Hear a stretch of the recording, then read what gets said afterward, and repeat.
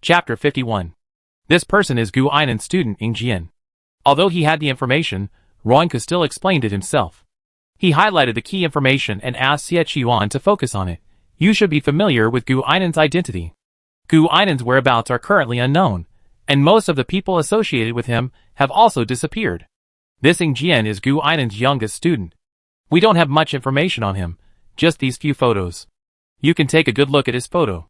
Ronke was explaining Ing Jian's information to Xie Qiyuan, but it seemed Ronke didn't know much about Ing Jian either. Yuan didn't say anything. He stared at the thin pieces of paper without blinking. The photos on them weren't very clear. But he knew what Uncle Ing looked like even without the photos.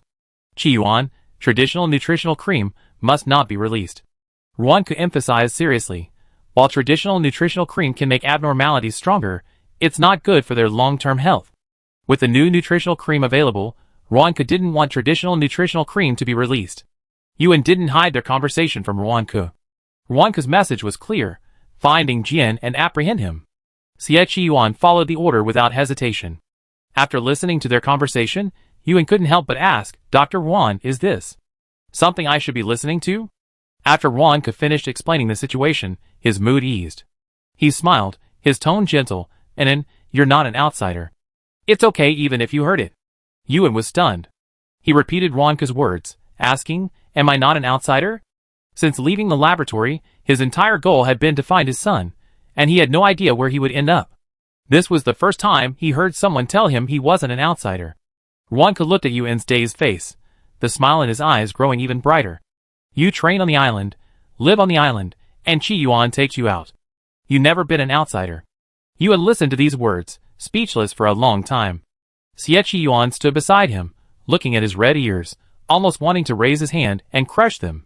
And then, you continue your training on the island from now on. Qiyuan's missions aren't easy, so try not to follow him around. Ronke was kindly trying to ease Yuan's mind. Yuan shook his head seriously, emphasizing, next time Xie Qiyuan goes out, I go with him. He felt that following a freak killer like Xie Qiyuan might make finding his cubs easier. Xie Qiyuan didn't show it on his face, but he was actually quite pleased with the little tale that had come so close. He assured Ronke, Uncle Ron, don't worry. I be with him. Nothing will happen to him. Yuan also nodded in agreement, like a chick pecking at rice. Dr. Wan, I go out with Xie Qiyuan, it won't be dangerous. Okay. Perhaps because Yuan had been on several missions without suffering any injuries or incidents, Ronke felt more confident in him, so he reluctantly agreed to let him continue accompanying Xie Qiyuan. Ronke never advocated for using force to coerce others into doing anything, but the current situation was special, and he had no choice but to ask Xie Qiyuan to find Ing Jian. Yuan would not miss this opportunity. Ing Jian was his father's student, and seemed to be often with him. If he wanted to find his father, finding Ing Jian first might yield some clues. Leaving the laboratory, Yuan had packed a lot of nutrient paste. Not only him, but Xie Qiyuan also packed some. Ronke asked them to pack more to bring back for Duo and Chong Chong. Yuan.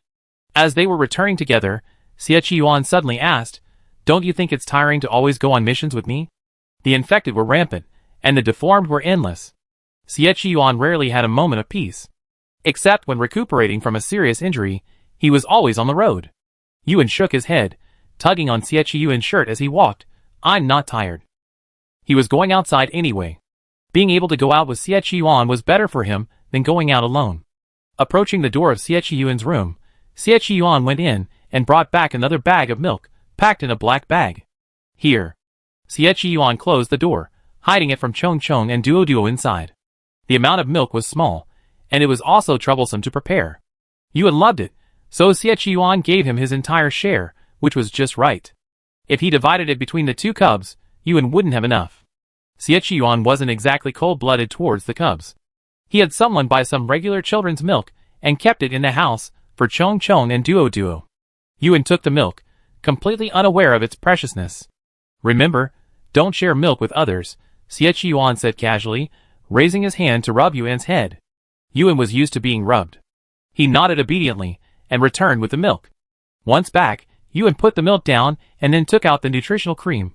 Xiaojiu, you can come out to eat. Little Nine crawled out excitedly. Little Butterfly hadn't returned from Dr. Tangyi's visit yet, so Yuan opened the window, waiting for it to fly in. Big brother. Little Nine, enjoying the new nutritional paste, narrowed her eyes with happiness. This paste is fruity. It's much better than the old ones. Traditional nutritional pastes contain substances that stimulate the aberrant form, and the researchers haven't considered the taste of the aberrant form. To them, this consideration was pointless. Seeing little Nine's enjoyment, Yuan had an idea. He found Wanka's number and dialed, "Dr. Wan, are you busy right now?" "No, what's up?" "I want to talk to you about the nutritional paste." Yuan nervously gripped his phone as he brought up the flavor of the nutritional paste with Wanka. He nervously offered a suggestion. "I think if we want the mutants to accept it, maybe we could make some changes to the texture and flavor. Just like we humans like to eat delicious food, mutants should be the same." Yuan had some knowledge of traditional nutritional pastes. To preserve the nutrients, traditional nutritional pastes don't add anything extra. This also results in a monotonous and unappetizing taste. Wanka listened carefully to Yuan's suggestion. After listening, Wanka thanked Yuan, and then, "Thank you for your suggestion. I take it. When the new flavors of nutritional paste are ready, come to the lab and take some back." "Yes." Yuan's gentleness grew on him. Only the little butterfly, after returning, felt a little skeptical about the sheer volume of nutritional paste. He perched on Yuan's shoulder and asked, "Brother, do you think it's a little strange that Dr. Wan keeps giving you nutritional cream?" Yuan was bewildered. "What's strange about that? Xie Yuan got some today too." Little Butterfly looked at Xiujiu, who was consuming the nutritional cream without a care in the world, and said in a heavy voice, "I think Dr. Ruan's behavior seems intentional. He might know you need it." Yuan was unconvinced. "I don't think so. If Dr. Ruan knew he had a mutant, why wouldn't he have kept it secret until now?" Yuan didn't believe this speculation. Little Butterfly was sensitive. He not only suspected Dr. Ruan of knowing something, but he also suspected that Tangy wasn't as easy to fool as he appeared. The worried Little Butterfly looked up at his brother, then at Xiujiu, sighing in worry. Night fell. Yuan cuddled his two cubs to sleep. Late in the night, Little Butterfly woke up. He flew to the window and paused, looking out. The waters in the distance shimmered in the moonlight, and patrol boats occasionally flashed by. Little Butterfly watched all this in silence for a long time. The next day, Xie Yuan had much to do, while Yuan continued to devote himself to training. Chong Chong and Duo sat hand in hand, watching from the sidelines.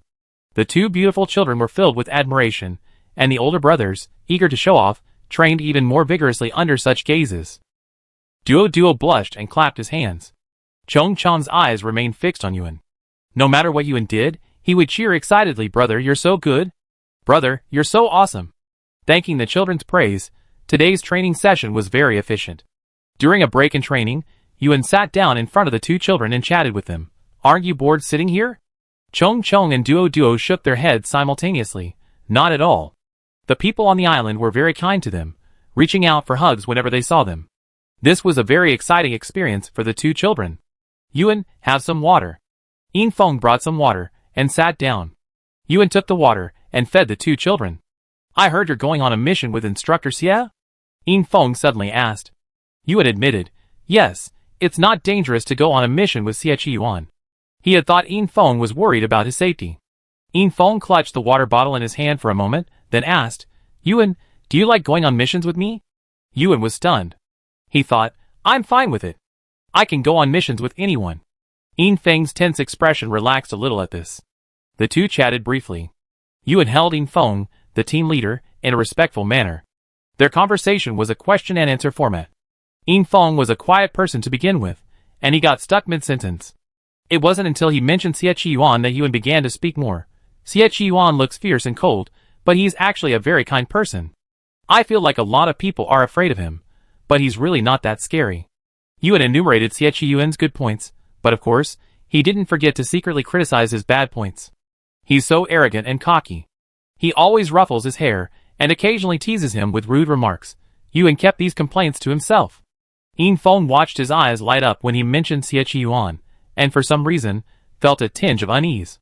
"Yuan, do you like Instructor Xie?" Yuan was stunned by the question and instinctively shook his head. But when he met Yin Feng's probing gaze, the word dislike seemed to get stuck in his throat, unable to come out. Yin Feng stared at him intently. A few steps away, Xie Yuan, who had come looking for someone, also stopped. He didn't move forward, but leaned against the wooden pillar, listening to their conversation. A few seconds seemed to stretch infinitely. Yin Feng continued to demand an answer. "Yuan, What are your feelings towards Instructor Xie? Chapter 52. Yuan knew that many people misunderstood him as pursuing Xie Qiyuan. His teammates, including Pei Si, had even called him little sister-in-law. I feel for Xie Qiyuan. Yuan stuttered, trying to find the right words. I have feelings for him that are hard to explain. This ambiguous answer left Yin Feng and Xie Qiyuan, who was standing behind the wooden pillar, stunned. Yuan didn't want to lie, but if he told the truth, Yin Feng would probably arrest him on the spot. After all, he liked Xie Qiyuan, just like some people like to chew on pork elbows. A deep and unwavering love for a reserve of food. Yin Feng didn't give up. He asked a simpler and more direct question. Do you plan to marry Xie Qiyuan in the future? Do you want to be on the same household registration with him? Yuan, shock. Yuan shook his head repeatedly. He replied in shock, I don't want to. His household registration was already full with 10 children. There was no room for any more. Besides, Yuan didn't think Xie Qiyuan wanted to be on the same household registration with him. After this, Yin Feng stopped asking about relationships. Xie Qiyuan, who was standing behind him, felt an inexplicable ache at the resolute I don't want to. He pursed his lips tightly, his face sullen, and turned to leave. Chong Chong and Duo Duo didn't understand much about adult talk, so they obediently ate their nutritional paste and didn't interrupt. Brother. Chong Chong finished a tube of nutritional paste, looked up at Yuan, and asked, when can Duo Duo and I go back to kindergarten? Xie Qiyuan casually mentioned kindergarten, and the two little ones are still talking about it. Yuan hesitated. Wait, I asked Xie Qiyuan later. The break wasn't long, and before long, Yuan was back training with Yin Feng. The training content was getting increasingly difficult, but even this level wasn't too difficult for Yuan. He felt he still had quite a bit of talent. If he started training earlier, he wondered if he could have surpassed Xie Qiyuan. It was evening. Yuan saw Xie Qiyuan, bored and picky about his food. The cafeteria food was good, but he didn't like it. To avoid waste, he only ordered a small portion. Are you almost done, or just starting? Xie Qiyuan sat down with his plate, his eyes searching. Yuan lied without blinking, I'm almost done. As luck would have it, his teammate Ho Ying was sitting at the table next to him. Ho Ying confronted him directly, saying, Coach Xie, Yuan has only just started. Yuan, Yuan lowered his head. Xie Qiyuan handed him some meat from his plate and instructed, eat. Yuan looked at the meat and lost his appetite. He simply couldn't eat much. Food that replenished energy for humans was useless to him. But under Xie Qiyuan's watchful eye, Yuan still forced himself to finish the meat. After finishing his meal, Yuan almost vomited. There was no extra training that evening. After leaving the cafeteria, Yuan and Xie Qiyuan walked side by side back to the dormitory. Xie Qiyuan, are you going to build a kindergarten for Chong Chong and Duo Duo? Yes. Unexpectedly, Xie Qiyuan actually had plans. Yuan was a little surprised. Can we open a kindergarten with only Chong Chong and Duo Duo? We don't have many cubs on our island. There will be more. Xie Qiyuan counted a few. There are children among the military families too. We can be put together when the time comes. If Xie Qiyuan paused before continuing. If there are other mutant cubs like Chong Chong and Duo Duo, they can be brought back. Although Chong Chong and Duo Duo are mutants, their personalities are incredibly simple. Xie Qiyuan has killed many mutants, but against these two, his bone blade couldn't be pulled out. Yuan's heart pounded as he listened to him. He tried to appear calm and asked, what age do you accept mutants in kindergarten? 7 or 8. 7 or 8 years old, they're old enough to start elementary school. Xie Qiyuan was silent for a few seconds, then replied, if you don't have any previous school experience, start with Chong Chong and Duo Duo in the kindergarten. Yuan fell into deep thought. Would the pups agree to send them to kindergarten? Why? You want to send your pups here? Xie Qiyuan suddenly asked. Yuan had told him before that he had pups at home. It was no secret. Let's talk about it later. Yuan skipped the subject. I haven't found all my pups yet. This global infection destroyed the mishealed laboratory, ruined his life, and forcibly separated him from his pups. Yuan thought of the missing pups. The oldest ones were fine. According to the timeline, they should have reached maturity. Mature pups are stronger, and their mimicry has evolved beyond their juvenile form. Only the smaller cub. Yuan controlled himself, forcing himself to stop thinking about it. If he continued, he would lose his composure and rationality. Yuan, do you need me to help you find it? In the past, Xie Qiyuan had never delved into the topic of the cub. He could sense that Yuan didn't want to talk too much about it. But this time, Xie Qiyuan inexplicably wanted to press the issue. Yuan avoided Xie Qiyuan's gaze and asked softly, Do you really want to help me find it? Yes. Xie Yuan answered, then patiently waited for Yuan's response. After what seemed like a long while, Yuan tentatively spoke. Last time on the boat, there was a snowy owl. I used to have a snowy owl. Xie Yuan, can you find that snowy owl? Asking Xie Yuan to find the A10 aberration was like asking a weasel to find a chicken. No one with a normal brain would say such a thing. Yuan spoke up. He knew this was risky, and he anticipated the question Xie Yuan would ask him next. What's your relationship with the snowy owl deformation? Have you ever raised a snowy owl deformation? Do you know that the snowy owl deformation is A10? Who are you? These questions practically echoed in Yuan's mind, but minutes passed, and Yuan didn't register a single one. Xie Yuan didn't ask him anything. Unable to wait for the interrogation, Yuan mustered the courage to look up. When he did, his gaze met Xie Yuan's. Xie Yuan had a pair of sharp, dark eyes, often giving off a cold vibe. But often, when he and Yuan locked eyes, Yuan wouldn't notice any coldness. The look he gave Yuan was different from the look he gave others. Finding that Snowy Owl was always part of my plan, Xie Yuan said calmly, if you're interested, I keep you updated on the progress. Yuan nodded. Until they walked side by side back to the room, Yuan didn't hear Xie Yuan ask him any questions. The door closed. Xie Yuan stared at the closed door, his Adam's apple rolling. He could see Yuan's nervousness and knew, according to common sense, that he should ask more. But then he remembered that day on the boat, when Yuan had stretched out her arms, shielding him from the sight, and uttered a hoarse chirp. He had never seen Yuan cry before, except for that one time, when he felt Yuan was so desperate that she couldn't even cry anymore. It's over. Xie Yuan pressed his hand against his temple, muttering, I lost my mind. Yuan's Jiuzhou, and the A10 he was looking for. The two, combined, were like a time bomb.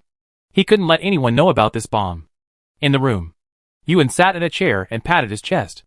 Huh? He let out a light breath and muttered to himself, I was scared. Little White Mushroom had come up at some point and leaned over to Yuan, asking, Brother, who scared you? No one. Yuan picked up Little White Mushroom and rubbed his umbrella.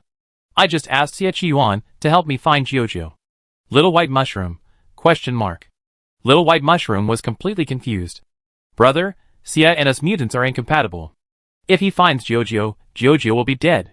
The little butterfly that flew in agreed without hesitation with Shuzhou. Brother, I have a direction to find Jiuzhou. Although the little butterfly, like all the other cubs, wanted to keep his big brother to himself, he also cared about his feelings. Big brother wanted to find Jiuzhou. Previously in the North District, they hadn't found many clues about the mutants. Even Xia Tianwu, who had brought Chong Chong and Duo Duo to the North District, had vanished without a trace. All the clues were gone.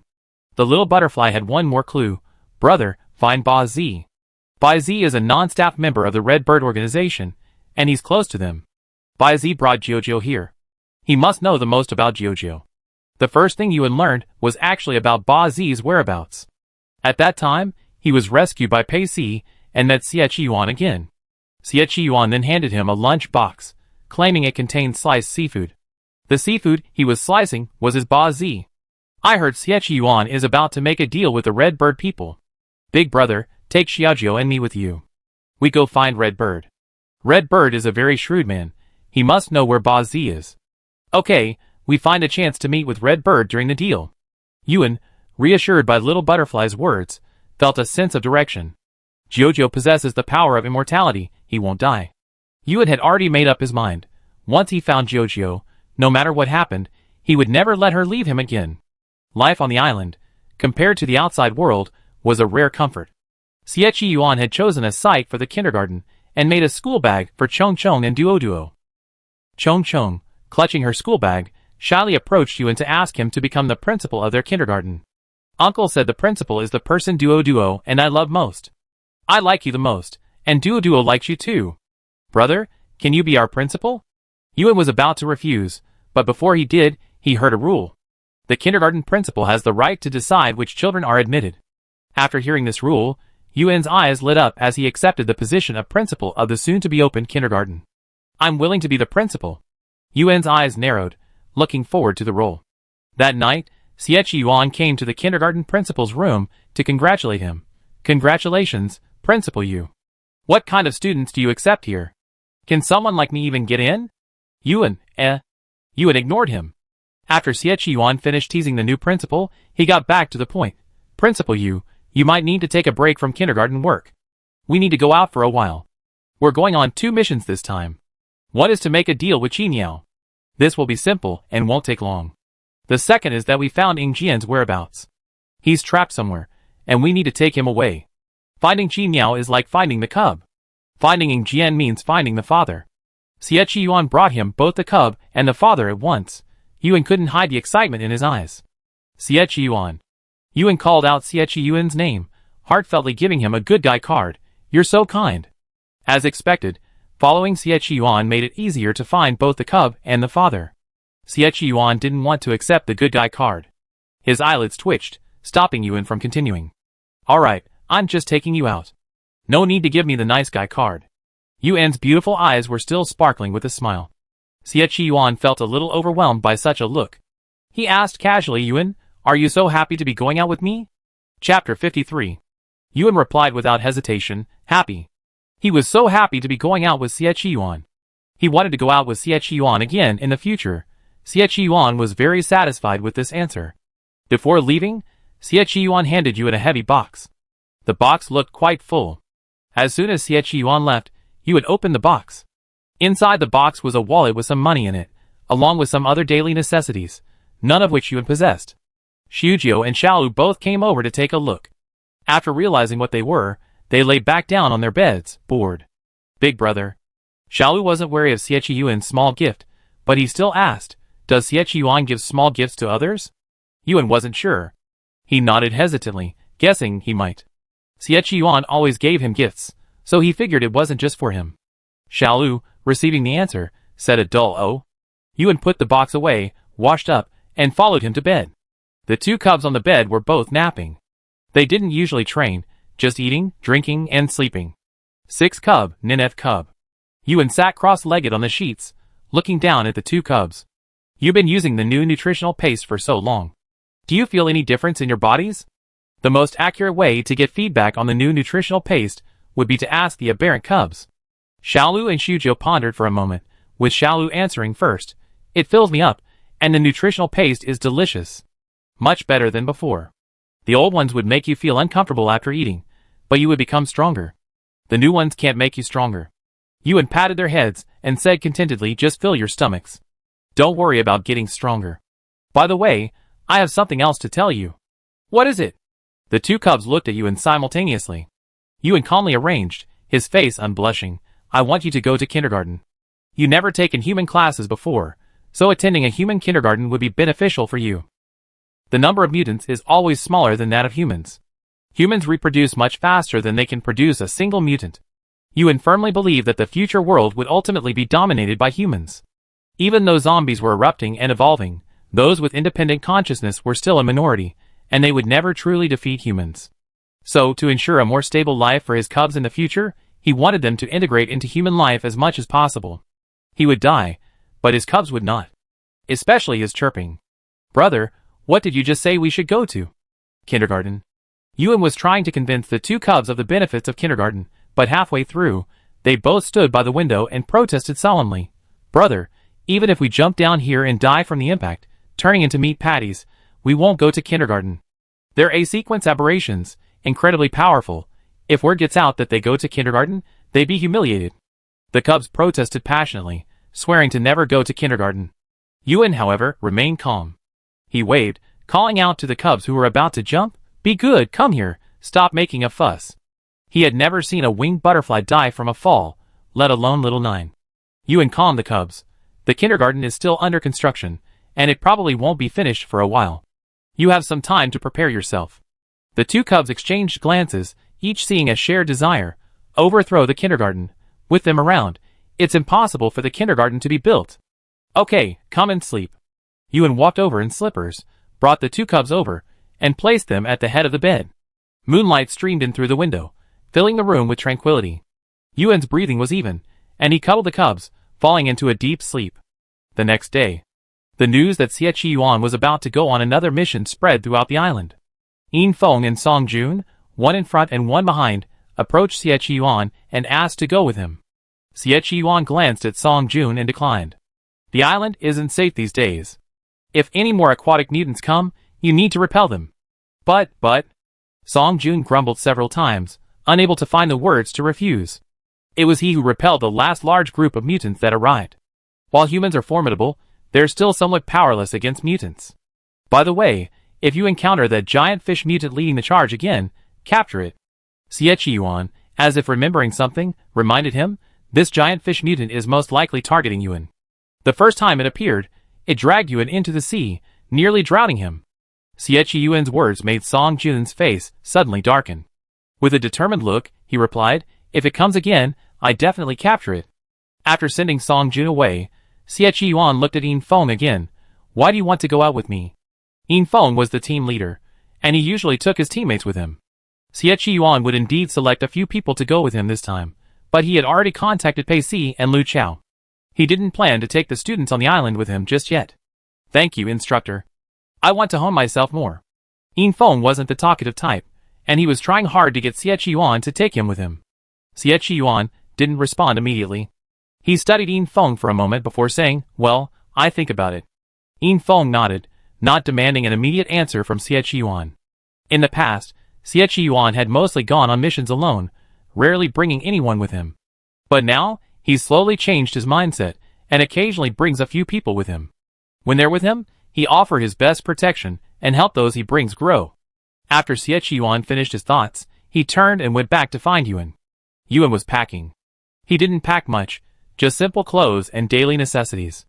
After arriving on the island, he no longer had to wear ragged clothes or patch them himself. Xie Yuan would make him close. Yuan had a habit of closing the door behind him, but when he was packing, he left it open.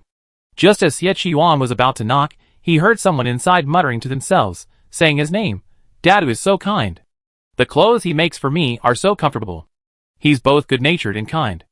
A man like Dadu would make anyone want to bully him and take him home. After praising Dadu for the clothes he made for him, Yuan continued, he also made school bags for Chong Chong and Duo Duo. I saw them, and they're really nice too. Yuan's envious tone clearly reflected his thoughts on his own cubs. The other little freaks all had school bags, but his cubs didn't. The two cubs, who had been drowsy, were startled by their eldest brother's regret and yearning for the school bag. However, they were quick to sense someone outside the door, so they all fell silent. Yuan thought about Chong Chong and Duoduo's little school bags, and as he thought, an idea struck him. He murmured, oh right. I can learn to make them myself. He made the cubs school bags himself. What do you need school bags for? Through the half-open door, Xie Yuan, leaning against the doorframe, casually asked. Yuan paused. The next second, he instinctively glanced towards the cubs' location. Fortunately, the clever cubs were gone. Yuan calmed himself and said, I'm the kindergarten principal, so of course, I have to learn how to make school bags. That way, when new kids start school, I can give them school bags. His words were so righteous that Xie Yuan raised an eyebrow. He still vividly remembered Yuan's clumsy sewing when she was mending her own clothes. As their eyes met, Yuan began to feel a sense of guilt. Xie Yuan leaned closer to him, rubbing his head habitually. Principal, if you need school bags from now on, tell me. I make you as many as you want. Yuan reflexively asked, why? Why would he make school bags just because he asked? Xie Yuan seemed stunned by the question, paused for several seconds before recovering himself. He whispered, no reason, I just wanted to make you happy. He spoke the last half-sentence so softly that the two hidden children didn't hear it, so softly that Yuan thought he was hallucinating. For some reason, the content of this auditory hallucination made his heart beat even faster. A day later, Ruanke and Qi Niao agreed on the location and method of the transaction. Needless to say, Yuan also followed Xie Yuan. Chong Chong and Duo Duo didn't go. The two little ones watched them leave, tears welling up in their eyes. Chong Chong hugged Yuan and cried loudly. Duo Duo sat at Xie Yuan's feet, hugging his calf, pressing his wet, chubby face against it, equally heartbroken. Uncle, I won't leave. Duo Duo was afraid of people, and when she cried, she buried her face in Xie Yuan's lap, her little body trembling. Yuan was so busy coaxing Chong Chong that he couldn't spare the energy to help Xie Yuan soothe Duo Duo. Xie Yuan, single for many years, unmarried and childless, felt an inexplicable sense of the vicissitudes of being a father in front of the heartbroken little Duo Duo. He picked up Duo Duo and helplessly wiped the tears from his face. Duo Duo was so young, even younger than Chong Chong. With a child this young, reasoning wouldn't work, he had to find a different way to coax him. Duo, be obedient. Xie Yuan's deep voice was quite effective in coaxing. He patiently promised, we'd be back soon. You and Chong must listen to Dr. Yuan, understand?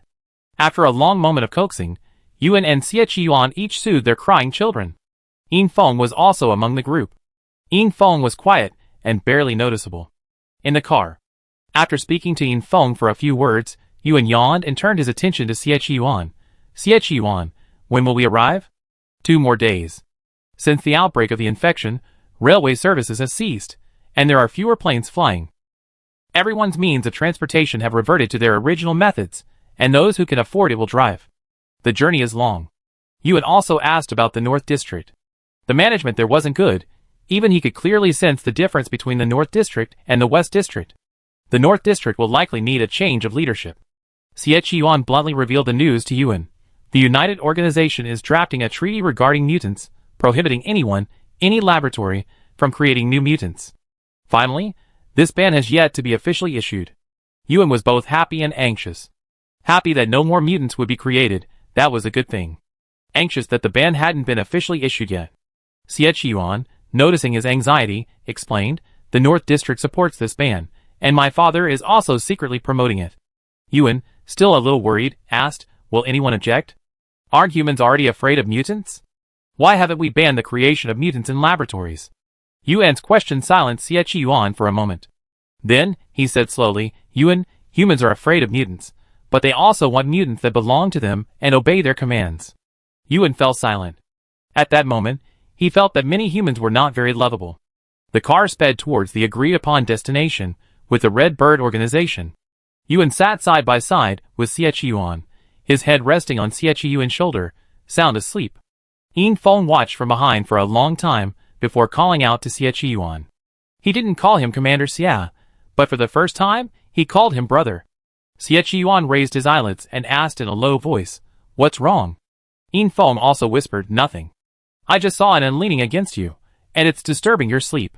How about we switch seats? Xie Yuan, question mark. Xie Yuan said without hesitation, no need. Taking advantage of Yuan sleeping like a piglet, Xie Yuan added a few words in a calm voice, Yuan is your sister-in-law. It's only natural for him to sleep against me. Yin Feng, Yin Feng's expression went blank for a moment. He stared at the back of his brother's head in disbelief, his voice a little unsteady, brother you said, and is my sister-in-law? Xie Yuan half closed his eyes and uttered, Yin Feng, sitting in the back, fell silent, and the 2 cubs in Yuan's pocket, Xiao Jiao, had just woken up dazedly. Aberrant people have excellent hearing.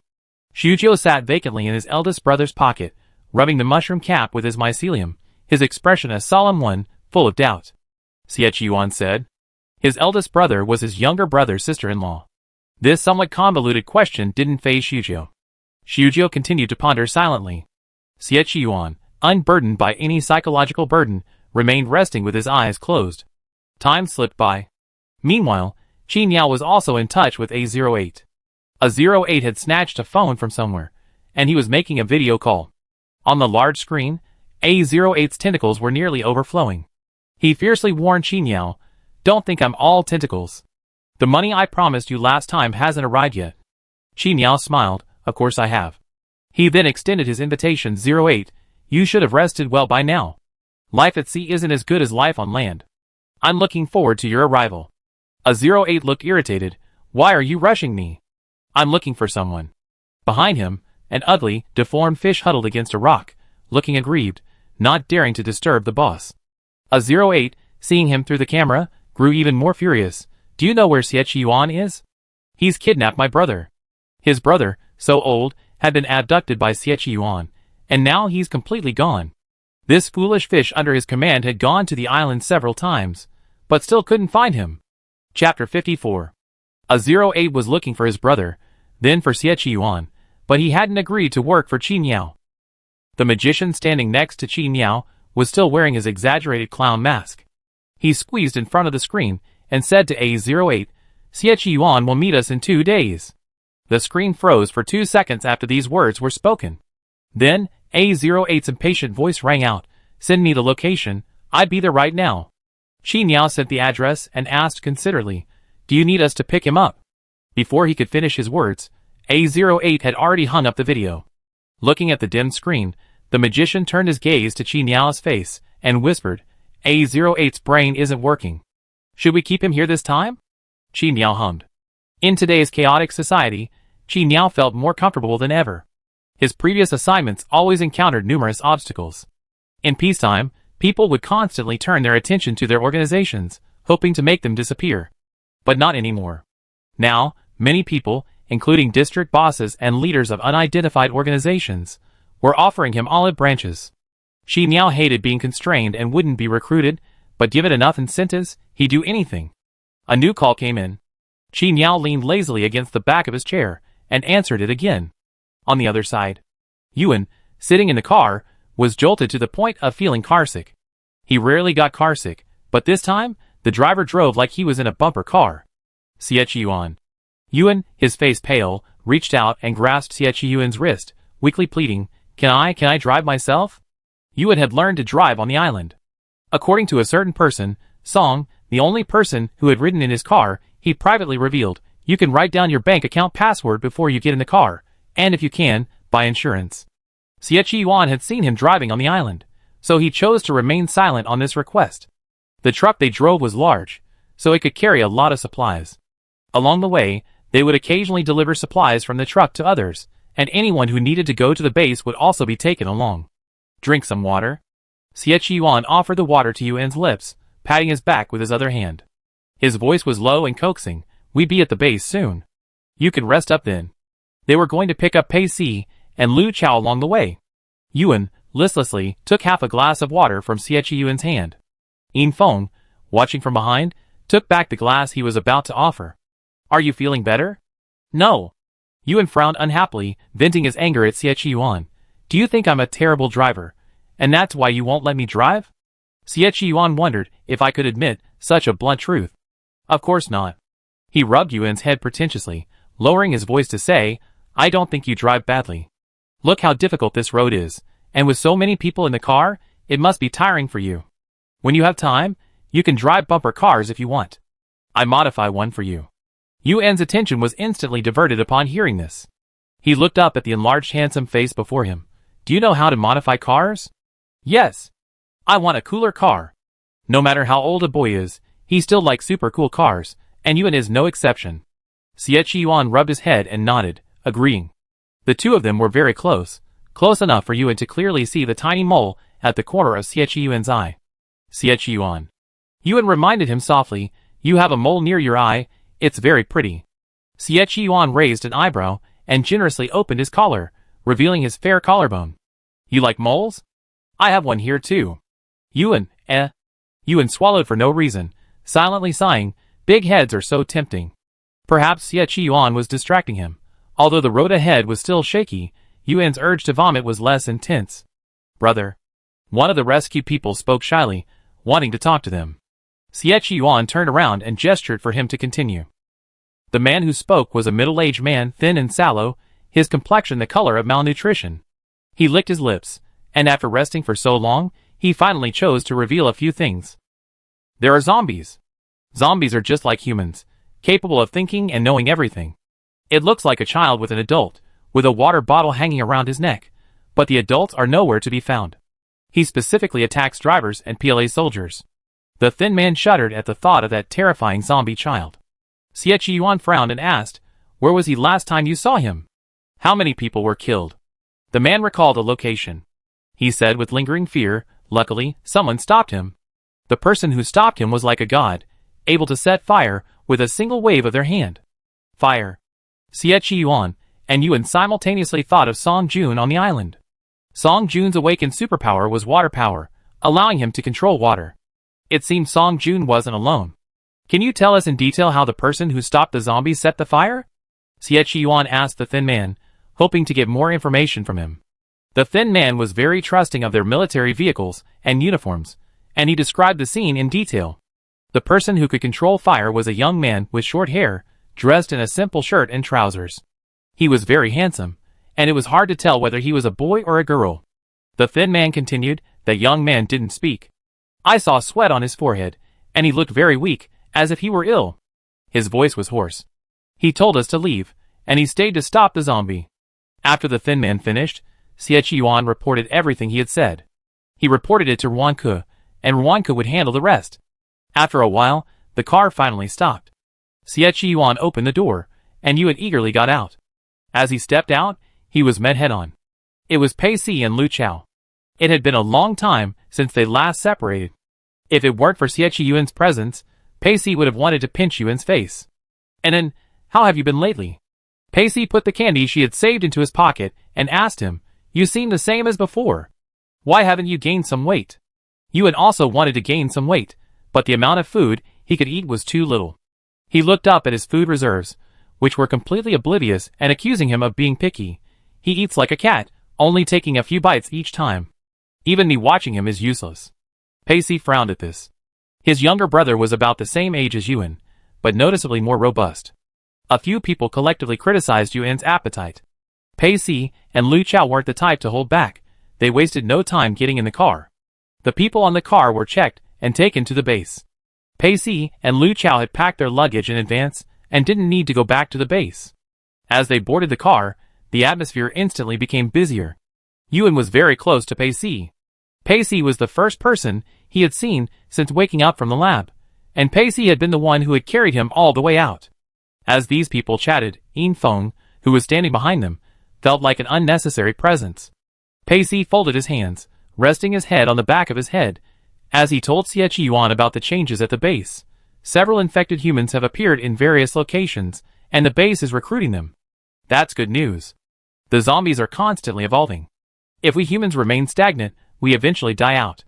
Xie Yuan wasn't as familiar with the base's situation as Pei Si. He asked, Have we recruited any psychics? 2, not a lot. Pei Si was quite optimistic. The number of psychics will definitely increase in the future. Don't rush. We recruit them slowly. By the way, the 2 psychics at the base weren't recruited, they're our own. They got infected while on a mission. They were lucky enough to have a high fever, and haven't shown any signs of infection. After 2 days of fever, they woke up. One was as fast as a cheetah, and the other was as strong as a rock. Pei Si finished describing the psychics, and turned the conversation to Yuan. And then, are you getting used to being on the island with Brother Xie? I don't think Brother Xie bullied you. I'm used to it. The island is great. They chatted and laughed. Lu Chao glanced at Yuan, then at Xie Yuan, as if observing how things were going between them. Yuan's mood improved slightly. With someone familiar by his side, the bumpy ride wasn't too bothersome. Yuan fell asleep when he was tired, and couldn't be woken until lunchtime. They were close to the meeting point with Qin Yao. Xie Yuan got out of the car to eat, and sat with Pei Si and Lu Chao. Lu Chao couldn't help but gossip, Brother Xie, can we call an sister-in-law? Xie Yuan glanced at him and said calmly, Don't. Pei Si and Lu Chao were both startled, and then Xie Yuan added slowly, Call her that later. Lu Chao was instantly delighted. The last time they called her sister-in-law, Brother Xie hadn't acknowledged his relationship with An. He hadn't expected such a drastic change of heart this time. Xie Yuan bit into a compressed biscuit, his eyes flickering over Yuan's movements. Yuan was still asleep, not waking up. Yuan had been uncomfortable in the car, and her temper had been off the charts for the past few days. At this point, Xie Yuan had no other choice but to coax her more. Although exhausted from the journey, Xie Yuan wasn't tired. Looking at Yuan, who had slept all the way on his shoulder, the realization grew clearer and clearer within him. He had fallen in love with Yuan. He didn't know when it all fell into place. Perhaps it was the moment he offered his lunch box to this sweet, yet naive boy when they first met. Or perhaps it was when they met again, when he vaguely mistook him for his son's father. Or perhaps it was when he said in the abandoned old city of Yu that he would trade his wife's money for hers. So many possibilities made it impossible for Xie Yuan to pinpoint exactly when he fell in love. But at that moment, he knew he loved Yuan very much. Even if it meant becoming lovesick like his father, he still loved her. Brother Xie, if I remember correctly, An was your first love, right? Can you tell us how An won you over? Lu Chao was dying of curiosity. Xie Yuan had been pursued before, and it had been a very intense pursuit. The girl had openly expressed her love, seeking nothing but a good relationship with Xie Yuan. But after pursuing her for over a year, Xie Yuan remained unmoved. Yuan had only been around for a short time, and yet their brother Xie had already fallen in with such willingness and obedience. Xie Yuan's lips curled up as he replied, An is very good. I can't let him down. Pacey finally stopped mute after hearing this. He uttered the question he'd been holding back. Brother Xie, although Anin and I aren't always together, he's a simple person, and I feel like I understand him a little. Well, I have a small question. How did you know for sure that Anin liked you? Xie Qiyuan swallowed the biscuit in his mouth, giving a look that said, you really need to hear what I have to say, with a hint of boasting hidden within. Pacey and Lu Chao exchanged glances, and nodded in unison. Xie Qiyuan shrugged and said calmly, since you're so eager to hear it, I just tell you a little. Meeting their gazes, Xie Qiyuan continued slowly, Anin would secretly kiss me while I was asleep. The child was both bold and shy. When he was hurt, she felt so distressed that she secretly kissed his wound. Pacey and Lu Chao, ? Chapter 55. Xie Qiyuan ignored the stunned looks of the two men, still pretending to be puzzled. Actually, I'm quite surprised too. Tell me, Anin looks so well behaved, how could she do such a thing? I think it's probably because teenagers their age are easily impulsive, and can't control their emotions. Xie Qiyuan deeply analyzed the psychological processes of teenagers, and in the process, he clearly emphasized one thing to the two men before him. Yuan likes him, and he likes Yuan. Their relationship is settled. After an unknown amount of time, Pacey didn't want to listen anymore and quickly ended the topic. Okay, brother Xie, I know you and Anin are a couple, you don't have to say any more. As a single man, he didn't want to be fed dog food. Lu Chao, who had been gossiping from the beginning to being covered in dog food, huddled close to Pacey with a look of despair, and also didn't want to talk to Xie Qiyuan. Xie Qiyuan enjoyed the fast food lunch, but Pacey and Lu Chao didn't appreciate it at all. They had just finished eating when Yuan awoke dazed.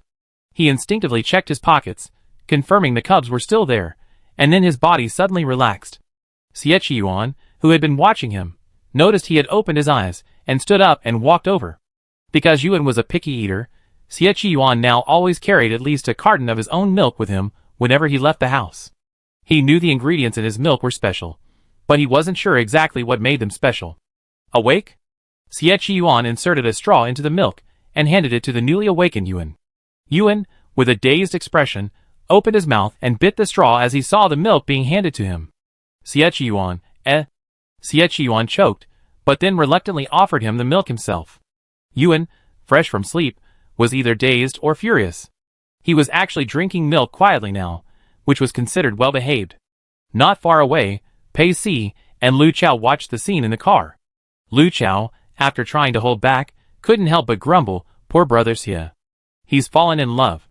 Alas. After his rant, Lu Chao sighed, I don't know when I ever fall in love.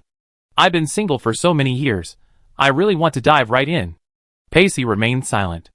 As a fellow single, who wouldn't want to fall in love, a sweet, soft wife, who couldn't resist, Yuan's tailbone was numb from the car ride. After fully waking up, he followed Xie Qiyuan out of the car to stretch out for a while. Xie Qiyuan. Yuan glanced back at Yin Feng and whispered, why don't you care about your brother? He's so bored being alone like this. Xie Qiyuan said calmly, he's not that fragile. He'd rather be alone than have me talk to him. Yuan still had some doubts. However, Xie Qiyuan and Yin Feng were brothers, and he certainly knew Yin Feng better than he did. So, after a moment's hesitation, he didn't say anything more. Time is like inverted quicksand, no one can stop it. When Yuan and Xie Qiyuan arrived at the transaction location, they were already past the agreed time. On the other end of the line, Qi Niao looked displeased with their tardiness. Xie Qiyuan calmly shifted the blame. You guys suggested the transaction location. We completely wrecked 2 of our cars just to get here. Qi Niao's expression nearly collapsed upon hearing this. The location of their transaction was agreed upon by both parties, for greater security, and to prevent either side from plotting something behind the scenes. Xie Qiyuan continued to spin his fabrications, his naturally cold and aloof voice making his fabrication sound strangely serious.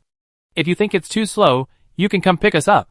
Before he could piss Qi Niao off to death, Xie Qiyuan finally hung up the phone. With the nutrient paste in hand, Qi Niao could suppress any dissatisfaction. On the evening of the 3rd day, the car pulled into the nearly ruined City Z. City Z wasn't large, and the initial outbreak of the infection had been most severe there.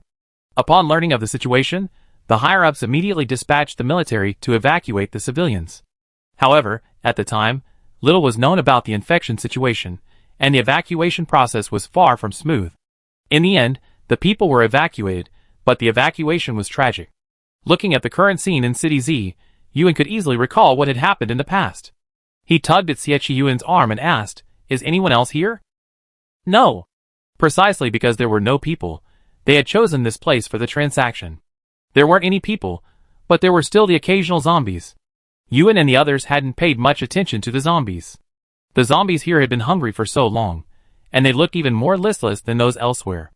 After staying in City Z with no food for so long, Yuan felt it was unlikely they evolved. They were probably just a bunch of clueless zombies. Although no one was living there, they had definitely needed to find a temporary place to stay since they arrived. Pei Si was incredibly efficient. He was an outstanding student, personally trained by Xie Yuan. In less than an hour, he found the best 5-star hotel in the area, complete with backup water and electricity, and it still worked. Brother Xia, I only packed out a few rooms. Pei Si tactfully arranged. You and can share, is that okay? Yes. Before Xie Yuan could reply, Yu had raised her hand, refusing. I want a room all to myself. A family with children must have their own room. Pei Si, Pei Si was stunned, as if he hadn't expected Yuan to refuse. He thought for a moment, then carefully said, "Anan, how about you stay in the suite? It has 2 beds separate. That way you have privacy, and if anything happens, you can call Brother Xie right away." Under Pei Si's persuasion, Yuan finally nodded and chose the suite. Xie Yuan's expression showed no emotion. He glanced at Yuan and entered the room first. The group had been on the car for a long time, so it was natural for them to clean themselves up before heading to the transaction location. Since Jin Yao and the others had waited this long, they didn't mind waiting any longer. Pei Si was right. There were 2 separate rooms with 2 beds. Xie Yuan went to shower first, while Yuan took the opportunity to get the cubs out. It wasn't just him who got carsick. Little Butterfly got carsick too. 6 Cub, are you feeling better? Yuan was heartbroken. He poured the water from his cup onto the bottle cap and let Little Butterfly take a sip. 6 Cub slumped weakly against the pillow and said listlessly, "Dizzy." Little Mushroom gloated, "How can you not get carsick flying by yourself? You get carsick just sitting in a car." 6 Cub was so listless that he didn't want to pay attention to him. There were 2 bathrooms. After giving the 2 cubs a quick wash, Yuan grabbed his clothes and hurried off to wash himself. Sitting in the car without a shower was a real ordeal for the clean-conscious Yuan. The sound of water splashing filled the air. Jiuzi looked at the still listless Liuzi and suddenly asked, "Liuzi, did you hear Xie Yuan talking on the way?" Liuzi closed his eyes and casually said, "He's been talking a lot, why bother?" Jiuzi glanced in Xie Yuan's direction, then in Big Brother's. After a moment, he dropped a bombshell. "Xie likes our big brother." Liuzi, ? Liuzi opened his eyes, looking at someone stupid, and said coldly, "Are you leaning towards Xiba?" Xie Yuan doesn't like Big Brother, he just thinks Big Brother likes him. TSK, you're so delusional. The 2 cubs knew Big Brother treated Xie Yuan as a reserved food source. Big Brother never kept any secrets from them.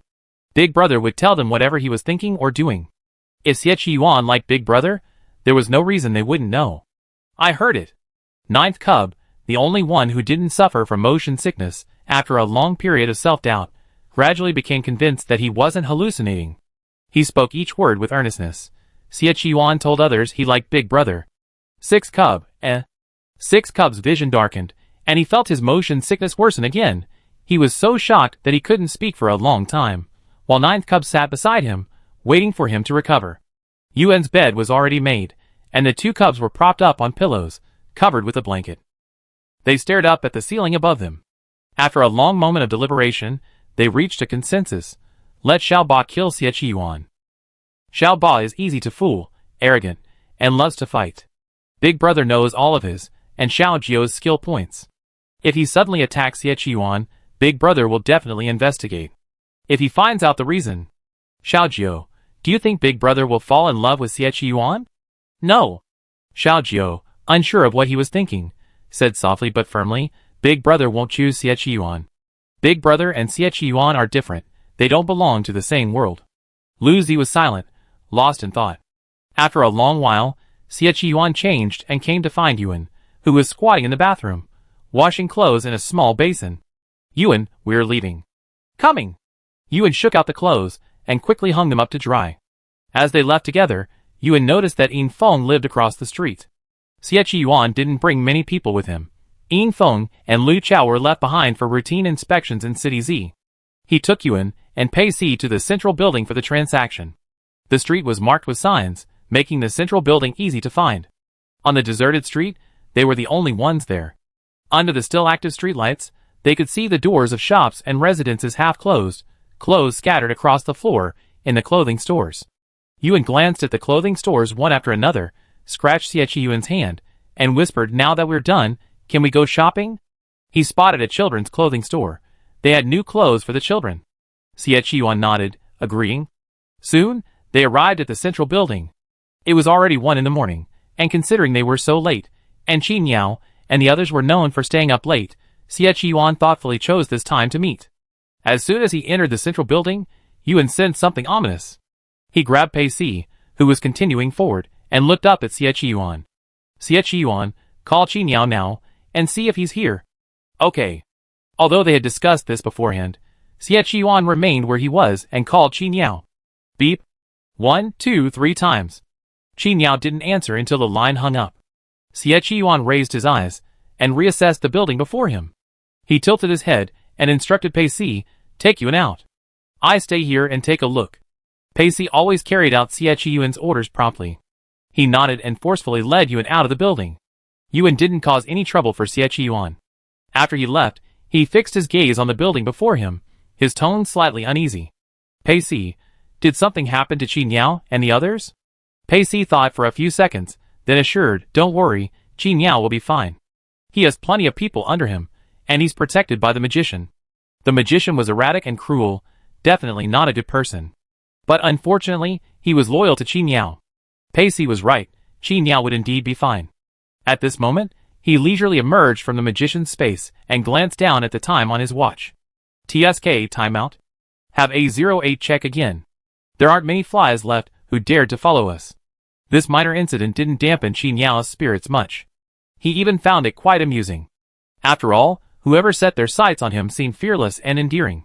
A08, who had just arrived by land, didn't even have time to soak his little tentacles before the magician found him with a smile. Chapter 56. The magician left Qin Yao. Before leaving, he personally arranged for 2 people to follow Qin Yao. Xie Yuan's phone rang. This time, it was Qin Yao who called. 10 minutes later, Yuan was also called in. He ran over to Xie Yuan and asked nervously, "What's going on? Is there a problem here?" "Don't worry, there's nothing wrong." As Xie Yuan and Yuan were talking, the lights on the second floor came on. Qin Yao swirled his red wine glass, inviting them up in a very stylish manner. Seeing this, Yuan had no choice but to shut up. Xie Yuan went upstairs. The second floor was already cleaned up. In the large conference room, Qin Yao sat on the sofa. Instead of asking about the nutritional supplement, he pointed to the wine on the coffee table and said with a smile, "I brought some Celere's red wine. It tastes good. Would you like to try it?" Xie Yuan poured the bottom of his glass and sniffed it. He said calmly, "Yes, the dosage isn't large." Qin Yao smiled, unfazed by the revelation. He said frankly, "Red wine has a monotonous flavor. Adding a few different flavors would make it more distinctive." Yuan, who had been studying the wine nearby, sat up straighter upon hearing their conversation. Xie Yuan and Qin Yao had met before. Last time in the abandoned old city of Yuyu, Xie Yuan had vanquished so many of Qin Yao's mutants. While they weren't enemies, their relationship was definitely not close. But the adult world is complex, there are no eternal enemies, nor are there unwavering friends. After exchanging pleasantries, Xie Yuan got down to business. "I brought a batch of nutrient paste. Here are some samples. You can test them first." A sample of nutrient paste was placed on the coffee table. Qin Yao casually opened a tube and popped it into his mouth. Yuan, curious, whispered to Xie Yuan, "Is he a freak?" Generally speaking, freaks are slightly different from humans. Yuan, who raised a group of freak cubs, could easily tell them apart. But this Qin Yao, he couldn't recognize. Xie Yuan leaned back, his long arms draped across the sofa. From behind, he looked like he was cradling Yuan in his arms. "I don't know." Xie Yuan, imitating Yuan, whispered in a low voice, "Even if he's not a freak, he's definitely a monster." Yuan nodded in agreement. They also brought in Pei Si, and Pei Si's mouth twitched as he listened to the couple's whisper. With his normal hearing, he could hear everything they said clearly, not to mention Qin Yao, who was sitting across from him, who wasn't deaf. Qi Niao's expression remained unchanged, as if he hadn't heard what the two were saying. He slowly finished a tube of nutritional paste, and said leisurely, "It tastes good. It's very different from the ones I had before." Xie Yuan's eyelids fluttered as he began to introduce. "The nutritional paste created by Dr. Wan is completely different from those that shortened your lifespan. This one is made with many precious ingredients. It has a calming effect on mutants." Xie Yuan spared no effort in discrediting not only the nutritional paste, but also the other doctors. Looking around, besides Dr. Wan, who else has the talent to create something like this? Qi Niao narrowed his eyes, and singled out one person, Gu Ainan. He spoke slowly. "Dr. Gu is missing, not dead. Tell me, if Dr. Gu were to come out in the future, could he make a nutritional cream better than Dr. Ruan's? Dr. Gu is old, and it's time for him to retire." Xie Yuan had a bad impression of Gu Ainan. He rarely appeared in public, and there were few records of him. If it weren't for Uncle Wan at home, Xie Yuan would probably have known very little. As their conversation turned to Gu Ainan, neither of them noticed Yuan, sitting next to them, and their expressions grew increasingly strange. After a few more words, Xie Yuan and Qi Niao began to discuss the price of the nutritional cream. Xie Yuan made his offer without blinking. Besides the monetary transaction, he also asked Qi Niao to do him a favor, and it wasn't just one or two things. Qi Niao was silent for a long time, then asked from the bottom of his heart, "Xie Yuan, you really don't want to have any dignity anymore, do you?" The words most commonly used by the outside world to describe Xie Yuan are aloof and bloodthirsty. Surprisingly, no one has yet described him as shameless. Xie Yuan calmly stared at Qi Niao. After a long pause, Qi Niao narrowed his eyes and began to raise the price. "I can agree to your terms, but I need a lot of nutrient paste. You can't supply it to others until my needs are met." Qi Niao clearly wanted a monopoly. Xie Yuan nodded without hesitation. "Okay, deal." He nodded so readily that Qi Niao felt like he'd been tricked. But right now, only the West District could produce the nutrient paste, so in a sense, Qi Niao didn't have much choice. A few minutes later, Xie Yuan took out the drafted contract, which listed the quantity of nutrient paste and the remuneration Qi Niao was required to pay. "Do you think this kind of contract is binding on us?" Qi Niao asked Xie Yuan with interest, flipping through the contract. Xie Yuan replied calmly, "I think it is." As an internationally renowned organization, Qi Niao had been closely watched by all 4 districts. The West District had already stored Qi Niao's information long before the outbreak of the infected. But at that time, the West District's goal was to eradicate the organization. Needless to say, Xie Yuan was the only one who could carry out this order. As the saying goes, knowing yourself and your enemy ensures victory in every battle. Xie Yuan had read Qi Niao's information and knew that he had a peculiar personality. He took contracts very seriously. A contract signed in black and white was something Qi Niao would never disobey. As expected, after a moment of tension, Qi Niao finally picked up the pen and signed his name in the lower right corner. The contract was in effect. Xie Yuan put the contract away and handed it to Yuan. Yuan obediently put it away, tucking it into his clothes, fearing it might get lost. Having the Qi Niao organization help them with something was a huge bargain. Xie Yuan hadn't yet specified what Qi Niao would do. After putting the contract away, he stood up and prepared to go back to rest. "The nutrient paste is at the hotel. Send someone to bring it." Xie Yuan stood up, glancing at the person behind Qi Niao. He casually asked, "Is the magician not here? It's been a while. I really miss him." Qi Niao didn't move. He looked up, smiled faintly, and replied, "I tell him you miss him. He's been busy lately, and I can't get him." A magician's spatial reproduction and reconstruction are both powerful distortion abilities, but Red Bird's abilities remain unknown. Many wondered why, between the two, Red Bird had taken the leading position. Though Xie Yuan wanted to explore, the answer wasn't important to him at the moment. As long as the Red Bird organization could still do his work, he wouldn't bother with unnecessary matters. Exiting the central building, a cold breeze blew in his face. Yuan couldn't help but shiver, and the next second, Xie Yuan's coat, still warm from his body, was draped over his shoulders. "Put it on. Aren't you cold?" Xie Yuan supervised him putting on his coat, then said calmly, "No." Pacey glanced at his shirt and said softly, "Brothers, yeah, I'm cold." "Xie Yuan? Question mark. Xie Yuan glared at him coldly. Pacey swallowed and, before Yuan could speak, saved himself. "I'm kidding. I'm not cold. I'm even a little warm right now." Yuan, who had been about to take off his coat and give it to Pacey, blinked and stopped. It was already late when they got back, and Yuan fell asleep. Xie Yuan didn't need much sleep. He was still reporting to Yin Qin. Without his wife, Yin Qin's nightlife was monotonous. Wearing pajamas with a slightly open collar, he sat in a rattan chair by the window, listening to his son's work report.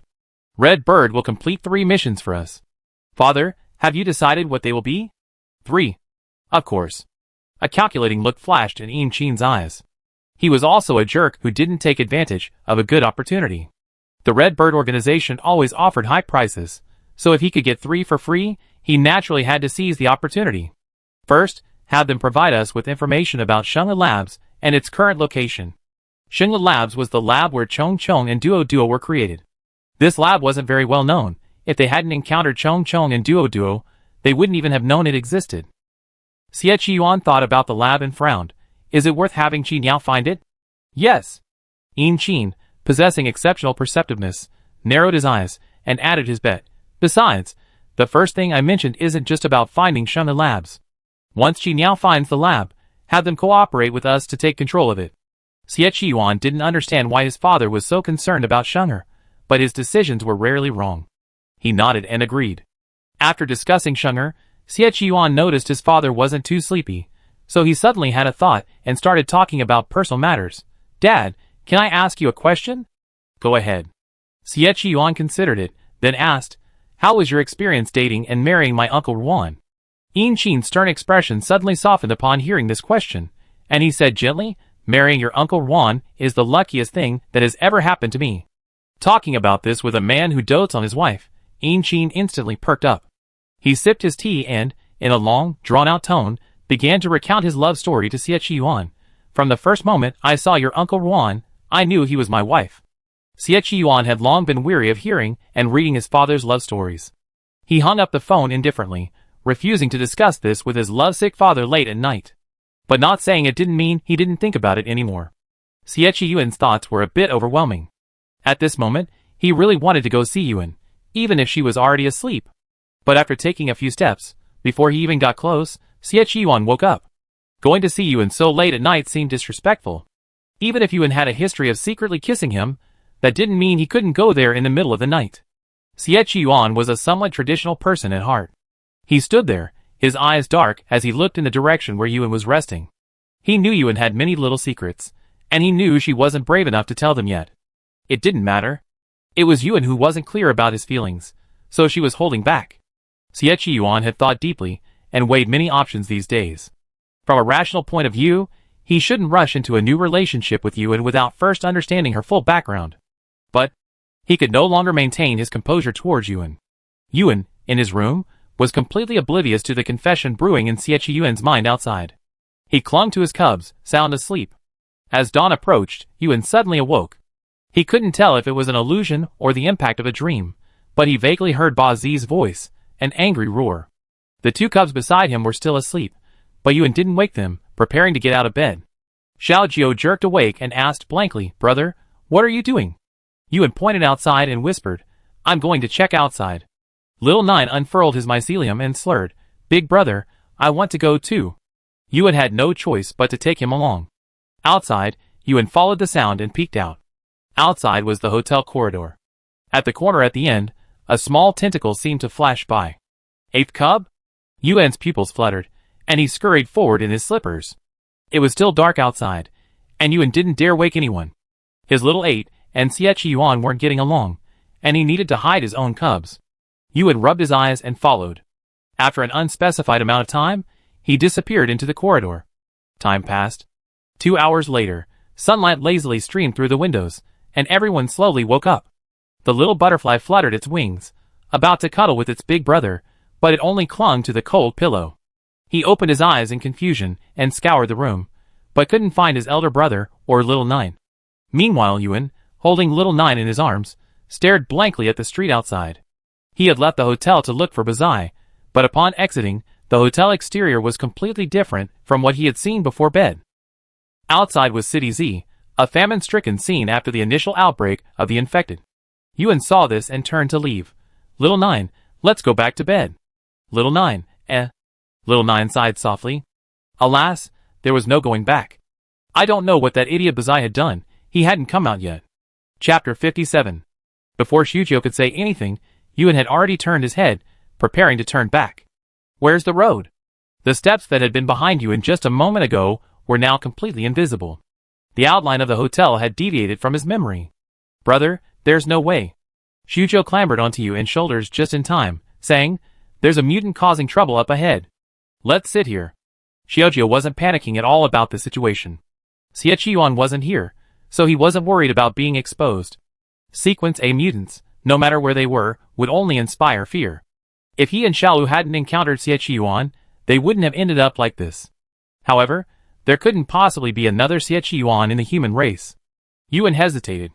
He looked at the ground and said with a hint of disdain, it's so dirty. Shujo thought for a moment, and laid a layer of mycelium on his brother.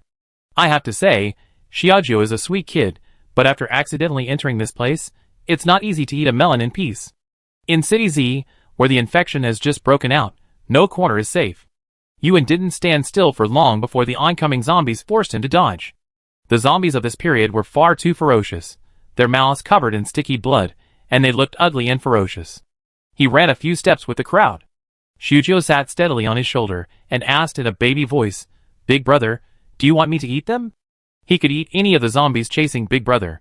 Yuan remained calm even when the zombies were chasing him, but when he heard Shujo's words, his face immediately turned green. No! What was wrong with his Shujo? Why did he want to eat everything he saw? After being stopped, Xiaojiu remained silent and listless. He stared at the zombies behind him, seemingly confused as to why his elder brother wouldn't let him eat. Dirty. Yuan saw through his thoughts and sternly warned, not only are they dirty, they're also infected. Infected people's bodies might contain anything. Shujo, you're not allowed to eat this. Since his elder brother had already issued a ban on eating, Shujo naturally wouldn't go against him. He nuzzled his elder brother's cheek and said softly, okay. Shujo stopped eating. The streets were filled with bloody and brutal scenes. Countless people ran from their homes, shops, and various other places, their screams and desperate cries for help. Yuan restrained himself from intervening. He remembered clearly that City Z was deserted, like the old city of Yuan. What lay before him now, even if real, was only the reality of the past. What had happened in the past could not be changed. Children cried out for their parents, wives sobbed, calling out their husbands' names, and pedestrians who had been knocked down frantically screamed for the police. All these sounds blended together and filled Yuan's ears. He hid from the zombies, trying to find a place to stay until the chaos died down. After searching for a while, Yuan actually found a store. It wasn't big, and there were bloody handprints on the glass door. The window shelves inside were filled with rows and rows of furry, adorable toys. Yuan loved these furry toys. While they weren't as nice as tiger cubs, they were better than nothing. Shujo. Yuan crawled into a group of large furry toys and hid himself. I haven't slept well yet. I get some more sleep. He gotten up too early, and at this hour, he was seriously sleep deprived. Outside was a mess, and Shujo knew it was pointless to stay up there any longer. It would be better to get some peace and quiet. Big brother, go to sleep. Shujo stretched out his mycelium, covering the entire area of plush toys with it. Then, like a little bodyguard, he transformed back into a baby, squatting in front of the store.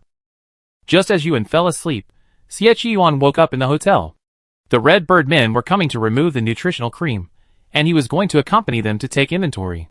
Passing by Yuan's door, he stopped and knocked. Yuan, are you awake? He knocked several times, and finally, the door was accidentally pushed open a crack, but still no sound came from inside. Yuan's heart sank for no apparent reason, and he walked in without caring about politeness. The quilt on the bed was disheveled, but no one was inside. Yuan checked his shoes again. He hadn't changed into the shoes he wore outside, only missing a pair of hotel slippers. It was clear that Yuan had left in his pajamas and slippers, having left under the covers. And it was unclear how long he'd been gone. Yuan tried to call again, and sure enough, the phone was by the bed. Brother Xie. The Red Bird guys are here. Are you up? Pei Si, who had gotten up early, called out from outside the door. They're coming to take the nutritional cream.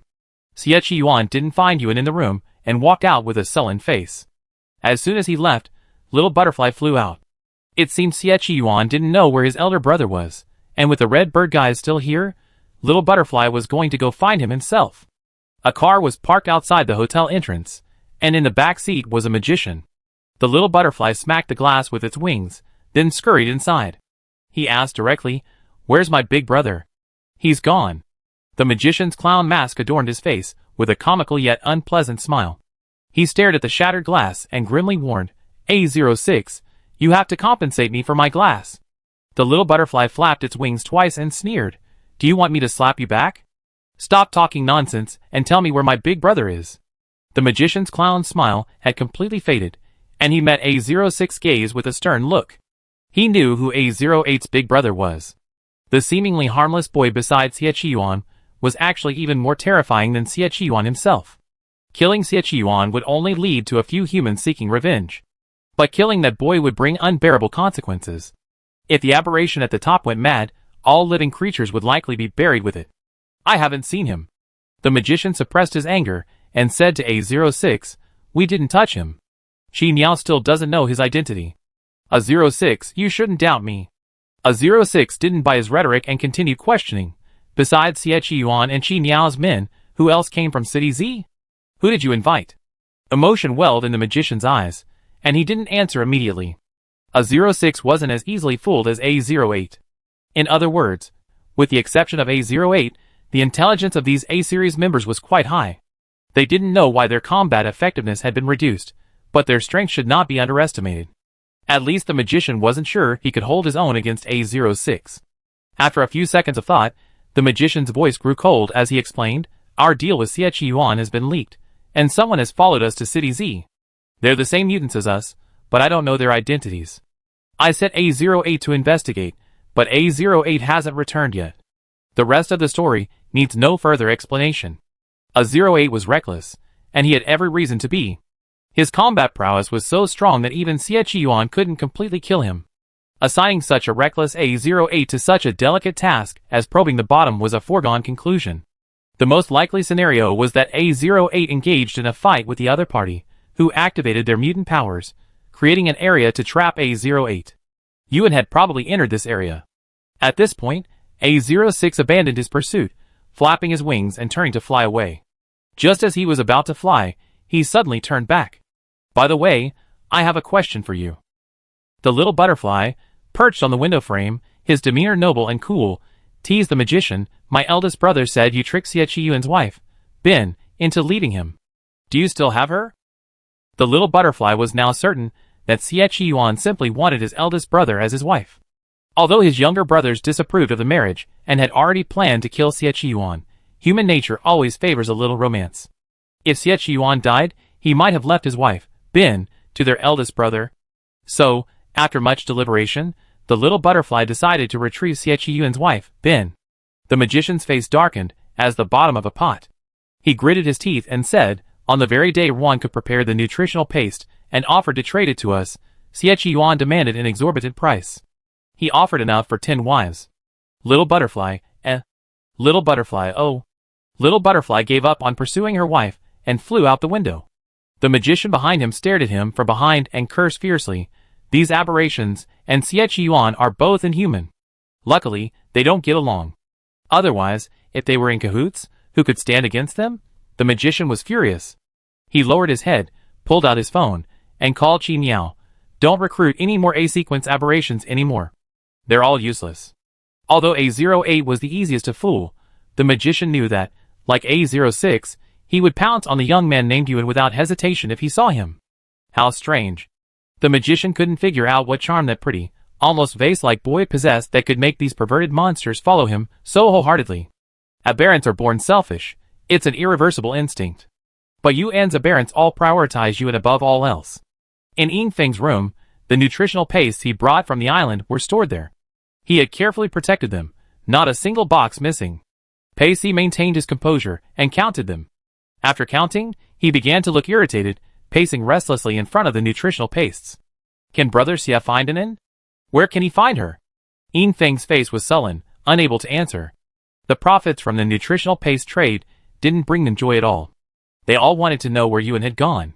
On the other side, amidst the pile of fur, Yuan's sleeping face was marked with several red marks. He woke with a yawn and saw that the shop had finally quieted down a bit. The flow of time here seemed to be different from the outside world.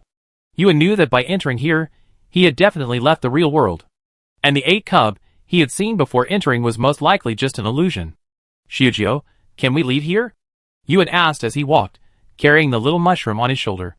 Xiujio lowered his umbrella in shame and replied to his elder brother, we can't get out for now. I checked, and it's like a tortoise shell, impenetrable. Yuan, undeterred, continued, is there any chance we can get out? Xiujio nodded firmly, promising, we will.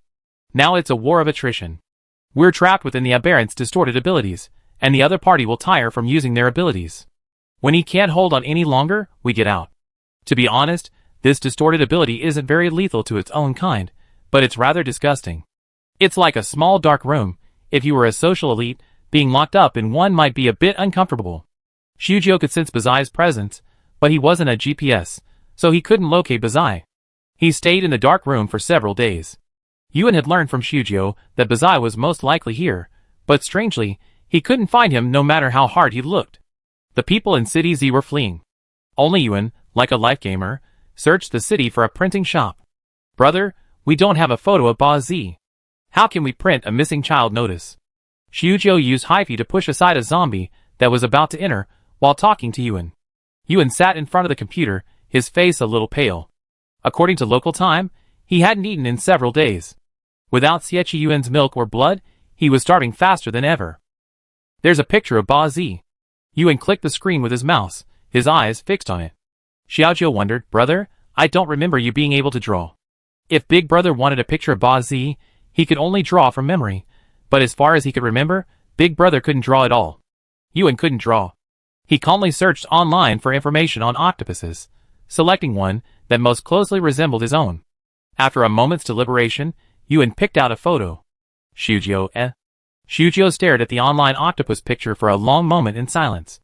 Then, he looked up and asked hesitantly, brother, if I got lost, would you search online for photos of mushrooms and post a missing person notice? Yuan nodded without hesitation, of course. Xiujio's voice was full of age. I never get lost again. If the missing person notice showed a mushroom, if it got out, his life would be in vain. Of course, printing an octopus on the missing person notice wouldn't be much better. The printing shop had plenty of paper. Yuan generously printed out 800 flyers and began distributing them. He was quite creative in distributing the flyers. Taking advantage of his bitter melon-flavored zombie, which wouldn't be eaten by other zombies, he boldly taped the flyers directly to the backs of zombies. It took an unknown amount of time, but almost every zombie in the city was running around with a flyer. Yuan's cheeks paled, and his complexion grew even worse. He leaned against the wall and slowly sat down. All right, Ba Z will definitely see the missing cub notice. Xiaojio, we just have to be patient and wait. Xiaojio had been observing his condition. Seeing his brother grow weaker, Xiaojio didn't show it, but in reality, he was already thinking about finding him something to eat. Xiechi Yuan's blood. The small flowers blooming from the North District's aberrations. Maybe even A09's grilled mushrooms.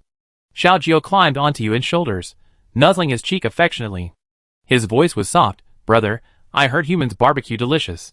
Can I make you some? Yuan half closed his eyes, as if resting. He picked a small mushroom and smiled. No need. It's so chaotic now, no one knows how to barbecue, and I'm not human. He couldn't get full just from barbecue. Having been cooped up in this small, dark room in City Z for so long, he had no idea how much time had passed in the outside world, but time here certainly felt eternity. Whether it was intentional or not, the entire City Z was still experiencing a water shortage. Yuan managed to find a few bottles of drinks, but he didn't see a single bottle of mineral water. Perhaps the water shortage was also a target for his son Ba Z. Xiaojio ignored Yuan's advice, and got up to look for something. Soon, he found the small barbecue cart used for street vendors. The cart was relatively clean, and the brackets on top were ready for use. Xiaojio lit a fire, cut some mushrooms, and began grilling. The aroma of barbecue quickly filled the air, making Xiaojio want to take a bite. Wait. Just as Xiaojio was about to finish grilling the mushrooms, a very important question suddenly occurred to him. Big brother. Xiaojio turned around and looked at Yuan in confusion. Do you still remember what kind of mushroom I am? Am I a poisonous mushroom? Yuan, his eyes still closed, nodded weakly. He said naturally, baby, even though you're a poisonous mushroom, you're also Big Brother's favorite. He didn't like the other non-poisonous ones. Xiaojio was so withdrawn that he didn't want to talk. This grilled mushroom meal was a waste. Big Brother couldn't even eat it. Aberrant A09's barbecue career had just begun, a disastrous defeat. He pushed the grilled mushrooms aside with a heavy heart, preparing to find another way to feed Big Brother. As he pondered this, a small, dehydrated octopus slowly crawled over from a distance. Shujio, surprise! Shujio's eyes lit up, and he exclaimed ecstatically, "Brother, the grilled squid is here." The slowly crawling grilled squid suddenly paused, and the next second, it transformed into a frantic little octopus, charging towards Shujio. The grilled squid swore as it charged, "You idiot mushroom! Who are you calling the grilled squid?" Shujio, holding a barbecue fork, didn't dodge or avoid it, excitedly spearing the grilled squid. Yuan, awakened by Zizi's voice, was caught off guard by this scene, and his hair was about to explode. Chapter 58. Shujio, eyes gleaming, poked at the fork. An octopus, holding a missing cub notice on one of its tentacle arms, angrily slapped the fork away. Yuan, newly awake, glared and shouted, "No fighting." Back in the lab, the cubs were always fighting each other, especially the bully Shiba, who would regularly initiate a fight. Yuan's surge of reunion barely had time to well up before the scene before him transported him back to the time he'd been dealing with the cubs' fights. Shujio continued to yell, "I'm going to roast him." Shiba, a man with a fiery temper, waved his dry, dehydrated tentacle, unyielding, "Come on. Let's see who can roast who." Yuan stood up, holding onto the wall, and then walked over. He held one cub in each hand and lectured them with a stern face. "I told you not to fight.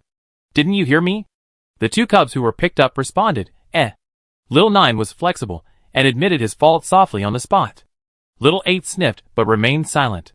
Yuan lectured them again and put them down. The wails and screams of former survivors filled the air. On the devastated street, Yuan squatted down and looked at the emaciated octopus before him, looking a little miserable. "Ba ba." He raised his hand, touched little 8's tentacles, then his head, his eyes filled with the little octopus. Ba ba, whose cool demeanor was being called, was clearly frayed. His round eyes shrank like poached eggs, though still watery. Seeing he didn't respond, Yuan leaned over and lowered his voice. "Why aren't you talking?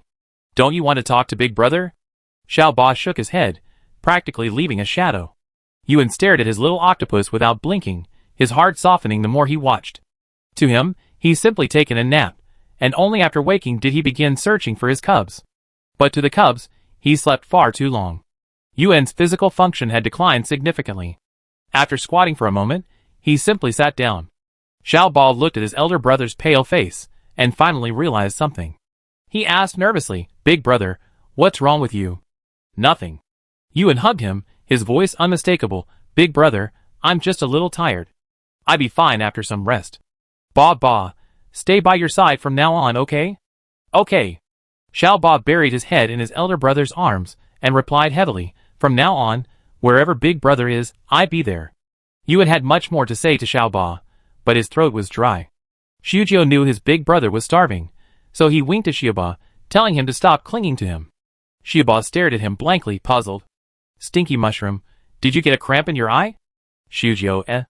"Stupid fish." Shujio put aside his work and brought a stuffed animal to cushion his big brother's back, letting him close his eyes and rest. "Big Brother, let's go find some water. We be back soon." "Okay." Yuan didn't have the energy to run anymore. He hugged the huge stuffed animal tightly, his face pressed against its chest, his eyelids barely open. Under Yuan's warning not to fight, Xiaojiu and Xiaoba maintained a semblance of harmony. Xiaoba had just met his big brother, and was now reluctant to leave. Xiaojiu didn't hesitate. He reached out and grabbed his tentacle, dragging him aside. "Come here. I need to tell you something."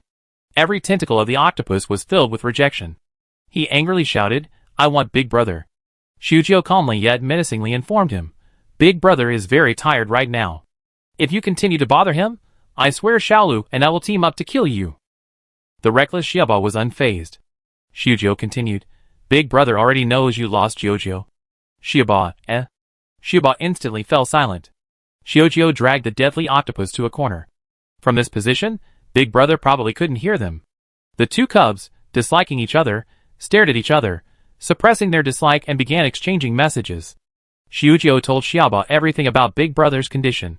Big Brother's body is very special now, and human food can no longer provide him with nutrients. He can consume zombie cores or mutants directly. Oh, Xie Yuan's blood, and the milk he got from who knows where, can help Big Brother alleviate his hunger. Xiaojiu finished recounting Big Brother's condition in one breath, leaving Octopus stunned. its tentacles pausing in a state of panic. Shujio? Shiba suddenly felt a little bewildered, his usually fearless expression now a flicker of panic. You said Big Brother is going to return to his old self. Hey boy, what are you talking about? Shujio interrupted him coldly, a gloomy expression on his usually cute little face. Big Brother is not the same as before. He has always been the same. He has no special abilities, just like any other ordinary human. He needs us to take good care of him. As Shujio spoke, dense mycelium enveloped the space around them, preventing anyone from overhearing their conversation. Shiba took a deep breath and calmed down. Yes, Big Brother needs our protection and care. He began to think about the most important thing at the moment. We have to stay here for a few more days. Shujio, roast my tentacles for Big Brother to eat. Yes, I had this idea the moment I saw you. Shujio happily agreed. Food wouldn't be a problem, but Big Brother also needed water. The two cubs pondered this, and Shujio decided that while Big Brother was dazed, they might as well replenish his body. He raised his eyelids and smiled. Baba, do you think the crystal core can be roasted? Sprinkle it with cumin and chili peppers. The agile octopus, upon hearing this, turned around and grabbed a zombie with a crystal core. The barbecue stall was reopened. The stall owner, Little Mushroom, expertly flipped the octopus tentacles and sprinkled them with chili powder. Seeing that his eldest brother was still asleep, Little Nine casually asked about Jojo. Didn't Jojo go to seek refuge with you? Why aren't you two together? Eighth cub sighed softly and reminded him, didn't Sixth cub also come to see me? He left in the end too. Jojo was the youngest of the group and didn't like to fight, but when it came to vying for favor, he crushed them all. His mimicry was clearly that of a snowy owl, but somehow, not only did he lack the ferocity of a snowy owl, but he resembled a web-spinning spider instead. He didn't like going out, but he loved visiting the rooms of the C-Series aberrations, because C66 was truly a spider that could spin silk.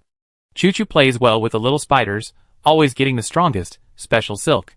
C66 silk is beautiful, both beautiful and strong. Every time he spins it, Choo-Choo's eyes sparkle, and he showers him with compliments. Even when Botsy passes by, he'd take a listen. For example, wow, you're amazing. 66, you're my favorite little spider. 66, you're awesome. Under Choo-Choo's mindless flattery, C66 always works tirelessly, spitting out all his silk for Choo-Choo. To make it look even prettier, he even eats paint to create colorful silk.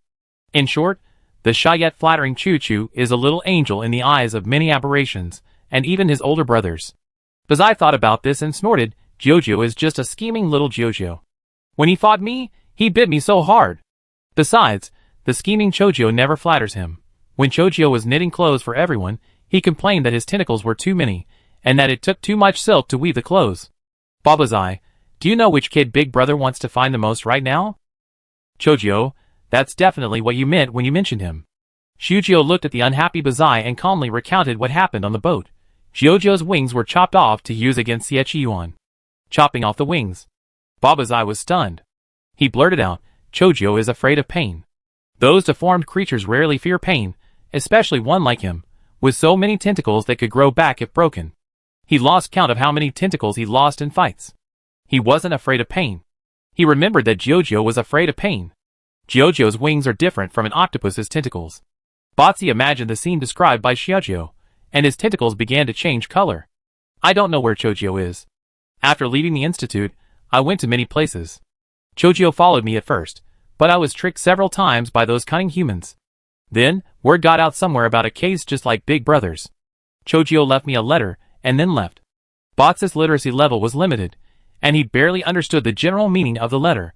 In short, Chojo felt there was no future with Botsy, so he left. Botsy, feeling scorned and frustrated, didn't inquire about Jojo's whereabouts.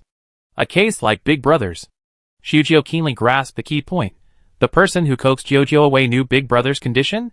He knew about Big Brother's illness, so he might be someone we know. Botsy, huh? Botsy hadn't followed Shujio's train of thought. He vaguely recalled, at that time, Big Brother was still in Mishayan. It's impossible for someone from Mishayan to leak any information about Big Brother. Only those of us who escaped could know. Shioba was speaking, suddenly startled. Shiojo, is there a traitor among us? Xiaojiu couldn't answer. There's also a discrimination chain among aberrants. Aberrants at higher levels naturally look down on those below them. Shioba, Shujio, and Xiaosher had little daily contact with the ones above him. Botsy said he was the group boss, but it was actually A01 and the others who didn't bother to pay attention to him. Xiujio had originally thought he could get clues directly from Botsy, but now it seems the clues still need to be found in the North District, such as Xia Tianwu, who disappeared there. Forget it. Xiujio flipped the skewers in his hands, his expression obscured by the thick smoke. Jiujiu isn't some ordinary mutant. If he gets the chance, he'd kill those people. Besides, who among them hadn't suffered this kind of pain before? Xiujio's barbecue was excellent, and the fish in question was even a little greedy at the smell. Why don't you grill me another skewer? I want to taste what I taste like. Xiujio chuckled at him. No, I'm tired. The roasted xiaoba tasted even more fragrant than the mushrooms. Add to that the crystal cores smothered in sauce, and the nearly expired children's milk that Botsy had found all over the city. Now they had everything they needed to eat and drink. Yuan was woken groggily, and Xiujio fed him the food. Brother, this is the food Botsy and I found. It's delicious. We're full. Yuan dazedly opened his eyes, and only after hearing that both of his cubs had finished eating did he look at the food. But at that glance, he was stunned. Roasted octopus? Octopus quickly clarified. No, this is another octopus. Big brother, you can eat whatever you want. Yuan still wanted to confirm. Afraid of being recognized, Octopus simply snatched a skewer and performed a I-eat-myself act. He only took a few small bites, but Yuan felt somewhat relieved. He felt his octopus couldn't be so perverted as to actually eat itself. Xiaojiu gave all the food he had prepared to Yuan. The crystal core was so thickly coated in dipping sauce that it was completely unrecognizable. Yuan had never eaten anything like this before, so naturally, he couldn't tell what it was. After eating and drinking his fill, Yuan's pale complexion visibly improved, and his spirits returned, no longer as listless as before. After regaining his composure, Yuan began to question him about Jiujiu. Botsy confessed everything honestly. Yuan remained silent for a long time. 2 days later, the small dark room began to fray, and many previously hidden objects began to surface. The shrunken octopus finally found water. The submerged octopus excitedly slapped the surface with its tentacles. He said cheerfully to the mushrooms on the shore, "This who dared to lock me up is definitely going to die. Ha ha ha, I'm going to kill him when I get out." Xiujio, who didn't like soaking in water, sat nearby, washing his feet, and casually asked Botsy, "Do you know who did this? They didn't kill you, so it's obvious they were deliberately trying to get you." Botsy pondered for a few minutes. A few minutes later, he angrily splashed water, splashing it all over Xiujio's face. "I've been in so many fights out there. Who knows who's coming for revenge this time?" Xiujio, his face covered in water, stared at him coldly. "You've been out for so many years, how come you haven't been killed yet?" Eighth cub waved his tentacles proudly, saying, "Because no one can take me down." The two cubs didn't spend much time alone with their eldest brother. On the third day, the dark room they'd been using to prank eighth cub finally broke open. Yuan, wearing pajamas and slippers, stood at the hotel entrance. The rain poured down relentlessly overhead. Before Yuan could react, he was drenched like a chicken. He hurried inside to shelter from the rain. On the revolving door, he saw bullet marks that hadn't been there before. Xiujio had been with his eldest brother for so long, so the moment he emerged, he immediately transformed back into a small mushroom and nestled in his pocket. The octopus wasn't used to it yet. He tried several times to escape from his big brother's pocket and transform back into a majestic giant octopus, but he always suppressed him. "Bakub, be good." Yuan pressed the shrunken octopus back down. He examined Bakub's body and found numerous cuts and fractures. If this savage little cub were let out again, he'd be doomed sooner or later. The hotel had marks not only on the door, but also on the rooms he stayed in before. It looked like there had been an attack. Yuan returned to the suite he stayed in before disappearing. The door was locked. Big brother, Xiaolu's gone too. The door was impervious to the aberration. It could be ripped open with force. The little mushroom didn't force the door open. He extended his mycelium and opened the door from the inside. The door opened, and the little butterfly that had been in the room flew away to who knows where. Yuan surveyed the room and breathed a sigh of relief. Thankfully, Xie didn't leave. He didn't take anything he'd brought with him. Even his milk was still neatly placed on the coffee table. Yuan walked over and picked up a bottle of milk. He sipped from the straw as he surveyed the area Xie occupied. The air still lingered with Xie scent, so faint it was barely noticeable. But Yuan could smell it. His heart, which had been tense for so long, suddenly relaxed. "Let's not run around. Yuan didn't want to cause any more trouble, so he sat on the sofa next to Xie Yuan's bed, folded the clothes on it, and snuggled in. Hey kid, let's wait here for them to come back. Yuan curled up on the sofa, waiting. Meanwhile, in the car outside, the magician was making sarcastic comments about Xie Yuan. Xie, you really look like a widow. Chapter 59. As soon as the magician finished speaking, Xie Yuan's gaze darted over. He calmly asked the magician, have you chosen a coffin for yourself? Why are you so eager to move in? The magician's clown mask twitched, and he was about to say something else when he was interrupted. Brother Xie, this combination monster should be hidden in the bathhouse. This bathhouse is very large and has no roof, but there are many obstacles to block it. Pacey analyzed the combination monster's location, drawing Xie Yuan's attention back. A few days ago, on the day of their transaction, Yuan disappeared, and Xie Yuan went out to look for her. And without Xie Yuan, the hotel welcomed an uninvited guest. Pacey considered himself quite knowledgeable, but the sight of that uninvited guest still gave him goosebumps. The other person was enormous, a dense mass of human heads and limbs, assembled together to form an extremely terrifying appearance. The head at the top was that of a burly man, his face covered in knife wounds. He couldn't speak, only making heavy shaw sounds.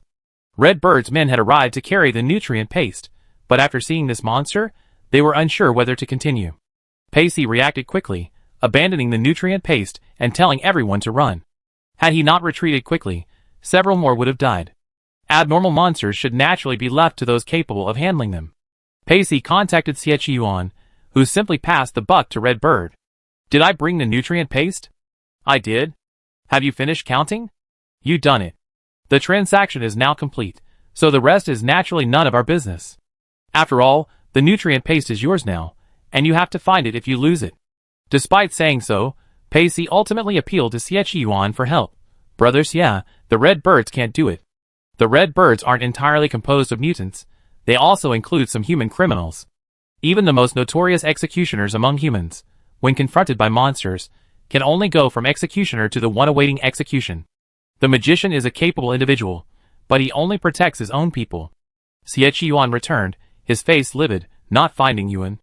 The massive monster targeted the nutrient paste, intending to steal it. The Red Birds, along with Xie Yuan, couldn't gain any advantage over this massive creature, which could continuously absorb new corpses and use them for its own purposes. Is the explosives ready? Xie Yuan tilted his head and asked Pacey. Pacey nodded. They brought in powerful explosives, and Xie Yuan decided to insert them into the connection between the monster's head and head, attempting to kill it the same way he killed zombies. The magician's spatial reconstruction would coordinate with Xie Yuan's activities. While Xie Yuan was inserting the explosives, the magician would trap the monster in a fire-filled space he constructed. The combined effects of the fire and the explosives should eventually kill the monster. 10 minutes passed. Yin Feng, who had gotten out of the car to investigate, returned. His breathing was a little uneven, but he managed to speak clearly to the group. The monster is behind the bathing city. Behind it is a hospital. If it wants to escape, it simply demolished the bathing city and entered the hospital. Zombies were rare in City Z, and they hadn't previously known who had cleared it out. Now it seemed it was this monster that was constantly absorbing corpses. The monster had no interest in engaging them. After taking the nutrient paste, he turned and left. He would only stop to kill if provoked by Red Bird's men. The rest of the time, he was constantly changing his hiding place. Xie Yuan couldn't understand his motives, but such a huge hidden danger must not be left to humans. With Red Bird's help, he could save some effort. Yin Feng, you and Pacey will retreat together. The farther away, the better. Yes. Xie Yuan reconfirmed the attack plan with the magician. The explosives were too powerful to be detonated directly here. He would enter the space with the monster when the magician opened it. Then, he would place the explosives. The magician would let him out within the 2-second time limit for the explosives to explode, and then continue to keep the monster trapped in the space's flames. After the two of them finished discussing, Xie Yuan called Pacey under the car. He got straight to the point. The magician will cooperate with me to blow up the monster, but there's a 90% chance he deliberately delay opening the space a few seconds, allowing me to be blown up as well. Pacey had also considered this possibility. He frowned anxiously and asked Xie Yuan, is there any way to get him to cooperate and not do this? No. Xie Yuan saw it clearly. The Red Bird organization isn't necessarily going to kill this monster, but we are. Pacey, the chances of me dying are slim, so don't worry too much. I called you out to tell you that if I'm injured enough to pass out, then everything else will be up to you. That includes bringing me back. Pacey was personally brought up by Xie Yuan, and his thinking often followed his lead, so leaving it to him was the best choice for future decisions. Brother Xia, I understand. I carry out your plan. Their conversation was quiet, but the little butterfly perched nearby heard it clearly. The little butterfly understood the magician's nature. The magician dreamed of killing Xie Yuan. After all, the magician had suffered a great deal in the abandoned old city of Yu. The only person he had managed to cheat on was his wife, Bin, whom Xie Yuan had later taken back. His wings fluttered slightly, as he quickly considered whether to save this person, whom he also disliked. If he didn't, Xie Yuan might be killed in a blast, and then the mutants would be no longer a threat. If he did, Xie Yuan would kill him if he encountered him again. The little butterfly's eyes locked on Xie Yuan. Saving or not only affected him, but also his big brother's food supply. Xie Yuan wasn't just the mutant's enemy, he was also Big Brother's bloody nemesis. In a flash, little butterfly had made her decision. Meanwhile, Yuan waited on the sofa until he grew restless. He called Xie Yuan several times, but no one answered. And his phone didn't have many numbers saved. When I get back this time, I buy you some children's phones. Yuan felt the pain of communication difficulties. Not only could he not get through to Xie Yuan, but even little butterfly, who went out, didn't have a phone. Children's phones are smaller and easier to carry. Give them to the cubs from now on, so they never have to worry about losing contact. Since no one was in the room, Xiao Ba had already crawled out of his pocket. For aberrants, maintaining animal mimicry is the most relaxing thing. Xiao Batzi disliked the room, which was filled with traces of Xie Yuan. He twitched his tentacles, his spirits low, and asked, "Brother, do we have to follow Xie Yuan?" Yuan pinched Batzi's tentacles and soothed him. Following Xie Yuan makes it easier for us to find the other cubs. If I hadn't followed Xie Yuan this time, I wouldn't have been able to find you. Batzi still hated Xie Yuan. He complained, Xie Yuan wanted to slice me up and plate me whenever he saw me. He said it was a good deal to raise seafood like him, and he could always slice it. Yuan promised, I promise I won't let him slice you up again. His Batzi wasn't just some small seafood, it was his cub. Xie Yuan couldn't always slice his small seafood. No, he couldn't always slice his cub. Yuan coaxed the disgruntled Batzi, and soon he had the docile Batzi calm down. He looked at the clock, feeling that waiting idly wasn't a solution. Xiao Ba, Xiao Jiu. Yuan consulted them. What do you think? Should I go out and look for him? Given the speed of the real world, I've been missing for days, and they're probably getting anxious.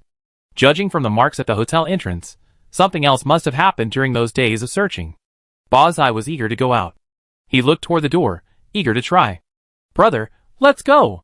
My sound waves can travel far. I can call Lu Zai back. Yuan dismissed the idea without hesitation. No. By the time Lu Zai hears it, everyone else will too. Until all the cubs were found, he had to stay by Xie Yuan's side. He didn't have the confidence to follow Xie Yuan forever. After all, they had no real connection. Xie Yuan was only letting him follow him out of kindness. Yuan was very self-aware. Now that he was by Xie Yuan's side, his first priority was not to cause him any more trouble. He also couldn't show his cubs to others and force Xie Yuan into a decision about whether to kill them or not. Big brother. Xiao Jiu thought carefully and chose the safer option. I can go check, but you have to stay in the room. It's raining outside, so it's inconvenient to go out. I'm not afraid of the rain. I can send a lot of little mushrooms to look for them. 8th cub, stay with Big Brother. Xiao Jiu left immediately, urging 8th cub to keep an eye on Big Brother. I'd be back as soon as it gets dark, whether we find them or not. By then, they'd probably be back to sleep. Yuan didn't want him to leave. Xiujio left a strand of his original mycelium and handed it to his eldest brother. Brother, my original mycelium is here. I can come back anytime. Yuan looked at the mycelium in his hand and nodded hesitantly. Time passed by. Yuan moved a chair to sit by the window, staring out without blinking. Ba Zi leaned over, trying to ask his eldest brother about his relationship with Xie Yuan, and how close they were. Yuan thought about Xie Yuan, who had been so kind to him, and said honestly, Xie Yuan is a good man. If it weren't for him, I might not even have clothes to wear right now. Ba Zi? Ba Zi's mind went blank for a few seconds. He said confusedly, What do you mean you can't wear clothes? Brother, who told you not to wear clothes? Bazai knew his eldest brother was handsome, but even in the filthy human world, there was still vulgar lust. Could it be that his eldest brother? I mean, without Xie Yuan, I wouldn't be able to wear such fine clothes. I used to pick up clothes from the street, but after I met Xie Yuan, he made me a lot of clothes. Yuan interrupted Bazai's thoughts, and explained how Xie Yuan had treated him well. Bazai felt that the Xie Yuan his eldest brother described, and the Xie Yuan he had met seemed two different people. He was puzzled. Is Xie Yuan always so kind to humans? Yuan shook his head blankly. I don't know. I haven't seen how he interacts with others. I guess he's kind to others too. Pei Si, who had been with Xie Yuan for years, and had never received a single handmade gift from him, was thankfully oblivious to this. Otherwise, she would have been filled with grief and indignation. Bazai pretended to ponder for a long moment, then said, It seems Xie Yuan treats mutants differently than he treats humans. He's hypocritical. Yuan, reminded of this, suddenly felt a sense of inexplicable distress. Xie Yuan treats mutants differently. Only to the young mutants. He's not human, not a young mutant, not even a young zombie. He's a fully grown zombie, with a family and a bunch of mutant pups. No matter how you look at it, this is Xie Yuan's prey. If Xie Yuan knew his true identity, would he kill him? Yuan couldn't think of an answer to this question, and he forced himself not to think about it. He just had to live one day at a time. The rain fell for a long time. Outside, at the entrance to the bathing city, the car was still parked. Using explosives on rainy days like this required the use of the magician's special space, delaying the original schedule until now. Yin Feng, a man of few words, was carefully observing the monster's weaknesses. They had been dealing with this monster for several days. Yin Feng, despite his courage and carefulness, had indeed discovered that the monster's eyesight wasn't very effective. During these nights, he had always hidden very carefully. During the day, he was more likely to counterattack. The attack was moved to night. Before it began, Xie Yuan looked at the magician behind him and asked calmly, Is the space ready? The magician's smile was dazzling, his voice brimming with joy. Of course, I prepared a very solid space to ensure this big guy can't escape. While he was saying he couldn't let the big guy escape, his tone hinted, I won't let you escape either. Xie Yuan seemed oblivious to the subtext. After glancing at the sky, he stood up and exited the car. The explosives were packaged, and this method was significantly more efficient than Xie Yuan's method of severing the monster's heads one by one with his bone blade. The monster's heads grew too fast, making it difficult for him to chop them off completely. Pei Si, Lu Chao, and Yin Feng were all staring intently at his back. Pei Si's gaze was fixed on the magician. He reminded him, You red birds will need the nutrient paste again. Dr. Wan, who makes it, was Xie Yuan's father's partner.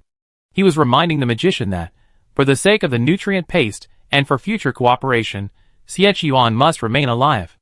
The magician's smile remained unchanged, and it was unclear whether he had taken the reminder in. Soon, Xie Yuan and the magician's collaboration officially began, and Xie Yuan forced the monster out. He held the bone blade, his expression colder than the rain in the night. Magician, open the space. A sharp shout rang out, and the next second, the magician opened the space. Xie Yuan entered the space almost at the same time as the monster, leaving Pei Si and the others completely blinded by what was happening inside. The faint sound of an explosion could be heard through the barrier of space. After the explosion, it must have been the magician opening the space to let Xie Yuan out. But in those few brief seconds, the magician's movement suddenly slowed, as if his hand had slipped. Pei Si roared angrily, Open the space. My brother Xie is still in there. There was enough explosives to kill the monster, and the space was blazing with flames. Every second his brother Xie stayed inside was a second more in danger. The magician leaned lazily against the seat, a smile plastered on his face, his voice feigning distress. Ouch! My space is drained. I need a few minutes to reopen it. Xie Yuan is so strong, he shouldn't be dead, right? The magician's voice trailed off with a smile. Pei Si grabbed him by the collar, ignoring the fact that he was a dangerous aberration. His eyes reddened as he spoke each word, Open your space. Otherwise, the West District will absolutely fight you to the death. They argued in the car, while not far away, a figure forcibly forced its way into the magician's space. The magician's eyelids fluttered at the intrusion. Luckily, no one could force their way into his space. That thought lasted less than 3 seconds.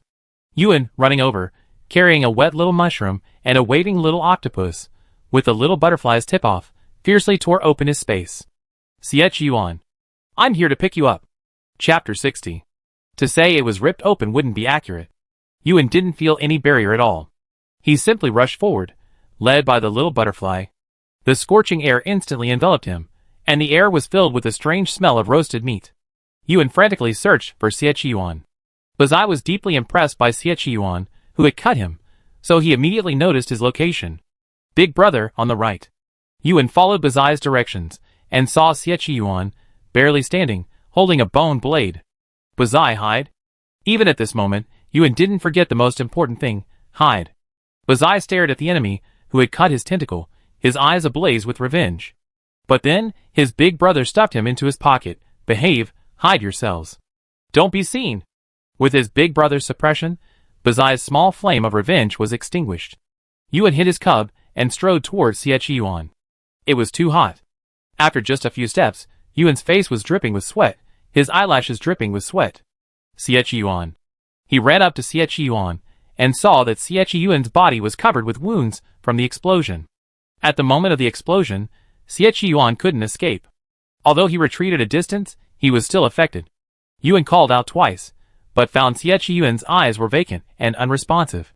He gritted his teeth, squatted down in front of Yuan, and carried him on his back. He had been carried by Yuan before. Yuan was very strong and could hold him steady in his arms, walking without stumbling. He couldn't lift Yuan, so he could only carry him on his back. Yuan leaned obediently against his back, his face pressed against the back of his neck. You, just hold on a little longer. Yuan struggled to catch his breath as he spoke to Yuan, we be out soon. Once we're out, I fight for you. That damn magician. He cheated on Yuan's wife, Bin, in the casino last time, and now he deliberately left Yuan in this space. Yuan was furious. He carried Yuan on his back, but his mind was racing with thoughts of beating up the magician.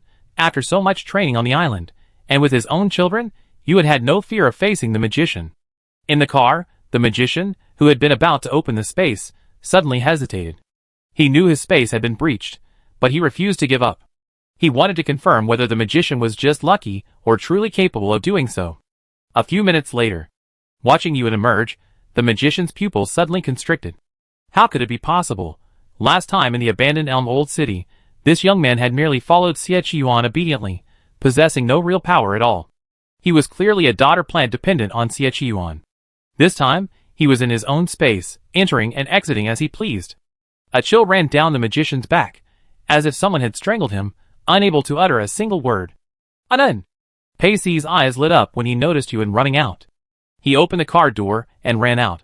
Seeing Yuan on Yuan's back, Pei Si nearly burst into tears of joy, and then, you carried brother Xia out. Yuan didn't bother to exchange pleasantries.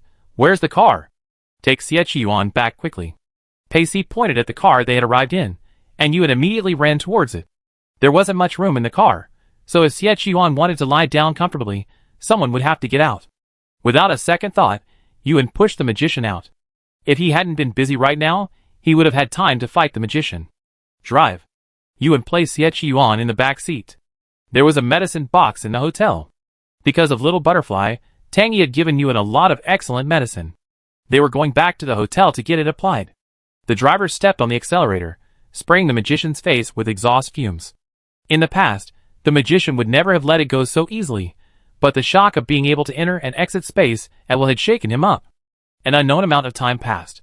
The gradually easing rain washed the entire street clean. The magician withdrew his gaze and turned to leave.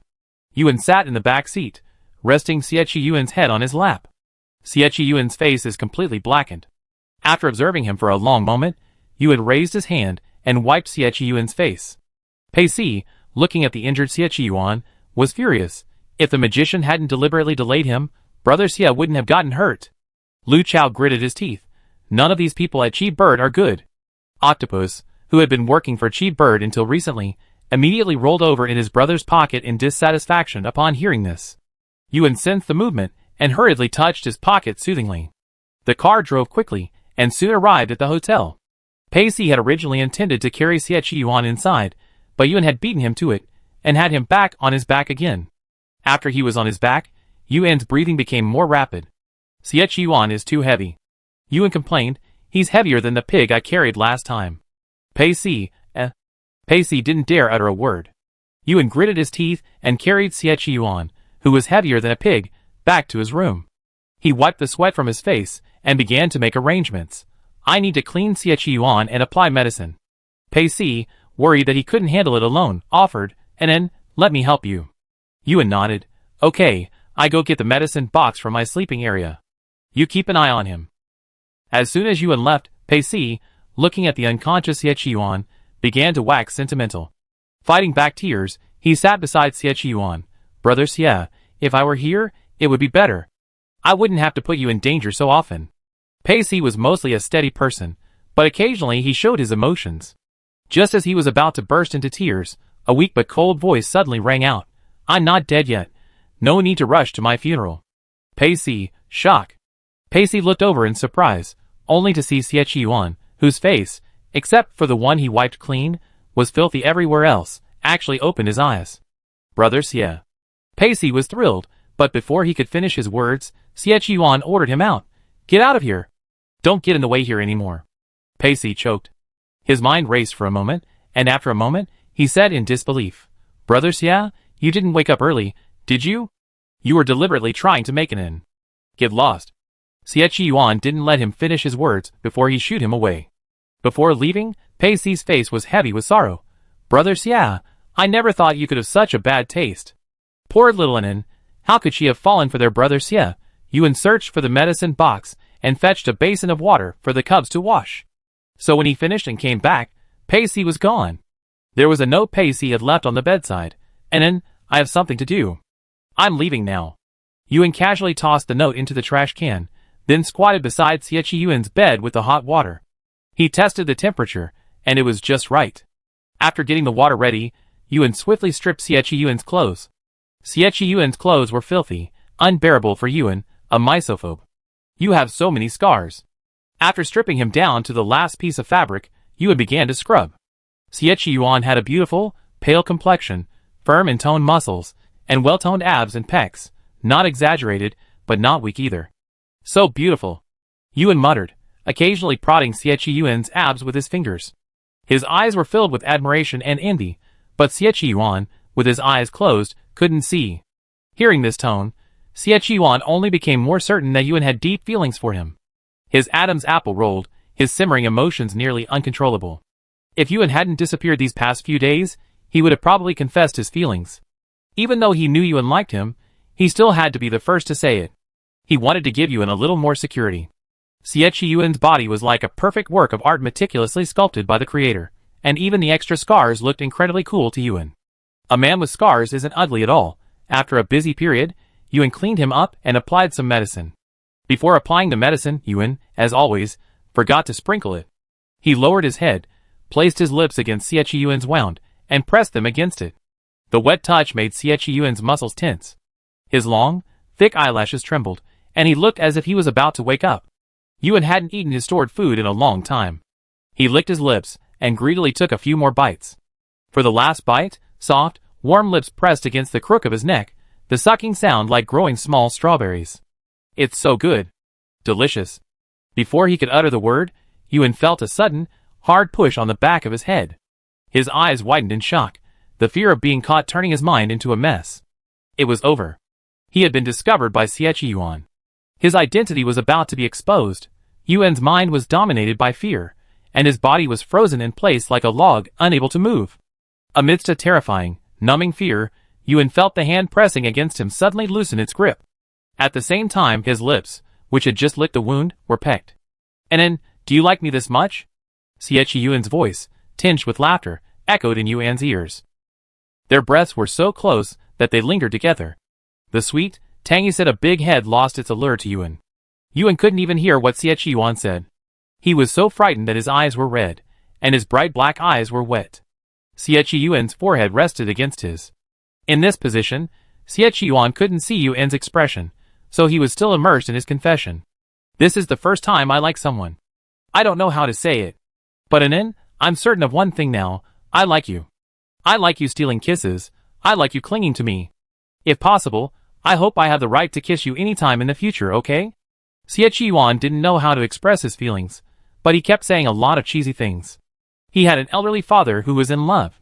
He looked serious in public, but at home, he was a henpecked wife's slave. Yuan, influenced by his father, knew that this was the time to say some cheesy things. He remembered how his father always liked to call Uncle Juan baby, and even though Uncle Juan didn't say it, he actually liked it. So, he put his learning into practice, chuckling softly, and in baby, no more stealing kisses. Just nod your head today, and I let you kiss wherever you want from now on. After being confessed to, and let alone nodding, was completely stunned. Yuan felt he had created the perfect atmosphere, and it was time to get down to business. For example, let Yuan nod. Did you hear everything I said? Yuan urged him, if you did, nod. Yuan's eyes were filled with tears, and he couldn't stop crying. At first, he was so frightened that he didn't hear what Yuan was saying. But slowly, his hearing returned, and he caught a few words. Baby. A secret kiss. Kiss wherever you want. He knew every word, but when they were put together, they formed a sentence Yuan couldn't understand. He moved his face back, separating himself from Yuan by a few centimeters. Those few centimeters allowed them to finally see each other's expressions. Yuan was apprehensive, trying to determine if Yuan had been driven insane by the explosives. Yuan, who had been in a cheerful mood, was belatedly struck by a foreboding premonition when he saw Yuan's tearful eyes. Chapter 61. Time and space seemed to stop at this moment. Yuan raised his head, meeting Yuan's gaze. His body trembled, his voice trembling. Thank you, Yuan. Yuan subconsciously gripped his waist and replied, I'm here. Yuan reached out to support Yuan's shoulders, trying to rise. But he soon realized that Yuan's arm around his waist was too heavy, as if he didn't want him to rise. Can you let go? Yuan was silent. After a few seconds, he suppressed the smile on his lips, and released the hand that was restraining the young man in his arms. Freed, Yuan immediately sat back in his chair. He sat upright, like a freshly enrolled elementary school student still afraid of his teacher. When their eyes met, Yuan clenched his fingers. He sorted out the emotion surging in his chest, and took a few deep breaths. Yuan. Yuan, having finally calmed down, spoke without trembling. He spoke clearly and earnestly. Did the explosion damage your brain? Does your head hurt? I don't have any medicine for it. Just hold on for a while. We can see Dr. Tangy when we get back. Yuan, Yuan's eyes darkened. He finally understood the source of his ominous premonition. He had expected his confession to shock Yuan. But after the shock, Yuan should be happy, content. Not like now, frightened to the point of tears. Yuan didn't know where he had gone wrong. After a brief pause, he asked, Is it because my confession was too sudden that you haven't reacted yet? At the word confession, Yuan's trembling, which had just subsided, began to tremble again.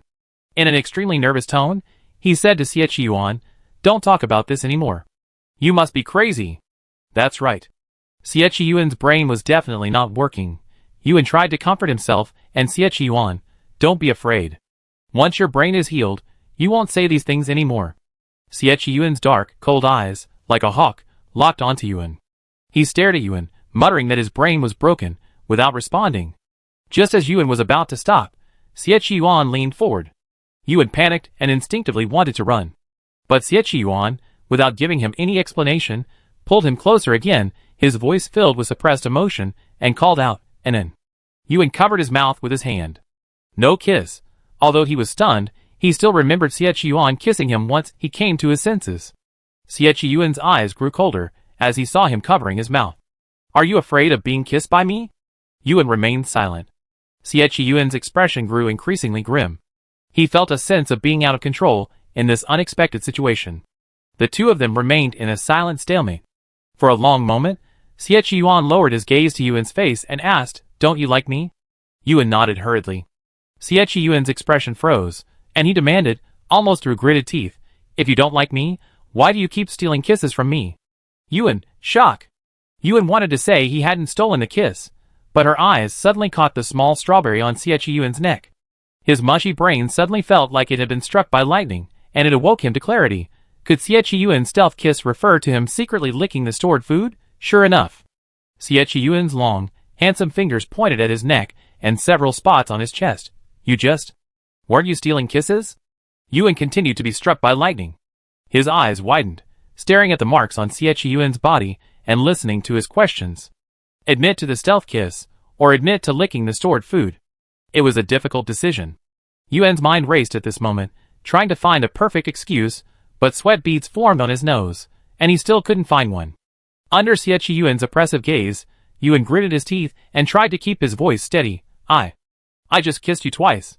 But you can't kiss me?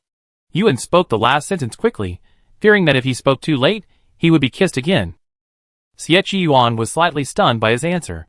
Yuan, resigned to his urge, continued, I just wanted to kiss you because you're so affectionate, but don't misunderstand. I don't want to have a romantic relationship with you. The thought of having a romantic relationship with the Grain Reserve was too frightening for him. Yuan carefully chosen his words, trying to convey the idea that I was just kissing casually, and you shouldn't take it seriously. Xie Yuan understood. But he still couldn't believe it. In all his years, Xie Yuan had been toyed with. Yuan. Xie Yuan stared at him intently, unwillingly confirming, so you're just attracted to my body, and you don't actually love me? Yuan's expression froze for a moment, then hesitantly nodded. He was after Xie Yuan's body. Xie Yuan's nod sent his blood boiling, nearly killing him on the spot. His chest felt heavy and stuffy, and it took him a long time to calm down. He sneered, you're quite honest. After Yuan had expressed his position, he began to act like a little turtle retreating into its shell. Xie Yuan had never imagined he would be so humiliated. He repeated in a low voice, you only want my body, not our relationship. Yuan, Yes, that's right. Xie Yuan's face shifted, and he spat out two words, scumbag. The newly minted the little scumbag hung his head. Between being exposed and being a scumbag, he shamefully yet resolutely chose the latter. Time slipped by. Xie Yuan teased Yuan, saying one last time, I give you one more chance. Answer me properly. Are you willing to date me? As long as you're willing, you can touch and kiss me as you please. Just nod if you're willing. Yuan hung his head, not nodding.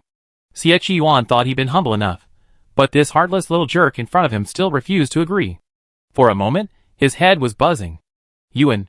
Xie Yuan raised his hand and pressed his temple, trying to calm himself. Go and rest. I need some quiet time. Yuan uttered a dry "oh," then impatiently stood up and walked away. As soon as Yuan left, Xie Yuan pulled the quilt over his head. After running out, Yuan, still worried, turned around and saw this scene. He nervously pried at the door, poking his head out, and asked, Xie Yuan, are you crying? Xie Yuan pulled back the quilt, revealing an expressionless face. Seeing this, Yuan instantly retracted his head and ran away again. The footsteps faded away, and Xie Yuan stared numbly at the ceiling, unsure of what to think. Elsewhere, Yuan closed the door and sank back onto his bed. Several cubs were fighting. Eighth cub, wielding its tentacles, tied up little Nine, while little butterflies fluttered over the bound little Nine, looking arrogant. To avoid causing a big commotion, the cubs shrunk themselves before fighting. Yuan sat on the bed, watching the cubs huddle together, and sighed softly, ah. The cubs, feeling guilty, retracted their tentacles and hyphae. The little butterfly also obediently landed on Yuan's shoulder, nuzzling him affectionately. Big brother, what's wrong with you? The cub sensed the low mood in Big Brother and asked considerately, did someone bully you? Yuan shook his head heavily. He thought of the devastated Xie Yuan and had to admit a harsh truth. I bullied someone. It was all his fault for not being careful enough, for Xie Yuan to have such a deep misunderstanding of him. Now, in Xie Yuan's eyes, he was just an emotionless scumbag. The more Yuan thought about it, the more he felt unsure about how to face Xie Yuan next. He leaned back on the bed, stunned for a moment, and suddenly remembered to ask for help. Xie Yuan gave him his phone, and while fumbling with it, he found a forum. After hesitating for a moment, Yuan opened the forum. He lowered his head, carefully editing the title, Help! My reserve food confessed his feelings for me. What should I do? Taking advantage of the anonymous forum, Yuan honestly wrote the situation. I have a reserve food. It's incredibly delicious, but a little dangerous. I secretly lick it when I'm craving it. But I didn't expect to be caught while licking it. He thought I kissed him, so he confessed his feelings to me. I haven't thought about a romantic relationship with reserve food yet, but I still want to stay with him. What should I do in this situation? This title and content quickly attracted a wave of online commenters. The online commenters, with their sharp sense of smell, started to post comments. When the original poster mentioned reserve food, he used the word he. Does this mean that reserve food is a person? And that the original poster only covets him, but has no feelings for him? Yuan's analysis made him even more worried. In everyone's mind, they all assumed his covetousness was a slightly vulgar kind of covetousness. Alas. But he just wanted to fill his stomach.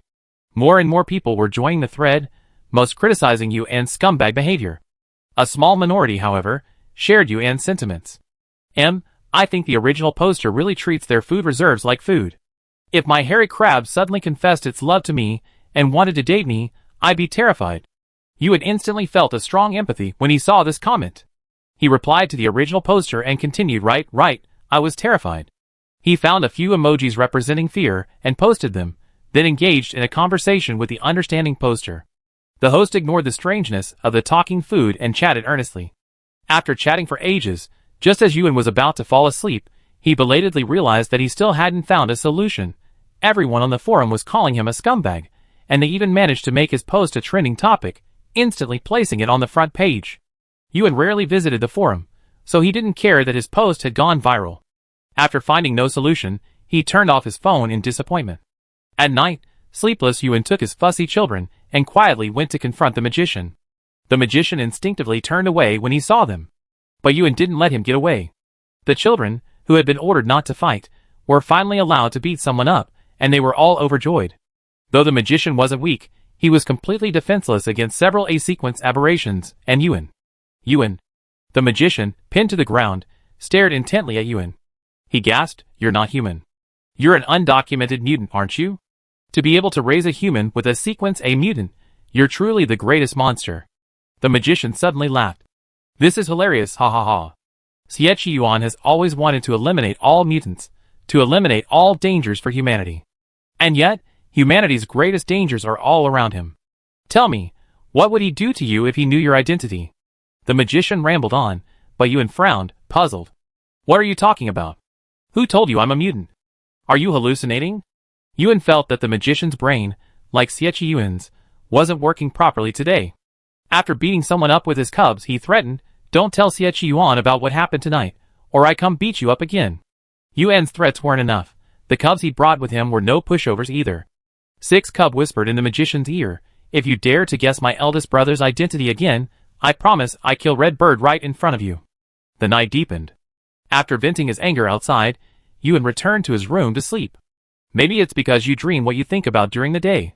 In his dreams, Xie Yuan kissed him, and then, as they were kissing, Xie Yuan suddenly bit him on the mouth.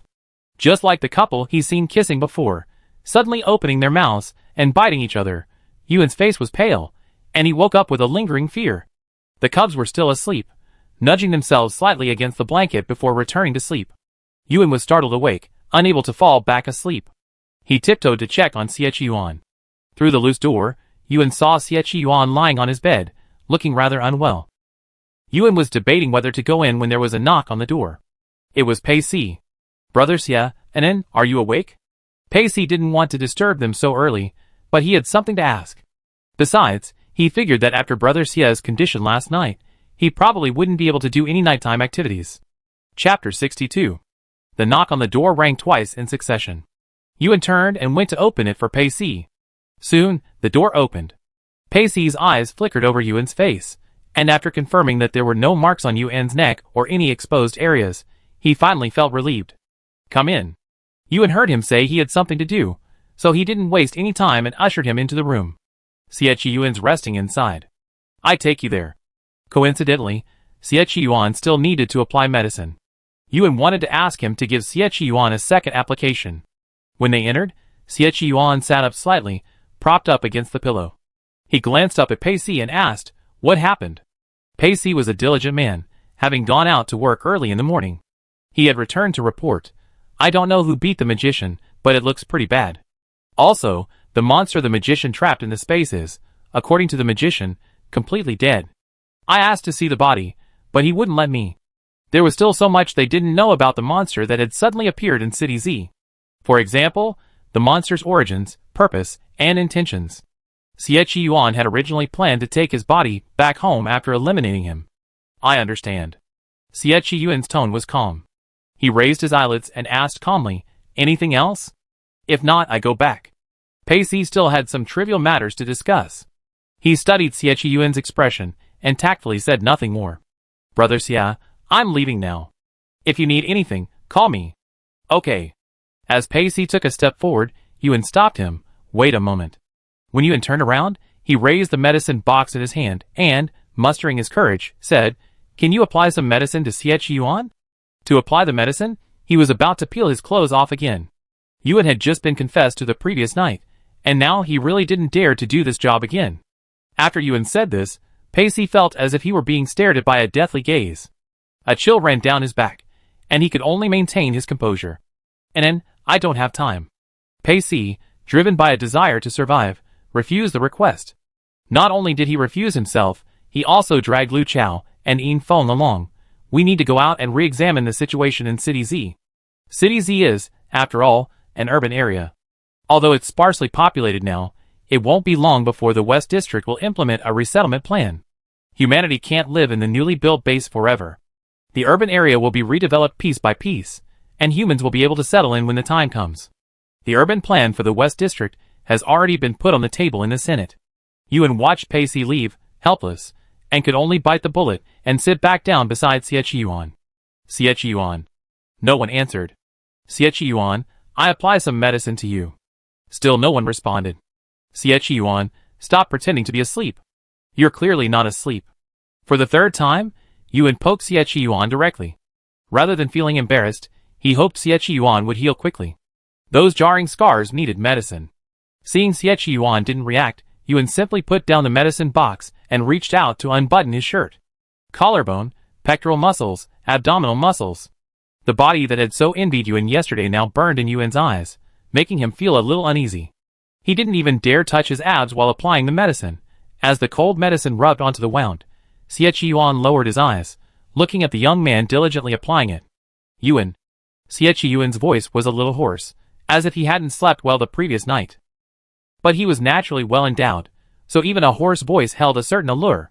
Yuan's movements paused when his name was suddenly called. He looked up at Xie Yuan's handsome face and whispered, "What's wrong?" Xie Yuan hadn't slept well the entire night, thinking about Yuan all night. Logically, when faced with such a heartless little scumbag, Xie Yuan should have been more rational, more sober, and left him alone in a timely manner. But as daylight dawned, the answer in his heart gradually became clear, and that answer was, he couldn't leave him alone. He was truly doomed, doomed by this little scumbag who only cared about his body and not his feelings. Are you still angry? Yuan's heart sank as he saw him remain silent. He tried to hold back his anger, but couldn't help it. He pleaded, "How about you give me a beating?" Yuan truly knew he was wrong. He shouldn't have let Xie Yuan misunderstand him. Xie Yuan looked at the little guy, ready to take a beating, raised his hand, and rubbed his head. "I won't hit you." Xie Yuan said calmly, "I can't bear to hit you." Yuan felt a pang of pain in his heart when he heard the word "can't bear to." Xie Yuan was so upset, yet he still couldn't bear to hit him. Xie Yuan was so kind. It was his fault. Before Yuan could sink deeper into self-blame, he heard Xie Yuan continue, "And then, it's okay if you don't want to have a relationship with me. Then can you give me a chance to pursue you?" Yuan opened his mouth, speechless with shock. Xie Yuan, pursuing him? Xie Yuan had carefully considered this decision. He stared at Yuan, like a beast about to hunt, but a beast often uses tenderness to entice its prey. At this moment, Xie Yuan used this gentle tone to show weakness to Yuan. "And then, this is the first time I ever loved someone so much. And, my first confession was such a failure. I'm afraid I have no face left in front of you. I'm not afraid of embarrassment, but I'm afraid I have no chance at all." Xie Yuan had always been a strong presence, always in control. Yuan had never seen him show weakness like this before. Xie Yuan. Yuan swallowed the words back under Xie Yuan's gaze. For a long time, Xie Yuan leaned forward slightly, maintaining a safe distance. He lowered his voice and repeated, "And then, will you pursue me?" Yuan's nose seemed to pick up Xie Yuan's scent again. His mind went blank, and his voice was as soft as a mosquito's. "Yes, yes." Xie Yuan had already anticipated this outcome. That night, he had carefully considered Yuan's feelings for him. He could tell that Yuan treated him differently than she treated others. It's just that Yuan might not have realized these differences yet. "Okay, from now on, I will pursue you wholeheartedly." Xie Yuan's gloomy mood vanished at that moment. He rubbed Yuan's head, rubbing his ahog hair until it stood up. "Don't feel any pressure. If my pursuit makes you uncomfortable, you can call it quits at any time. But if you're not feeling uncomfortable, then you can't lie, and you can't ask me to stop. Okay? Xie Yuan had lowered his posture so low that Yuan looked at him, unable to say no. His fingers clenched unconsciously as he nodded at Xie Yuan. The two of them opened up, and while the atmosphere wasn't as warm as it had been before, Xie Yuan was satisfied. After applying the medicine, they rested quietly. Yuan stayed by Xie Yuan's side. Once he fell asleep, he carefully got up and went to check on his cubs. It must be said that after Xie Yuan's humiliation, he had a bit of good fortune. His confessions to Yuan last night and this morning went unheard by the cubs, who were too engrossed in their fight. The cubs had good hearing, but that was under normal circumstances. Ever since the arrival of the cub bully Xiao Ba, there had been no peace between the three cubs. The sullen little 9, the brainless little 8, and the proud and ill-tempered little 6, they were ready to kill anyone except themselves at the slightest disagreement. After 2 days in the room, Xie Yuan, known for his remarkable recovery speed, left as if nothing had happened. The Qi Niao organization still exists. Xie Yuan brought Yuan to Qi Niao and asked him to do his first task, find the location of Shenghe Laboratory and cooperate with our West Division to control it. Qi Niao, who was present, smiled when he heard about this matter. You're late. If it were a few months ago, I would have accomplished this easily. But now, it's impossible. Shenghe Laboratory has moved from its original location, and their leader has been replaced by someone whose identity I still don't know. Xie Yuan's expression remained unchanged. He calmly cajoled, difficult tasks are more suitable for you. I believe your Qi Niao organization has the ability. Qi Niao wasn't impressed. He sneered, Qi Niao isn't prepared to undertake every mission. Xie Yuan, I can provide you with information about the Shenghe Laboratory, but I can't guarantee control of it in the short term. The two men negotiated terms, their conversations going back and forth. Finally, the first thing Qi Niao agreed to do was to locate the missing Xia Tianwu. Xia Tianwu, the man who brought the mutants to the North District, had a very bizarre identity. After Qi Niao took over the mission, Ying Jian's whereabouts were also discovered in the West District, near the former Midun Research Institute. The transaction in City Z concluded, and Xie Yuan returned with Yuan, Pei Si, and the others. The massive monster trapped in the magician's space was burned beyond recovery, becoming irretrievable waste. Everyone had left City Z, and the desolate city seemed to have returned to peace. A figure suddenly and slowly appeared on the street. He approached the hulking, useless creature and gently stroked its head with his gloved hand. Sleep well. This place has been cleaned up. You can rest for a while. The corpses of the dead zombies, one by one, were sucked up by the massive monster and now followed him. And the rest, the dormant zombies, hid underground, in corners, in shadows where no light could reach. A suppressed zombie voice echoed softly. At the same time, a tall, thin woman emerged from the shadows, approaching step by step, not daring to look the man in front of her in the eye. She asked the man softly, Sir, they've been hungry for too long. Why didn't you allow them to eat even after I was trapped in A08? Although the mutants and Xie Yuan had arrived this time, the hungry residents of this gloomy city deserved a little food. The way they eat is hideous, the man said calmly, it's frightening. This explanation left the woman bewildered. But before she could ask further, the man in front of her had already walked away. On the other side. On the return trip, Yuan sat in the middle seat, with Xie Yuan to his left and Yin Feng to his right. Yin Feng wanted to change seats, but Xie Yuan said no. Yuan loved to sleep in the car, and this time he stubbornly fought the urge to stay awake. It would be unbelievable if he fell asleep and landed his head on Xie Yuan. The car was bouncing. Yuan's sleepiness washed over him like a tidal wave, nearly shutting his eyes. To his left was Xie Yuan, to his right was Yin Feng. Yuan didn't want to lean towards anyone, driven by sleepiness, so he simply laid back with his face up and eyes closed. Yin Feng frowned at his bold and unusual posture. Brother, an An's neck isn't good for sleeping like this. Xie Yuan knew this, of course. But he wasn't worried. Instead, he said calmly, wait 2 more minutes. Yin Feng, ? Yin Feng didn't quite understand what he meant. 2 minutes later, Yuan, sleeping with his face up, tilted his head, and landed precisely on Xie Yuan's shoulder. Xie Yuan expertly positioned him to lean more comfortably. Their movements were identical and natural, as if they happened many times before. Chapter 63. Yuan initially leaned on Xie Yuan's shoulder, but it was too stiff, so he began to find softer spots, like the crook of Xie Yuan's neck. Pei Si was driving, and the slightly talkative Lu Chao sat behind Xie Yuan. Seeing the two of them cuddling, he casually snapped a photo from behind. Brothers, yeah, check your phone. Lu Chao felt he had done a particularly good job with this candid shot. He proudly took credit for it to Xie Yuan. I took a great photo of you.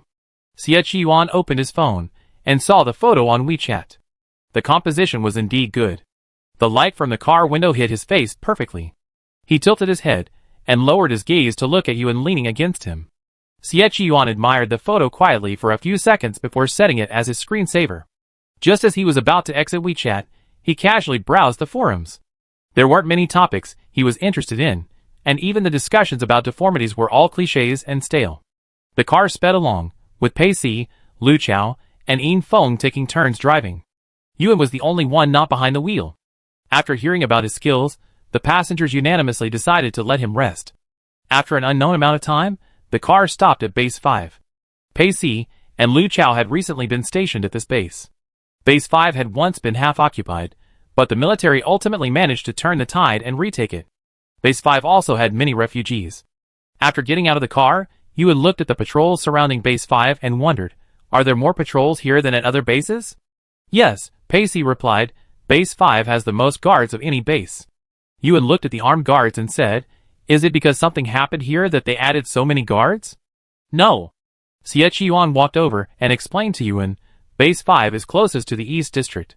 While the East District is known for its peacemaking and avoidance of trouble, tensions are currently high within District 4, so we naturally need to deploy more personnel to this base. Yuan listened to Xie Yuan and nodded obediently, indicating that he understood. The reorganized Base 5 now has stricter controls, with heavy weaponry even deployed on the outermost level. Inside the base, the living area, the planting area, and so on were neatly planned. After Yuan entered, he was captivated by the planting area. There were residents working there, hard at work. They were mostly planting potatoes, but also peppers. Xie Yuan and his team were busy, so Yuan didn't go over. He squatted beside the planting area, absorbed in watching the vegetables being grown. When Xie Yuan finished and came over, he saw Yuan, already digging the ground with a hoe. He dug diligently, and after digging a small patch, he went to get some seeds, and sowed them in the small hole he had dug. Not bad, not bad. You're doing a great job. I didn't expect young people these days to learn farming so quickly. And then, all your work can be exchanged for points. Remember to ask Brother Wang for them later. With points, you can redeem them for food and supplies at the base. The residents who were farming with him were all smiling and talking to Yuan. Yuan's eyes narrowed, his face flushed with fatigue. He smiled, I don't want the points. I might have to leave later. Thank you for teaching me these things today. Yuan had always wanted to learn planting techniques, but due to a lack of support, he had no idea how to do it. Among the residents who knew how to plant, some were impressed by his genuine interest and asked, Anin, I have some agricultural books here. Do you want any? I'm from the agricultural college. I brought some books with me when I left. They're all about basic planting knowledge. Yuan's eyes sparkled as he heard this, and he nodded. Thank you, I want these books. The other person had already thoroughly read the books he brought, so he was generous in giving them away. As Yuan turned to follow him to get the books, he saw Xie Yuan, who had been standing behind him for who knows how long. Xie Yuan was leaning against an iron shelf, his tall figure and handsome face captivating at first glance. Yuan used to secretly admire his handsome head. But now, every second he looked at him, he couldn't help but recall Xie Yuan's confession. With no experience in love, Yuan didn't know how to handle this. Going to get the books? Yes. Let's go. I go with you. Xie Yuan stood by Yuan's side, his manner natural. The man who gave him the books was also a young man, a student at the agricultural college. He packed up all his books and gave them to Yuan, along with some seeds. These are the seeds I bought for an experiment. Some seeds got mixed up, and I couldn't tell them apart. These seeds were mixed up, and there's no extra land left. If you don't mind, take them and plant them for fun. Yuan didn't mind at all. He took the book and the seeds, then pulled out all the money he had from his pocket. Here, I heard this can still be used. The student smiled and refused to take the money. These are worthless, and I won't need them. It doesn't hurt me if you take them, so there's no need to pay me. Yuan couldn't resist him, so after thanking him profusely, he took his belongings and left. He always carried the lizard skin bag Xie Yuan had made him. It was spacious and held plenty of things. After putting his books and seeds inside, Yuan looked at Xie Yuan in front of him, opened his mouth, and didn't know what to say. Do you like farming? Xie Yuan provoked the conversation, asking, "Aren't you afraid of the hard work?" Yuan shook his head and replied honestly, "I'm not afraid of hard work. I like farming. If I have the conditions, I also like to learn how to build a house." After mastering these skills, he could find a place to build a house and farm, and live a simple life. The children probably wouldn't mind the conditions. His children were all very easy to raise. But Xie Yuan's mind froze. He felt his thinking had gone astray. He hadn't even figured out how he and Xie Yuan were going to get along, yet he was already including him in his future plans. Xie Yuan couldn't guess what was going on in his mind, but it seemed he was thinking about the future. What you want to learn is quite simple. Xie Yuan rubbed his head. Take me with you when you farm. I'm strong. Yuan nodded subconsciously. Xie Yuan was incredibly strong. He was clearly a skilled farmer. As they talked, Xie Yuan mostly teased Yuan. Yuan eventually noticed and stepped back, covering his face. Stop pinching me. My face is swelling. Xie Yuan raised an eyebrow. Did I pinch your face and make you uncomfortable? Yuan choked. Xie Yuan had pinched his face before. He was used to it, and didn't feel uncomfortable.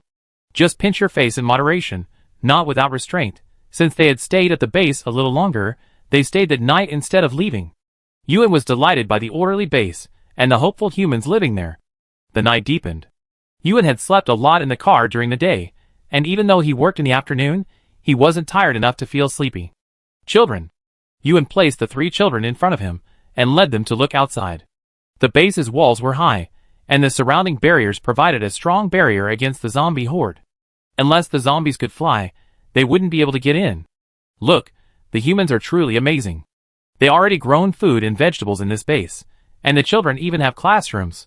Yuan remarked to the cubs on the remarkable qualities of the humans at the base. Even in this dire situation, they managed to maintain their lives and not give up on educating their children. This tenacity alone was enough to earn Yuan's admiration. Xiaoba pried open the window, waving his little tentacles and humming, "There are so many humans, and they've been living in groups for so many years. They must be able to adapt to a gregarious environment faster. Unlike them, the aberrants, whose numbers couldn't even compare to humans. Forget humans, even compared to zombies, they couldn't match them. The aberrants' appearances were inherently different from humans. They were inherently unsociable. Destruction, evil, and growing stronger, this is the true portrayal of their lives. If it weren't for Big Brother, Xiao Ba would have felt like a lawless cub. Yuan led the cubs in gazing at the sky above the base, occasionally chatting. Perhaps because he'd been thinking about Xie Yuan these past few days, Yuan looked up at the sky and felt as if he could see Big Head's face. "Children, do you want to get married?" Yuan suddenly asked. "Aberrants aren't all bad. If you're looking for a wife, Big Brother will keep an eye out for you." At this, all the cubs immediately shook their heads. "Brother, I don't want a wife." "Me neither. I want to be single forever." Yuan was speechless. He grabbed Xiao Ba, who had shouted the last sentence, and said, "If you want to be single, then be single. Why are you saying it with such pride?" As he was being carried, Xiao Ba confidently explained, "Being single is something I'm proud of." They, the aberrants, are inherently xenophobic. Their first reaction when they see one of their own kind isn't to get close to them, but to kill them. So, they don't marry, and they don't let other aberrants get close to them. They're incredibly proud of being able to do just that. Yuan looked at Xiao Ba wearily, feeling that even if this cub were a human, it would have been destined to be single. Shilio's reason for being single was different from the cubs. He looked at the other 2 cubs with a noble and cold gaze. "Foolish humans are not worthy of me, and the other deformed creatures are only fit to be eaten by me." Shujio smiled sweetly at Yuan and continued, "I'm not looking for a wife, because I only need my big brother." "The 2 cubs just now, ? As Cha Shujio started again, Yuan looked at the cubs before him, feeling a little helpless. He patted their heads one by one, saying nothing. "Big brother, are you thinking about falling in love?" "I don't know." Yuan truly didn't know. After leaving the research institute, the only thing that kept him going was finding his lost cubs. Besides that, he seemed to have no idea what to do. All his memories were of recuperating in the research institute. The future, the outside world, seemed unfamiliar and uncertain to him. Now, in his and his cubs' world, Xie Yuan had suddenly intruded. He didn't seem to be averse to it. After Yuan finished speaking, he dropped the subject. He didn't want to discuss his romantic relationship with the cubs, as he was currently struggling with the issue. Time slipped by. Yuan, cubs in his arms, returned to bed. Ever since Xiao Ba arrived, Yuan's bed had been a bit too full for sleeping. Xiao Ba was supposed to sleep in the water, but to stay close to his big brother, he would crawl up to sleep with him at night, wrapped in a wet towel. He slept poorly, sprawled out, and even flailed his tentacles in his dreams.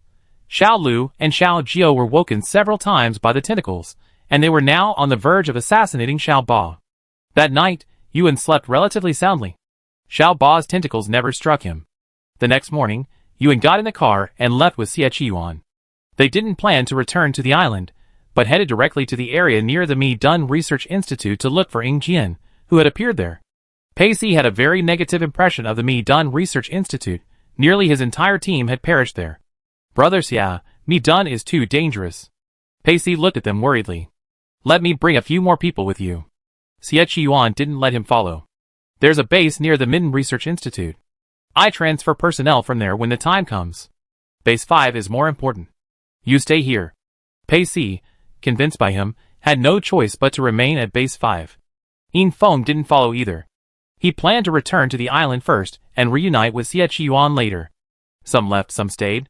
When Yuan regained consciousness, only he, Xie Qiyuan, and the 3 hidden cubs were left. Xie Qiyuan sat in the driver's seat, tilting his head to speak to him. Don't worry. I often carried out missions alone before, and taking you this time won't put you in any danger. Yuan had no doubts about this. He nodded and fastened his seatbelt. I know there's no danger. Xie Qiyuan was formidable, and he trained himself. If danger arose, he would be able to protect himself. The engine started, and the accelerator was pressed. Xie Qiyuan drove away with Yuan. Base 5 was left far behind, and Yuan still felt reluctant to leave the planting area. And then, my phone's ringing. Answer it for me. Yes. Xie Qiyuan was driving. This stretch of road was difficult to navigate, having been damaged by human intervention. He couldn't free his hands for the phone, so he asked Yuan to answer the call. Yuan answered the call, and put the phone to his ear. Yin Qin's voice came from the other end. Qiyuan, how long have you been away from Base 5? Most of the day. Xie Qiyuan jerked the steering wheel, but his voice remained steady, unwavering. He asked, did something happen at Base 5? The base is fine. Something's happening in the East District. The East District's boss was killed by his illegitimate son. You're going to the funeral on my behalf. Xie Qiyuan paused for 2 seconds before calmly replying, Dad, I still have to go to Midden. We can't waste time. Yin Qin's tone sounded even calmer than his. Just go through the motions. You don't have to stay for the feast. You're passing through, so it's more convenient than me. Xie Qiyuan debated whether to go. The next second, a call came in. It was Qin Yao. Seeing this, Xie Qiyuan unhesitatingly had Yuan hang up his father's phone and answer Qin Yao's. Xie Qiyuan, East District. Qin Yao announced his location. The old immortal in the East District has finally died. Let's go to a feast together. I'm sure the person you're looking for will be among them. Yuan was a little curious when they mentioned a feast. After the call ended, he hurriedly asked, what does a feast mean? Is it another way to say eat a meal? Yes, it's rare to see a feast in the East District. All 4 districts must be there. It's a good opportunity for us to see if the peace agreement District 4 is ready to sign can still be signed. District 4's peace agreement includes some provisions regarding the abnormal. Yuan agreed to the banquet without hesitation. Compared to Yin Qin, who was still in the West District, Xie Qiyuan was more conveniently located for the East District. It didn't take him long to reach Base 1 in the East District. Base 1 was a location slightly less important than the main base. The East District's boss died there. His illegitimate son took his life and power, but publicly claimed his father had died of a sudden heart attack. The banquet at Base 1 was now entirely arranged by this illegitimate son. After hearing the inside story of the West District's death and the East District boss's various absurd affairs, Yuan pondered for a long time and concluded, this East District boss is a playboy, has fathered a bunch of children, and is irresponsible. He deserves what he's done now. Human children need to be raised well too.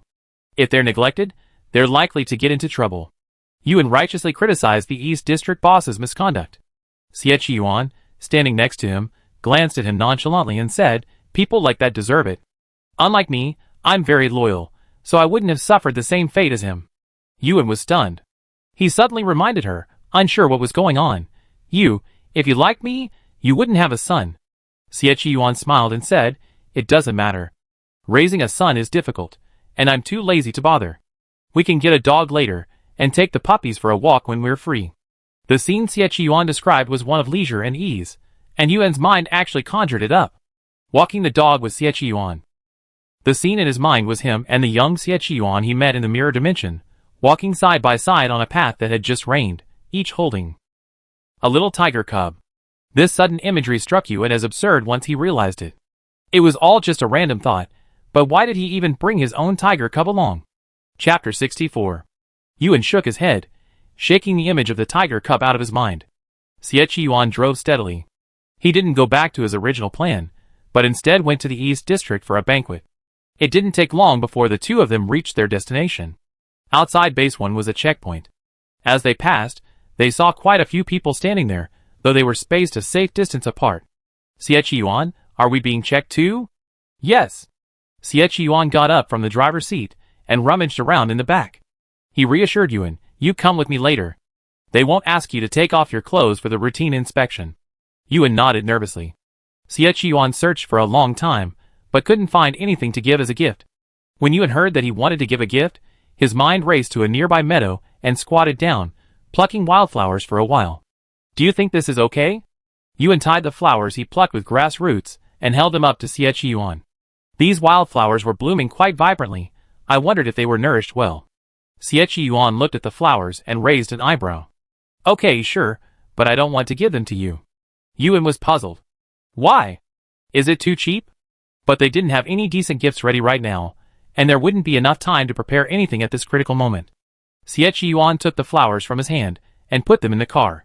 Then he dug into the trunk and pulled out a box of donkey hide gelatin, which he didn't know was expired. Your first flower arrangement, of course I have to keep it. Xie Yuan wiped the dust off the donkey hide gelatin box and presented it as a gift. He extended his hand and held it out to Yuan. Let's go to the banquet. Yuan looked at his hand, feeling torn. Did Xie Yuan mean to hold his hand? There will be a lot of people around later. If you hold my hand, we won't get separated. Xie Yuan's reason was serious, and he didn't seem to be trying to fool anyone. This wasn't the first time Yuan had been held by someone's hand. He hesitated for a few seconds before placing his hand in Xie Yuan's. Hand in hand, the two of them walked towards the inspection area. Xie Yuan's face was highly recognizable. He was recognized the moment he entered. Thank you, sir. The person examining him looked at him and politely greeted him. Thank you for coming to our East District. You too, please follow me to the back for the inspection. With Xie Yuan around, their inspection was essentially a formality. Xie Yuan was hailed as humanity's patron saint. Even though his physical data differed from those of a normal human, no one dared to say anything. Thanks to Xie Yuan, Yuan's inspection was a hasty formality. The volunteer examining Yuan had barely touched him when he was startled by the look Xie Yuan gave him. Even though Xie Yuan hadn't said a word to stop him, the volunteer still felt the atmosphere was intimidating. He had only checked Yuan's heart rate and temperature, which were different from normal. But considering Xie Yuan's readings were unusual, the volunteer inquired about their recent health and released them. It was a common understanding among ordinary people that a human guardian angel wouldn't bring danger. Quickly, Yuan, having passed the examination, took Xie Yuan's hand and entered the inner court. As expected, the inner court had become crowded. With the change of rulers in the East District, the other three districts naturally had to come and investigate. Hello, Mr. Xie.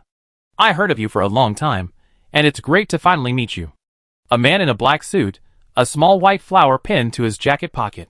He had a handsome face, his expression devoid of any trace of sadness. Xie Yuan studied the man before him. After a moment's thought, he guessed Jai Man. The eldest son in the East District was called Jai Ji, and he had many children.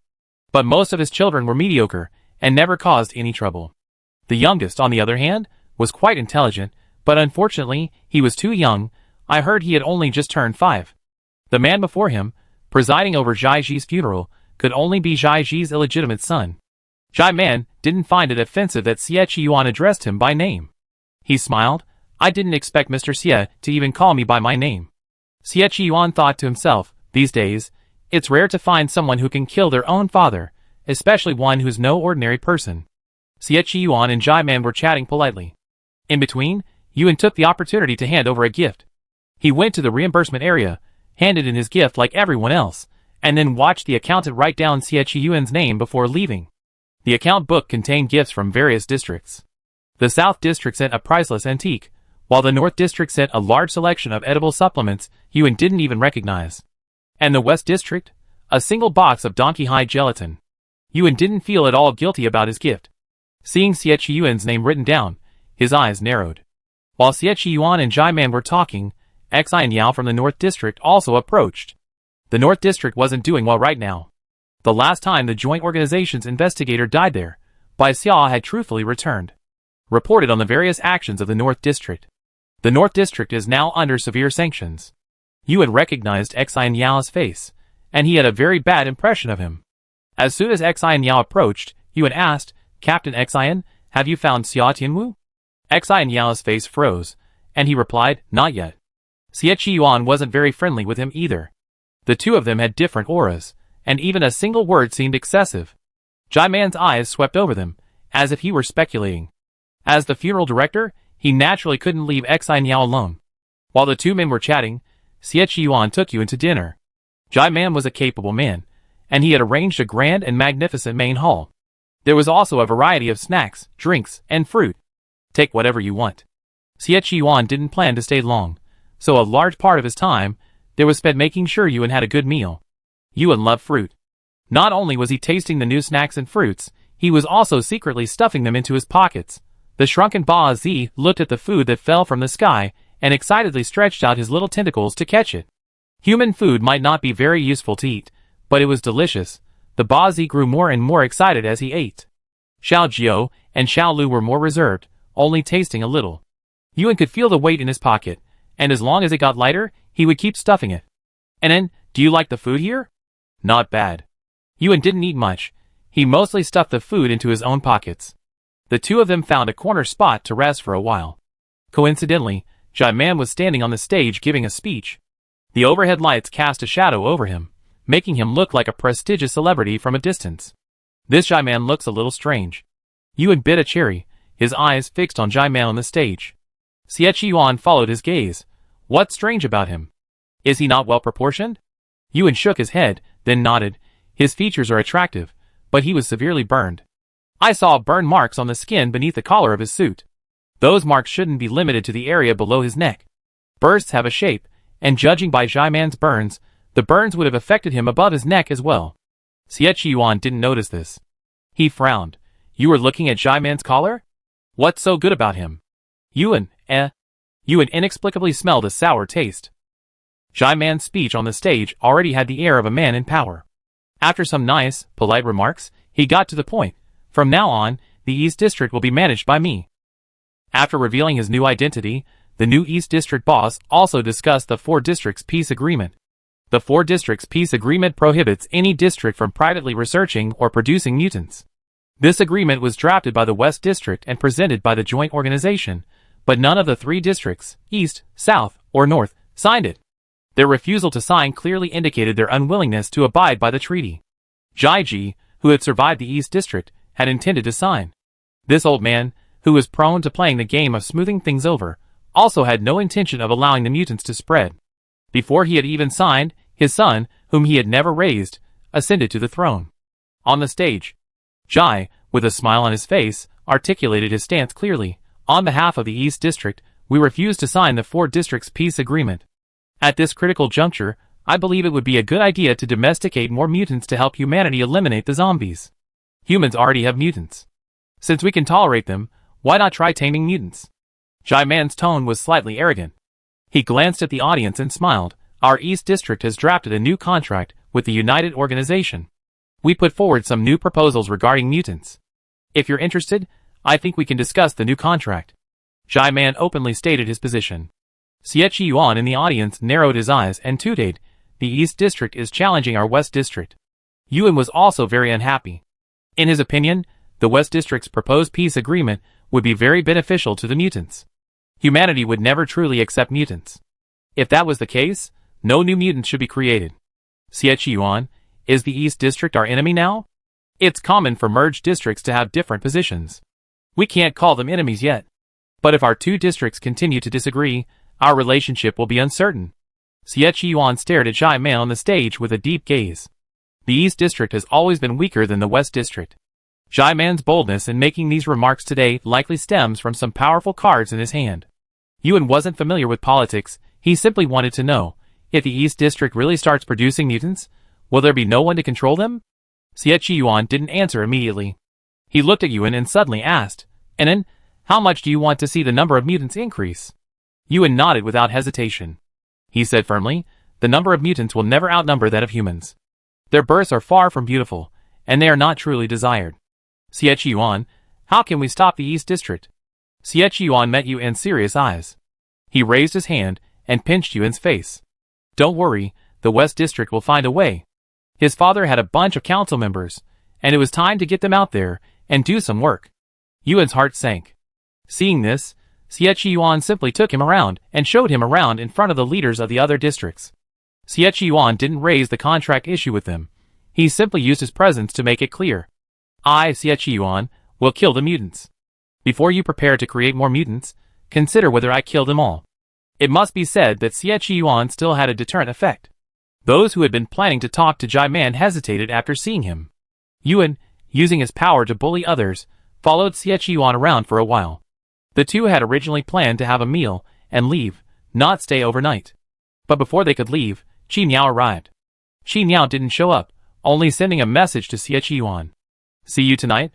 Because of Qi Miao's promise to meet him at night, Yuan and Xie Yuan stayed behind temporarily. They were representing the West District, and the room they were assigned was the same standard as the other district leaders, the highest standard, and a considerate private suite. Yuan looked at the private suite and didn't find it considerate at all. His child wouldn't even have a home tonight. "And then, do you want to shower first, or should I?" Xie Yuan found his pajamas and asked. Yuan quickly replied, "You go ahead. I go to the balcony to get some fresh air. It's cool right now." Xie Yuan hummed in him and went into the bathroom. Yuan watched him close the door, then immediately took the child to the small balcony. "Children, how about you two sleep in a box tonight? I find you a box." The room contained a large double bed and a smaller bed next to it. Xie Yuan was determined to sleep in the large bed. With the two beds next to each other, he didn't dare risk having the cubs share the bed. The three cubs had been cooped up in Yuan's pocket until now, and even reserved Xiaolu felt the urge to go out and have some fun. The cubs exchanged glances and nodded in unison. "Okay, big brother, we love sleeping in our boxes. We want to sleep in our boxes on the balcony." The balcony had floor-to-ceiling windows that could be opened or completely closed. And the balcony was a beautiful environment, with plants and a rug, making sleeping there easy. Yuan petted the three cubs, deeply moved. "You are such sweet little ones. We leave tomorrow, and big brother can stay with you tonight." "Yes." After arranging the cubs, Yuan carefully put the box away and watched the cubs crawl in. After spending a few more moments on the balcony, Xie Yuan finished his shower, and it was Yuan's turn. The atmosphere here was quite cozy, but in another bedroom far away, Jai Man, who had just taken off his suit in front of the mirror, suddenly froze. "Why did you come out like this?" Jai Man finished speaking when the person behind him said indifferently, "What's wrong with me? Am I not cute enough?" Jai Man looked at his enormous body, pursed his lips, and forced himself again. "I have a psychological trauma against giant, cold-blooded animals. Last time you..." Jai Man abruptly stopped himself at the mention of the last time. He abruptly changed the subject. "I told you, unless it's important, don't come into my room. I need to rest." A brief silence followed. Jai Man gazed into the behemoth's cold, deep brown eyes. After a moment, he sighed softly, as if in compromise. "I already announced tonight that I won't be signing the West Region contract. The Shunga laboratory is now fully installed and ready for production. With the A10 Xia Tianwu brought, if we can successfully replicate the A10's immortality, the quality of our subsequent experiments will be even higher than before." Jai Man explained each point one by one. When he finished, he looked directly into the eyes before him and asked, "Are you sure? Have you truly made your choice about what to do now?" The behemoth, lying on the floor, finally spoke.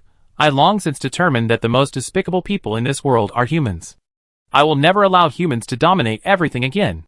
He looked down at Jai Man, his cold voice devoid of emotion. He said, "Once a TEN's experiment is finished, I be the subject of another experiment. Even if they have to use my blood and flesh as nutrients, I be perfectly willing." Jai Man didn't say anything, he just listened quietly. Finally, he softly replied, "I understand." Elsewhere, Yuan finished his shower, and diligently scrubbed his clothes clean. He hung them up to hang, so he could wear them again tomorrow. "And then, you sleep on the big bed." Xie Yuan gave the luxurious bed to Yuan, and laid down on the spare bed next to it. The small bed wasn't as comfortable as the big one. Yuan stood by the bed, stunned. I'm smaller, so I can sleep in a smaller bed. Xie Yuan folded his hands behind his head and said lazily, our family's rule is to love your wife. So, naturally, the comfortable bed should be reserved for. And then, Yuan felt that his last words clearly implied he was trying to change his name to wife's. Chapter 65. With the big bed here, this small bed seems more like a decoration. Xie Yuan is tall and has long legs, and sleeping on the small bed, he can't even stretch his legs straight. Yuan looked at him, walked over, and poked his arm. Let's switch. You take the big bed, and I take the small one. Xie Yuan refused to switch. Yuan frowned and thought for a moment. Finally, he patted the other side of the big bed and invited, let's sleep together. Xie Yuan, ?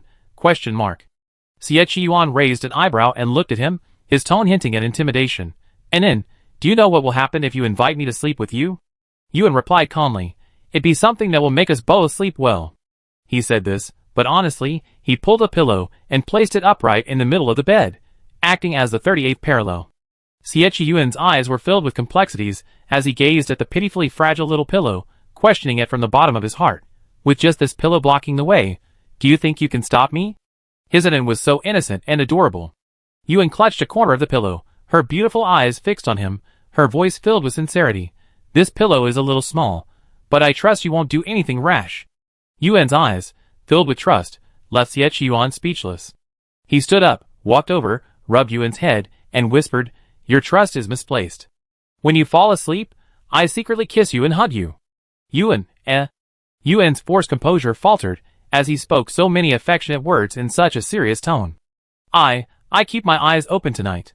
Yuan's ears flushed, and he puffed, I'm not going to sleep anymore. Xie Yuan lay down on the right side of the pillow, staring at him calmly. Okay, I see how long you can stay awake. I'm not sleepy anyway. Yuan followed suit and lay down, wrapping himself tightly in the quilt, leaving only his face exposed. Xie Yuan said nonchalantly, your face is showing. I'm going to suck it later. Yuan covered his face with a slap.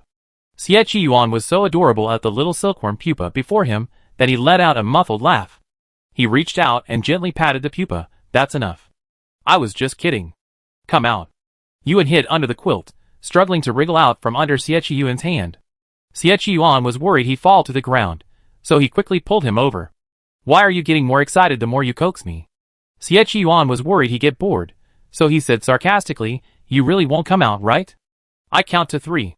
If you don't come out, I tickle you. 1, 3. Xie Yuan skipped 2 and began tickling Yuan through the covers. A few seconds later, Yuan burrowed out from under the covers, laughing so hard his tears flowed, his face flushed red from being trapped under the covers. Stop tickling. Xie Yuan, stop tickling me. Big head. Let go. Yuan rolled around on the bed, avoiding Xie Yuan's hand. He was nearly suffocating from laughing, and his mind wasn't working very well. He felt it was too much trouble to call out to Xie Yuan, so he subconsciously called out Big Head again. The two of them played around in bed. Even Xie Yuan laughed out loud. The phone on the bedside table lit up several times, but no one noticed. Not far away, Qin Yao looked at the screen with a grim expression. Did Xie Yuan fall asleep? I remember I told him I see him tonight.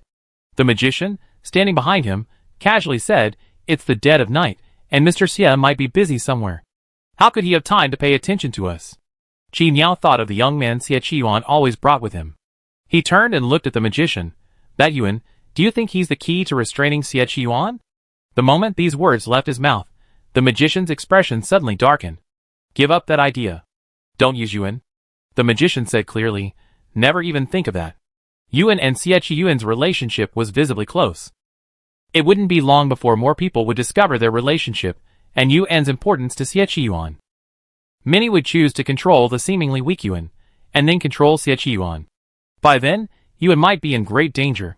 But the magician knew clearly the consequences of provoking Yuan.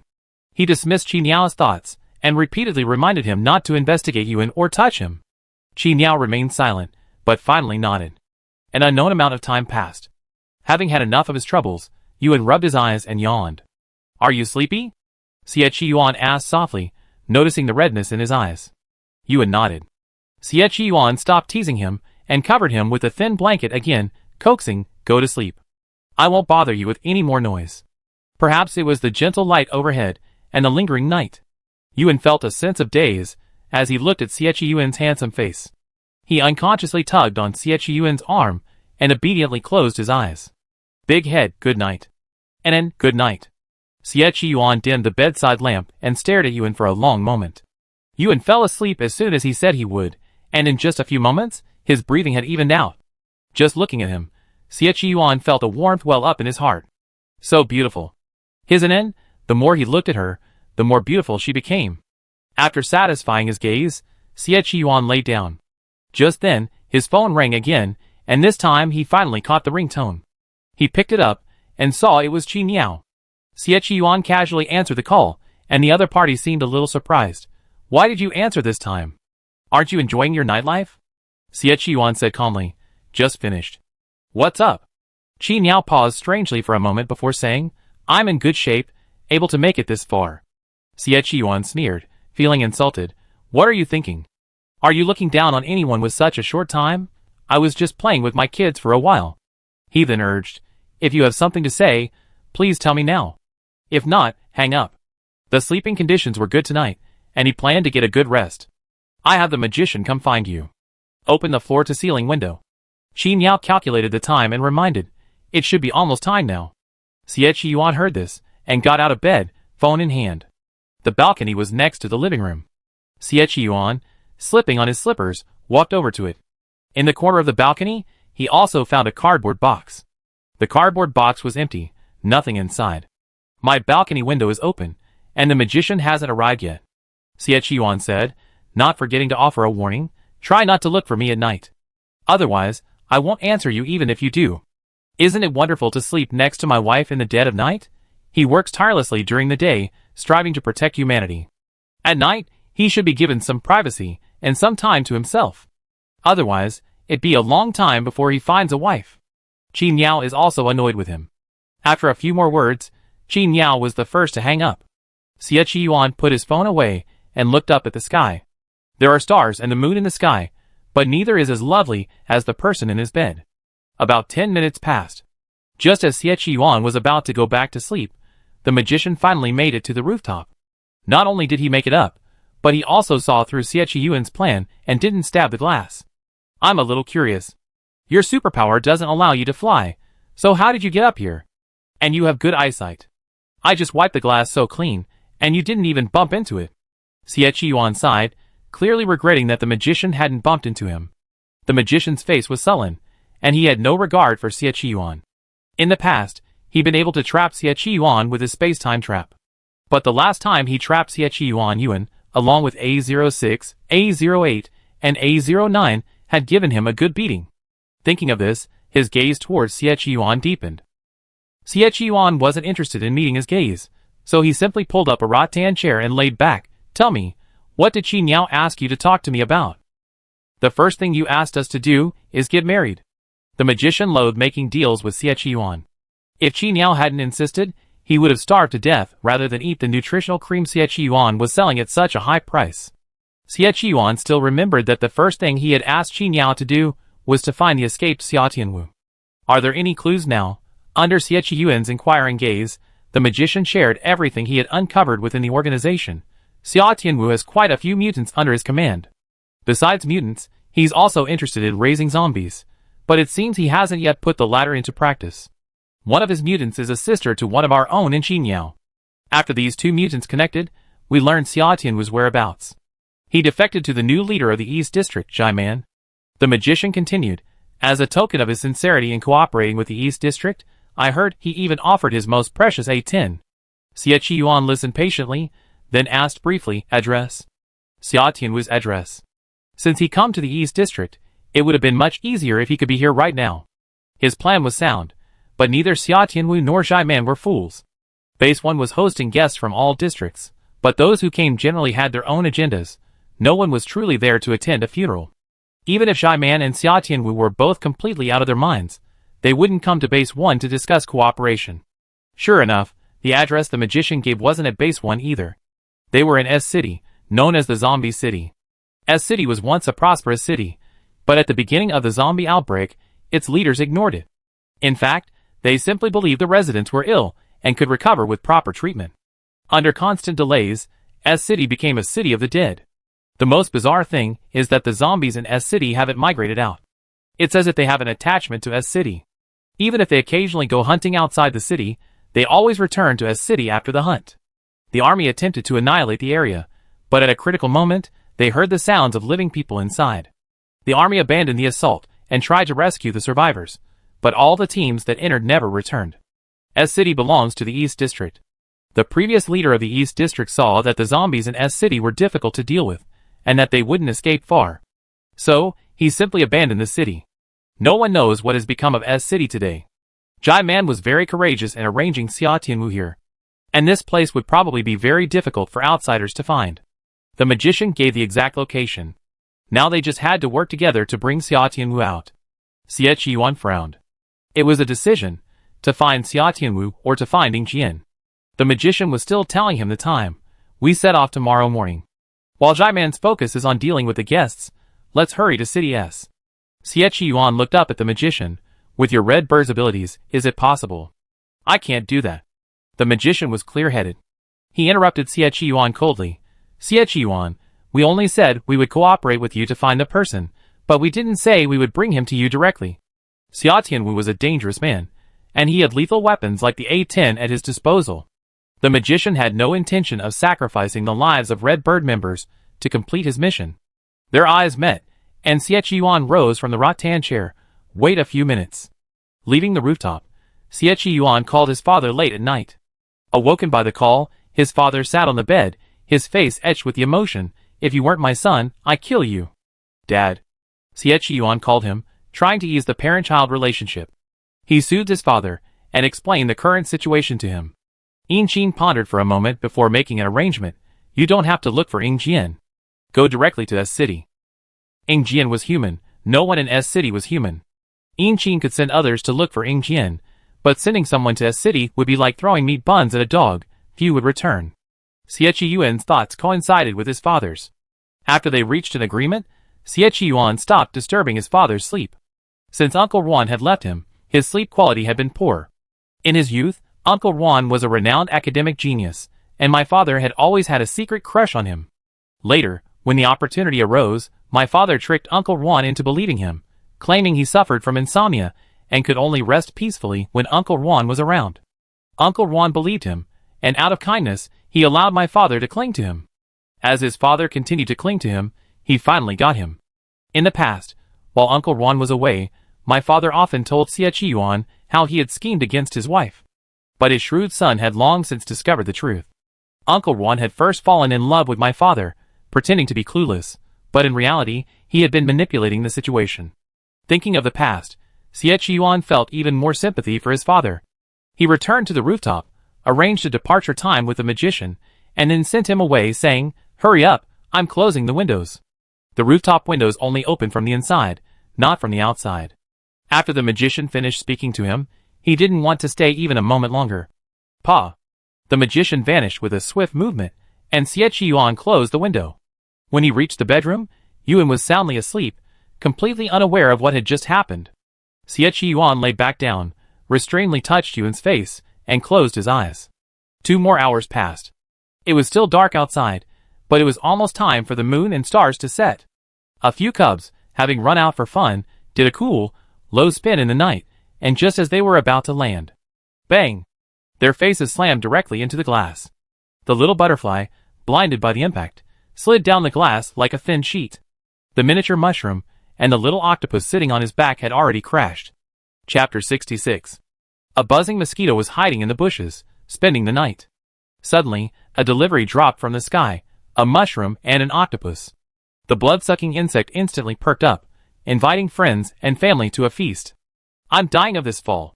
The little octopus cursed, waving its tentacles and swatting several crawling insects to death. He was so angry that he put his hands on his hips and said, Who closed the window? They had slipped away early, leaving the door open for themselves before leaving. Besides, the glass before they left wasn't as polished as it is now. Little Ba had a bad temper. After being thrown so hard, his mind was filled with thoughts of finding the culprit. After all, it definitely wasn't their eldest brother who closed the window. Little Mushroom was also dazed by the fall. He struggled to get up, sitting on the ground, and still speculated, my eldest brother doesn't know how to close the window, only Xiaoqi can. As expected, they and Xiaoqi were incompatible. Xiao Ba already disliked Xiaoqi. He glanced at Xiao Jiu, then at the descending Xiao Lu, and said, hey, are you really planning on staying calm with Xiaoqi? Xiaoqi chopped off his tentacles, and split the butterfly's wings. Xiao Jiu was lucky not to be killed. In short, they had a lot of grudges. Xiao Lu was the first to regain consciousness. He said coldly, let's go back. We settle with Xiaoqi when we get back. Xiao Lu's butterfly plane had no seatbelts or parachutes, so whether or not they could safely reach the destination depended entirely on luck. Xiao Jiu had been on more than a few, so he immediately climbed back up. The octopus cubs were different, and insisted on climbing up the wall. A long while passed. The cubs stared at the window, lost in thought. It was shut so tightly. They wanted to get back, but there wasn't even a crack, let alone a door or window. The glass is specially made. If they were to forcefully tear it apart, it would make a loud noise, which would definitely wake Big Brother. After a period of silence, the cubs who had secretly gone out to play finally spoke with a frustrated tone. Let's sleep outside tonight. I think the grass nest downstairs is nice. Little Six was quite sober. He pointed to the air conditioner outside the window and said calmly, sleep here tonight. The other two cubs were about to protest, but Little Six said sharply, otherwise, Big Brother will wake up and not see us and get worried. We have to sneak in as soon as the window opens. The air conditioner box is not a good place to sleep. The next day, when Yuan woke up, he opened his eyes and found himself in Xiaoqi's arms. Just when he thought Xiaoqi had secretly hugged him, he saw that his hands were firmly wrapped around Xiaoqi's waist. Yuan, Oh no! He must have been so used to holding other cubs that he mistook Xiaoqi for his own cub at night. Thinking of the cubs, Yuan guiltily withdrew his hand and tiptoed to the rooftop. Seeing the closed window, Yuan opened it curiously, who closed the window. After opening it, he squatted down to search the cardboard box. Suddenly, the cubs weren't in the box. Yuan was about to look for them when the cubs, who were lined up behind him, suddenly called out, brother. Seeing them all there, Yuan's heart settled. Why aren't you in the box? Yuan brought them over and asked, you're still cold. What were you doing on the balcony? There were plants on the balcony. Xiao Lu lied, we got up early to enjoy the view. Yuan was at a loss whether to laugh or cry. He examined the children carefully and reminded them, don't get up so early next time. Get some sleep. Look, you got dark circles under your eyes. The children, who hadn't slept much the previous night, yawned as they returned to their big brother's side. Yuan tucked them away and let them sleep in a ball. In the bedroom, Xiaoqi had also woken up. He was changing clothes when Yuan entered. The two met, and Xiaoqi raised an eyebrow, and then, where are you looking? Yuan abruptly withdrew his vacant gaze, and mechanically went to get his clothes and put them in the bathroom. Xiaoqi was so shameless. He was actually changing his underwear so early in the morning. The visual impact was so great that Yuan changed his clothes and didn't want to go out. That is, until Xiaoqi called him from outside, and then, come out. I'm not teasing you with this. Just come out. Xiaoqi coaxed him out for a long time. After Yuan emerged, he barely dared to look down. He'd been so caught up in his shock that he only now realized. How could Xiaoqi be so big? The tips of Yuan's ears flushed red, his beautiful eyes dodging, unwilling to speak to Xiaoqi properly. Xiaoqi had no choice but to ignore him for now, letting him calm down. Jaiman prepared breakfast, and Xiaoqi ate and took it, showing no sign of courtesy. 8 o'clock in the morning. Xiaoqi left base number 1, and was about to get in the car to leave. Jaiman followed him out. Jaiman, accompanied by bodyguards, smiled and tried to stop him, saying, Mr. Xia, we have a show planned for tonight. Why are you in such a hurry to leave? Xiaoqi tidied the wildflowers on Chetu Mountain briefly. He said casually, I'm a hard worker. The world is so unstable these days, and I can't relax even if I want to. He casually added, you could also enclose some land outside and plant some crops. Even the wildflowers are growing so well here, the soil must be good. A subtle hint of coldness flashed across Jaiman's eyes, but he kept his smile on his face and replied, that's what I was planning. After a brief farewell, Xiaoqi drove off with Yuan. Not long after, the car disappeared from sight. The person behind Jaiman immediately stepped forward and asked, Boss, did Xiaoqi find anything? That piece of land. Go burn it. Jaiman said calmly. He must have just said it casually, otherwise he wouldn't have left today. In the distance, Yuan already knew they were going to S City, and that Xia Tianwu was also there. Are you sure it's S City? Yuan's eyes sparkled as he looked at Xie Qiyuan excitedly, forgetting all the awkwardness he had felt that morning. Xie Qiyuan hummed a sigh of relief and repeated the magician's words. In fact, Yin Qin had called again that morning. Yin Qin had made all the arrangements last night, but he hadn't remembered Yuan was still with Xie Qiyuan.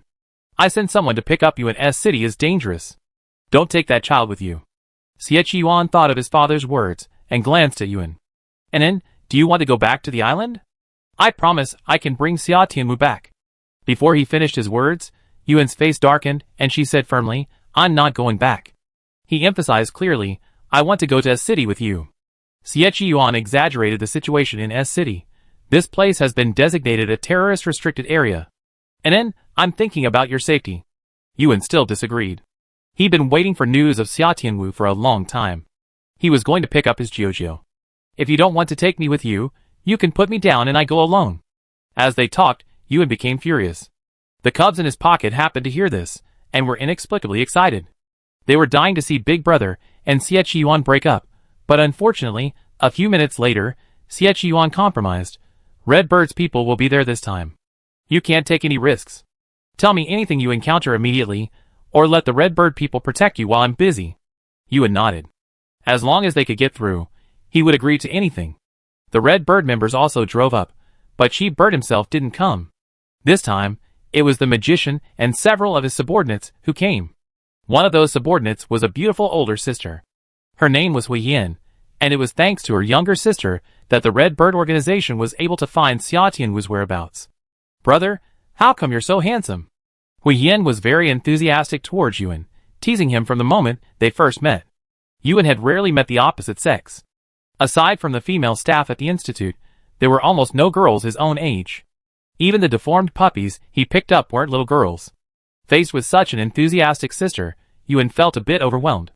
He looked at Xie Qiyuan for help, hoping he'd rescue him. But Xie Qiyuan was talking to someone and hadn't noticed. Hui Yin looked at him with amusement, wanting to pinch his face. Why are you looking at Xie Qiyuan? Brother, you should be an adult, right? Yuan dodged her hand and replied, I'm an adult now. The smile in Hui Yin's eyes deepened. She placed her hands on Yuan's sides, teasing him. I'm an adult now, and I can date.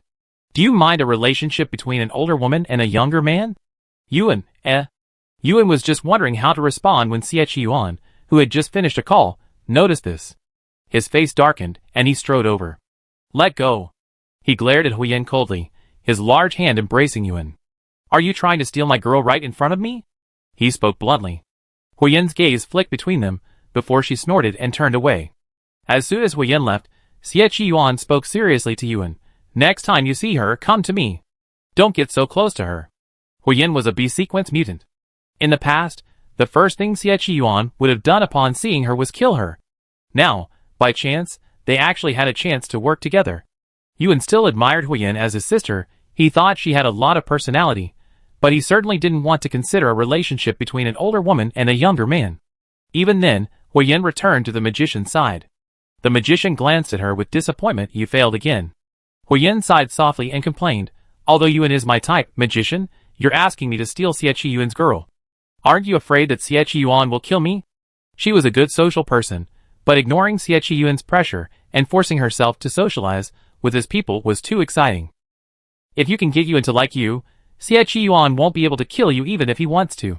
The magician discovered after getting on the road that Yuan and Xie Qiyuan hadn't confirmed their relationship, so he tried this approach. Controlling Yuan was unrealistic. But if he could seduce him, make him fall for him, and then coax him properly, he could still reap considerable benefits. Hui Yin, hearing the magician's words, felt he was just trying to fool her. In her opinion, Yuan was no match for Xie Qiyuan. The magician didn't say much.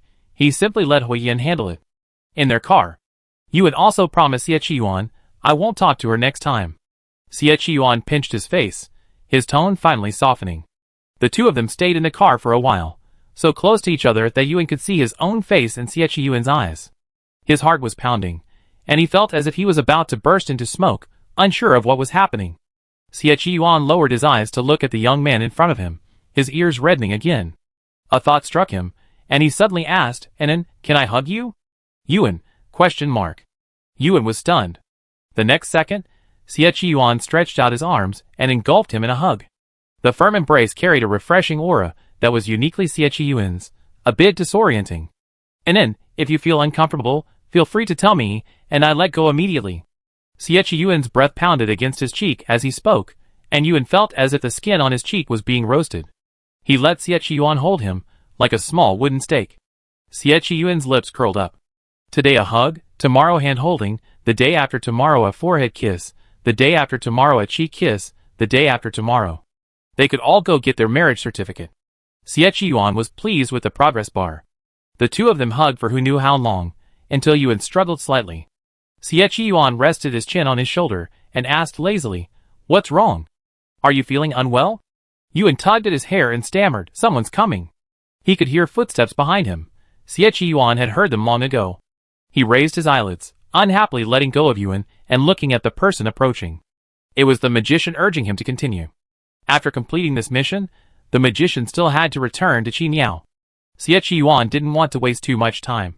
He wanted to finish S-City quickly, so he could take Yuan back to the island, or perhaps look for easier missions he could take Yuan on.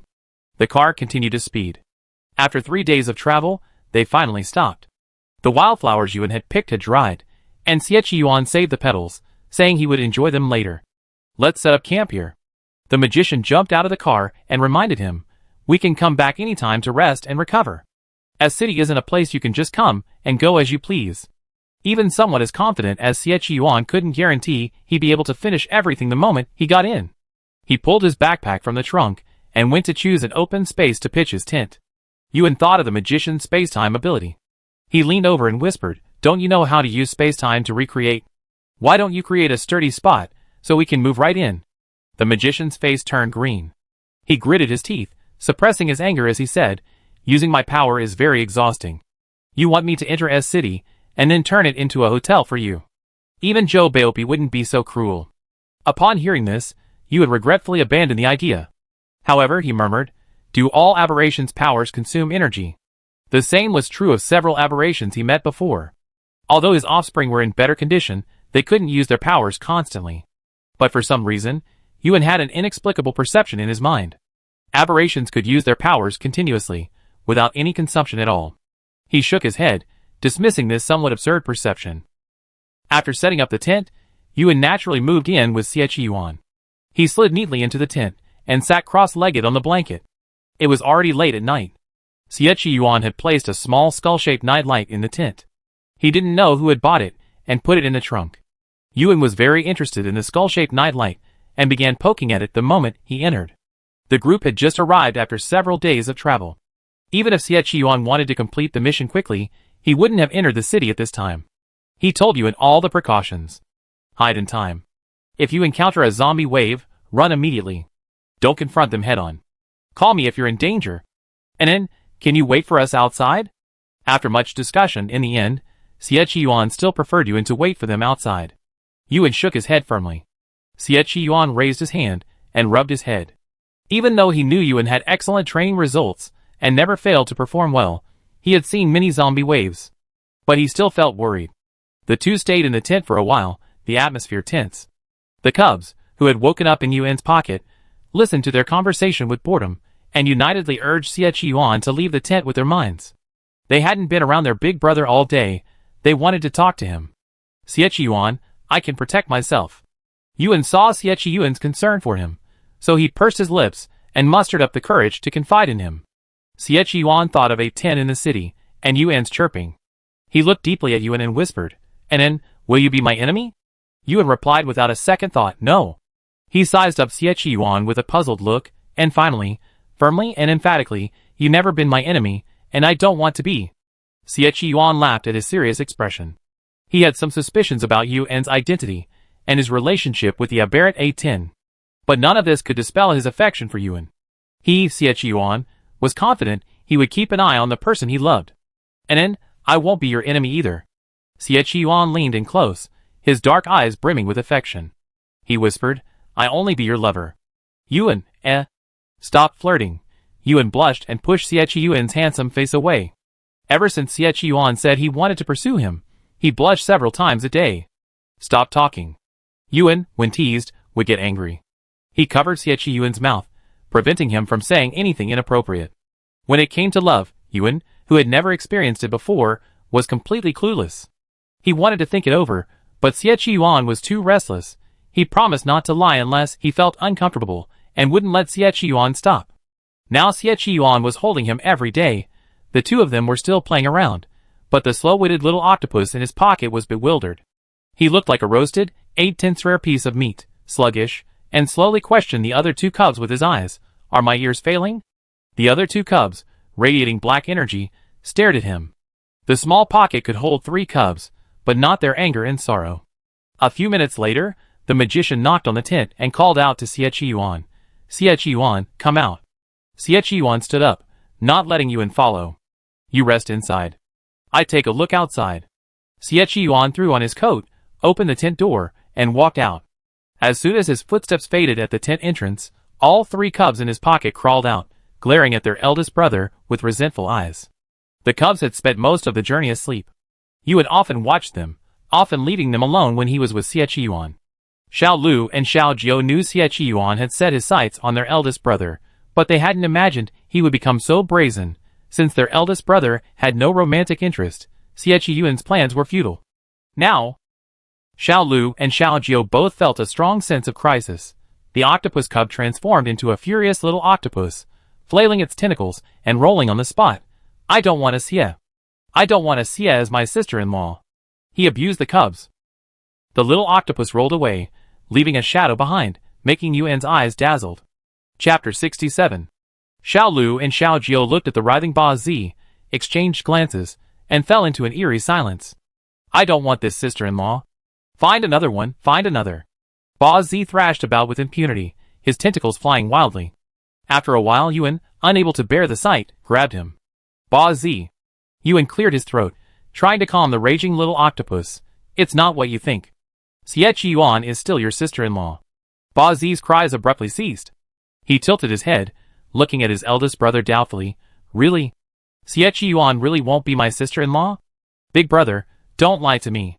Yuan avoided his gaze somewhat awkwardly, then continued, he really isn't right now. Yuan quietly emphasized the point, and the clueless Ba Zi was immediately fooled. He extended his little tentacle and poked his eldest brother's palm, finally stopping his fuss. Fine, as long as my sister-in-law isn't Xie Yuan, that's fine. Xie Yuan's goal was to wipe out these deformed cubs. Especially Ba Zi, he clashed with Xie Yuan several times, and each time his little tentacle had been cut off. Shamelessly, Xie treated his little tentacle like free seafood takeout. Yuan's playful words escaped the naive Ba Zi, but the clever Xiao Lu and Xiao Jiu immediately grasped the key. Alright, you guys sleep carefully tonight. There was only one tent here, and Yuan would definitely sleep with Xie Yuan tonight, leaving the cubs with nowhere else to go. Just as Yuan was about to lay out the paper boxes for the cubs, he looked at Ba Zi and suddenly thought, wait, Ba Zi snores when he's sound asleep. Living in the same tent, if Ba Zi snored, Xie Yuan wouldn't be able to hide it. Ba Zi, whose name was called, stiffened, his tentacles turning a little pink. He stammered, I don't snore. I don't snore when I sleep. Yuan looked down at him and ruthlessly pronounced, no you do. Ba Zi, Ba Zi, the group bully, was about to burst into tears. Seeing him like this, Yuan amused him. Your snoring isn't loud or disturbing, just a little bit. Xie Yuan's hearing is amazing, so I'm worried. This explanation at least made Ba Zi more receptive. Yuan racked his brains to think of their accommodations for tonight. Xiao Lu, who had been silent the entire time, finally spoke. Brother, you and Xie Yuan stay in the tent. Xiaoba and Xiaojiu and I will go to the car. We spread a blanket in the back and sleep. The car they were driving was indeed quite spacious for the shrunken babies. Yuan hesitated for a moment, then carefully escorted them to the car. Even with 8th Cub's tantrum tonight, it was clear that the feud between the Cubs and Xie Yuan wouldn't be resolved anytime soon. Yuan couldn't help but think, if he were really with Xie Yuan, then he'd just leave the Cub issues to Xie Yuan. Of the 3 Cubs, except 8th Cub, the other 2 were still feeling heavy-hearted. I made the beds for you. Don't run around tonight. Just sleep here quietly, okay? Yuan warned them worriedly. The 3 Cubs nodded in unison, each humbly promising to obey. Yuan touched them one by one before returning to the tent. As soon as Yuan left, the three cubs behind him held a serious meeting. To be precise, two of them held the meeting, with a confused eighth cub listening in. Xie is pursuing our eldest brother. Little Six calmly announced the cruel news, and it seems that eldest brother has feelings for him. Little eighth cub didn't believe it. He said proudly, eldest brother said he won't let him become my sister-in-law. Little Six looked at eighth cub with a look that looked like he was mentally retarded. He coldly reminded him, eldest brother said he won't let him become my sister-in-law now, not in the future. Eighth cub, shock. Eighth cub was shocked. Little Nine was on the same page as Little Six, so they were already speaking in unison. That's right, Xie wants to take the throne and become our elder. He's dreaming. Eighth cub was stunned. Xiao Jiu, you rhyme quite well. Little Nine didn't bother to pay attention to him. Xiao Lu continued to express his opinion. Xie Yuan is too dangerous. Although he's pursuing Big Brother, humans are a strange species. Some are very affectionate, while others would even kill their wives. We need to keep a close eye on Xie Yuan. Eight cubs said without hesitation, if we don't let him take the throne, we team up to kill him. Xiao Lu couldn't hold it in any longer and flapped his wings, slapping him in the face. Stupid. If he's gone, Big Brother's food reserves will be gone too. With his status as a food reserve, they couldn't dislike Xie Yuan, but they couldn't kill him. At the end of the discussion, the cubs came up with a sinister idea. Let's kidnap Xie Yuan, just like we were trapped at the research institute. Then let Xie Yuan serve as Big Brother's food reserve. How exactly this evil idea would be implemented still needed to be discussed. The cubs huddled together, muttering to themselves as they continued their meeting. Yuan, who had been excluded from the cub meeting, returned to the tent, also troubled by the conversation he had just had with the cubs. Alas! It seemed the cubs didn't want a sister-in-law who was too aggressive. Xie Yuan hadn't returned yet. Yuan pried open the tent door and peeked out, just in time to see Flame passing by. Flame's long, wavy hair fell to her waist, and in the night, she was still dazzlingly beautiful. Brother, can't you sleep? Flame leaned down, her eye level with Yuan. Want to go to my tent? I got plenty of experience coaxing people to sleep. Yuan quickly shook his head. No, I don't need to be coaxed to sleep. He could sleep. Flame glanced into the tent, but didn't see Xie Yuan. She simply sat down and spoke to Yuan. This opportunity is rare, how about we chat? Yuan had promised Xie Yuan not to interact with Hui Yin. But now that he was sitting right in front of him, as a gentleman, he couldn't just close the tent door and pretend he didn't see him. Yuan had no choice but to cooperate. What do you want to talk to me about? Hui Yin was filled with curiosity. She asked, why are you following Xie Yuan? From what I heard, Xie Yuan isn't a very approachable person. He's very approachable to me. Yuan spoke up for Xie Yuan earnestly. Not just to me, he's very approachable to many people. He's a very good person. Don't believe the brainwashing that makes him seem so scary. Hui Yin, eh? Hui Yin was speechless and choked. As a mutant, how could she not know what kind of person Xie Yuan was? Hui Yin recovered and tried to find another topic. Yuan, however, took the initiative and asked, the magician said you have a sister. Are you twins? I seen twins before, and they look exactly the same. Yuan was referring to Tang Xion's twins. Hui Yin smiled. My sister and I are indeed similar to human twins.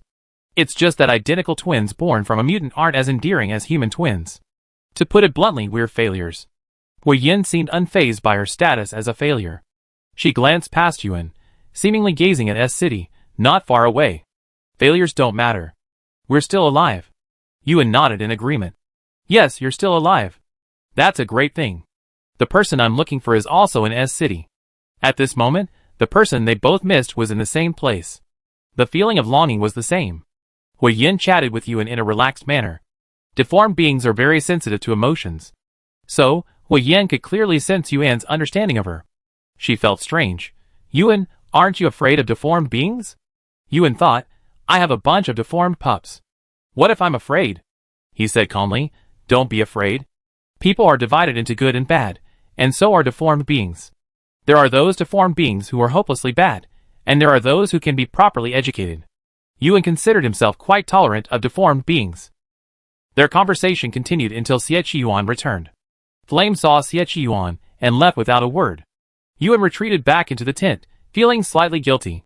By the time Xie Yuan came in, he had already covered himself with a quilt and was snoring insincerely. Xie Yuan was amused by his laughter. Still pretending to sleep? Xie Yuan took off his coat and pulled him, quilt included, toward him. Come out. What did I tell you last time? Xie Yuan didn't want Yuan to have any contact with the mutants in the Red Bird organization. Yuan had nowhere to escape, so he finally emerged in disgrace and accepted his fate. Their organization is very dangerous. You may only see Flame, the one you're talking to, as beautiful and enthusiastic as she is, but did you know that all the men who had relationships with her ended up dying in various ways? The magician had brought several mutants with him this time, and none of them looked like perverts. Xie Yuan recounted the origins of the mutants accompanying him. Yuan became increasingly confused. The buzz-cut man who had brought him lunch boxes was a notorious criminal being pursued by all 6 nations. Flame, who loved chatting with him, had escaped prison and joined Red Bird. He praised his beautiful blonde hair, whose criminal record was longer than Yuan's age. Yuan's eyes widened slightly. He opened his mouth, but didn't know what to say. Xie Yuan teased him, asking again, "Will you contact them next time?" Yuan shook his head like a waving a tentacle. Xie Yuan was pleased with the result of this lecture. He raised his hand, rubbed Yuan's head, and softened his tone. "All right, don't be afraid. Just keep your distance from them from now on." "Yeah." After finishing his lecture, Xie Yuan remained serious for only 3 seconds before starting to tick his progress bar. The kids outside were thinking about how to hack him.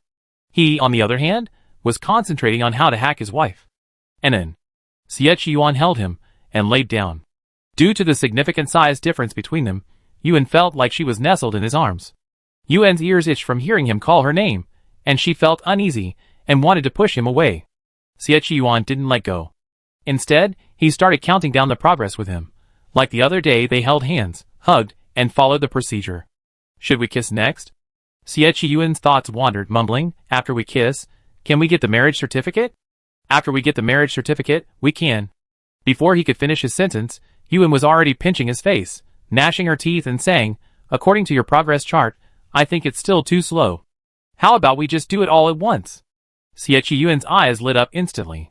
He stared at the rabbit meat in his arms like a wolf, his tone the most gentle he ever spoken. "And then, when you say one step, do you mean we skip the formalities and go straight into sex?" Yuan pulled his face out of shape. Under Xie Yuan's expectant gaze, Yuan angrily said, "When I say one step, I mean we just get buried together. Are you in love? The kind where you get buried together right away?" Xie Yuan's thoughts of happy events were instantly replaced by sad ones. Yuan, a master at ruining the atmosphere, had already messed with Xie Yuan's mind and was trying to slip away. It was too uncomfortable. Sleeping with Xie Yuan wasn't comfortable. Xie Yuan angrily pulled her back and, in the light of the skull nightlight, glared at Yuan. Finally, he pulled the covers up and turned off the night light. "Go to sleep." Xie Yuan's voice was a little muffled. "I won't bother you before bed anymore. Otherwise, who knows who will suffer." Chapter 68. As the nightlight went out, the entire tent darkened. In the darkness, Yuan quietly opened his eyes and glanced at Xie Yuan above him. Although he couldn't see anything, he could see Xie Yuan's face in his mind. "Big head, good night." "Good night." The two of them slept side by side. Yuan listened to Xie Yuan's clear, strong heartbeat and felt an inexplicable sense of security. The next morning, Xie Yuan had cooked some dry food outside and called Yuan to come eat. Yuan bit his milk straw, his expression still a little dazed. After Xie Yuan called him several times, he reluctantly moved over. "I don't want this," Yuan said sincerely. "It's disgusting."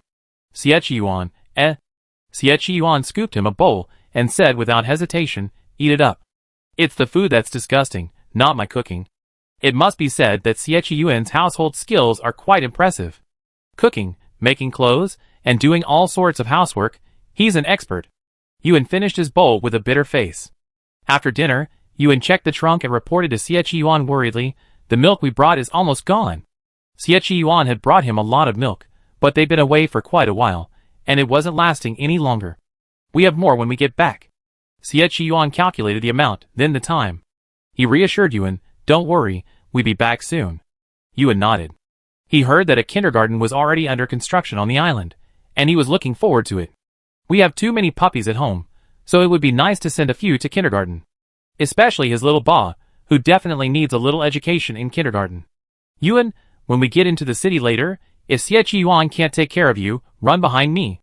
Flame, glaring at Xie Yuan, walked over and instructed Yuan, "If I can't take care of you, go find the magician." Anyway, remember to protect yourself. Whatever Flame was like, at that moment, Yuan felt her concern for him was genuine. Yes. Yuan didn't refuse their kindness. He curled his eyes and thanked them. As city wasn't too small. This once glorious city, now a dead city, remained crowded in a different way. A small group of zombies lingered at the city gates. According to the information they received, these zombies wouldn't stray far from S City. Yuan followed Xie Yuan, watching him plan how to enter. There are too many zombies in the city. We can't alert them all at once. Xie Yuan sheathed his pistol and used only his dagger. Clear the ones at the city gate first. Otherwise, with these zombies lingering at the gate, they have to be invisible to get in through the entrance. The zombie squad was within acceptable numbers, so Xie Yuan didn't even have to make a move. A bald, deformed member of the Red Bird organization quietly approached and quickly dispatched them all. After twisting off the zombies' heads, the bald man squatted down and ripped open their brains one by one, pulling out the transparent crystal cores and casually pocketing them. Yuan felt a little uncomfortable watching this. But he knew that the crystal cores were valuable, so it was understandable that the bald man didn't want to waste them. After clearing out the zombies at the entrance, the bald man went inside to take a look. He wanted to see what the exit looked like, and whether he could just go in. 10 minutes later. The bald man returned, his face slightly grim. We're unlucky. The zombies in the city seem to be having a commotion. They're all staying inside, and it looks like they gathered together on purpose. If he hadn't been quick-witted, he'd have been discovered. Xie Yuan asked him, "Did you see what these zombies were doing? Who was leading them?" The bald man shook his head. "I couldn't see clearly. I just saw them lined up in a dense, long line. I could only peek from behind, but I couldn't see what the ones in the front were doing. Unevolved zombies have no order. They simply attack and devour humans based on instinct. If the zombies gather in groups, things are not going well. Or perhaps they all evolved, developing a collective consciousness. Or perhaps they were being controlled by zombies that had evolved to a certain level. This gathering was most likely a meeting of zombie leaders." Xie Yuan made a quick decision, abandon this entrance and enter from the other side. As city has more than one entrance and exit, but their current location was originally the most remote, and therefore, logically, the easiest to enter. The group decided to change entrances without delay.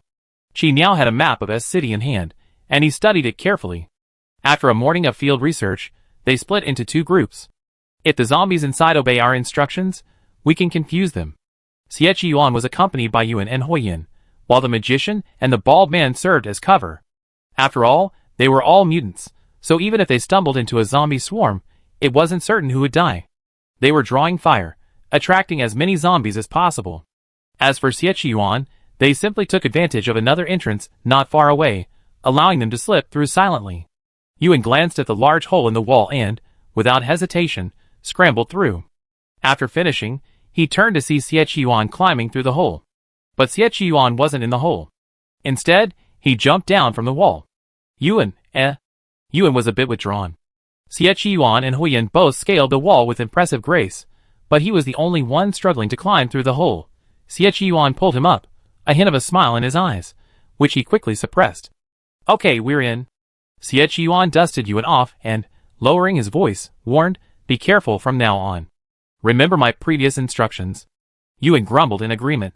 The danger level in the city was high. From this city, known as the Zombie City, no one had yet managed to escape alive. Even Xie Yuan wasn't so arrogant as to guarantee his own safety. Besides, he had Yuan with him. Xie Yuan wasn't afraid of zombies or mutants. Yuan was different. He had to make sure he could get her out safely. The group worked until the afternoon, and it was already 2:43 p.m. The magician, used to draw a fire nearby, gradually died down. Xie Yuan didn't rush to contact him immediately, but instead went inside to find a temporary base. They didn't know the situation in the city, so they had to observe it for a while. S City's reputation as a zombie city isn't an exaggeration. Yuan's heart sank as he looked at the zombies everywhere. He murmured, "Why are there so many people here? Didn't they flee when the zombie outbreak occurred?" Huiyin, who knew a little about the situation, scoffed. When the S City outbreak first began, the authorities ignored it and simply tried to suppress it. In the end, when they realized they couldn't suppress it anymore, it was already too late. The blood on the city buildings dried, leaving patches of bloodstains. Some half-eaten corpses, unable to transform into zombies, lay haphazardly. Burning under the sun and rain, the highly decomposed bodies were covered in maggots. Yuan clutched his stomach, vomiting. Xie Yuan avoided the zombies, trying to find cover. But cover didn't offer complete protection. Not long after entering, they discovered a zombie girl clutching a doll. The zombie girl stared at them, her head tilted. She had delicate features, her face unblemished by the blood, and with her head tilted, she looked rather adorable. Yuan's gaze met hers, and his heart leaped into his throat. Seeing the zombie girl merely tilted her head, and didn't charge forward to attack, he assumed there was something to discuss. So he spoke cautiously. "Hey, we're just passing by. We be leaving soon. Don't make a sound." As Yuan finished speaking, the girl with her head tilted seemed to grin. Just when Yuan thought a miracle had occurred, and he could finally communicate with the girl, Xie Yuan yanked him away, flinging him in another direction. "Watch out behind you!" Xie Yuan shouted sharply, stabbing the incoming zombie's head with his dagger. Behind them, several zombies, who had been lurking for who knows how long, were slowly closing in on them. The zombie girl's grin was clearly directed at her companions, not at them. After being thrown off, Yuan didn't panic at all. With his practiced skills, he immediately steadied himself and drew his weapon, helping Xie Yuan deal with the situation. With swift movements, he blasted the zombies in the head one by one. Though Yuan hated these headshots, after days of training, he showed no mercy. Xie Yuan was searching for a new hiding spot as quickly as possible. He didn't use a gun, but his strikes were clean and decisive. Before the zombies could attract more of their companions, he led Yuan into a residential building. It went without saying that there were clusters of zombies in the residential building, but the residential building had gates. As long as he could keep the door open and prevent more zombies from pouring in, Xie Yuan could close it and capture the zombies inside. One bone blade, an entire neighborhood of zombies. This wasn't the first time Yuan had seen Xie Yuan kill zombies, but watching him slaughter them, like muddles, still made his heart tremble. Time ticked by. Xie Yuan pried open the door and let Yuan in. "Hide here for a while. I need to contact the magician." Yuan walked in and dispatched the zombie couple who came their way. Inside the house was a family of 3, a baby zombie long since dead in the bathtub. They were staying there for the time being, while Xie Yuan waited for a call or text from the magician. Before entering the city, they had agreed that the magician would immediately call or text Xie Yuan to report his location after escaping danger. But until now, there had been no message from the magician. Yuan looked at Xie Yuan's phone, frowning, wondering, has the magician been captured? I remember there had been no movement from them for a long time, so he should have escaped. Xie Yuan didn't call directly. If the magician was hiding at that moment, the ringing of the phone would instantly reveal his location. After much deliberation, Xie Yuan simply sent a text message. The text message alert was a single tone, much shorter than a phone ring. If the magician was lucky enough to have his phone on silent, the danger would be even less. After sending the text, Xie Yuan put down his phone and began to study the map. A city belongs to the East District, and the East and West Districts currently have no close ties. So, Xie Yuan had never been to this place before. He recalled the route he had just taken, along with the road signs along the way, to confirm his current location. Yuan sat beside him, worried. "Xie Yuan, there are too many zombies in this city. If we go out, we'd be discovered and chased. How can we find Xia Tianwu in this situation?" "And me?" Flame suddenly spoke. Sitting in a chair not far from Yuan, she spoke calmly. "Xia Tianwu spends most of his time with my sister. I can sense where she is." The connection between Flame and his sister instantly gave Yuan hope. Yuan looked at Flame with shining eyes and asked, "Can you sense her now? If we know Xia Tianwu's exact location, we can go straight there." Flame hummed, then closed her eyes. She and her sister shared the same blood, but different abilities. Her ability was fire, while her sister's was more numerous and stronger.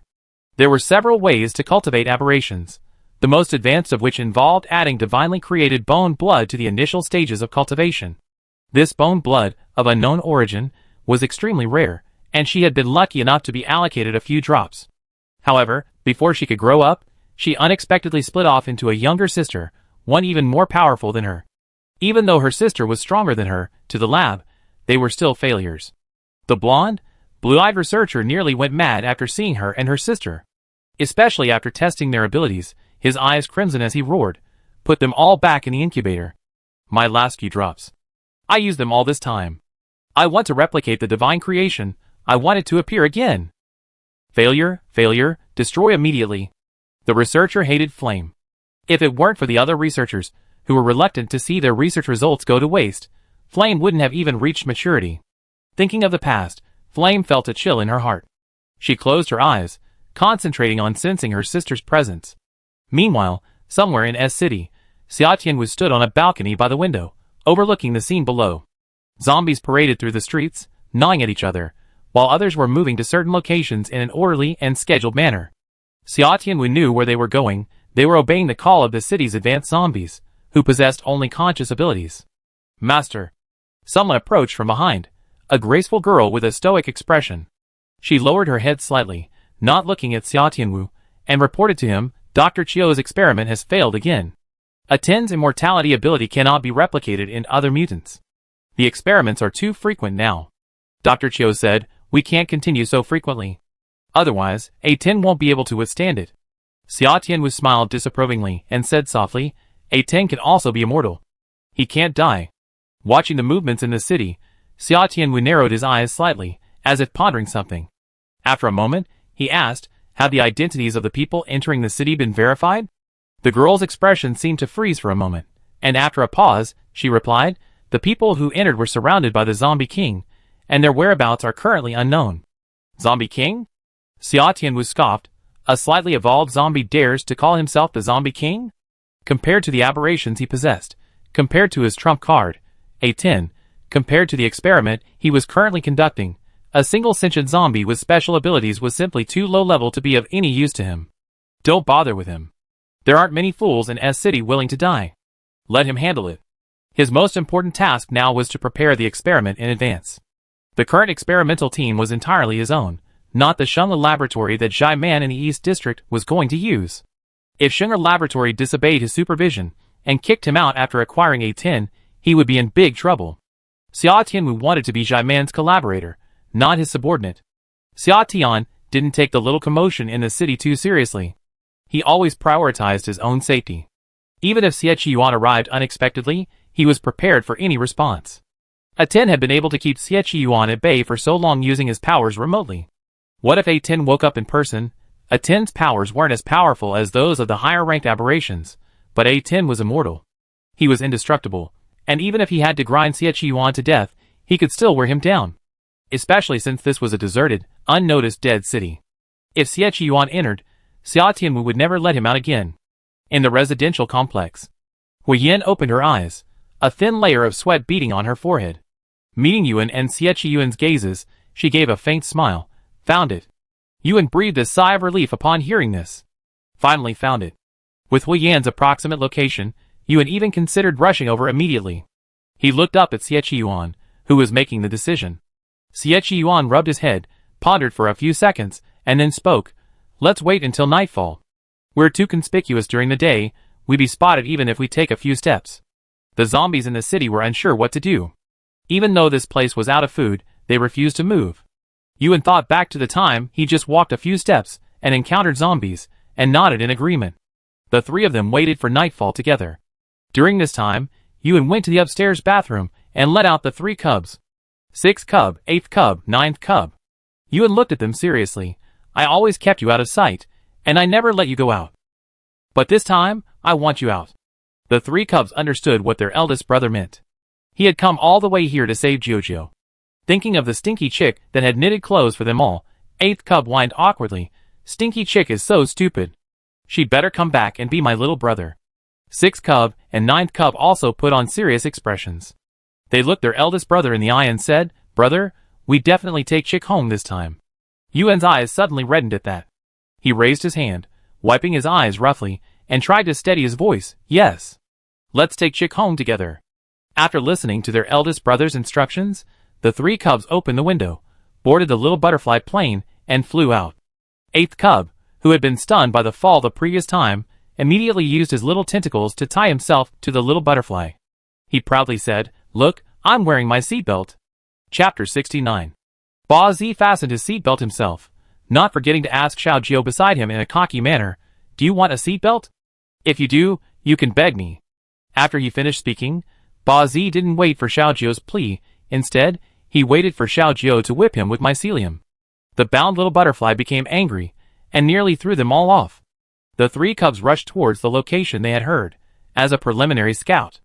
Inside the house in the complex, After watching the cubs leave, Yuan gently closed the window and walked out of the bathroom.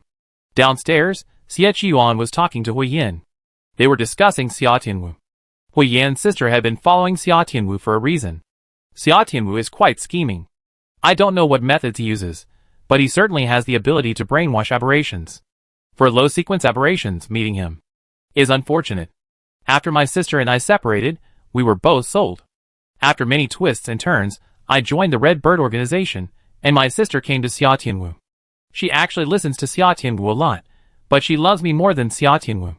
Flame's eyes were filled with tenderness as she spoke of her sister. Xie Qiyuan used to understand aberrations, but his understanding was based solely on how to kill them. Now he's slowly realizing these aberrations might have a softer side. Yuan happened to overhear Hui Yin talking about her and her sister. He sat down next to Xie Qiyuan and listened silently. At the end, Yuan couldn't help but share his own story with his son. My son loves me too. My cub is incredibly well-behaved and only listens to me. Even someone as well-behaved as Jojo isn't particularly friendly to the other people at the institute. His cubs only trust him. Xie Qiyuan turned his head away and asked calmly, "Do you like your cub?" Yuan nodded without even thinking. Xie Qiyuan continued to interrogate, "How much do you like him?" Yuan replied without blinking, "I love him. I do anything for him." For all the long years he could remember, he and his cubs had been by each other's side. On the surface, it seemed he was caring for the cubs, but in reality, it was the cubs who supported him, day after day, through his recovery. I heard his illness should have been fatal long ago. But he couldn't bear to leave them. He couldn't bear to just go away and leave the cubs to live in the institute. After Yuan finished answering, Xie Qiyuan stared into his eyes, his mind unsettled. Hui Yin looked at them both and suddenly smiled. "Yuan, you love the cubs so much. Does Xie Qiyuan love them too?" Hui Yan's question was quite ambiguous, leaving Yuan stunned for a moment. Xie Qiyuan, however, reacted quickly. He said, "I do."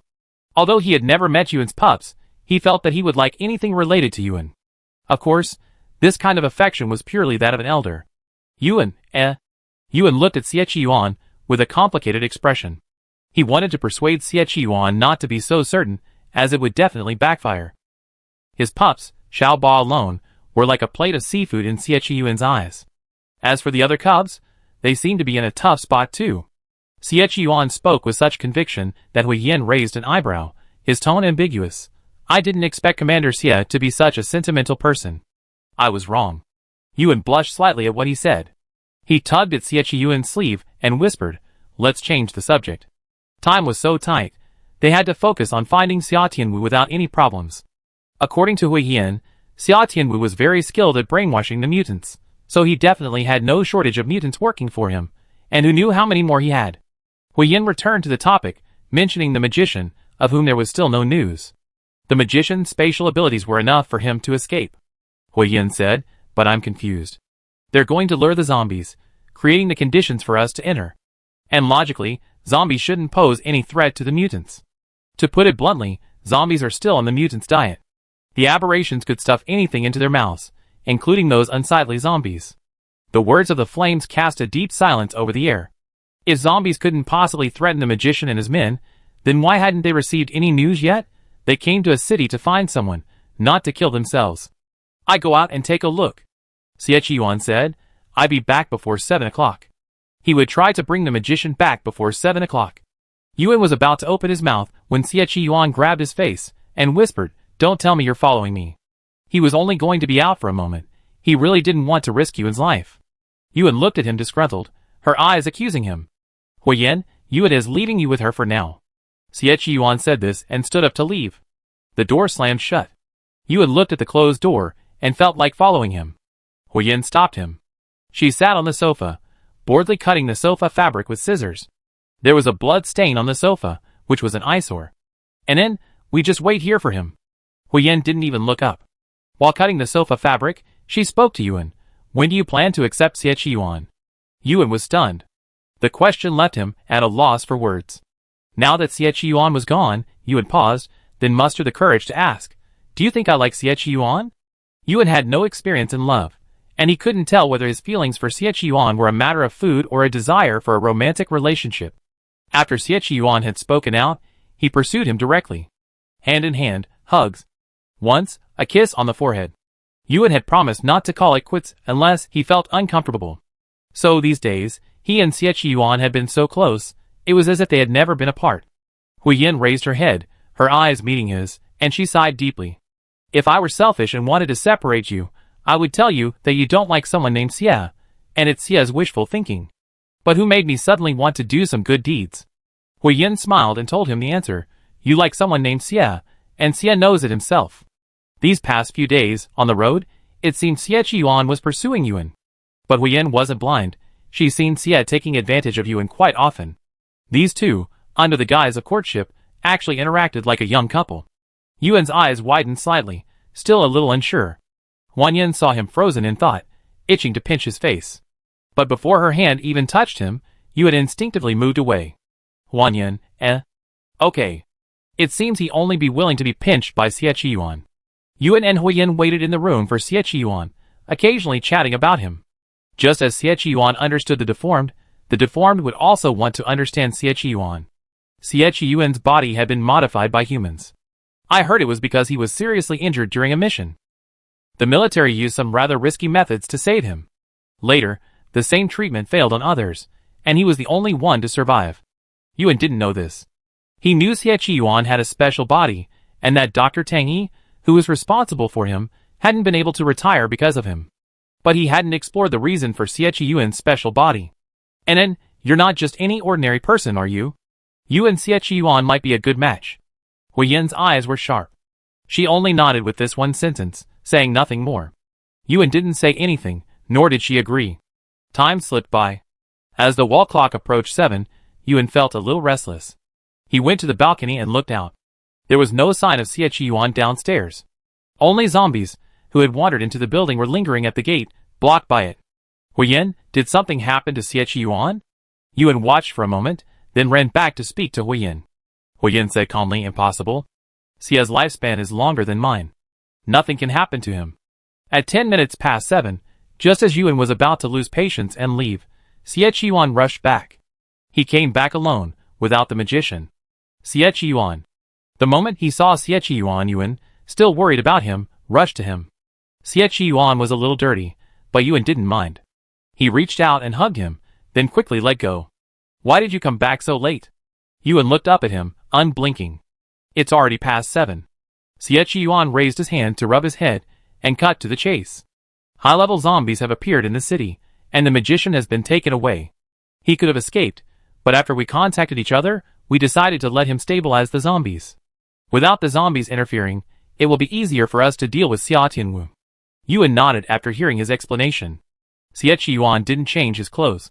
He took Yuan and Hui Yin out. I got a car. Let's go. It was a heavy truck, a heavy vehicle that could easily run over zombies even if they encountered one. Get in the car. The others climbed in and headed towards the location Hui Yin had given. Hui Yin sat in the back seat, concentrating on sensing his sister's presence. Due south. Southwest. Hui Yin closed his eyes and gave the direction, while Xie Yuan rushed out, finding the way. Yuan held the saber in his hand, and if any zombie dared to steal the car, he would give it a steady, accurate and ruthless blow. Xie Yuan frowned. And then, be careful not to get bitten. Yuan, without even turning his head, replied, they won't bite. The darkness obscured their vision, and they encountered fewer zombies than during the day. After nearly an hour of travel, Yuan, looking at the building in front of them, climbed out of the nearly wrecked car. They had reached their destination. Yuan wondered how Xia Tianwu had managed to secure territory under the zombies' noses. But it seemed Xia Tianwu had no connection to the zombies in the city, nor was he on good terms with them. The car lights went out. There were few zombies in front of the building, and after getting out, Xie Yuan didn't rush in.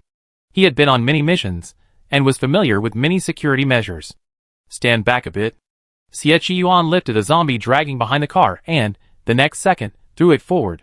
The empty space in front of him suddenly flashed with a red light. The zombie, still faintly breathing, was ripped apart in the blink of an eye. Yuan broke out in a cold sweat. If Xie Yuan hadn't thrown the zombie over, and the others had stepped forward instead, they would most likely have been the ones shattered. What is this? Yuan took 2 steps back, looking at the red lights. Xie Yuan seemed to have anticipated this, reassuring Yuan, it's just a little trick. Don't be afraid. The light at the door automatically activates when it senses someone entering. But people in the building always have to come in and out. Even if they don't plan to do so at night, such measures can't be implemented in every corner. Xie Yuan was definitely going to enter this building tonight. Abandoning the main entrance, they instead explored the building's perimeter to see if they could climb directly up. After circling it for a while, Yuan suddenly had an idea. He pulled out a climbing rope and swung it onto the external railing on the third floor. Sure enough, there was no red light in the sky. It was simply a way to stop the zombies. Xie Yuan, as long as we avoid the red light, we can follow the rope in. This maneuver was a bit difficult, but Yuan was confident. He gripped one end of the rope and said to Xie Yuan, "I learned this on the island. I can do it." If Yuan could do it, Xie Yuan could do it too. They drove all the way in, deliberately luring the zombies along the last stretch. That way, even if they made a noise, they could be suppressed by the louder zombie tide. The building was silent. The last time the flames detected the location, her sister was there. The third floor windows were sealed, and they climbed several floors before Yuan finally spotted an unclosed window on the sixth floor. Next to it, he spotted a few strands of fungus. This was Shizhuo's mark. Yuan, startled, pushed open the window and climbed inside, followed closely by Xie Yuan. The building was pitch black, devoid of light. Xie Yuan took a quick look. Searching floor by floor would be cumbersome. But until they were certain of Xia Tianwu's hidden treasures, a little patience would be safer. Let's start from the sixth floor and see what's inside this building. Okay. Perhaps Xia Tianwu was confident enough, believing no one in this dead city could make it this far amidst the zombie siege. Perhaps he felt no mutant would betray him, which is why he hadn't come forward yet. Yuan turned on his flashlight and dimmed it to its lowest setting. By the dim light, they began to sweep the building floor by floor. The building had been renovated, and all the original office door locks had been replaced with standard laboratory doors. Laboratory. Yuan's breathing quickened slightly. He could sense that his chances of finding Jojo were growing. This kind of lock isn't easy to open. Seeing that Xie Yuan couldn't open the lock, Yuan came closer. He lowered his head and reached out. "Let me try." Xie Yuan was about to say that the lock-picking techniques taught on the island wouldn't work for this kind of lock. But a few minutes later, with a click, the lock opened. Yuan wiped his forehead and said, "It's hard to open." But he seemed to be able to do it. Xie Yuan choked. He watched Yuan push the door open and then pull him inside. "Come in and take a look." They closed the door behind them once inside. The lights flicked on, revealing the scene inside. Rows of incubators lined up inside, each filled with a transparent, unknown liquid. In the liquid, twisted, thumb-sized objects floated. These are the initial forms of the aberrations. Yuan recognized them instantly, his face pressed against the glass incubators, observing the tiny creatures. They're not conscious yet. The power supply to the incubators lit up, constantly powering them. Yuan pondered for a moment, then raised his hand to turn off the power. First lab, second lab, third lab. Yuan looked at the shocking number of aberrations, puzzled. With so many, we can't keep them all summer long. Is he going to provide everything to the East District? In other words, Jaiman had just taken over the East District, but the current arrangements here clearly began before he took over. No matter how many mutants there are, they cannot be brought to life. Xie Yuan's eyes darkened. He and Yuan shut off the power to all the mutants being cultivated. But the further down they went, the more different laboratories they saw. There were already born mutant pups. Among the mutant pups, some were newly born and hadn't yet participated in the next stage of cultivation. There were also pups covered in wounds, their bodies covered in scars, and no one knew what they had been through. The arrival of Yuan, Xie Yuan, and the others caused these pups to lie down on the sealed containers and open their eyes. Ah! The strange-looking little cubs, with round eyes, stared straight at Yuan and opened their mouths to greet him. Yuan looked at the cubs and hesitated. These cubs had never been outside before. They had always stayed here, and had never done anything wrong. Should he kill them? In the past, Xie Yuan would have killed them without hesitation. But now that he had adopted Duo, could Xie Yuan still be as resolute as before in wiping out these innocent, bewildered mutant cubs? Before Yuan and Xie Yuan could exchange glances, Flame abruptly stopped their nourishment. They shouldn't have come into this world. Flame said calmly, it would only take a short time for them to die now. If they were left to grow, they would suffer an ordeal far more horrific than death. Most mutants are naturally powerful, but this world is not suitable for them to thrive. After sweeping 2 floors, their reckless behavior finally set off the building's alarm. Xia Tianwu, who lived on the 10th floor, suddenly opened his eyes from his bed. He stood up, wrapped in his pajamas, and checked the panel in his room. The panel immediately displayed images of the various laboratories. The first person he checked was A10, who lay in a chilly ice coffin, his long eyelashes adorned with transparent water droplets. They were frozen tears. A10 had been conducting too many experiments recently, and in the immense pain, his body finally couldn't bear it, and he fell into a deep sleep. But sometimes, even when his blood and bone marrow were drawn, or when his new wings were cut off, he would still shed tears. Xia Tianwu disliked the tears of aberrants. They made him feel too fragile. He admired strong, resolute aberrants. For example, A01, who was willing to sacrifice his own flesh and blood to feed the aberrant juvenile. That giant python was the true aberrant he should be. Cruel, ruthless, and ambitious. Xia Tianwu finished inspecting A10 and quickly glanced at the other labs. Xie Yuan. His expression suddenly changed, and he stared at Xie Yuan, who appeared on the control panel, in disbelief. How could it be possible? City S has that territorially conscious zombie king. If Xie Yuan tried to enter, he would undoubtedly be discovered. If they clashed, the commotion would undoubtedly be devastating. There was no reason for him not to know. Xia Tianwu's confidence and arrogance had caused him to stumble this time. He took a few deep breaths before finally calming down. Xie Yuan was already on the 9th floor, within arm's reach. His eyes flashed coldly, as he pressed the control button on the panel. As long as the 9th floor existed, these people wouldn't even think about coming up again. Next to him was an A10, and the 9th floor contained an entire floor of A10s. Besides the 9th floor, the floors below the 6th floor were also filled with surprises. Alas, they were so lucky they didn't set foot below the 6th floor. As Xia Tianwu controlled the 9th floor, next to him, beneath the ice coffin, a nearly frozen little butterfly shivered. He looked at the other two shivering cubs before him, especially the nearly frozen little octopus cub, and was speechless. Xiao Ba, aren't you a fish? Why are you so scared? The little octopus cub angrily said, I'm a fish, not frozen seafood. Xiao Jiu remained calm and tried to mediate. All right, stop talking. We need to find a way to get Jiujiu away quickly. The little butterfly's tone darkened upon hearing this. He examined Jiujiu's ice coffin and said, Jiujiu's body is frozen inside. We can't force it open. But taking the coffin with him out was clearly unrealistic.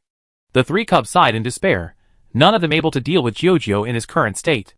Meanwhile, Yuan opened the first laboratory on the 9th floor and saw a mutant identical to Jiujiu. Exactly the same. But Yuan recognized it immediately. It's a fake. The fake Jiujiu looked just like his own, most likely made from Jiujiu. However, he wasn't sure if the fake Jiujiu had the same abilities as Jiujiu. Xie Yuan, don't disturb him. Yuan grabbed Xie Yuan's wrist and lowered his voice. Let's go. His target wasn't a fake Jiujiu, but a real Jiujiu. Xie Yuan didn't know how Yuan distinguished them, but he chose to trust him. Leaving the lab, Yuan pushed open a few more doors and saw several more Jiujiu. The more Jiujiu he saw, the more intense the pain in his heart grew.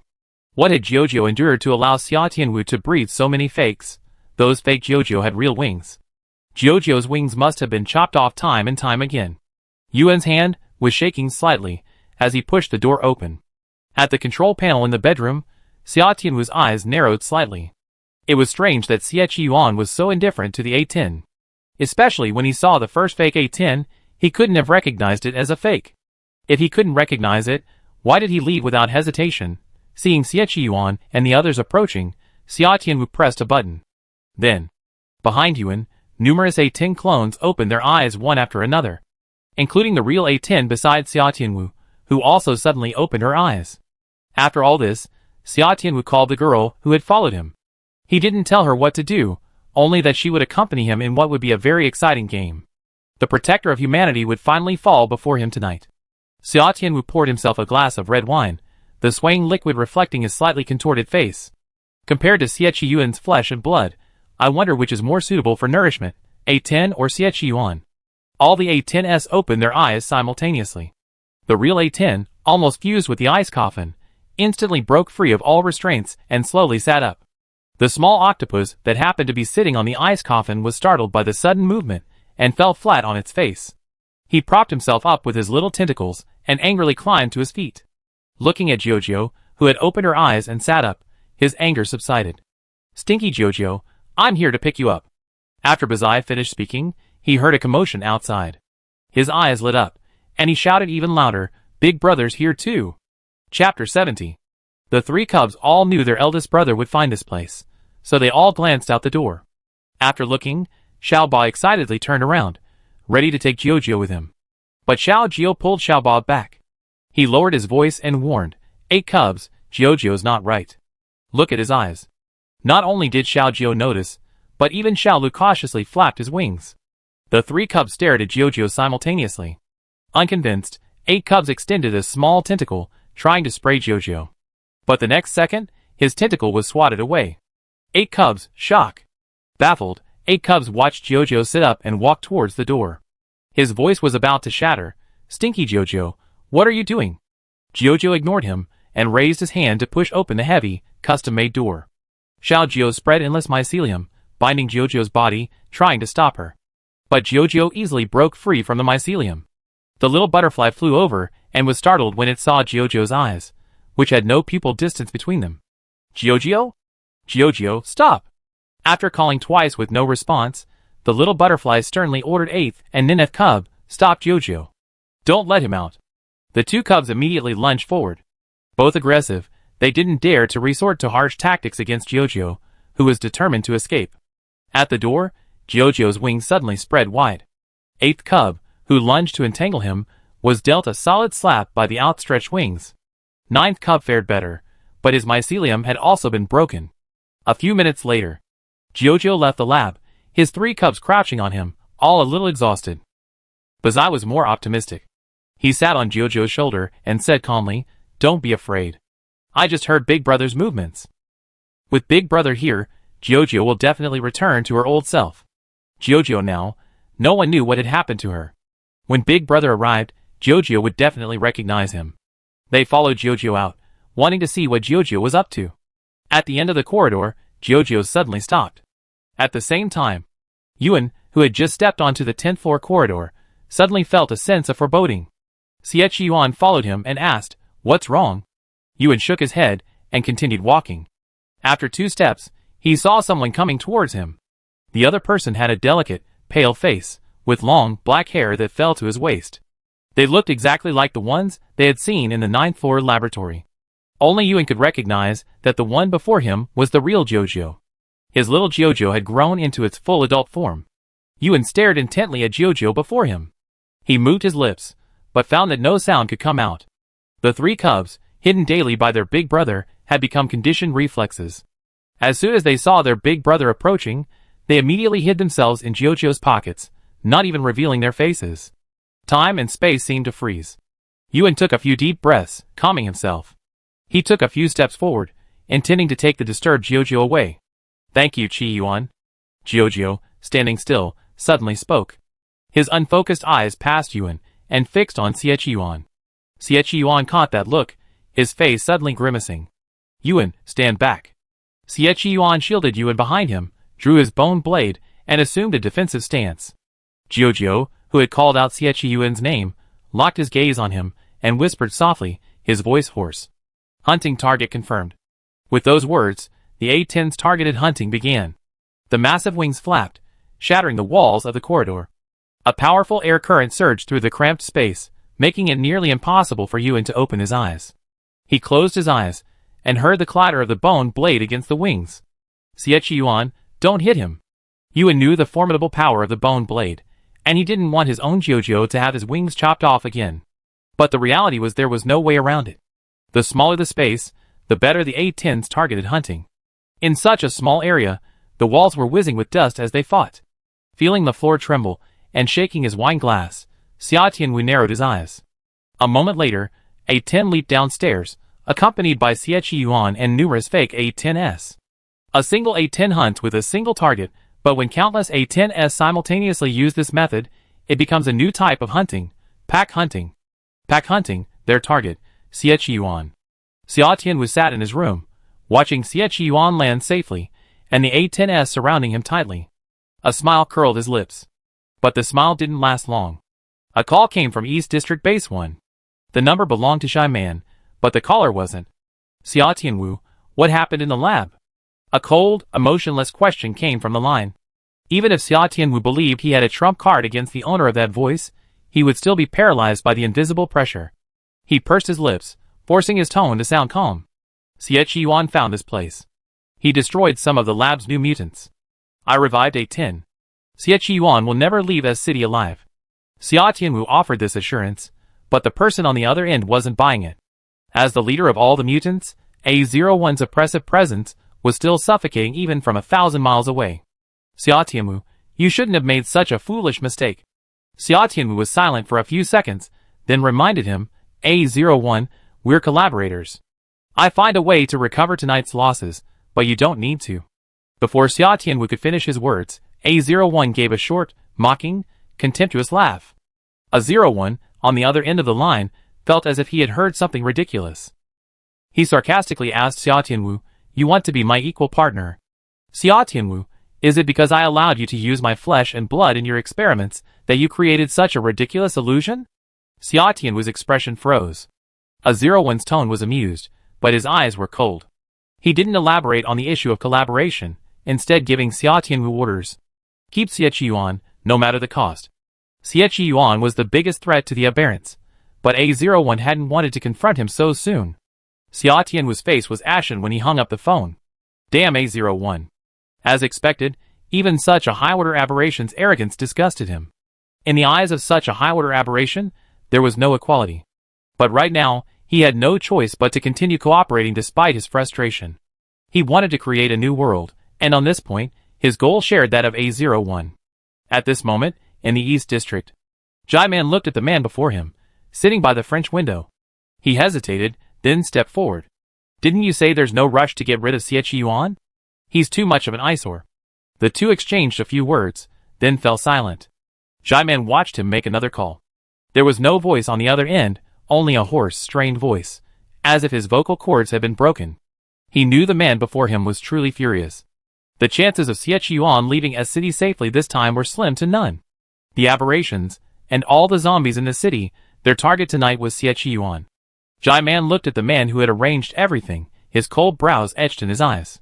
He didn't ask any serious questions, nor did he want to probe the man's thoughts. He simply asked casually, why not use your original mimicry? Didn't you say it would be more comfortable that way? The man replied calmly, you be afraid? Jai-Man, Jai-Man turned his face away silent. On the other side, Yuan stared at the cluster of Chiu and Xie Yuan climbing down the rope, stunned. Flame, can we jump? He scrambled at the window, but even with his best eyesight, he couldn't spot Xie Yuan amidst the layers of encirclement.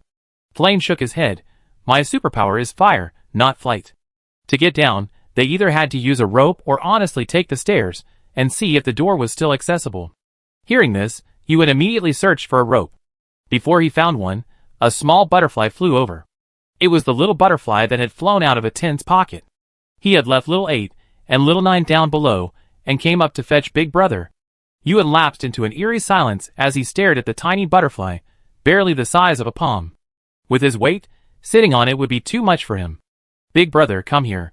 The little butterfly suddenly changed its form, returning to its human form, only with a pair of beautiful butterfly wings. The handsome young man carried Yuan down, leaving Flame behind, unattended. Flame naturally recognized the butterfly as a freak.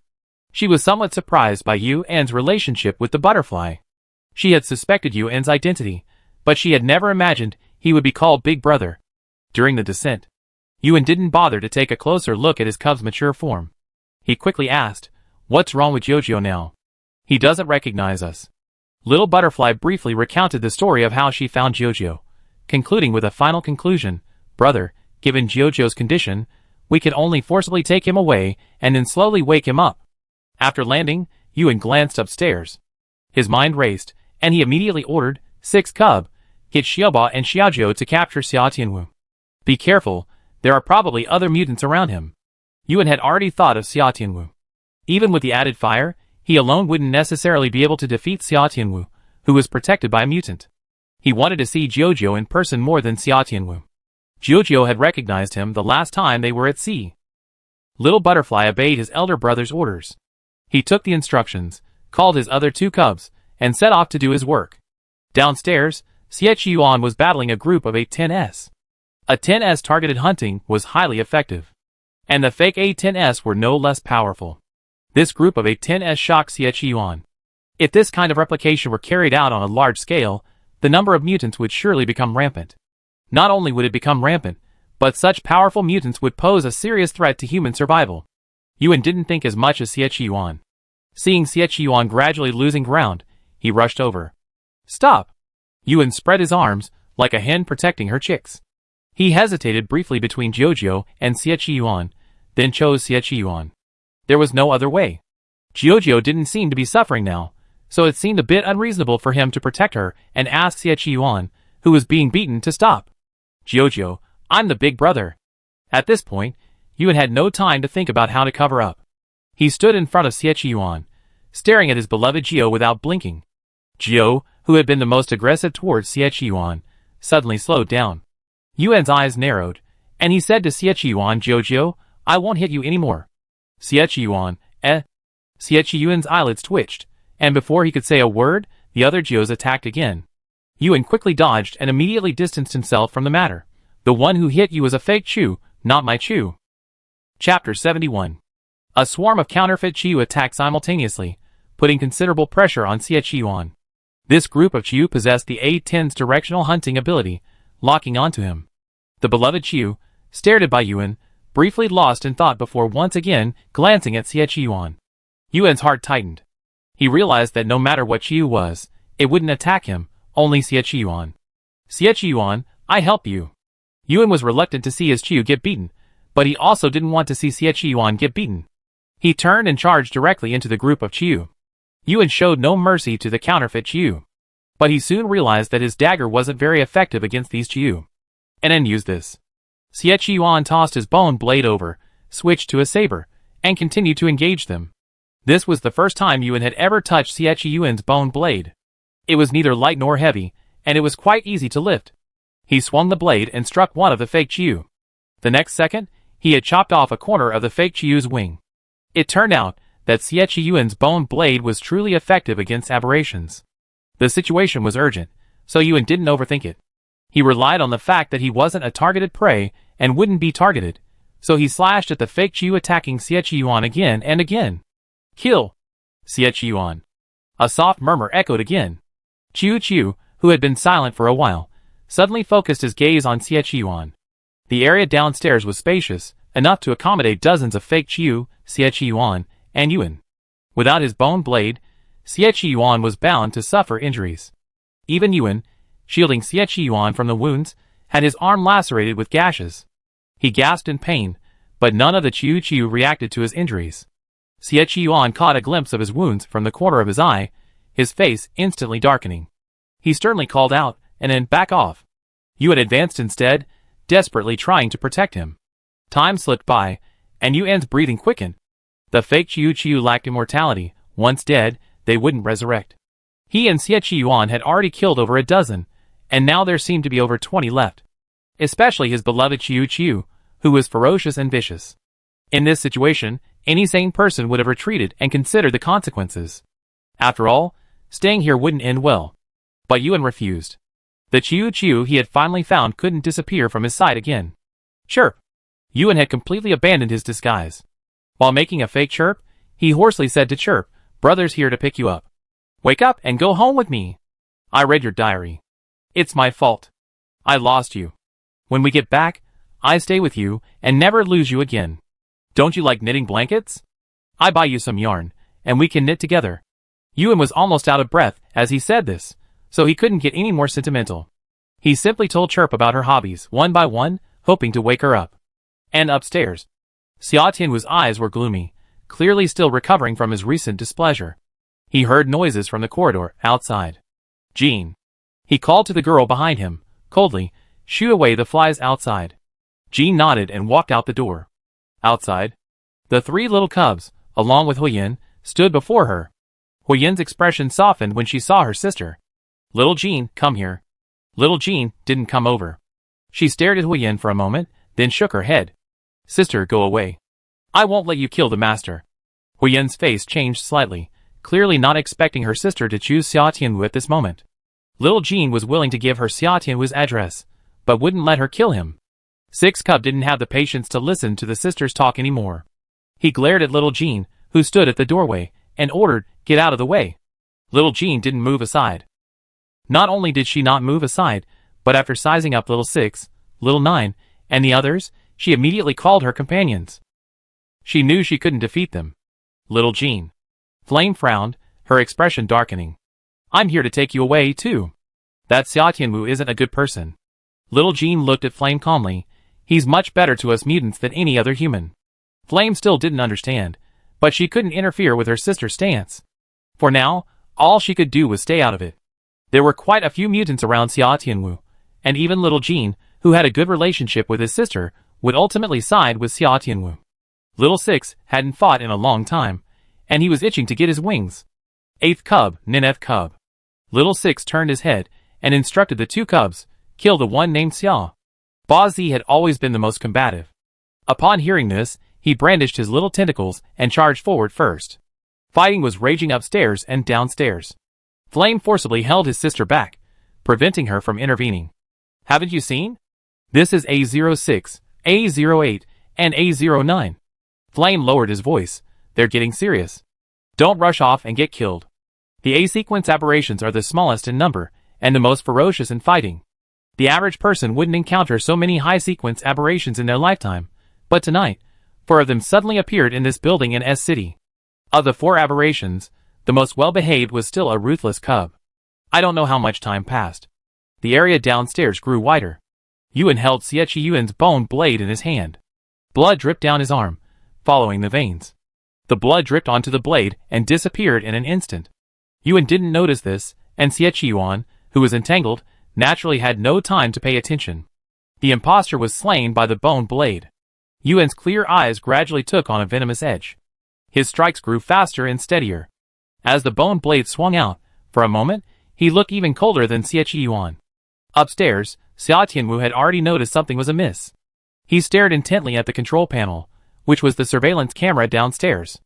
On the camera, Yuan looked like a killing god, his aura and strength rivaling Xie Qiyuan's in every way. How could this be? Xia Tianwu stood up straight in disbelief. How could this Yuan be using Xie Qiyuan's bone blade? He had obtained information about Xie Qiyuan's bone blade, and the bone in this blade was no ordinary bone. Xie Qiyuan had undergone a full-body transformation when he was dying, having received a special bone transplant. This bone fused and grew within his body, and eventually, through some unknown means, it formed a bone blade. In Xie Qiyuan's hands, the bone blade was a supreme weapon. In anyone else's, it was useless. On the screen, Yuan's bone blade was already pointed at A10. His eyes were cold, and he seemed a different person from when he first came down the stairs. He and A10 stood face to face. Xie Qiyuan had already noticed something was wrong and strode towards Yuan. Xia Tianwu wanted to watch again, but the banging on the door outside distracted him. He walked out with a sullen face, showing no fear of the aberrations at the door. Have you had enough of this? The door opened, and Xia Tianwu leaned against the doorframe, gazing at the 3 A-sequence aberrations before him. The aberrations under his command stood little chance against these 3. Seeing Xia Tianwu, Ba Zi immediately flew into a rage. You were the one who tricked our Jiujiu away, used him for experiments, and chopped off his wings. Faced with A08's fury, Xia Tianwu calmly replied, yes, I did it. A08, upon hearing this, immediately stopped talking. Just before he could strike, Xia Tianwu calmly spoke, A08, A10 is far greater than you. You are all born as aberrations, so you should know best what the aberration situation is like. From the beginning, you have been a group that humans cannot accept. Humanity created you for their own selfish purposes, but they are merely enslaving you. Once you lose your value, you will lose even the right to be enslaved. When that happens, your fate will be destruction. A08 and A06, A09, haven't you seen it? Haven't you seen how those worthless aberrations are destroyed? The 3 A-series aberrations fell silent. Xia Tianwu smiled and said, I'm not your enemy. Everything I do is to help you. Only when the aberrations grow in number and strength will your situation change. Only then will your fate truly be in your hands. Xia Tianwu's pitch sounded alluring. The world he described, dominated by aberrations, sounded so beautiful. Even Flame looked up at him. But A08's tentacles instantly bound him tightly. What you said is quite good. A08 stared at him intently, its tentacles tightening until Xia Tianwu's face flushed red, yet it didn't loosen. Unfortunately, I only listened to my big brother. He did whatever his big brother told him to do. If his big brother said he wanted to kill Xia Tianwu, then he would kill him. Xia Tianwu had many mutants, and down below the 6th floor, a bunch more lay asleep, waiting to awaken. He hadn't anticipated facing off against these A-series mutants, nor had he anticipated that A08 would actually want to kill him. A08, do you know that those who cooperated with me? Xia Tianwu was suffocating, struggling to even speak. He tried to sputter out something to save his life. But A08 clearly didn't have much patience. Stop brainwashing me. A08 cursed as a tentacle stabbed him through. Hui Yin, holding his sister, who had just been knocked unconscious by A06, watched the whole thing unfold without blinking. Xia Tianwu's death was so hasty that A09 couldn't help but speak. Botsy, you should have waited for him to finish what he was saying. I heard him say something about cooperation. Botsy snorted, and whipped the bloodied Xia Tianwu with his tentacle. Don't listen. Botsy acted incredibly wise. This guy is the most cunning. If he talks a few more times, according to the routine, he won't die. Xiao Jiao didn't want to talk. After Botsy brutally stabbed Xia Tianwu to death, they completed their eldest brother's task and left, preparing to leave. With Xia Tianwu dead, Jiao's figure downstairs suddenly swayed. Jiao, originally an adult, withered away and retracted into the juvenile form of a mutant in the blink of an eye. His body had been subjected to so many experiments that it could no longer withstand the strain. When a mutant becomes weak, it reverts to its juvenile form. However, with Xia Tianwu around, Jiao relied on medication and various other methods to maintain its adult form. The cub Jiao collapsed limply. Xie Qiyuan glanced at him, then reached out to catch Yuan, who was also exhausted. Yuan dropped the bone blade. Xie Qiyuan retracted it, and held Yuan in his arms. After slaughtering dozens of A10 clones, Yuan finally regained clarity, as he pointed the bone blade at A10. His face paled, and he cried out, Jiao. Jiao woke up, shrank, and collapsed. Yuan's vision went dark, and he could see nothing else. Xie Qiyuan held Yuan in his arms, and looked at the cub on the ground. As he took the bone blade from Yuan and slew the A10 clones one after another, his heart churned. The Yuan just now was a Yuan he had never seen, a Yuan he had never imagined. And then there was this Jiao. He was Yuan's Jiao, and also a renowned A10. And then, Xie Qiyuan's eyes were filled with emotion. He whispered, besides you, I don't think there's anyone else who could raise an A10 like a pup. He dismissed some of his negative suspicions and sighed, fortunately, there's only one A10 right now. If there were more, our family harmony would be seriously challenged. Chapter 72. Xie Qiyuan found another car nearby. He placed Yuan and A10 in it, and headed upstairs to check on Xia Tianwu. Xia Tianwu held many secrets, and he was going to take him back for a thorough interrogation. Shortly after Xie Qiyuan left, Ba Zi, the murderer who had killed Xia Tianwu, was also speaking to Hui Yan upstairs. He was clearly concerned for his sister in Hui Yan's arms. Keep an eye on your sister. Ba Zi bluntly threatened, if she tries to avenge her master, I won't mind killing her too. If Hui Yan hadn't brought their location tracking device with him this time, Ba Zi wouldn't have let Xiao Jin, a potential threat, go. According to his approach, eliminating the root of the problem was the most effective way to prevent danger. Hui Yan hugged his sister tightly, and nodded in agreement. After Bazai warned her, he continued, and the rest of us. Don't tell Xie Qiyuan either. Xie Qiyuan didn't notice us just now. Hui Yan hesitated, then finally, under A08's gaze, agreed. These A-series mutants were clearly following Yuan, who in turn was following Xie Qiyuan. Ultimately, neither Yuan nor Xie Qiyuan had anything to do with her. She was a member of the Red Bird organization, and her goal this time was simply to help Xie Qiyuan find Xia Tianwu. For now, her goal was considered accomplished.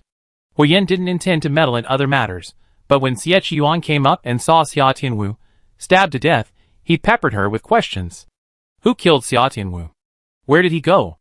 Hui Yan wanted to say she had done it herself, but when she looked at Xia Tianwu lying on the ground and the bodies of the other mutants, even with her thick skin, she couldn't take the blame. Well, what? The three aberrations that had been present had all retreated. Hui Yan looked at the corpses on the ground, then at Xie Qiyuan before him, racking her brains to come up with a lie. The aberrations rebelled. They fought Xia Tianwu, and both sides were injured and killed. Xie Qiyuan, Xie Qiyuan looked at her as if to say, do you think I'm mentally retarded? Hui Yan knew her story wasn't very clever, but she couldn't come up with a better one, so she just had to stick with it. Really, the situation just now was a little complicated. I don't know how to explain it to you. Anyway, Xia Tianwu is dead.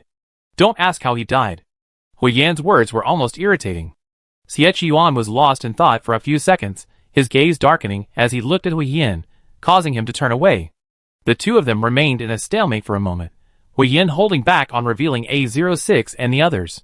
Whether it was A06, A08, or A09, none of these mutants were good people. If he sold them out, Hui Yan knew clearly they would kill him. Xia Tianwu's death was a foregone conclusion. Xie Yuan could see Hui Yan was unwilling to tell the truth. He had already searched the 6th floor, so it wasn't impossible to continue searching the other floors. But not now. Yuan was still unconscious. In this city, there weren't just mutants, there was also a zombie king. Xie Yuan didn't waste much time. After checking to make sure Xia Tianwu was truly dead, he led Hui Yan downstairs. Soon, the car parked downstairs drove away, Hui Yan behind the wheel, her sister lying in the back. Xie Yuan sat beside Yuan, resting her head against his thigh. He looked down at her and, speaking softly, instructed Hui Yan, "Let's go to the nearby residential complex. We settle down there first. Be sure to find a pharmacy, they might need medication."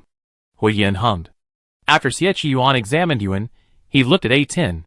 Perhaps A10's plight was truly too dire, having reverted to its juvenile form. Looking at it this way, it looked rather pitiful. Poor little Jojo huddled quietly against Yuan's waist, its wings still showing signs of being cut. "Forget it." Xie Yuan patted his head, giving him a thoughtful gesture. "Just be a good Jojo in front of your big brother from now on." The car sped away. Hui Yan searched for the pharmacy and the residential complex, and soon she finally found them. "Xie Yuan, there's a pharmacy up ahead, and behind it is a residential complex."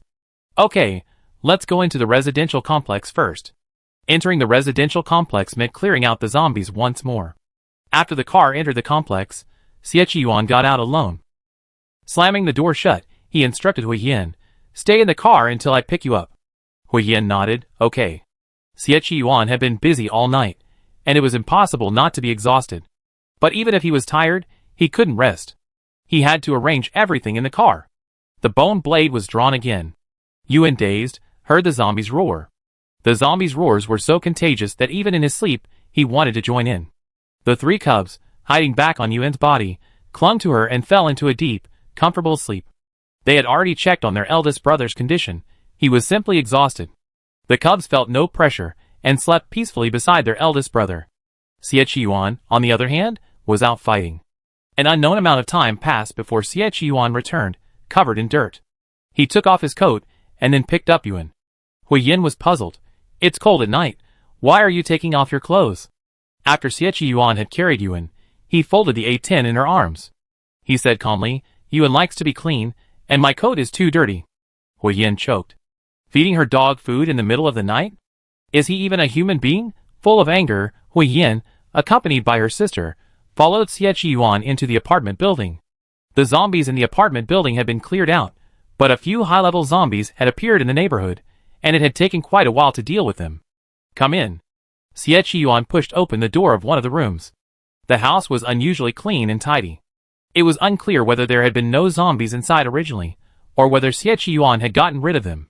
The house was spacious, with 3 rooms. Xie Yuan assigned the rooms with a serious look. "Hui Yan, you and your sister will sleep in one. A10 will have one, and Anin and I will have another." Hui Yan had no objection. Her sister was still unconscious, and there was no telling what would happen when she woke up. She had to keep a close eye on her beforehand. After Hui Yan took her sister back to her room, Xie Yuan also took A10 to the bedroom. A10 had some injuries, but they weren't as severe as Xie Yuan's. Xie Yuan had been severely restricted in tonight's fight, and had taken quite a bit of pain. "Apply medicine to the mutant."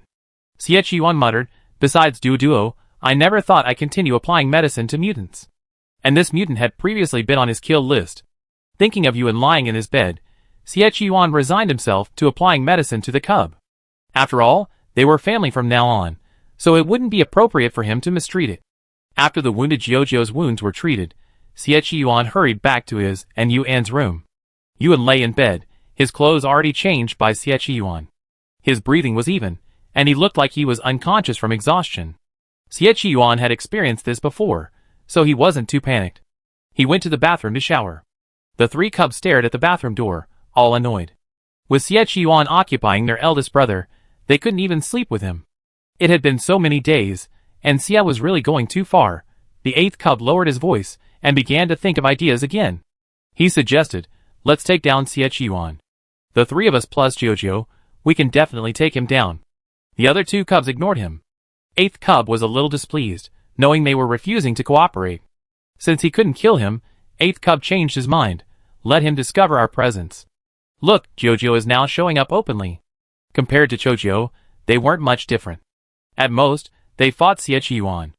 Eighth cub's new proposal made little 6 and little 9 look at each other. Their eyes met, and for a second, they were in silent agreement. They could show up, but they have to send another cub to test the waters. The best thing would be to send a cub with a simple brain and, like them, a grudge against Xie Yuan to test his reaction. Jojo is acting quite openly now. Sixth cub said calmly, wait until Big Brother and Jojo wake up tomorrow. We find a suitable opportunity, and maybe we can get out in the open. Big Brother wasn't awake yet, and it was getting late, so sixth cub and ninth cub didn't let little 8 act just yet. The cubs left Big Brother's room. Before leaving, little 8 was reluctant to leave and tried to hide in the room. Little 6 tugged at his little tentacles and dragged him away. The cubs went to sleep with Jojo, while Yuan slept on his own. In the bathroom, Xie Yuan washed himself and then washed and hung out the dirty clothes he and Yuan had taken off. When he was done, he returned to bed. And then, Xie Yuan lay down beside Yuan, pinching her face to see if she was awake. Haven't you slept well yet?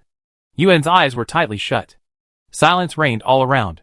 In the silence, Xie Yuan stared intently at Yuan's face, muttering softly to himself, I won't wake you tonight, but tomorrow you're not allowed to hide. You must wake up. Yuan didn't know if he heard her, but her breathing was even. That night, several people fell asleep exhausted. Only the magician, who lived in the same city, had agreed with Xie Yuan to be responsible for restraining the zombie king. He labored through the night. The zombie king had been quiet at first, but suddenly, for some unknown reason, he went mad and gathered a large number of zombies, heading in a certain direction. The magician used a spatial reappearance to block their path. When all the noise in the city died down, the magician, exhausted, withdrew from the reappearance space. He found a random spot near the zombie king to continue his surveillance. The next day, after Xie Yuan woke up, he checked the clothes hanging out to dry. They were almost dry. He put the clothes away, returned to the bed, and called Yuan to get up. Luckily, Yuan had truly exhausted himself and fallen asleep the previous night.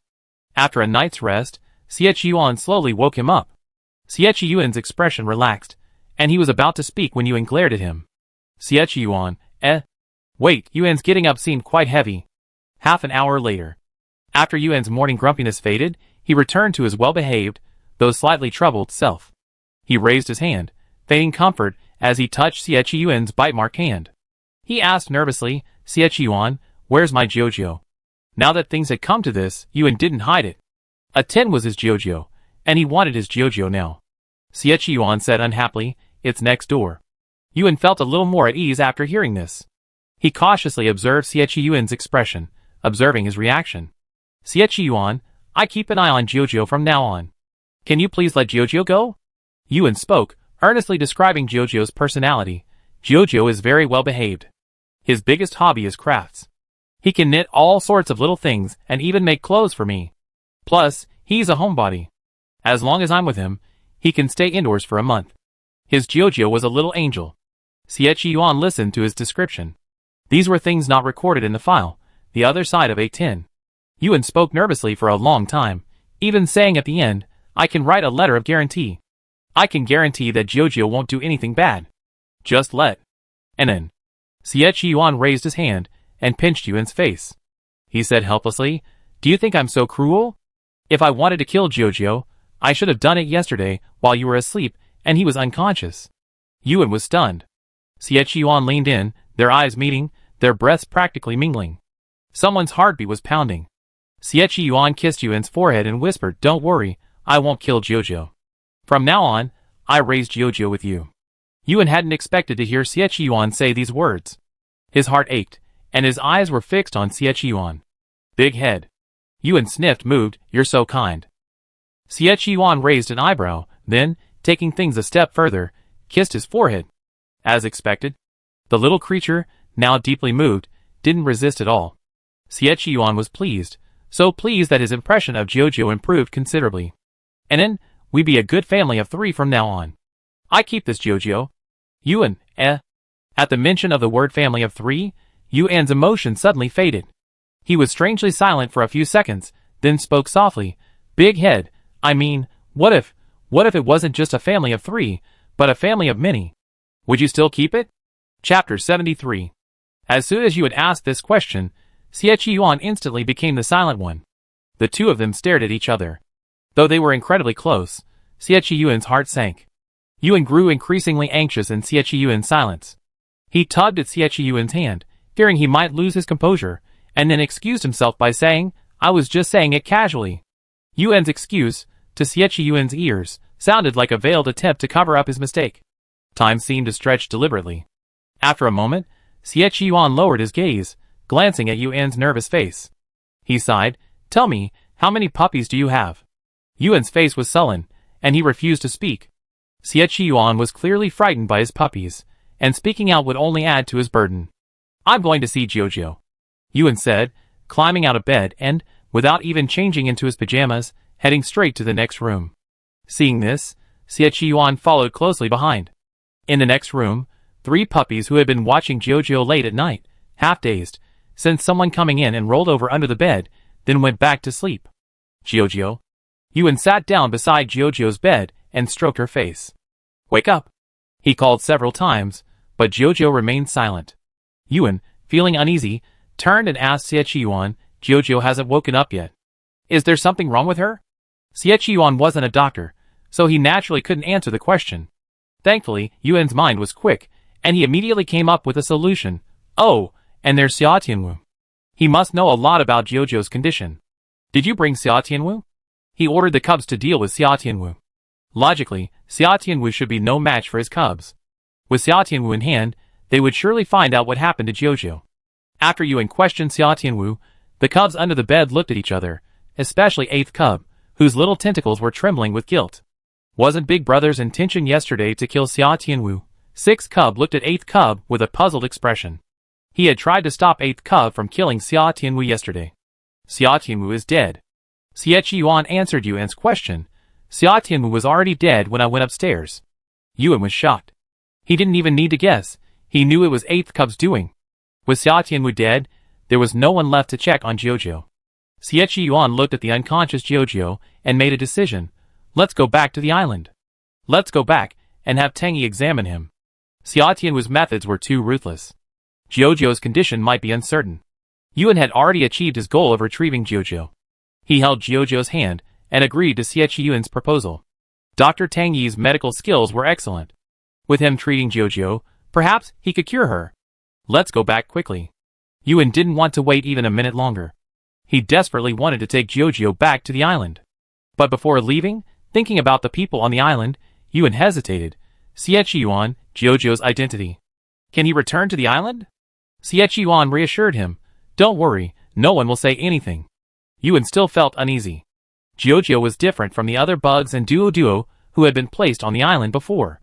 Jojo was an A10 that most people feared and rejected.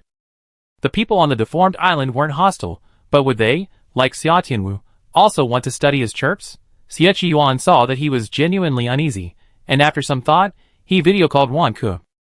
It was already early in the morning, and Wanku always had a good sleep schedule and rose early. But this time, he answered the video call just as it was about to be disconnected. After answering, he still looked exhausted.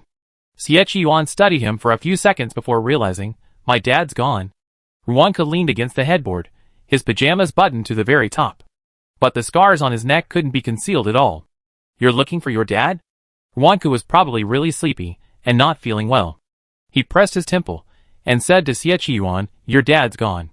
Xie Yuan didn't want to look for his father, he only wanted to find Wanku. Uncle Ruan, I have something to tell you. In front of Yuan, Xie Yuan briefly explained Yuan's relationship with A10. He simply thought of A10 as someone like Chong Chong or Duo, someone who had once wandered the world and been taken in by Yuan. As for Yuan himself, he repeatedly emphasized that he had truly been just an ordinary, unremarkable little salted fish over the years, the kind who rarely left the house. Yuan's tone was honest as he spoke these words. This was how he viewed himself. He had been recuperating for years, studying and living at the research institute. He didn't even have any special skills. If his father hadn't paid for the research institute, he thought, he might not even have a place to seek medical treatment. For someone like him, calling him an ordinary, unremarkable little salted fish was a bit of a compliment. Ruan Ke, on the other side of the video, didn't even show any surprise after hearing what Xie Yuan said. He simply said good-naturedly, I understand. You mean A10? It's called Jojo, right? I tell Tangy in advance, and have him be ready to treat Jojo at any time. I won't tell anyone except your father about Jojo's identity. Come back soon. Don't worry about anything else. Ruan Ke's tone was gentle, his whole heart focused on him. Yuan's eyes watered as he listened. He squeezed in front of the camera and thanked Ruan Ke in a deep voice. Dr. Ruan, thank you. You're so kind. Ruan Ke smiled at him. You're welcome, Minin. Come back soon. I developed a few new flavors of nutritional paste. You can give them to Jojo when you get back. With Ruan Ke's patient reassurance, Yuan finally relaxed. They had already decided to leave.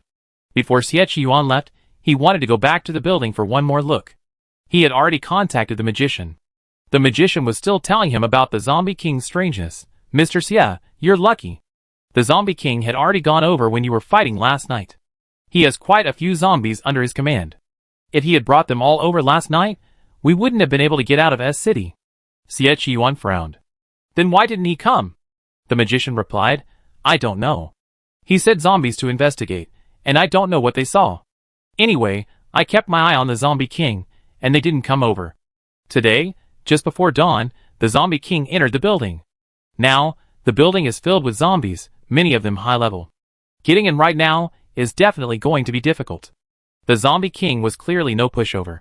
The number of zombies in this city was terrifying. With Xie Yuan's abilities, he could certainly force his way into the building, but a battle with the Zombie King would be inevitable. After weighing the pros and cons, Xie Yuan gave up on going to the building. He would bring A10 back to the island. Once A10 woke up, he could still get some information from A10 about Xia Tianwu and what had happened in the building. Yuan stayed by Jojo's side, not moving a step. As they drove out of S City, Yuan finally drove the car. Xie Yuan and Huiyan were responsible for dealing with any zombies that hijacked the car. The car sped along. The Zombie King listened to the zombies roaring before him and responded with a short, low roar. The zombie buddy continued to complain. Who? Boss, the food's gone. All the food's gone. The Zombie King stood in front of the French window and said in a low voice, Who? I know, run if you want to. The zombie buddy was unwilling to give in. Who? Boss, I'm hungry. Food. The Zombie King glared at him, clearly dissatisfied with this little buddy who only cared about eating. The zombie buddy was fearless and continued to clamor for food. The Zombie King locked eyes with him, then slapped him. Who? No food. He had intended to take his buddies out for dinner yesterday, but there was one inedible meal among the bunch. In the end, because of that one inedible meal, they had to give up all the food. Under the Zombie King's orders, the zombie buddies, waiting for food, could only swallow their saliva and let go of a pile of food. Outside the city, the magician finally got into the car, and one of the people they brought with them died, including a bald man who was originally following the magician. Baldy was bitten by the Zombie King himself. The magician hadn't seen him since. Yuan was stunned for a moment after hearing Baldy was gone. But soon, his attention was drawn to Xie Yuan's voice. The bumper car he was driving was so bumpy that it made him want to vomit. After reaching the outskirts of the city, Xie Yuan decisively asked the magician to switch seats with Yuan, and then come over here and let the magician drive. The magician scowled at Xie Yuan with a sour face. Do you really think I'm here to serve you? Xie Yuan, we completed the first mission you entrusted to us, Red Bird. From now on, we should go our separate ways. The magician didn't want to spend even a minute with Xie Yuan. He had suffered at his hands before, and had been beaten by Yuan before. Now, the sight of these two people reflexively gave him a bad feeling. Xie Yuan glanced at the city gate behind him, and said, We're only a few hundred meters out of town. Are you sure we're going our separate ways? The magician said coldly, I'm sure. There were still cars outside the city, so the magician went down and found one that worked. He knocked on the window and called to Flame, who was sitting inside, Get out. We should leave. The little sister in Flame's arms had her eyes closed. It wasn't that she hadn't woken up, but after waking up, she was knocked unconscious again by Flame because she wanted to find her master. The little sister wasn't prepared for Flame, otherwise she wouldn't have been so easily knocked unconscious. And then, we're leaving. Flame carried her little sister out of the car.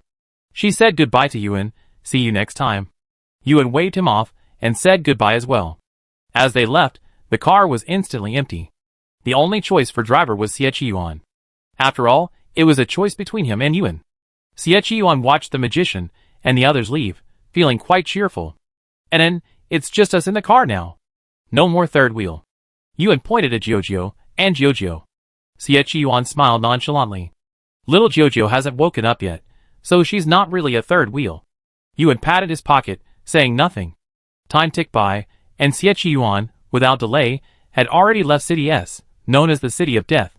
They had only one destination on their return trip, the island. After contacting Ruanko on the island, Ruanko had already dispatched a helicopter to pick them up. However, helicopters couldn't enter the East District's airspace. They now needed to exit the East District's territory, so they could take the helicopter directly. After a day of driving, Yuan reached the border of the East District, where residents had previously lived. But nowadays, there were hardly any residents to be seen. Most of the survivors had chosen to seek refuge at the base. And then, let's rest here for a while, and wait for the helicopter to pick us up. Yuan found a relatively clean house, and took Jojo inside. Yuan wanted to be held by himself, but Yuan saw that he had been sleeping in the car for a while, and was quite groggy, so he didn't let him hold him, fearing he might lose his balance and fall. After the two of them got inside, nothing happened. Without anyone to disturb them, Yuan also wanted to spend some quality time with Yuan. They put Jojo on the bed, and then sat on the sofa by the window. From this position, they had a good view of the sky, which meant they could easily see the helicopters. And then, Yuan pulled the man in front of him, not allowing him to hide. I've been thinking about this for 2 days, and now I figured it out. Even if it's not a family of 3, I raised them. As he spoke, he reached out and touched Yuan's belly. Before Yuan could react, he spoke. If you can have as many children as you want, I raise as many as you want. Yuan, Yuan pulled her face and slapped his hand away. You're the one who's having children. He was about to talk about family size, but was almost interrupted. Yuan looked up at him, his dark eyes reflecting Yuan's features. Such a focused and captivating gaze made the person in question dazed for a few seconds. Big head. Yuan began to be puzzled again. Why do you like me? I'm not good at all, and I have children to raise. According to human standards for choosing a partner, no one would marry me. This was also the truth Yuan had figured out after entering human society. He knew his marketability was low, so he hadn't considered finding a partner.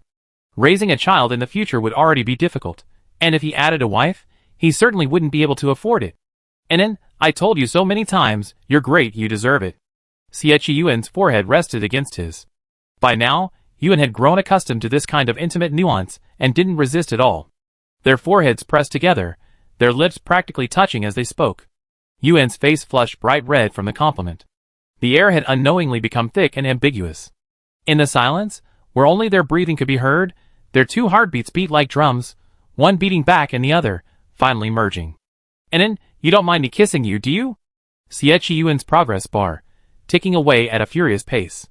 He wasn't ticking it off by himself. He'd tell Yuan every time it ticked. Holding hands, hugging, kissing, sleeping together. Yuan didn't ask questions like whether he wanted to be with me, whether he liked me today, or when he say yes. He didn't ask any of these questions, which threatened to force him to resign. He didn't ask Yuan to answer their relationship.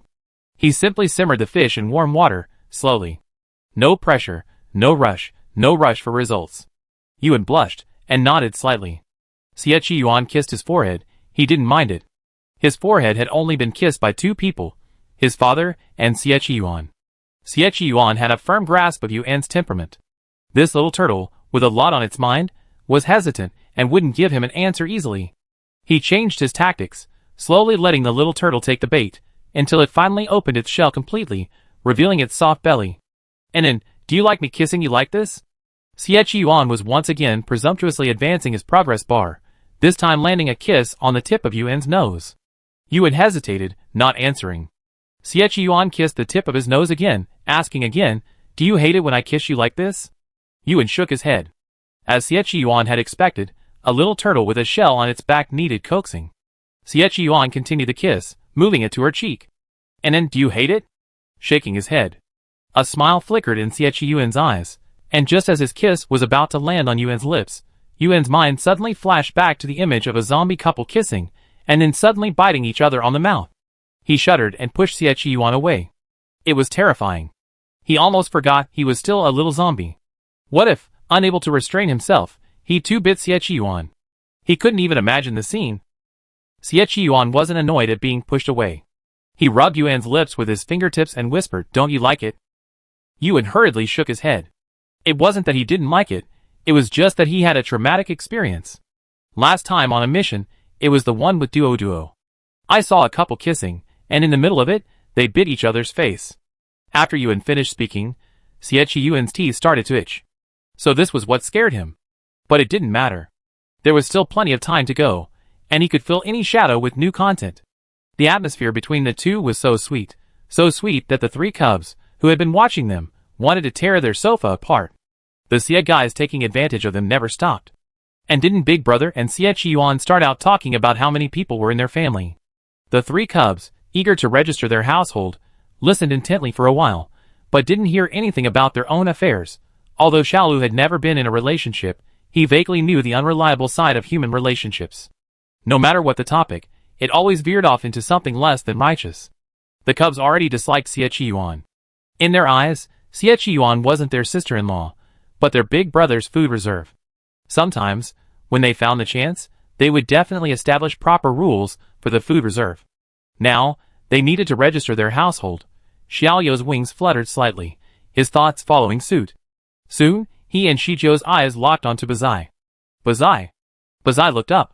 What are you doing? Xiaoyou's eyes flashed cold, and the next second, Bazai was kicked out. The palm-sized little octopus rolled several times before finally reaching its big brother. Xie Yuan, who was currently cuddling with Yuan, said, ? Yuan, already somewhat bewildered by Xie Yuan's kiss, was even more bewildered when he saw the little octopus, who stopped and turned to curse, turn around. He mentioned the swearing Bazai and asked blankly, Bazai, why are you out here? Chapter 74. Eighth cub was a bad-tempered cub. He thrashed furiously in his eldest brother's arms, wanting to rush back and fight little 6 and little 9, who had kicked him out. At the sound of his eldest brother's voice, little 8 raised his head. After seeing his eldest brother's stunned expression, little 8 finally came to his senses. His face froze. Damn, I'm exposed. Yuan frowned and lectured him. No swearing. Little 8 had picked up this bad habit from nowhere, constantly swearing, words unbecoming of a cub. Eighth cub was silenced by the lecture, his eyes rolling around. He turned his gaze to Xie Yuan and locked eyes with him for a few seconds. Xie was now staring at him in disbelief. Seeing Xie like this, eighth cub, still being lectured by his eldest brother, instantly straightened his body. The wind died down, the rain cleared, and he felt he could handle it again. Humph. Botsy pointed his finger at Xie Yuan in a snarl. Xie Yuan, we meet again. Are you going to support me from now on? Xie Yuan's eyes were filled with complexity. Yuan suddenly tensed up when he heard Botsy's question. He hugged Botsy tightly, staring at Xie Yuan without blinking.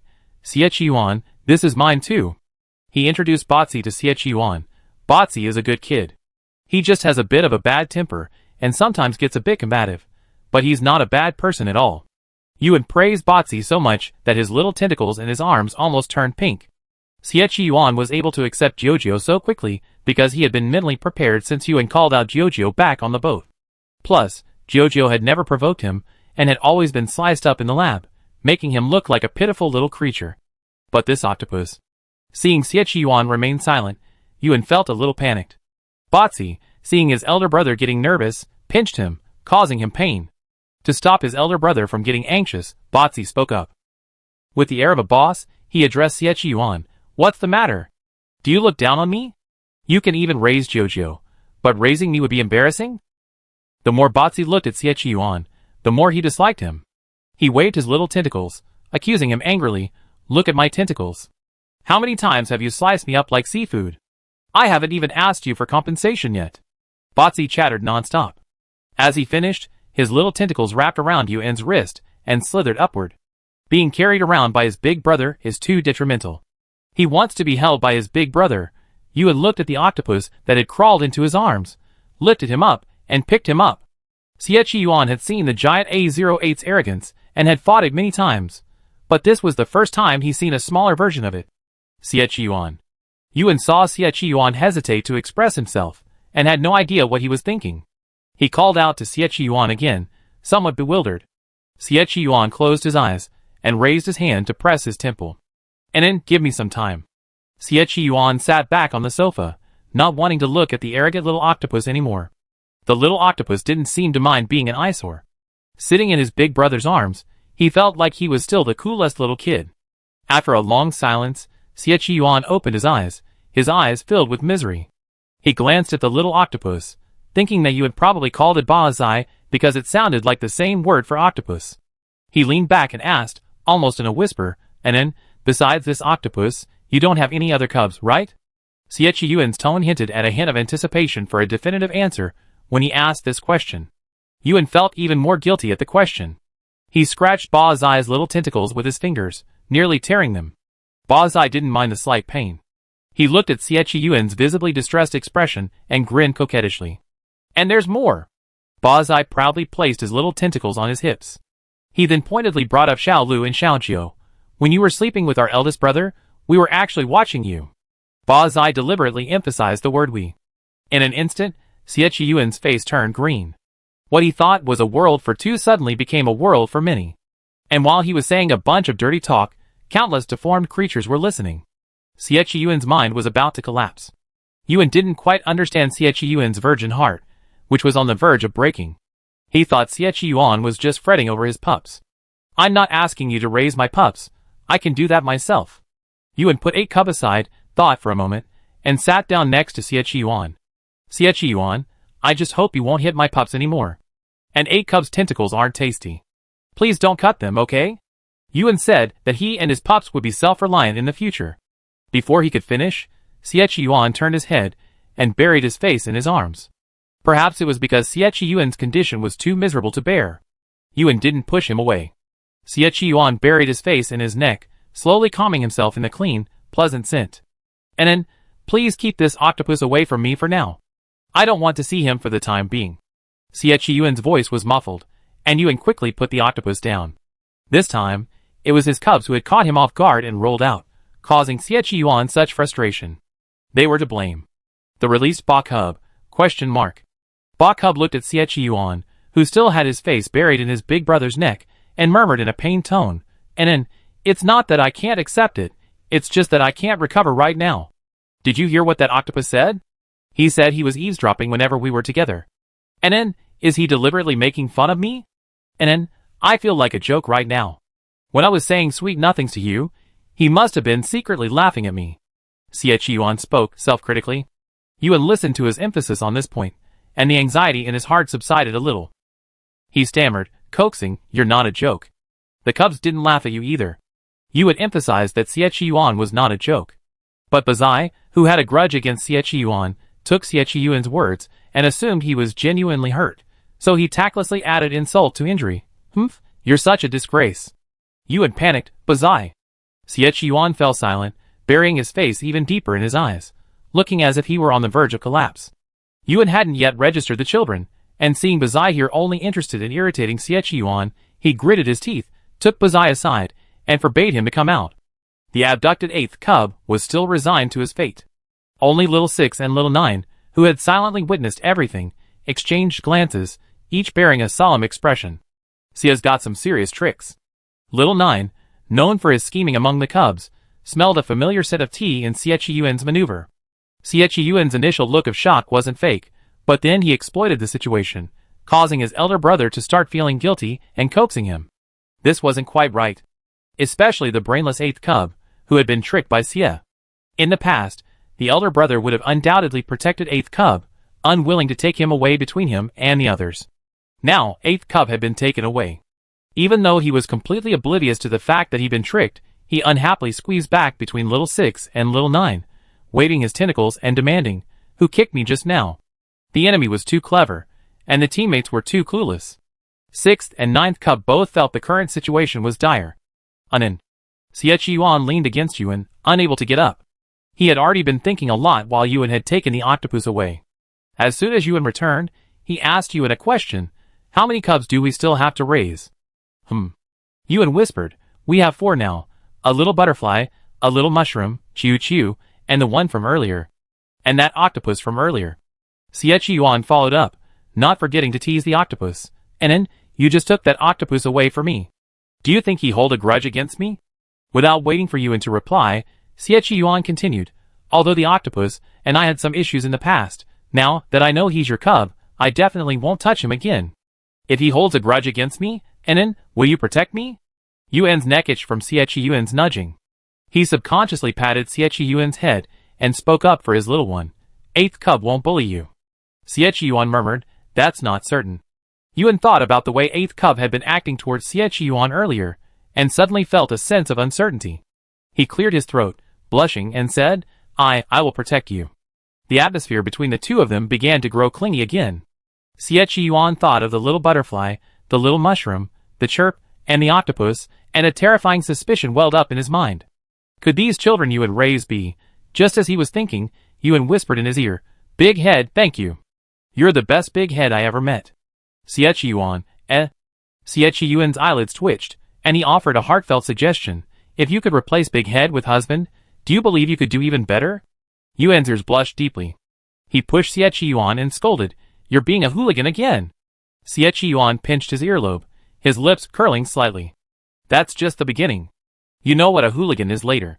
As the two chatted, the atmosphere unknowingly returned to normal. In any case, Yuan's children had finally been exposed in front of Xie Yuan. Xie Yuan was no fool. If he were to kill each of the A-sequence mutants one by one, the time and cost he would incur would be incalculable. And having them under his watchful eye, and even with Yuan's supervision, he could see clearly that Yuan could keep them under control. Xie Yuan knew what to do, both professionally and personally. After a moment, Xie Yuan video called Ruanku again. This time, Ruanku was in the lab, still wearing his white coat. Xie Yuan considered it, and finally revealed Yuan's other cubs. Yuan sat next to Xie Yuan and mustered up the courage to confess, Dr. Wan, I'm sorry, I kept it a secret from you for so long. My cubs have always been with me. Back on the island, I hid them in my room and didn't tell anyone. Ruanku's expression remained gentle, as he listened to him describe the cubs. After Yuan finished, Ruanku jokingly said, You've been hiding them for so long, and they don't seem bored. Yuan had wondered if the cubs might be bored, but rather than letting them get bored, he preferred that they be safe and sound. The video call lasted a long time. Finally, Ruanku reassured Yuan, You've been able to take care of the kids for this long and keep them out of trouble. That proves they're very well behaved and listen to you. And then, don't worry, come back. Ruanku's reassurance made Yuan nod repeatedly.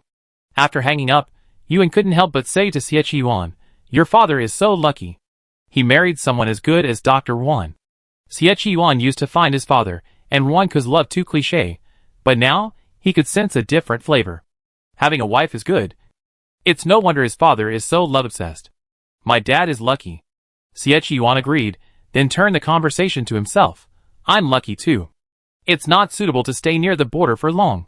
Before nightfall, both heard the sound of a plane landing. Meanwhile, Xie Yuan was also observing all the cubs with Yuan. A 06, he had struck down. A 09, he had led a team to exterminate and escape. A 08, he had the deepest connection with, having fought several close calls. Now, the 3 cubs were facing him face to face. The little octopus seemed to have been taught a lesson by the other 2 cubs. It didn't even challenge him. Hello.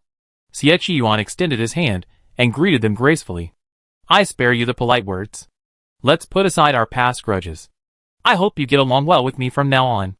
I currently earn a monthly salary of 20,000 yuan, with generous bonuses, and I saved quite a bit over the years. In short, I won't let an in, and the rest of you suffer. Xie Yuan acted like a parent. And the A-sequence mutants were each incredibly arrogant. Even the sweet little angel Jojo possesses an innate pride. As soon as Xie Yuan finished speaking, the irritable Xiaoba was about to scold him for looking down on someone. Does A08 need a reserve of food to feed him? Little Butterfly held down the pointing tentacle of the 8 cub and calmly replied, We only follow our big brother. As for you, let's just keep our distance. Lil Joe's voice was equally cold. Your salary is enough to support yourself. We can support our big brother. Whatever big brother wants, they can get. Xie Yuan narrowed his eyes at the calm Xiaolu and Shuzhou. It seems that there aren't many fools among Anan's children. The plane circled, seemingly about to land. Xie Yuan received a call and walked out with Yuan. Except for Jojo, who was still unconscious, the other cubs, as usual, climbed into Yuan's pocket. On the plane, Song Jun was piloting it. "Inan, it's great to see you." Song Jun happily greeted them. "Thank you, instructor. You've been out for a long time." Xie Yuan helped Yuan carry Jojo onto the plane. After putting Jojo down, he turned back and grabbed Yuan's wrist, pulling him aboard. Besides Song Jun, Ho Ying was also on the plane. Ho Ying was curious about Jojo and asked Xie Yuan, "Xie, instructor, who did you bring back? Is he human?" Jojo had reverted to its juvenile form, its small wings involuntarily retracting. Xie Yuan said calmly, "Why are you asking so many questions?" He didn't want to talk, and Ho Ying tactfully stopped asking. The plane flew very fast. Xie Yuan listened to Ho Ying's report on the situation on the island. Everyone's kept up with their training. "We already been on quite a few missions with the captain. By the way, Instructor Xie, we got a few more psychics like Brother Song. Among the 4 districts, our West District has the most psychics right now." Xie Yuan listened to him, occasionally responding. "You would love to sleep, whether in a car or on a plane." Not long after the plane took off, he leaned on Xie Yuan's shoulder and fell asleep. Xie Yuan lowered his head, flipping through his phone. Song Jun glanced at him and asked, "Instructor Xie, what are you doing?" Xie Yuan didn't even look up. "I'm just checking for any high-paying missions and taking on a few." It was obvious these brats didn't care for his current salary. TSK. His wife hadn't even saved enough, and now she had to save to support the bratty kids. Chapter 75. Song Jun's salary was several notches lower than Xie Yuan's. He clearly didn't understand Instructor Xie's eagerness to earn money. "Instructor Xie, I heard from others that your salary is very high." Xie Yuan used to be quite satisfied with his salary, but not so much anymore. He didn't explain it too clearly, simply saying, "You're still young, and there's a lot you don't understand. At a certain age, a man must shoulder the responsibility of supporting his family." Although society now advocates for couples to earn money together, Xie Yuan, influenced by his father, still holds onto old-fashioned, traditional ideas. In traditional thinking, if he married a wife, he must love and care for her well. As for any children his wife brought with her, they would naturally have to be raised as well. Song Jun said cheerfully, "Thank you, instructor. I'm not that young anymore. Many of my peers are already dating, and I want one too." Xie Yuan hummed to him, then offered a nonchalant encouragement, "If you find someone suitable, date them. Go for it." Song Jun coughed twice, but seeing that Yuan still hadn't woken up, he gave up on chatting with her. He was so focused on flying that he didn't even bother paying attention to Instructor Xie, who was sitting next to Yuan. In Yuan's pocket, the 3 cubs listened to Xie Yuan's conversation and didn't react. They had inherited their older brother's airsickness. The flight lasted an unknown amount of time. After Song Jun landed the plane, the group took a boat back to the island. Unlike when they left, upon their return, they noticed that the security around the island was much stricter. Song Jun said, "There have been several accidents on the island. Oh, and there's also a big-head carp that keeps coming over and harassing us. That fish was ugly, but very agile. I tried to catch it several times but couldn't. To prevent it from harming anyone, we've taken some measures around the island." Song Jun's mention of the big-head fish made the little BS *** in his pocket fall into deep thought. He vaguely remembered that he had a silly little brother who lived in this very sea. And last time, the silly little brother had told him that he was coming here to help him find his big brother. With Song Jun around, the little BS *** didn't want to show up. He planned to tell his big brother later. Soon, everyone arrived on the island. Yuan was not surprised to see Dr. Tangy, who had been waiting for who knows how long. Dr. Tangy's gaze didn't even linger on Xie Yuan's face. Yuan thought the little butterfly had been exposed, so he simply held it out in front of Xie Yuan. "Here." Yuan handed the little butterfly to Tangy. "Look, he's fine." With the little butterfly as a bribe, Dr. Tangy was clearly happy to treat Jojo. The little butterfly lay half dead in Tangy's palm, too lazy to play with him. After Tangy took the little butterfly, he made no move to return it. Yuan was anxious, but because of Jojo, he couldn't ask for it directly. Tangy took Jojo for treatment. Yuan watched Jojo being taken in. He sat outside the examination room, anxiously waiting. "And then, look at me." Xie Yuan held Yuan's face, soothing him. "Don't be afraid. A Ten's ability is immortality. He won't be in any danger. Besides, Tang Yi's medical skills are excellent. He was the one who performed my surgery. Let's trust Dr. Tang, and let's trust Jojo too, okay? With Xie Yuan's patient soothing, Yuan slowly calmed down. He had already brought Jojo here. All he had to do now was wait for Jojo to recover. He couldn't afford to be so anxious. The two waited outside for a while, and Ruanke arrived. Ruanke wasn't empty-handed. He had quite a few nutritional creams in his pocket. And then Ruanke called to him, "I just finished. Is Jojo already being examined?" Yuan nodded. Ruanke glanced at the examination room door. He had also brought milk for Yuan. It was the special milk Xie Yuan always gave Yuan. Ruanke had no idea how he noticed it. "Here, I see you like it." Ruanke placed the milk in Yuan's hands, and asked a few more questions about Jojo's condition. Finally, he turned his attention to the other pups Yuan had mentioned. "Where are the other 3 pups?" Ruanke took out the nutritional paste he had prepared. "I brought this for them." Yuan, once again touched by Dr. Ruan's thoughtfulness, pulled out the little mushroom and the little octopus from his pocket. "There's also a little butterfly." Dr. Tang took it away. Yuan explained, "Dr. Tang, I know my little butterfly is a deformed one. It was Dr. Tang who treated it when it was injured." He then pointed at the little mushroom. "The little butterfly and the little mushroom have always been with me. This is the 8th cub. I just found it." After Yuan introduced the pups, Ruanke's gaze lingered on them. The 8th cub had no fondness for humans, especially since he knew the human in front of him was Xie Yuan's parent. "It's a baby octopus." The human in the white coat reached out and touched Ba Zi under his wary gaze. "Looks pretty cute. Want some nutritional paste?" Ruanke then pulled 2 nutrient pastes from his pocket and passed them between the octopus's 2 tentacles. The octopus's tentacles clinged to the pastes, completely transfixed. This expression intrigued Ruanke, who couldn't help but pinch it again. After the pinch, the octopus finally reacted. The always irritable Ba Zi, in front of the gentle Dr. Ruan, slowly turned pink with his tentacles, then covered his face. Xie Yuan raised an eyebrow, not quite understanding what was happening to the octopus. Yuan knew his own cub quite well. He stood on tiptoe and whispered in Xie Yuan's ear. Dr. Ruan said he was cute. The little octopus, who usually cursed, was very irritable and disliked humans. But this human praised him for being cute. Xie Yuan silently watched the pink octopus, as if he had discovered a new world. Yuan picked up the pink little octopus and urged him to take a few bites of nutritional paste. Ruanke also gave Shujio some nutritional paste. Shujio was very familiar with Ruanke. He had met him before Ruanke knew him. But the moment Ruanke handed him the nutritional paste, Shujio somehow met his gentle eyes and felt as if he had been caught. But it must have been an illusion. Xiaojio took the nutritional paste without hesitation, opened a flavor he liked, and ate it. Ruanke was very busy, and he barely found the time to visit Yuan. After waiting with Yuan for a while longer, Dr. Tang still hadn't come out. Yuan didn't waste Ruanke's time. He persuaded him, "Dr. Ruan, you go back and get busy. I just wait here." Dr. Ruan didn't shy away from him and nodded. After Ruanke left, Yuan looked at Xie Yuan again. "Xie Yuan, you should go back and rest too.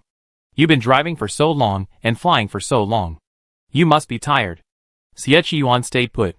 He pinched Yuan's face and whispered, "You're not tired yet, so how could I be?" He wasn't that physically weak. Yuan didn't send him away, so he had to wait with him. Jojo's examination was incredibly long, so long that the 2 cubs dozed off in Yuan's pocket, so long that Duo and Chong, upon hearing they returned, held hands and cuddled up to his thighs. One of the 2 little ones cuddled Yuan's thigh, the other Xie Yuan's. Xie Yuan looked at the 2 little ones and suddenly muttered, "Yeah, 2 more." His salary wasn't enough. Xie Yuan mentally calculated his salary. Duo climbed onto his lap, his eyes sparkling as he reported, "Uncle, Dr. Ruan has had a kindergarten built for us." Chong chimed in, "Yes. A kindergarten. Such a big one." Xie Yuan was surprised. The kindergarten is starting construction so soon? Chong and Duo nodded simultaneously, and Yuan, hearing this, also brightened up. He had several more pups, and he had plans to send them all to kindergarten. Especially his 8th child, he really needed kindergarten. Time ticked by. No matter how clingy Chong and Duo were, they were still too young to keep up with their biological clocks. The sky outside was growing darker. Yuan looked at the 2 yawning little ones, touched Xie Yuan's arm, and lowered his voice, "They catch a cold sleeping here. Tell someone to take them back to bed." Each of them held a drowsy child in their arms. Xie Yuan thought for a moment and called Yin Feng. Song Joon had said he had something to do when he left. So if they were looking for someone now, they wouldn't be able to find him. In Feng happened to be free. After learning that Yuan was also here, In Feng paused, then said, I know. I'd be there now. 10 minutes later. In Feng rushed over. Seeing the sleeping Chong Chong and Duo, he reached out to take them. Yuan hesitated. Captain, can you hold two by yourself? In Feng nodded yes. He held one in each hand, secure and comfortable. Chong Chong and Duo slept on his shoulders, each snoring. Waves of people arrived at the examination room door. Late into the night. When Yuan's legs were numb, Tang finally pushed the door open and walked out. Yuan's immediate presence perked up. Dr. Tang. How's my Gigi? Yuan took a few steps forward. He staggered as he stood up, but Yuan was fortunate to find support. Tang Yi's face was exhausted. This examination had taken a lot of his attention. The little butterfly that had been resting on Tang Yi's shoulder flew immediately to Yuan's shoulder after it emerged. He reported to Yuan, Gigi moved during the examination. Tang Yi? ? Tang Yi was startled. The next second, his eyes fixed sharply on the little butterfly. Yuan, did you hear the little butterfly speak just now? Only Ronka knew that little butterfly was a freak. Yuan and Yuan exchanged a glance, remembering they hadn't yet told Tang Yi about this. In Tang Yi's mind, little butterfly was just a little butterfly. Yuan glanced at little butterfly and decided to let it decide for itself whether to tell Tang Yi. Yuan and I didn't hear anything. Yuan said nonchalantly, Dr. Tang, can you please tell me how Jojo is doing now? It didn't matter when little butterfly's vest fell off. He wanted to know how his Jojo was doing. The Jojo inside is in very poor health. Dr. Wan explained the situation to me earlier. Although he has the ability to live forever, that doesn't mean he can remain active forever. Dr. Tang Yi's words chilled Yuan's heart. Fortunately, Dr. Tang Yi gave him hope. He's an A-sequence mutant, with strong survival and recovery abilities. I developed a treatment plan. Using mutants stronger than him can help him recover. Yuan didn't quite understand and asked, bewilderedly, what do you mean by stronger than him? Tang Yi patiently explained in more detail. One way mutants gain strength is by devouring and digesting other mutants. But this process is often dangerous and has a high probability of rejection. That's why mutants rarely do this these days. But A-sequence mutants are different. They're all very powerful. If you want to save Jojo, use the mutants that came before him. Cut off some of their flesh and blood and feed them in the most primitive way. Yuan's heart sank upon hearing this. He would rather have himself cut off than have the other cubs cut off. After Tang Yi finished explaining the treatment plan, he handed the choice to Yuan. He didn't have any aberrations stronger than A10, so he could only offer a plan, not an immediate solution. Yuan's face grimaced. He replied, let me think about it. I come up with a solution as soon as possible. Tang Yi nodded and prepared to leave. Before he left, he tried to take the little butterfly with him, but was thwarted by a wing. Big brother. Tang Yi disappeared, and Xiao Ba and Xiao Jiao, who had been napping, crawled out. They volunteered, just cut us off. We grow fast anyway, so we're not afraid of it. Cho Ju was too weak. With his own body functions alone, it would take forever for him to recover. All three cubs were willing to have themselves cut off to wake Cho Ju. But Yuan didn't make that decision. He sent his three cubs off to bed, and he slept with Jojo. The night deepened. Near the island, a lurking big-head fish, its green eyes flickering, secretly watched for an opportunity to make another dash for the island. Its leader was gone, and so was the big brother the leader was looking for. The big-head fish was now bewildered. What else could it do? So it instinctively tried to reach the island and find its big brother. Don't move. Just as the big-head fish was about to make a move, a pair of cold, luminous eyes on the seafloor locked onto it. The other fish's body seemed to be coiled, but its immense presence was still undeniable. The big-head fish trembled with fear at the mere sight of the monster. So terrifying, the enormous monster before it was even more terrifying than its boss.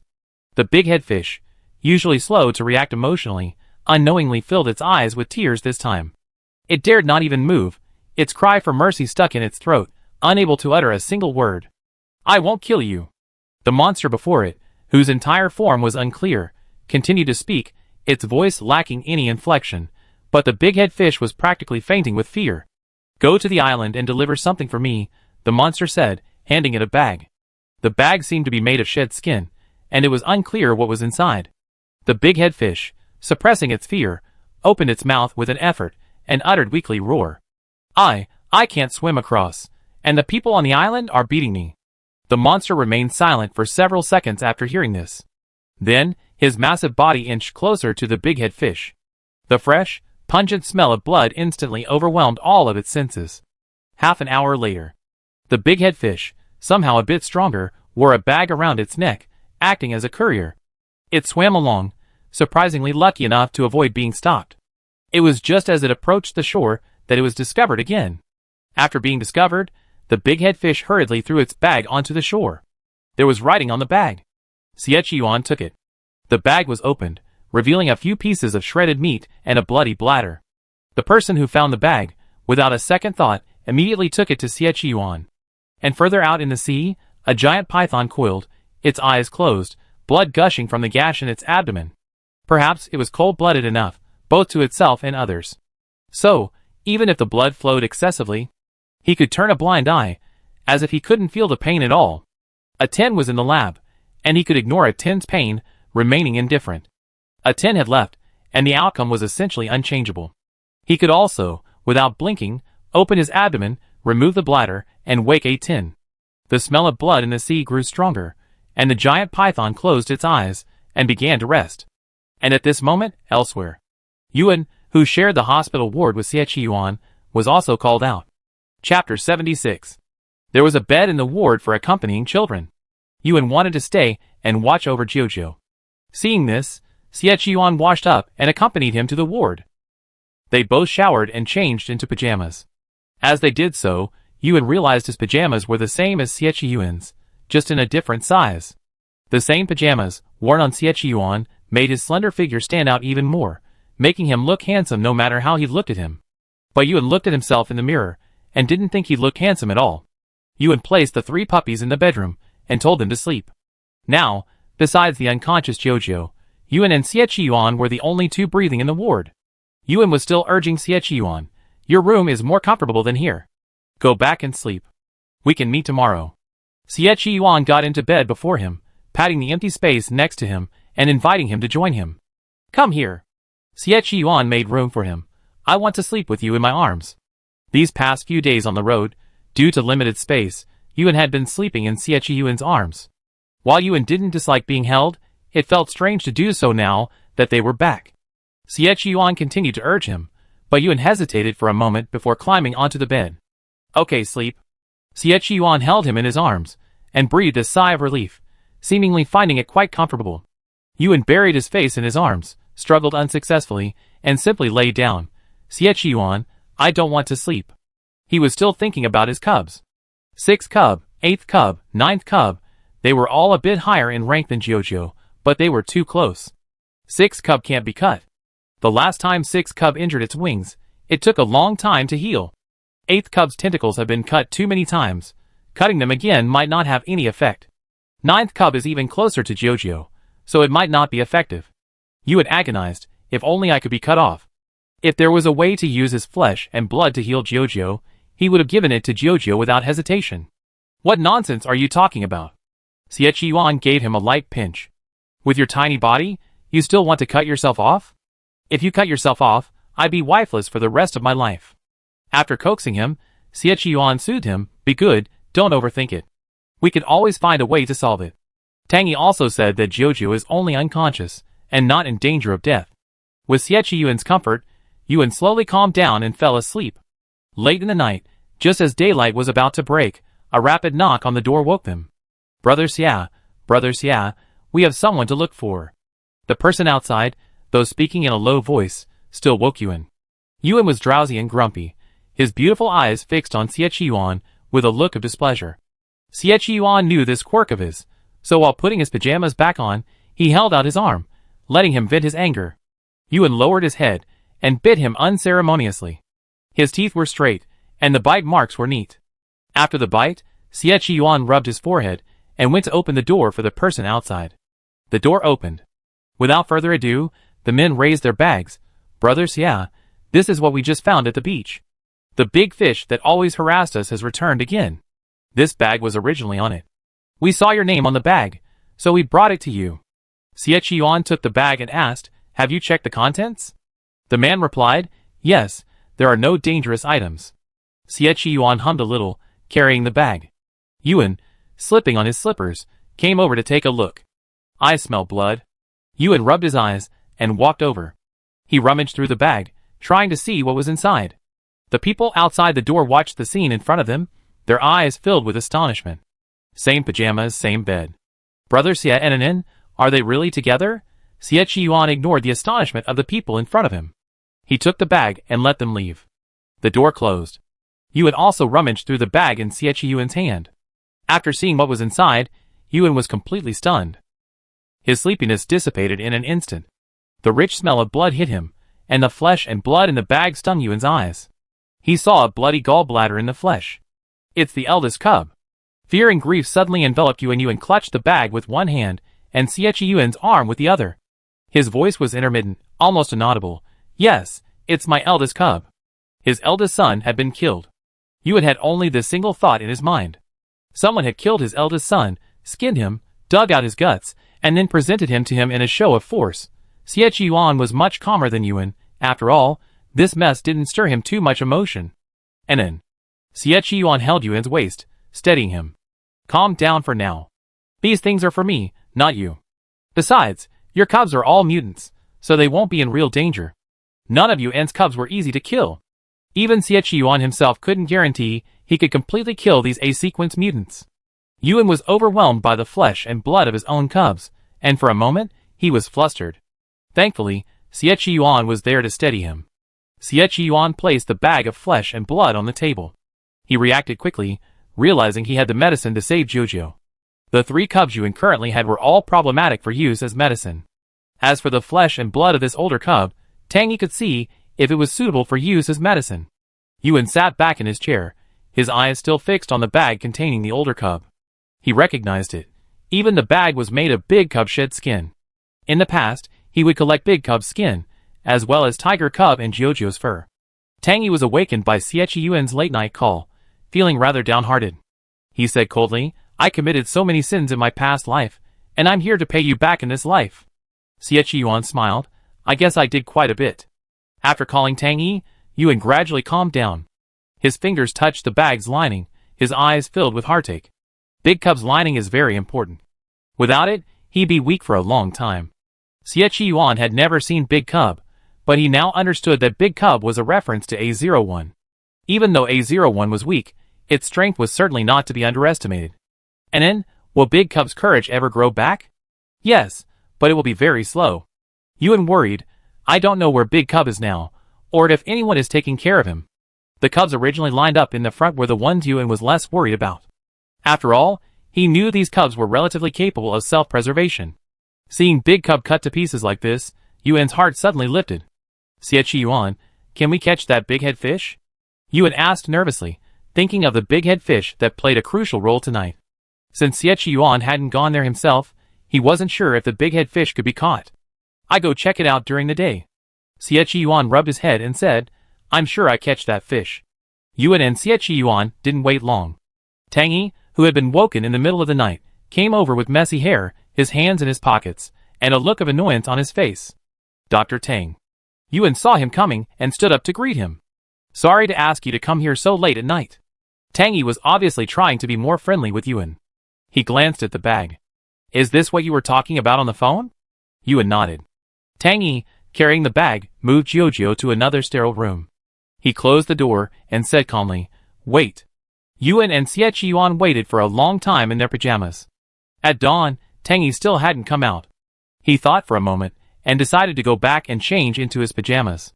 When he returned to the room, the 3 cubs were all sitting upright on the bed, staring at him with burning eyes, and they looked like they had not slept yet. Big brother. Hey. Yuan responded, his eyes slightly red, still recovering from the crying he'd just done. The cub thought he was overly worried about Jojo, so without further hesitation, he suggested again, Big brother, use us to treat Jojo. We're bigger and stronger than Jojo. We'd definitely be effective. Yuan was rummaging through the closet when he heard the cub's words. He turned back and said, You're not needed. Jojo has medicine now. The cubs were bewildered. Where did you get the medicine? Yuan paused and whispered, It's Big Cub. Last night we received a bag containing Big Cub's flesh and blood, as well as his gallbladder. When they heard it was Big Cub, the other cubs fell silent. Although they often hung out with Big Cub, they weren't actually very familiar with him. The cubs at the front had a strong sense of boundaries, even with them. When the 8th cub fought among the cubs, he never fought with the cubs at the front. He always felt that the cubs in front looked down on the cubs behind them. As Yuan spoke, he had already found some clothes to change into. His clothes all had pockets, perfect for carrying a few cubs. However, Yuan didn't want to keep them contained or hidden. Yuan patted each cub's head and said, Dr. Wan knows you exist now, so you don't have to hide forever. Just don't tell anyone your identities outside of the house. Don't tell anyone that you're a Sequence A mutant. The issue of mutants is still a sensitive one in District 4. The East District has proposed a proposal to legalize research on mutants, but the West District is opposed. Everyone was still in a stalemate. Yuan's cubs all had 2 mimicry forms. If they didn't want to be discovered, they simply adopted human form. After hearing Yuan's instructions, Xiaojio transformed into a delicate baby. Seeing his transformation, Xiaoba, not wanting to be outdone, also transformed into a cool little cub. The cool little cub even deliberately stood a head taller than the baby, his expression incredibly cocky. Humph, you're not as handsome as me. The competitive Xiaoba, hands on his hips, boasted, I'm the most handsome of the cubs. Little Butterfly rolled his eyes at them in disdain, not even considering transforming into a cub. He had already reached maturity, and could transform into an adult male. But after he finished, he reverted to his butterfly mimicry. Facing the gazes of the other 2 cubs, Little Butterfly proudly declared, my mimicry is the most beautiful. And, at first glance, it looked incredibly precious. Yuan didn't insist on the little butterflies changing their forms. He looked at the flying butterflies and said, 6th cub, this is fine. No one will suspect anything. After changing his clothes and washing up, Yuan led the 2 cubs out. The little butterflies landed on his shoulders. 8th cub, Nineth cub. Yuan led the cubs out, not letting them constantly follow him. You 2 go play together. Just stay on the island. He thought, then said, I find time to give you 2 cell phones. You can contact me anytime you're out and about. As Yuan said this, Xie Yuan happened to come over. Hearing this, Xie Yuan silently thought to himself, luckily, he can afford 4 cell phones right now. The 3 cubs and Jiujiu each get a smartphone. Chong Chong and Duo Duo are still young, so they only need children's phones. So, that means they need to buy 6 phones at once. Xie Yuan looked at Yuan's back and once again realized how difficult it is to find a wife. The 3 cubs wanted to accompany Yuan to see Jiujiu, but Yuan refused. I don't know how long the wait will be at Jiujiu. I'd be guarding the door. You don't need to go over. Thinking of the kindergarten on the island, he reminded them, 8th cub, there's a kindergarten being built on the island. You should go check it out. Not to mention 6th cub and 9th cub, his rambunctious little 8th cub was definitely going to kindergarten. 8th cub hesitated, he was the type who couldn't sit still. Asking him to wait patiently for Jiujiu was actually a difficult task for him. After a few seconds of hesitation, 8th cub decisively chose to take Nineth cub to the kindergarten. The little butterfly didn't follow them, it flew around on its own. Yuan sent the cubs away, and turned to see Xie Yuan, who had been waiting for who knows how long. Come here. Xie Yuan handed him a carton of milk and asked, Want to have breakfast? Yuan shook his head without a second thought. He didn't like breakfast, it was better to drink 2 cans of milk to stave off hunger. Xie Yuan ate quite a bit himself, and afterward, the 2 of them packed a portion for Tang Yi. Since Yuan's return, he had spent almost all his time in the medical room. After observing him for the entire morning, Tang Yi came out and announced the good news. Jiujiu's devouring is complete. He's in much better condition now, and his self-healing abilities will also increase. Anyway, just be patient and wait a few days. He wake up. Tang Yi couldn't accurately estimate a time frame, but Yuan was already satisfied. Just a few more days, and his Jiujiu would be back on his feet. Besides Jiujiu, Yuan was also tracking down Daqui's whereabouts. Xie Yuan personally searched the nearby waters, but couldn't find the Daqui described by Yuan. Yuan's Daqui was A01. According to Yuan, the original prototype of his Daqui was huge, very large, and would have made a very noticeable presence once in the sea. Although Daqui is a bit large, he looks very cute. Yuan sat on the boat, and he followed Xie Yuan out again. A sea breeze blew over. Yuan squinted his eyes and praised his eldest cub. We used to live in a small place, so he always had to compromise and become smaller. But no matter how big or small, he's adorable. Xie Yuan, Xie Yuan thought of the pictures of giant pythons he searched for. He couldn't understand how something this massive, something that would make even a normal human's legs tremble, could even be described as cute. Yuan looked at his cub, as if he were always wearing a heavy, 800-meter thick filter. The hourglass of time slowly ticked away. The giant python Yuan had been talking about was no longer at the bottom of the sea. He was on a plane, piloted by a young captain from the East District. Besides the captain, Jai-Man was also aboard. Jai-Man bandaged the man's abdomen, though blood occasionally seeped through the bandage. You don't have to maintain your human mimicry. Jai-Man lowered his eyes, his gaze lingering on the man's bandages for a few seconds. I watched too many documentaries about pythons lately, so I don't find them that scary. The man didn't speak. But a moment later, a giant python, nearly filling the plane, reappeared. The python's eyelids twitched slightly. It looked at Jai-Man, who was trembling again, its head tilted to the side, as if looking out the window. Fooled. His original form wasn't cute at all. The plane gradually disappeared into the clouds. Yuan, sitting on the boat, received a call from the cubs. The 8th cub happily announced, "Brother, Choju is awake." Before Yuan could rejoice, the 8th cub paused and continued, "Choju is awake, but he's also become stupid." Chapter 77. Ba Zai's sudden turn of events left Yuan bewildered. He stood up from the deck and asked anxiously, "What does become stupid mean? What's wrong with Jojo's brain?" Ba Zai couldn't explain, and the more confused he was, the more anxious Yuan became. Xie Yuan, who was nearby, had overheard the call, and had the boat turned back. "Don't worry, we know what's wrong with Jojo when we get back."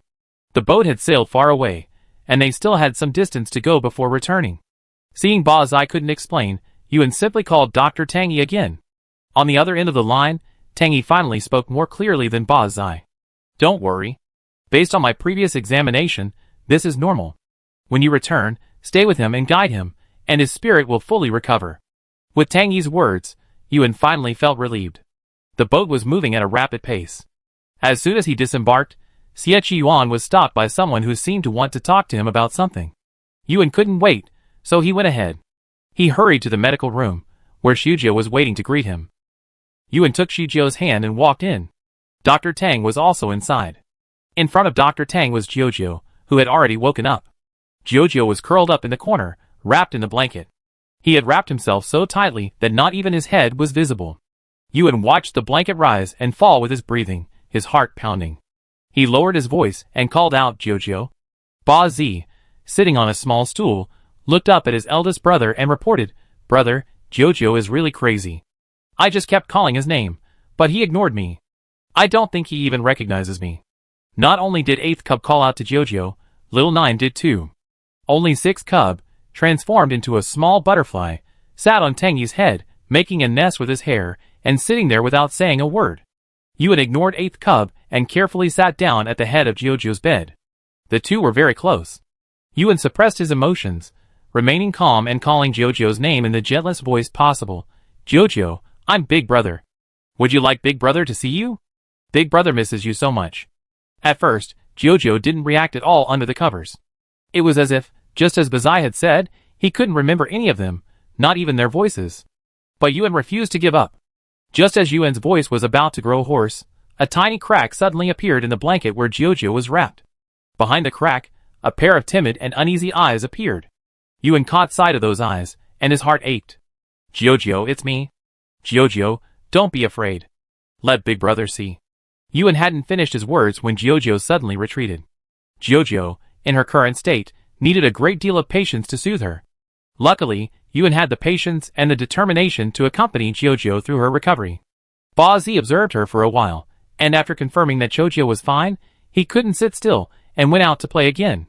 Xiao Jiu yawned and lazily strolled off. Dr. Tang handed Jojo to Yuan, then, with the little butterfly on his head, returned to his room to do his research.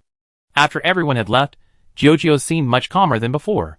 Yuan was very experienced in coaxing his little one. He stopped calling Jojo's name, and instead tried different ways to communicate with her and play with her. They were playing Jojo's favorite game, knitting. "Oh, my clothes are torn, but I don't know how to mend them. What should I do?" Yuan, carrying Jojo on his back, deliberately tore his clothes. Then, he stood in front of Jojo, looking at the torn clothes in distress. Sure enough, Jojo, a master of needlework, heard him, wrapped in the quilt, and quietly moved over. Yuan continued his pretense. "Alas, I don't know how to mend them either, so I just have to throw the clothes away. What a pity, this dress is new." Yuan went all out, actually taking off his coat and pretending to throw it away. Just as he was about to throw it away, a small hand suddenly grabbed him. A small, red face, flushed from suffocation, emerged from under the quilt. As the face appeared, Yuan pinched his thigh tightly to keep himself from losing his composure. It was his Jiujiu. Jiujiu showed his face for only a few seconds before he reached out his little hand and swiftly tugged the clothes Yuan was about to throw away under the covers. Then, the needle and thread Yuan had deliberately placed by the bedside were also found. Yuan watched as the quilt turned. Jiujiu, wrapped in the quilt, turned his back to him, facing the wall, and quietly mended his coat. The two, large and small, kept each other company, using up 2 balls of yarn in one night. Dr. Tang said Jiujiu's mental state wasn't good, which was why he experienced a temporary loss of consciousness. This sometimes happens to humans, and it's not a serious symptom. It's like a malnourished person who suddenly blacks out after squatting for a long time, and then stands up suddenly. Jiujiu's vision went black for a little longer. Night fell. Yuan took Jiujiu back to his room. Jiujiu, coaxed by Yuan, still knew how to recognize Yuan. Because his body hadn't recovered to its full potential, Jiujiu was still in its cub form, with tiny wings. Jiujiu, like before, didn't like his wings. He clung to Yuan and whispered, "So ugly. My wings are so ugly." Yuan kissed the tips of his wings and praised, "Not at all. Our Jiujiu's wings are adorable. Our Jiujiu is the cutest little Jiujiu in the world." Although Yuan's compliments to the cubs were all cute and beautiful, his praise was sincere. He praised each one from the bottom of his heart. The cubs didn't feel fooled. Instead, they were genuinely fascinated and felt incredibly cute. The two of them got along well, until the cubs started to go home. As soon as Jiujiu saw the returning cubs, he immediately panicked. He desperately scurried under the bed, intensely repelling Liuzi and the others. It wasn't just Liuzi and the others, Jiujiu now rejected anyone besides Yuan. Yuan knelt on the floor, digging under the bed. "Jiujiu, don't be afraid. They're one family. Can you please come out?" Jiujiu said nothing and retreated even further under the bed. Yuan tried to coax him, but Jiujiu refused to listen. He refused to meet or interact with anyone besides Yuan, even Dr. Tang, his doctor. The stalemate lasted until the end. Liuzi looked at his big brother, sprawled on the floor, then at Jiujiu, hiding under the bed. He was silent for a moment, then compromised. "Okay, we sleep on the sofa tonight. Big brother, you and Jiujiu will sleep on the bed." Yuan felt a surge of guilt upon hearing this. He didn't want to put the cubs in a difficult position, but Jiujiu's situation was special, and he had no other options. The sofa was a bit far from the bed. After Liuzi and the others left, Yuan finally coaxed Jiujiu out from under the bed. Jiujiu had always been a bit autistic, but this time, his autism had been completely amplified. "Jiujiu, be good." Yuan carried Jiujiu back to the bed. He patted Jiujiu's back gently, soothing the slightly trembling Jiujiu. "The cubs just now will always live with us." Jiujiu said nothing, simply burying her face in his arms. After coaxing Jiujiu to sleep, Yuan tiptoed to lift the covers and got out of bed. He went to the sofa to check on the aggrieved cubs. Xiaolu was not there. Bazi complained angrily, "I was half asleep, so I kicked him a few times, and he started fighting with me. He even flew out, saying he was going to sleep in the bed without me." Xiaojiu gave him a cold look and said, "You can sleep if you want, but you're waving your tentacles around. If you don't get spanked, who will?" If Liuzi hadn't already been spanked, he would have given him another beating. Yuan knew Bazi's faults, and with a mixture of laughter and tears, he pinched Bazi's little tentacles and said, "Okay, be a good boy next time you sleep, and don't keep hitting the other cubs." He sat down between the cubs and sincerely apologized to the two cubs. "Big brother isn't being partial to Jiujiu, but I'm sure you guys are unhappy that Big brother only sleeps with Jiujiu, right?" Neither Batzi nor Jiuzi spoke. Aberrant possessiveness is ingrained in their nature, and Yuan, having raised so many monstrous cubs, naturally understands this habit. He comforted the two cubs, and handed them the things Jiujiu had knitted that afternoon. They were 2 sweaters. One of the small pieces had many small sleeves branching out. Batzi's face suddenly turned uneasy, as he looked at the sweater. This special sweater, the only one of its kind in the world. Only Chojiu could knit. Chojiu didn't recognize you and didn't dare approach you, but the sweater he knitted this afternoon is for you. You, Shujiu, and Xiaolu all have one. Batzi and Jiuzi silently took the sweater. Batzi was clearly putting the sweater away quickly, but he still insisted. Chojiu is such a scheming bastard. Even after all this, he still wants more, and wants more. In any case, Jojo's bribe was successful. Yuan was successfully possessed by the scheming Shizhou. The other cubs, however, also gave up their resentful intentions after Shizhou's gift. The next day, 6 cubs saw what Jojo had knitted for him, and his expression calmed down considerably. 8th cub was confused. 6th cub, why are you being so generous this time? Don't you want to sleep with Big Brother? 6th cub snorted coldly and reminded him, we're not the only ones upset that Jojo is monopolizing Big Brother. Now Jojo wants Big Brother day and night, and won't let anyone get close. Do you think someone will get anxious? After 6 cubs' reminder, the other 2 cubs suddenly understood. 8th cub stretched out his tentacles, akimbo, and laughed unbridled. Sia's going to get anxious. He's definitely going to get anxious. Sia is full of ulterior motives, and usually clings to their eldest brother. Although the eldest brother hasn't confirmed his relationship with Sia, it's clear that he's more captivated than Sia. With Jojo around, Sia is going to be in trouble. As expected, it's just as we expected. When Xie Qiyuan finished his work and rushed to find Yuan, he realized something was amiss. Jojo didn't even want Dr. Tang, so naturally, she wouldn't want Xie Qiyuan, a freak of a deformed person.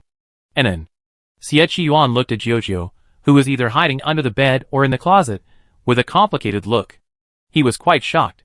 Do I look so unpleasant? Why does this little brat hide when he sees me?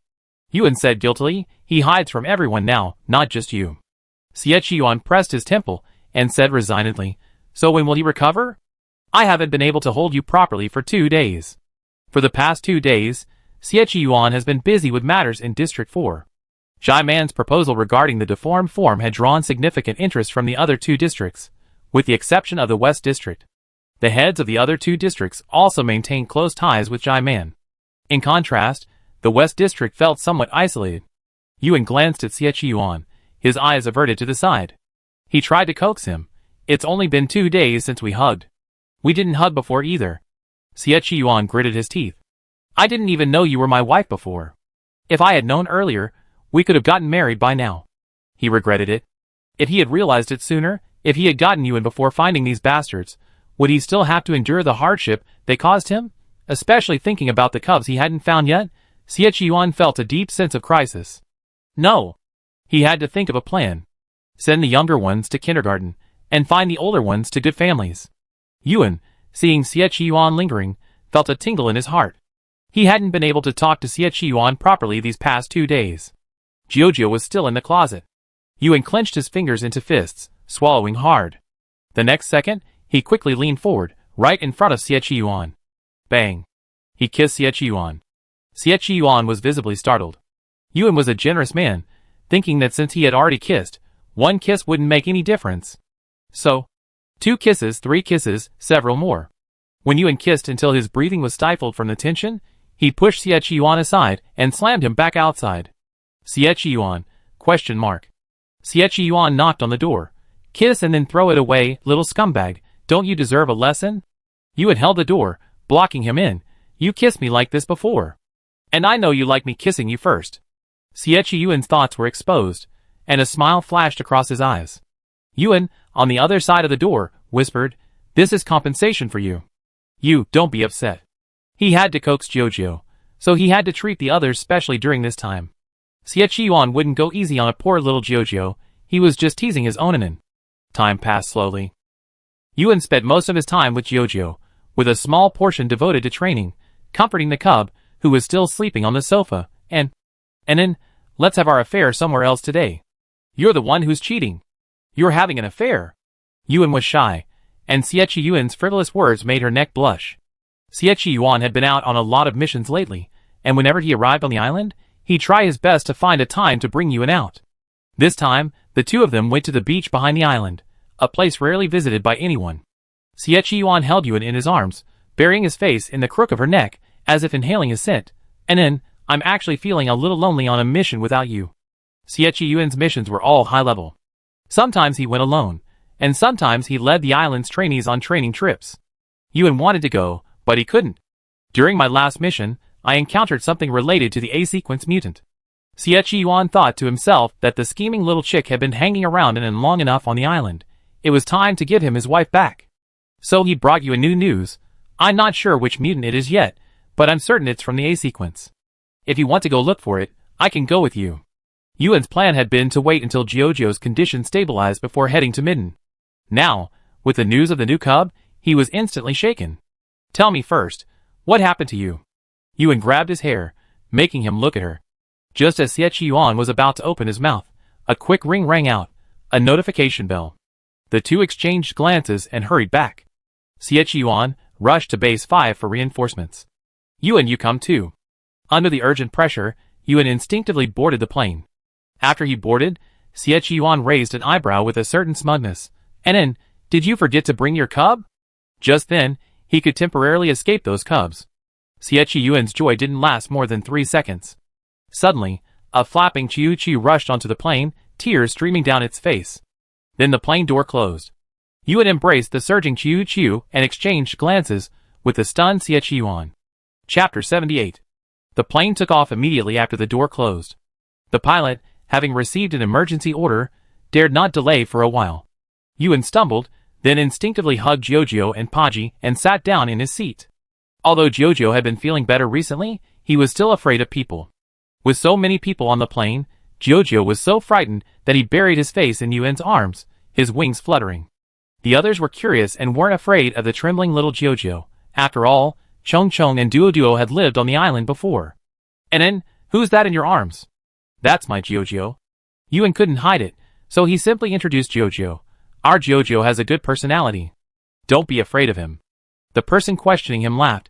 Don't worry, we're not afraid of him. I think he's quite cute. Can I hold him? Yuan hugged Jiujiu, saying nothing. Xie Yuan frowned as he looked at the surrounded Jiujiu. He suppressed his frustration at the loss of their private time and walked over to chase them away. Go away, go away. There's no seats left? Xie Yuan stood in front of Yuan, completely obscuring Jiujiu in his arms. Can't you see my child shy? Are you all just looking for trouble? With Xie Yuan chasing them, the group scattered like birds and beasts. Yuan's surroundings were empty, and with a slight movement, Jiujiu's trembling subsided. Xie Yuan didn't get too close to Yuan, choosing a seat neither too far nor too close.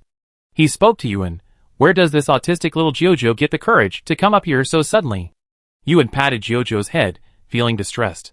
I guess Jiujiu came looking for me, because I just left a short while ago. This search led to a chance encounter with him boarding a plane. Xie Yuan teased Jiujiu, his tone tinged with bitterness. This little Jiujiu has you all day and night. It's making me feel like I'm dying. Yuan's eyes curved, and he echoed his words. Then be my little one, and I treat you the same way. Xie Yuan didn't hesitate to hear this.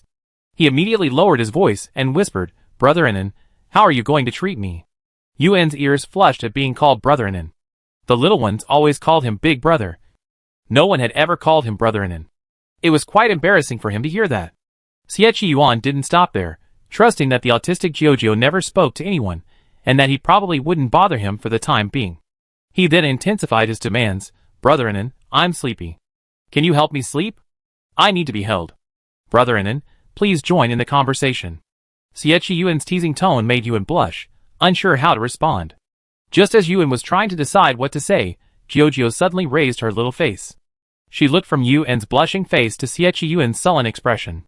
The next second, Jiujiu spread her wings, quickly shielding herself and Yuan beneath them, also shielding the suspected bully from the wings. Xie Yuan, Xie Yuan stared at the wings before him, and poked them twice. Jiujiu, cover me too. We're family. Jiujiu still didn't even recognize the other cubs, so how could she possibly recognize Xie Yuan, his would-be sister-in-law? Yuan looked down at Jiujiu's angry face, and understood what she meant. He explained sheepishly, Jiujiu, Big Brother wasn't bullied, and he wasn't angry just now. Jiujiu clutched his brother's sleeve, silent, his eyes wet. Time ticked by. Yuan had been trying to coax Jiujiu to sleep, but Jiujiu fluttered her wings, tears welling up in her eyes. He looked anxious and confused, so he lowered his head and whispered, Jiujiu, what's wrong? Jiujiu held back her tears, saying nothing. Yuan suddenly realized something, and suddenly unfurled his wings, and then he saw Xie Yuan pinching the tip of Jiujiu's tiny wings. Xie Yuan. Yuan was furious. You say others owe you, but you owe them so much yourself. Caught in the act, Xie Yuan cleared his throat and withdrew his hand. He tried to cover up, I'm not being naive. I was just checking Jiujiu's wings to see if they were healthy. Yuan didn't believe that. He guessed perfectly. You're deliberately bullying Jiujiu, trying to get her to retract her wings. Xie Yuan, his thoughts exposed, threw in the towel. Who made this autistic little Jojo drag you down with him? I can't even look at you. Yuan was still furious. If you pinch Jojo's wings again, I ignore you for 3 days. After saying this, Jojo, who had been shaking her wings, trying not to let Xie Yuan pinch them, suddenly felt the tears in her eyes. Then, he carefully held his wings in front of Xie Yuan, as if inviting him to pinch them again. Xie Yuan, ? Xie Yuan narrowed his eyes, and said coldly, pinch it, so your big brother will ignore me for 3 days. He tooted and said, scheming Jojo. Jojo, accused of being scheming, seemed not to hear him. Seeing that he wasn't pinching her, she quickly retracted her wings. Yuan found a blanket and blocked the seat, creating a small, enclosed space. As expected, once the space was sealed, Jojo folded its wings. After shrinking its wings, Jojo leaned in close to Yuan, his eyes wide with a look of aggrieved indignation, letting Yuan see his tiny wings. Yuan, feeling both amused and annoyed, examined his wings. They're not damaged, they still look very nice. Jojo finally calmed down. The plane was still flying, but Yuan felt uneasy as he sat there. In his haste to board the plane, except for Jojo, who had come with him, all the other cubs remained on the island. The cubs had always been inseparable from him, and this sudden separation would surely make them difficult to manage. Yuan was still worried about the cubs, and the people on the plane had also told him about the mission. A riot had broken out at Base 5, and the cause was related to the psychic. Base number 5's location is unique, adjacent to the East District. Therefore, after the incident at Base number 5, Yin Qin directly assigned his son to resolve it. Xie Yuan frowned after hearing this. He also held a file on a psychic named Zhu Ling, 37 years old. A month and a half ago, after being bitten by a zombie, he survived and awakened his lightning powers. After awakening his powers, Zhu Ling went to Base number 5. These days, psychics are highly sought after in every base and even district. The people at Base number 5 took Zhu Ling in. Zhu Ling went on missions with the base's teams, performing well and earning him a promotion to team leader. For the past 2 weeks, Zhu Ling's teams have frequently encountered zombies. 3 days ago, Zhu Ling led another team, and the entire team was wiped out. The day after the team's abortion, a swarm of zombies went berserk and laid siege to Base 5, led by a sentient, high-level zombie. Xie Yuan finished reading the information and looked up, asking, I see it says Zhu Ling was imprisoned. What crime landed him in jail? I'm not sure yet. His imprisonment was discovered after he and his team disappeared. The East District is already restoring the cybersecurity system. Once it's complete, everyone entering the base will have their background thoroughly investigated. That being said, psychics are few and far between, and each one is incredibly useful. Even if the cybersecurity system were implemented, it wouldn't be of much use. Xie Yuan was well aware of these intrigues. Besides his time in the military, he spent most of his time with his old father. He's seen a lot. Brother Xia, we don't know if Zhu Ling is dead yet, but the bodies of several of the people he brought out have been found. They were used as food by the zombies. With the disappearance of the psychic and the zombie siege on the base, there's been so much trouble, so they asked you to go. Xie Yuan had no objection to the mission. He raised his eyelids and asked a question. How are Pei Si and Lu Chao now? Are they still at Base 5? These two were brought out by Xie Yuan himself, and Xie Yuan was notorious for protecting his own people, so asking this question was normal procedure. In the past, someone would have already started exaggerating the stories about these two people. But this time, Xie Yuan asked for a long time, and Yuan, who was standing next to him, listened attentively for a long time, but received no answer. Yuan pulled aside the blanket curtain, his gaze meeting Xie Yuan's. They both had a bad feeling. Speak. Xie Yuan sat up straight, his voice cold. Are they still at Base 5? Brother Xie. The person assisting Xie Yuan swallowed and said, Lu Chao is still at Base 5. He's becoming increasingly capable. Base 5 was in turmoil once, and it was thanks to Lu Chao that things were stabilized. Yuan had just put Jojo to sleep. He cupped his hands around Jojo's ears, lowered his voice, and interrupted the person who was speaking. Don't just talk about Lu Chao. Where's Pei Si? Yuan hadn't met many humans, and his emotions were rather slow. Up to now, Pei Si was one of the few people Yuan cared about. With both Yuan and Xie Yuan locking eyes, it was clear he couldn't escape this question. Pei Si. Pei Si. The man opened his mouth for a long moment before mumbling. Pei Si was among those who followed Zhu Ling the last time. After he said this, Yuan and Yuan's expressions darkened. Yuan's dark eyes were filled with coldness. Tell me everything. Yuan was clearly irritated. No one dared to cross him at this moment. It's normal to lose a few people on a mission. But Pei Si, for some reason, had set his sights on Zhu Ling. He thought there was something fishy about Zhu Ling. On Zhu Ling's last mission, Pei Si brought another psychic from the base, along with several ordinary people, with him. The bodies of those ordinary people were found. Either they were killed by Zhu Ling's psychic powers, or they were attacked by zombies. Pei Si, Zhu Ling, and Xiao Xiao, a little girl with special abilities, all three of them are missing. To put it nicely, they're missing. To put it bluntly, they might have died.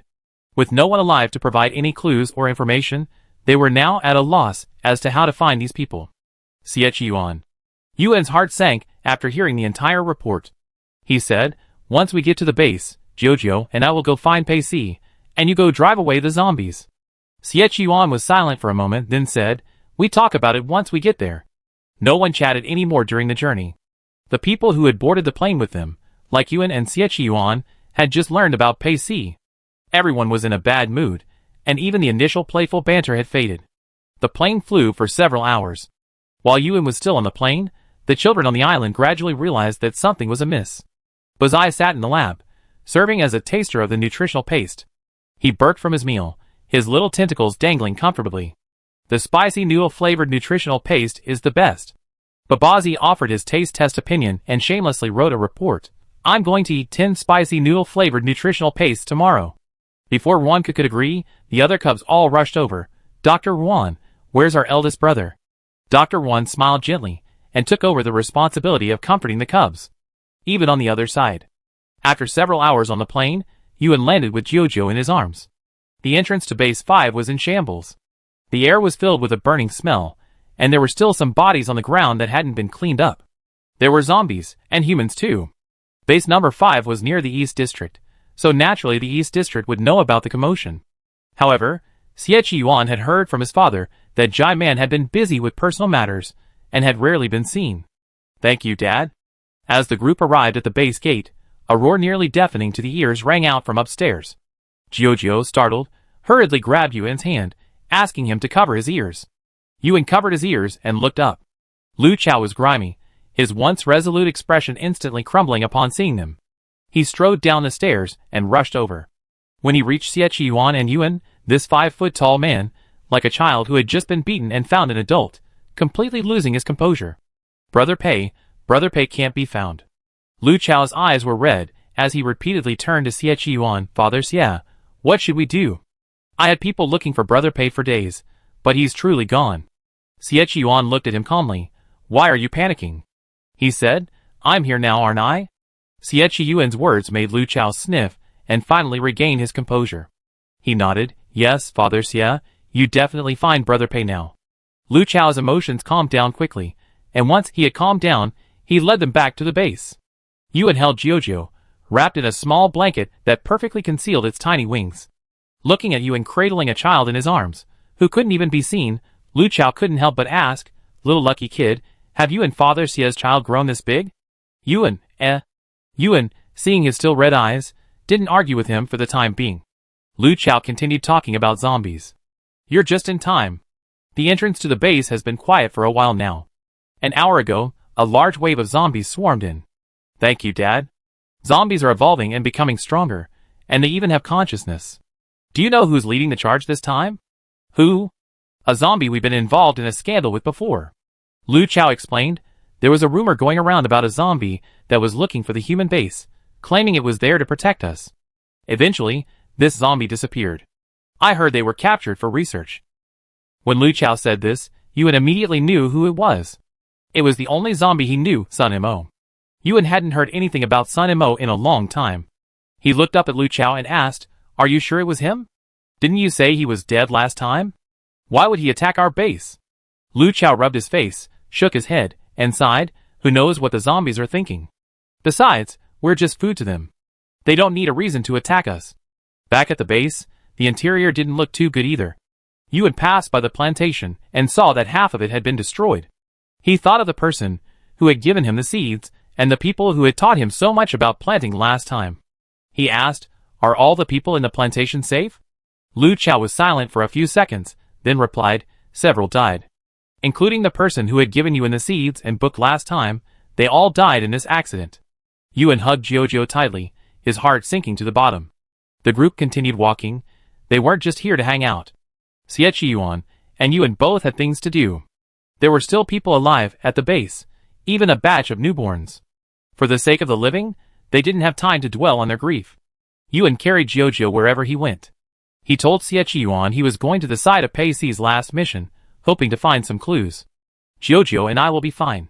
Jiuzhou was shy, so Yuan asked for a car, intending to go out with Jiuzhou without anyone else. Xie Yuan hesitated, feeling uneasy. But Jiuzhou was an A10 after all, and he thought he should show some respect. While Yuan was driving, Xie Yuan unannounced and grabbed Jiuzhou from behind.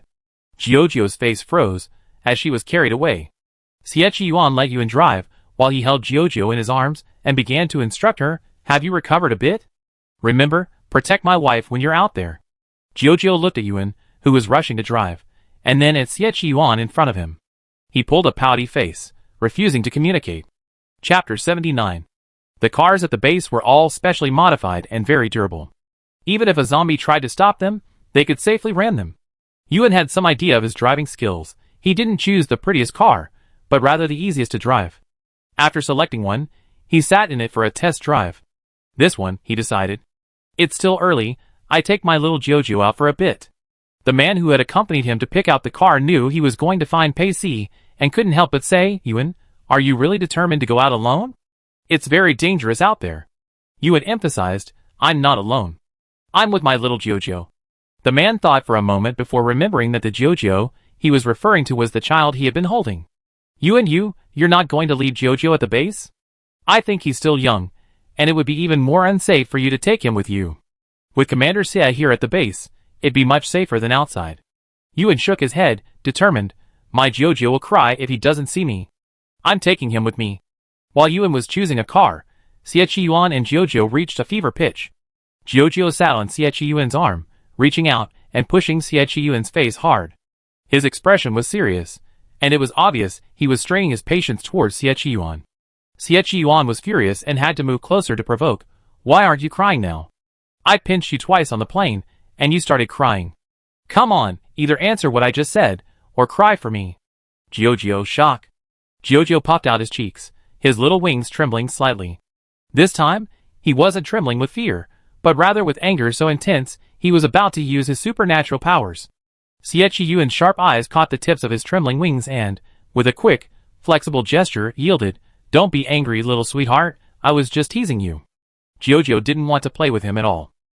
After waiting for what felt like ages, Jiuzhou finally heard a voice, like heavenly music. Jiuzhou, Big Brother's back. Xie Yuan heard Yuan's voice, and was about to respond, but before he could, he glanced at Jiuzhou in his arms, and his eyelids fluttered. The cold and icy little Jiuzhou, who had been stubbornly refusing to speak to him in his arms, suddenly changed expression upon hearing Yuan's voice. The cold and icy little Jiuzhou instantly transformed into a tearful little Jiuzhou. Crybaby Jiuzhou didn't need to say anything.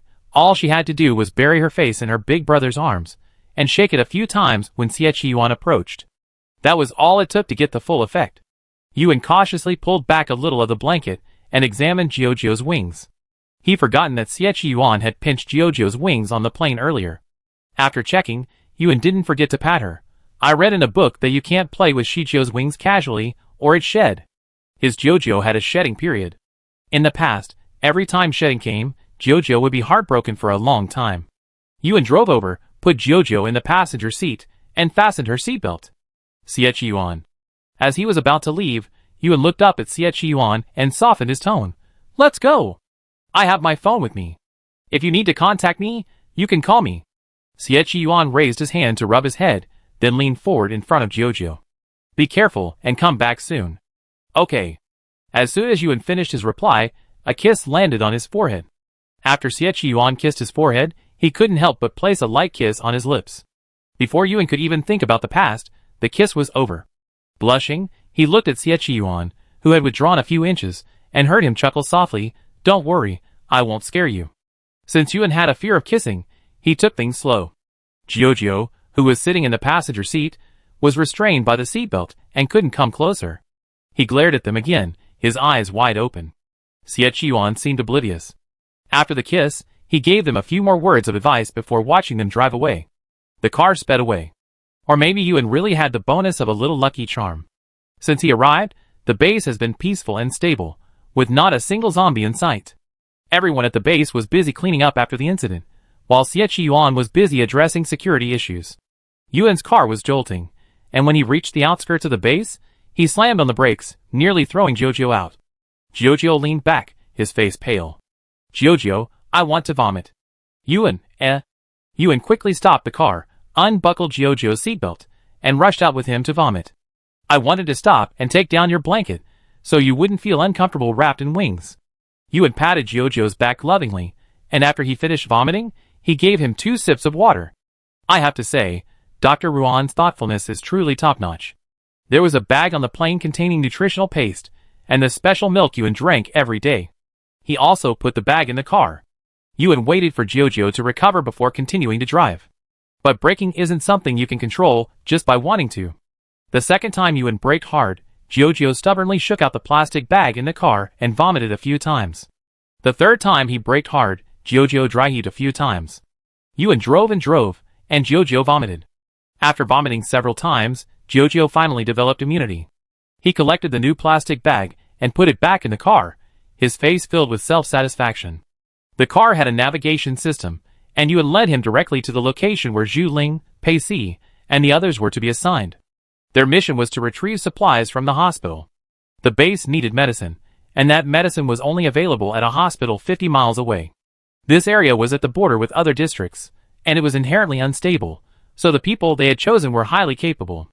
2 psychics, the experienced Pei Si, and other veterans of the mission. Logically, even if they couldn't get the supplies, it wouldn't be a situation where everyone died or disappeared. Brother. There was no one else in the car, and it was the only one on the road. Jojo was noticeably more lively. He poked his head out the window, looking at the scenery, and called out to Yuan, "It's beautiful here." In reality, there wasn't much to see. Just bare trees, a few contiguous mountains, and crows perched on the branches. Jojo didn't particularly like the dark crows. He ignored the crows and continued to look out the window. To him, all the scenery was novel and interesting, something he enjoyed. Yuan followed the navigation system and, after driving for an hour, stopped the car. Jojo, get off. Yuan looked at the sign not far away and remembered it was the sign the base had mentioned. They had found the body of one of Pei Si's companions here. Jojo obediently let his older brother carry him down. He pointed to the ground, wanting to walk on his own. Lately, Yuan felt his arms were stronger than before from holding him, but he hadn't yet developed the muscles like Xie. Xie's muscles were firm and beautiful, making him particularly envious. We need to find someone here. You had explained the mission to Jojo. We need to find 3 people in total. You can take a look at their photos first. Everyone who went on a mission at the base had their photos taken.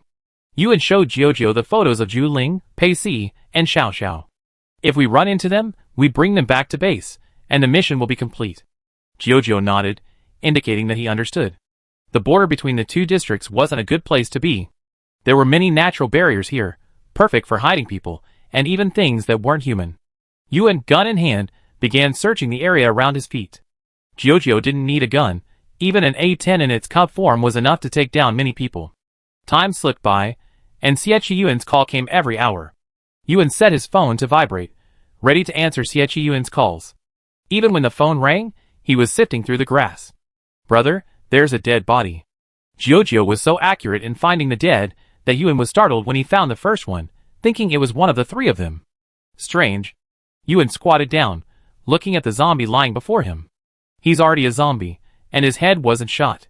How did he die? Once a zombie, only a headshot or decapitation can kill it. The battered zombie bore obvious bite marks. This place is nestled against the mountains, so it's normal for wild animals to roam. He must have encountered one. Yuan was still puzzled by the cause of his death. There wasn't just one zombie. Several had appeared in this area. Yuan checked every zombie. Fortunately, none of them bore a familiar face. Let's go, let's move on. Yuan's first move was to conduct a quick check of the area. He took Jojo with him and headed for the next location. Night fell. Yuan parked the car briefly. He was on the phone with Xie, Where are you now?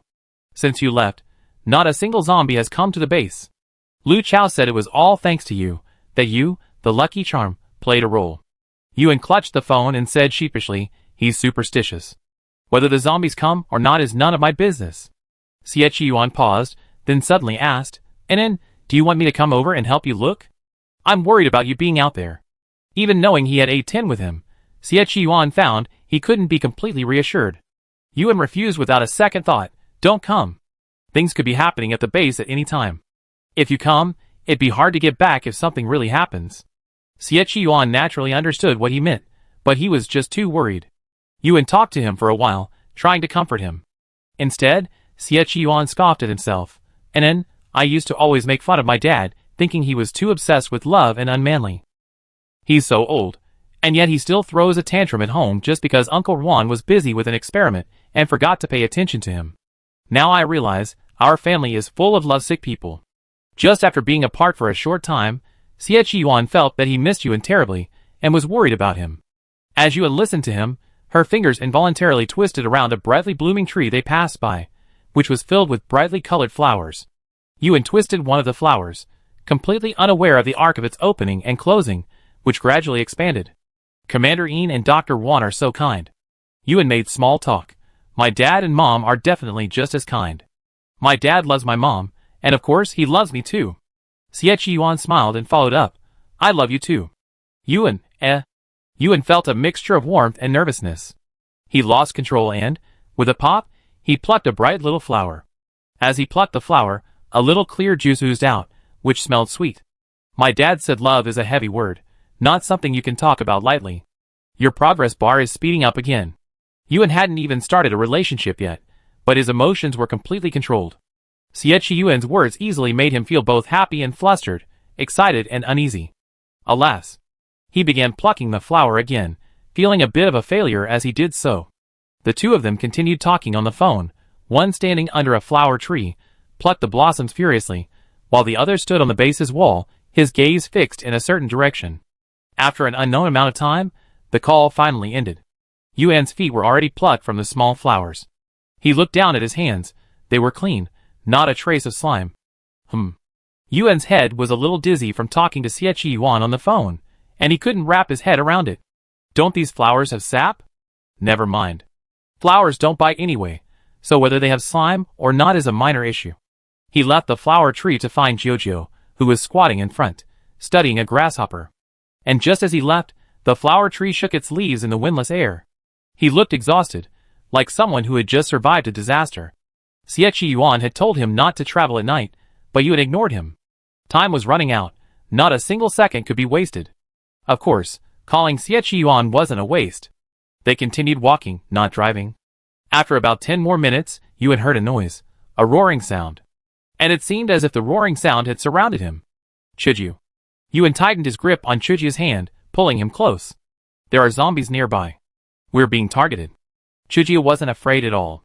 He pulled up the sleeves of his shirt, which had a small cloud pattern, and flapped his wings. Brother, I protect you. Zombies are bad. Chuju's ears were filled with these words. During the brief moment Xie Yuan forcibly held him. Chuju blocked out Xie Yuan's ramblings about wife and no wife, listening only to the words he thought were of some use. Wait. Yuan pinched Jojo's wings to stop him from shaking. Be good. Don't rush into a fight. The zombies around him gradually revealed their faces. Yuan looked at them, and suddenly remembered what Lu Chao had said at the base. The zombie leading this time escaped from the laboratory. His name is Sun Mo. He calmed himself, freed his other hand, and exposed his arm, which had been bitten. Then, he shouted at the zombies, Roar! Hello, we are one kind. Yuan's sudden roar startled the surrounding zombies. Yuan continued, Roar, roar! Do you have a boss? Can I meet him? Yuan didn't know if his roar was correct. In fact, he didn't know much about zombie roars. He had been able to communicate with Sun Mo, because Sun Mo could speak a few fragmented sentences. Roar? Ah, roar? Roar, roar? The roars echoed back and forth, nearly piercing Yuan's ears. He stared blankly at the zombies closing in on him again, unsure if he had joined them. Yuan, so absorbed in observing the zombies, didn't notice that Jojo, who was holding his hand, was also staring up at him in confusion. Xie Yuan said the zombies were evil. When Jojo emerged, he was already ready to fight the zombies for his elder brother. But why had his elder brother turned into a zombie before he even started? Jojo's face was bewildered and confused.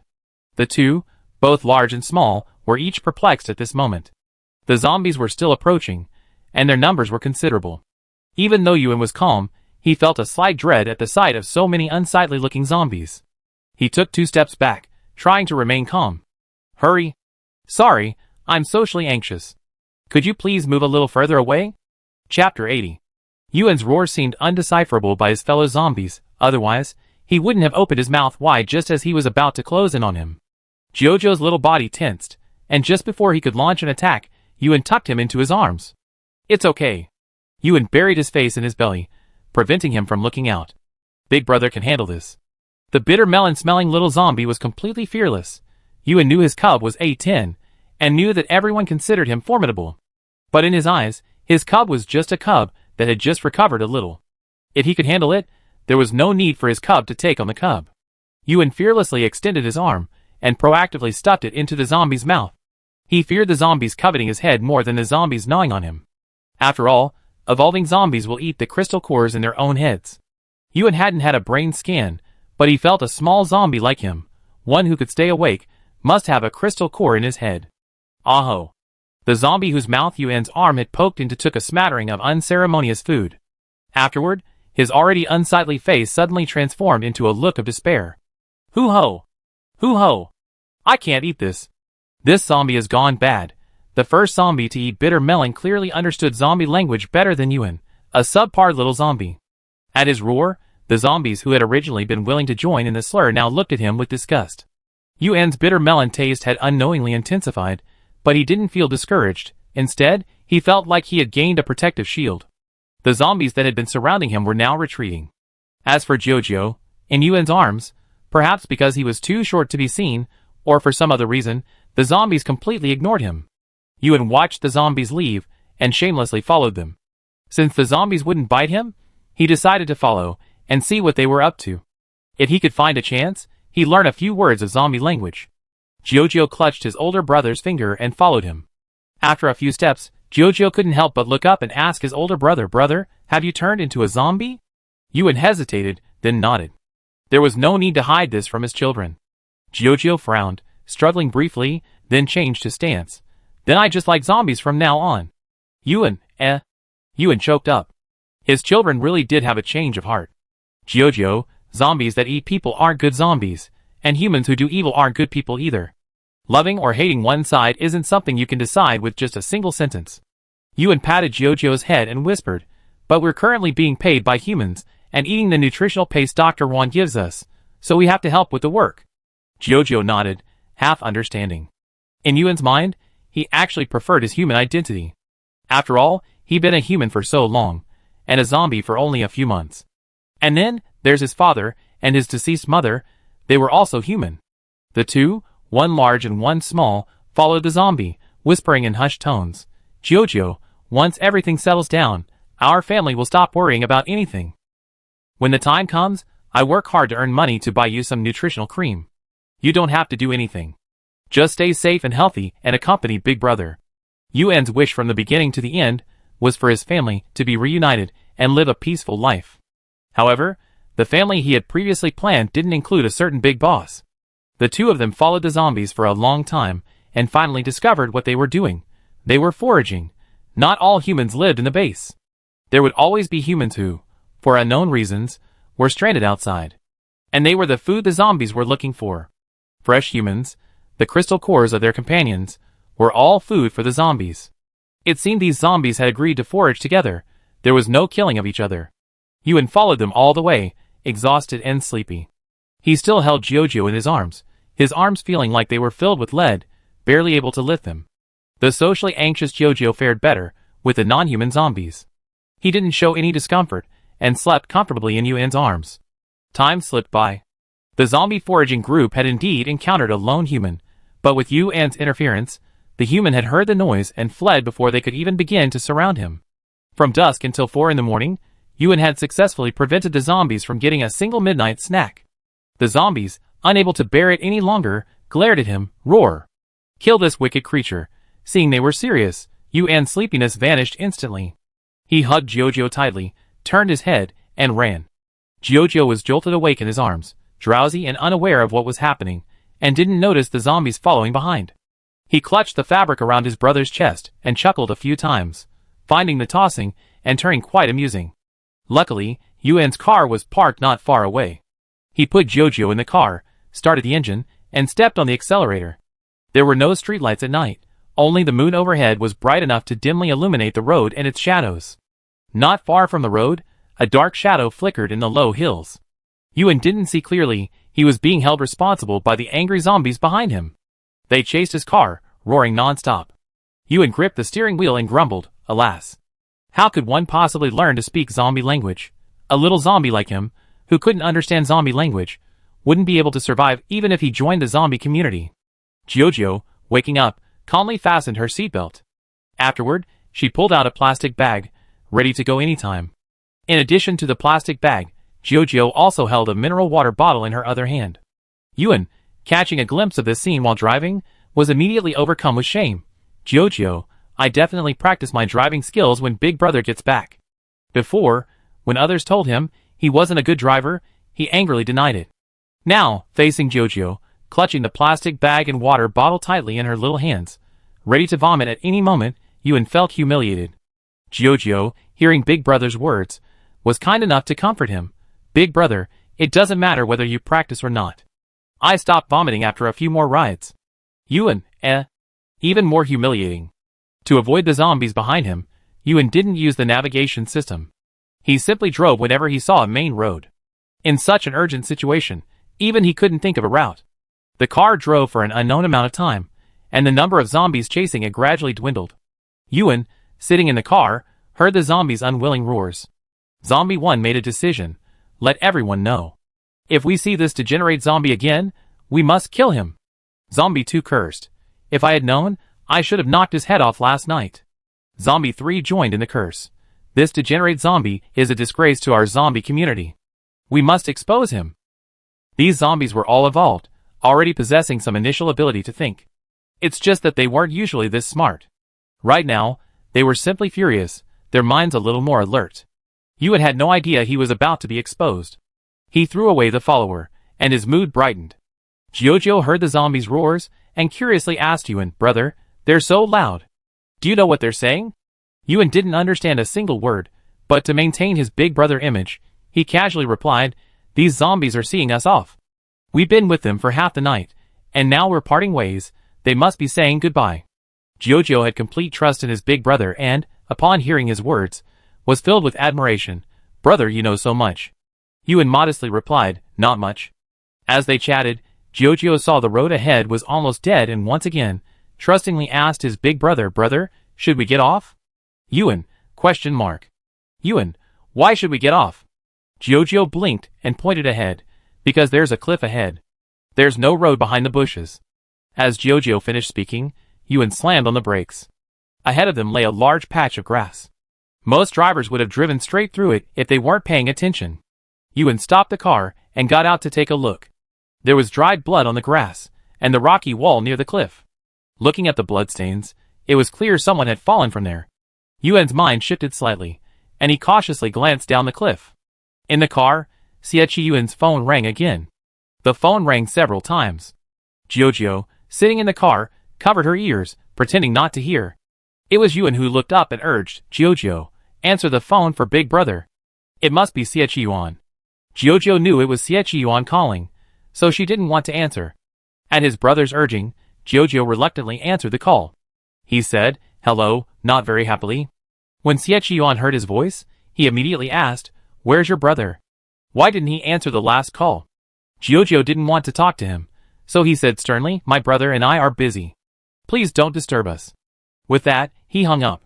Finally, Yuan came over and called back, Xie Yuan, I can answer the phone now. Without waiting for Xie Yuan to speak, he sent Xie Yuan his location and circled the area just ahead. Jojo and I encountered zombies last night. A large group. They were looking for food. I circled their location. You can take a look. After Yuan finished speaking, he reported his current location. He squatted on the edge of the cliff and wondered, Someone fell here. I wonder if Pei Si and the others fell from here. Since Pacey and the others disappeared, Base 5 has sent people to search for them several times. With so many searches, if it was a very obvious place, they would have probably searched it all by now. Yuan was very experienced in getting lost without using navigation. He usually ended up in places few normal people visit. Xie Yuan looked at the location he sent and his photo, and asked Lu Chao about it. Sure enough, Lu Chao had never looked for this place, and had no idea there was a cliff. I see if I can find the path down there, then go take a look, Yuan said, not forgetting to warn, if the zombies I encountered last night are the same ones that attacked the base, then you have to be careful. They're not far from the base, and they could attack again at any time. Okay, I get it, Xie Yuan said softly, and then, you've been out for a long time, it's time to come back. I have someone else check out that cliff. You?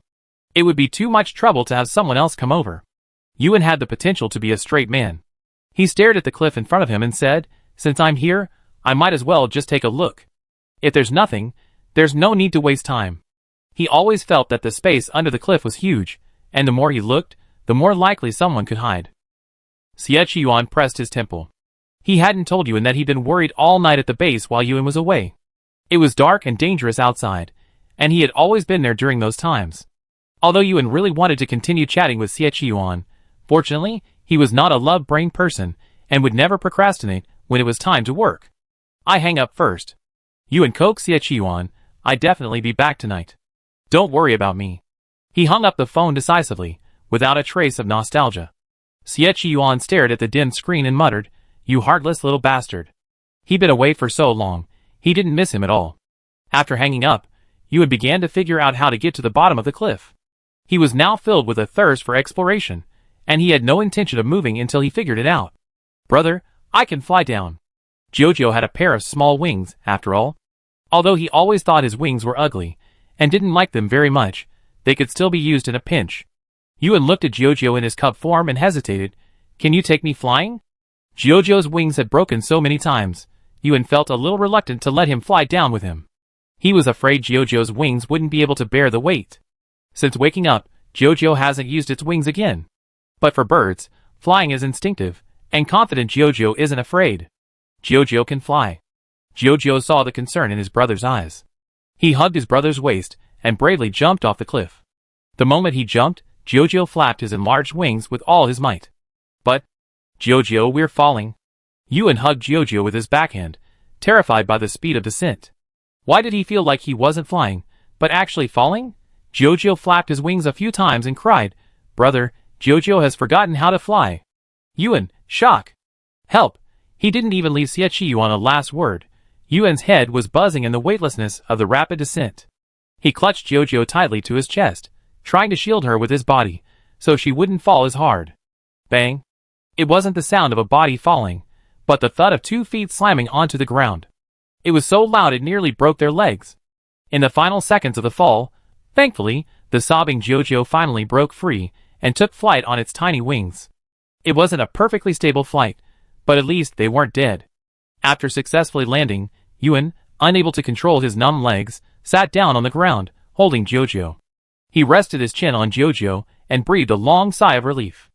Jojo raised the back of her hand, wiped a tear from her eyes, and looked at her brother anxiously. That's good. He didn't kill his big brother. After resting enough, Yuan sat up from the ground. He held Jojo by the hand and prepared to begin searching for people below. This place is huge. I feel like it could hide at least a few hundred people. Yuan couldn't help but observe and say, if the base can't accommodate them, we can develop this area as well. Jojo remained silent, simply being led by his big brother, as they searched for people inside. There was blood on the ground, not just blood, but also some torn blue clothing, military uniforms. Yuan was startled and snapped a photo, sending it to Xie Yuan. As Yuan patiently and meticulously continued his search for clues, many pairs of eyes stared at him from their hiding places. These eyes were bloodshot and terrifying, not at all human. A faint roar echoed. Roar! Found it.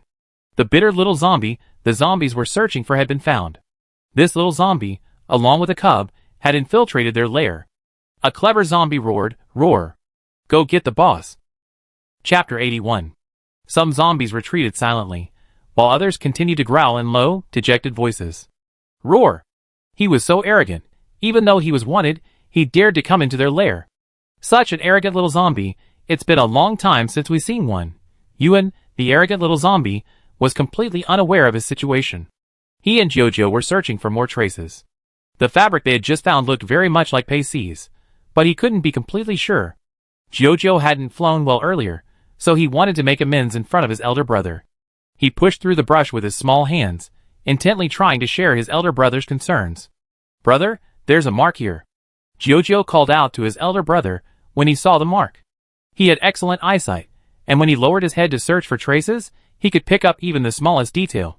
His elder brother had said they were looking for something related to the missing person. So Jojo had also spotted a few strands of animal hair that looked familiar, but he didn't tell his elder brother. He examined it carefully but couldn't identify the animal. It looked like a cat. Jojo's wings also had feathers. He vaguely remembered that his elder brother liked furry things. This kind of furry thing seemed to appeal to his elder brother. Jojo glanced back at his own wings. He was a disabled little Jojo, and his wings were not only ugly, but also tiny. Even the feathers on his wings were black and unattractive. Jojo ignored the furry fur and pointed out a palm print he had seen to his elder brother. Yuan photographed all the traces and sent them to Yuan. Since Yuan left yesterday, no zombies had appeared in the base. Everyone was busy reorganizing the base. Yuan was in charge of the military output, so he was relatively less busy. He showed Lu Chao the photos he had received one by one. Lu Chao was immediately excited after reading them. "I feel like it's Brother Pei." Lu Chao almost cried with joy. Brother Pei is definitely not dead. The photo of the fabric Yuan had sent was indeed the fabric of the clothes Pacey was wearing. Yuan thought for a moment and sent Yuan a message. "Send me your current location again and I organize a group." Yuan, squatting on the ground, replied, "We don't know if this place is dangerous yet, so don't rush to send anyone over." The cliff bottom was too large, giving it a somewhat gloomy feel. Yuan didn't want Yuan to send anyone over too quickly. He planned to check the area himself first. Lu Chao was worried. "Dad, why don't you go and take a look yourself? Little Lucky Bun is lucky in everything he does, but we can't always rely on luck. He's been out for over a day. If something really happens to him, we won't be able to get there in time." Yuan hesitated. Just as Yuan was still debating whether to go over, footsteps sounded behind Yuan. The footsteps were weak and accompanied by panting. Yuan turned his head sharply, and then he called out warily, "Zhu Ling?" The man standing not far away, his clothes torn and looking gravely ill, was none other than one of the photos in his pocket, Zhu Ling. Zhu Ling, leaning against a tree, his face pale, stared at him. "Are you human?" After Yuan nodded, Zhu Ling quickly approached, reached out and grabbed him, quickly dragging him away. "Hold on. There are zombies everywhere." Yuan's original position was blocked by a patch of trees. Unless he got close, he couldn't see him at all. Zhu Ling was familiar with the area. He dragged Yuan along, winding their way through the area and into a hidden cave. If you didn't look hard, you wouldn't have noticed it was a cave. The entrance to the cave was small, but the space grew larger and larger once you entered. Zhu Ling whispered to Yuan, "This is a zombie lair. I don't know how you got in, but you must follow me now." After they entered, Zhu Ling blocked the entrance again. After walking for about 10 meters, Zhu Ling finally stopped. It was dark inside, illuminated only by a few glittering pieces of unidentified minerals. Yuan, holding Jojo, looked at Zhu Ling face to face. Thinking over what Zhu Ling had said, he asked uncertainly, "Is this really a zombie lair?" Zhu Ling nodded wearily. He sat on a rock, panting slightly as he spoke to Yuan. "I'm a psychic from Base 5. I accidentally fell here with my companions while on a mission.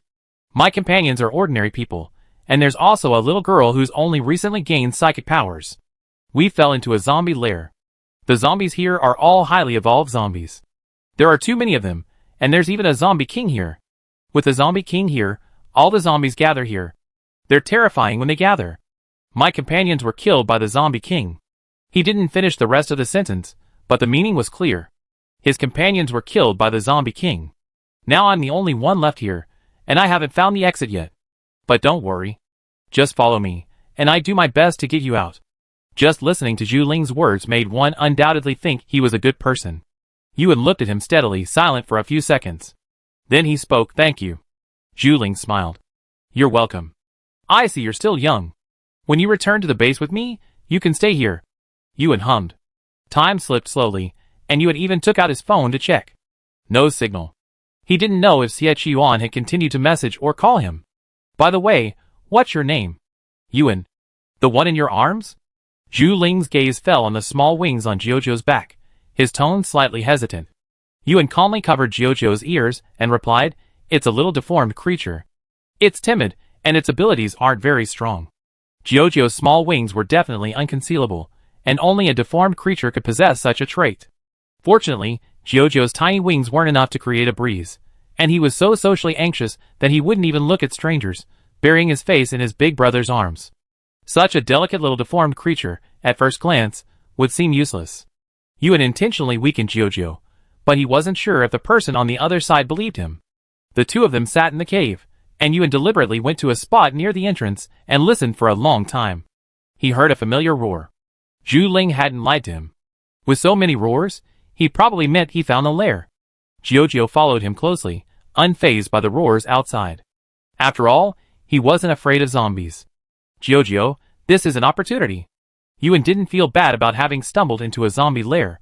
He reasoned, after all, he couldn't come away empty-handed. Even if he didn't get anything in the end, it didn't matter. If he got caught, Xie Yuan could always come and rescue him. Yuan listened for a while in the corner, then turned back. Zhu Ling had been here long enough, so he could get some more information out of him. "Do you have any clues to get out?" Yuan asked him. "We can't stay trapped here forever." Zhu Ling glanced outside and replied, "Yes, but it's very risky. I haven't figured out how to do it yet." Yuan frowned. "You tell me first." Zhu Ling leaned against the stone wall and spoke slowly. "There are too many zombies here, and with the zombie king here, new zombies will constantly arrive. I can't kill all of them, but I can kill just one." Yuan understood immediately.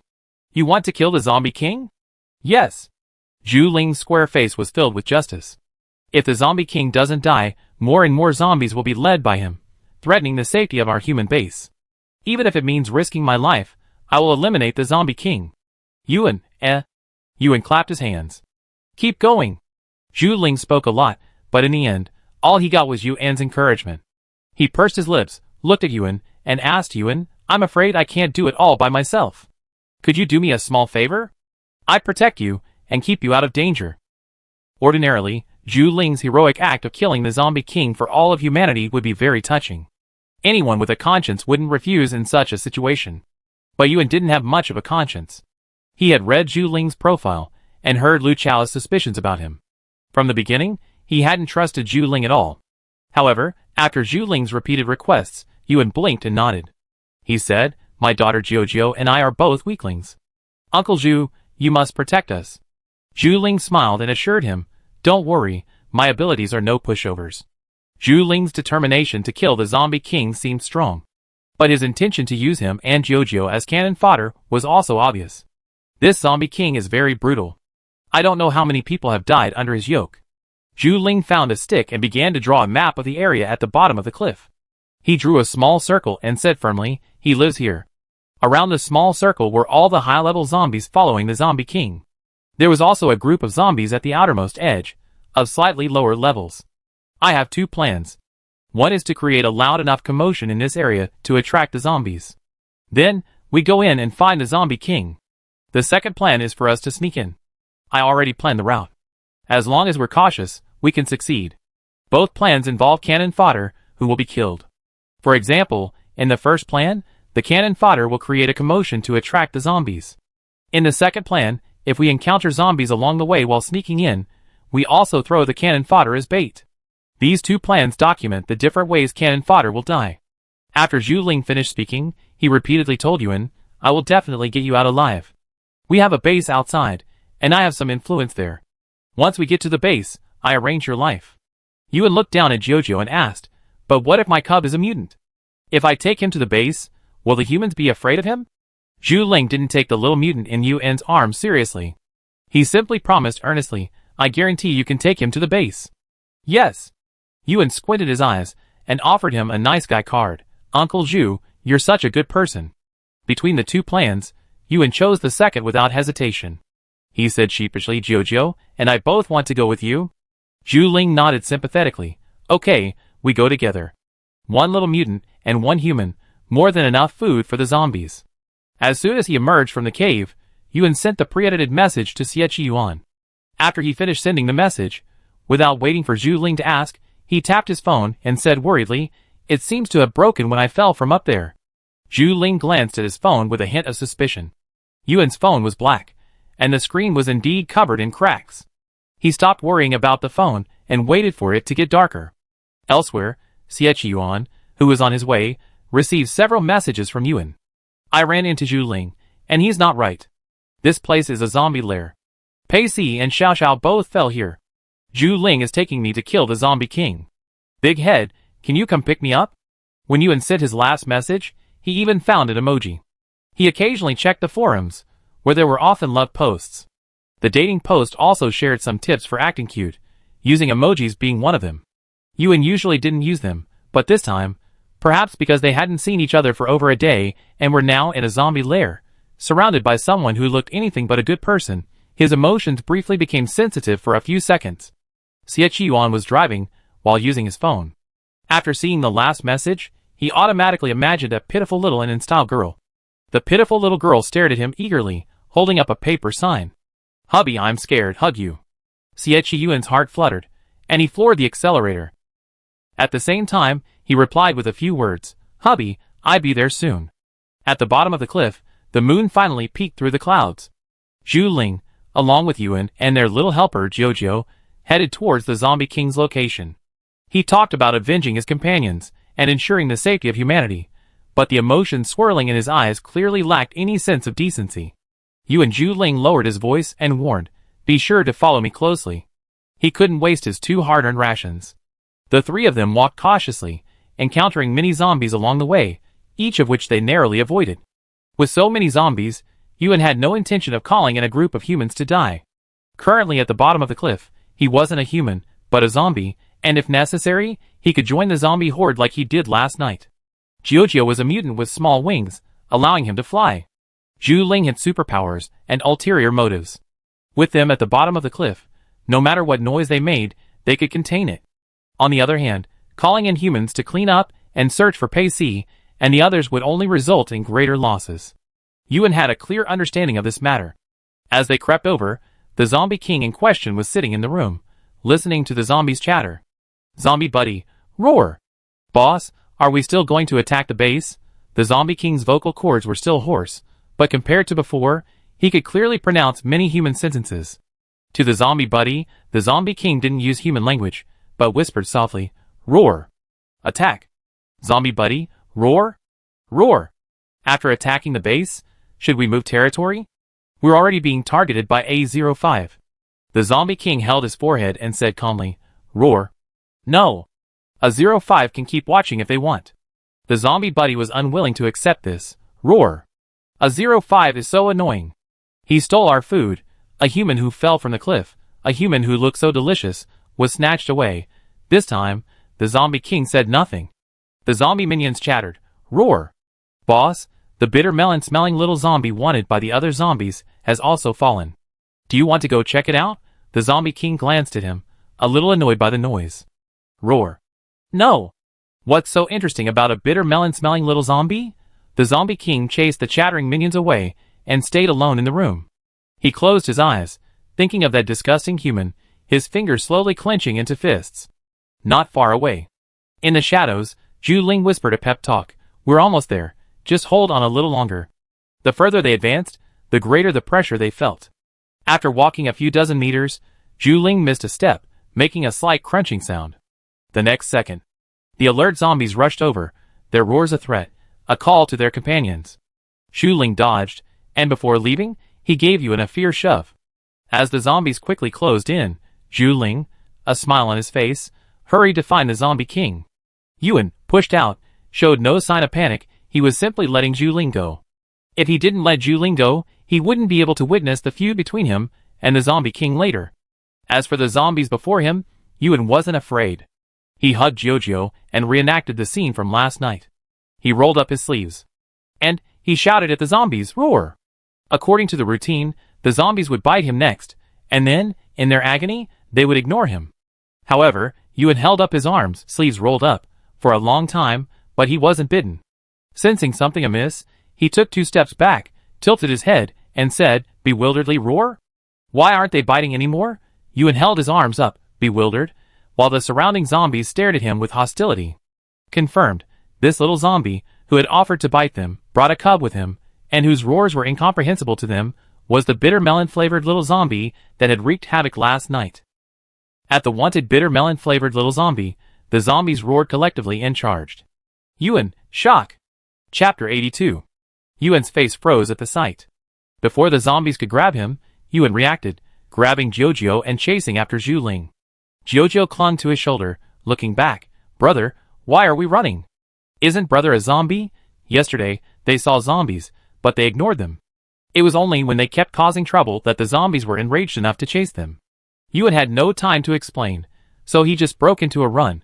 Unable to join the zombie group, Ewan, the fugitive, was forced to flee with his cubs.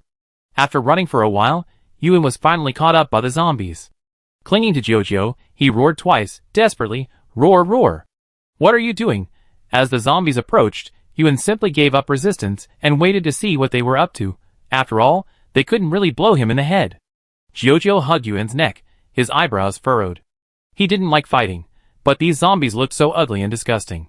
Roar! Catch them, the zombie leader ordered. Alho! Wait until the boss is in a better mood, show him. These zombies, now capable of thinking, can think about many things. They believe that the strong are kings, and the strongest and most intelligent zombies can be their kings. The boss is very unhappy now. They don't know how to cheer him up, and they haven't caught any fresh food for him. For now, this strange little bitter melon-smelling zombie can be kept to entertain the boss. Ewan felt relieved when he saw that they were only taking him away. Thankfully, his head was saved.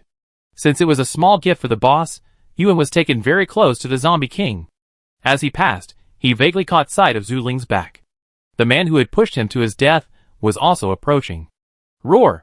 Someone's approaching. Ewan just yelled casually, but unexpectedly, the chatterbox underling, who had just emerged from the zombie king's room, happened to hear him and immediately stopped in his tracks. A moment later, a neatly dressed zombie appeared before Ewan. The zombie had blonde hair, with bangs covering his eyes, giving him a bit of a thug look. Ewan couldn't help but mutter, roar. It's time to cut his hair. His children never let their hair grow over their eyes. It's bad for their eyesight, and it's unsightly. As Ewan finished his muttering, the zombie across from him locked eyes with him. The chatterbox zombie suddenly asked, what dialect are you speaking? Ewan, ? What are you yelling about? The zombie looked at him blankly, silent for a few seconds. Then, he slowly and hoarsely uttered human words. Did you see who came in? Ewan was shocked. So there were zombies that could talk, and zombies that could understand his roar. He pointed in a direction without hesitation and continued tentatively, roar. He's going to find your zombie king. Ewan also wanted to meet this zombie king. He wanted to know if this zombie king was Sun Mo. The yellow-haired zombie in front of him, after hearing his roar, had a slight change of expression. He roared and ordered the zombies to follow him, heading in the same direction Zhu Ling had just touched.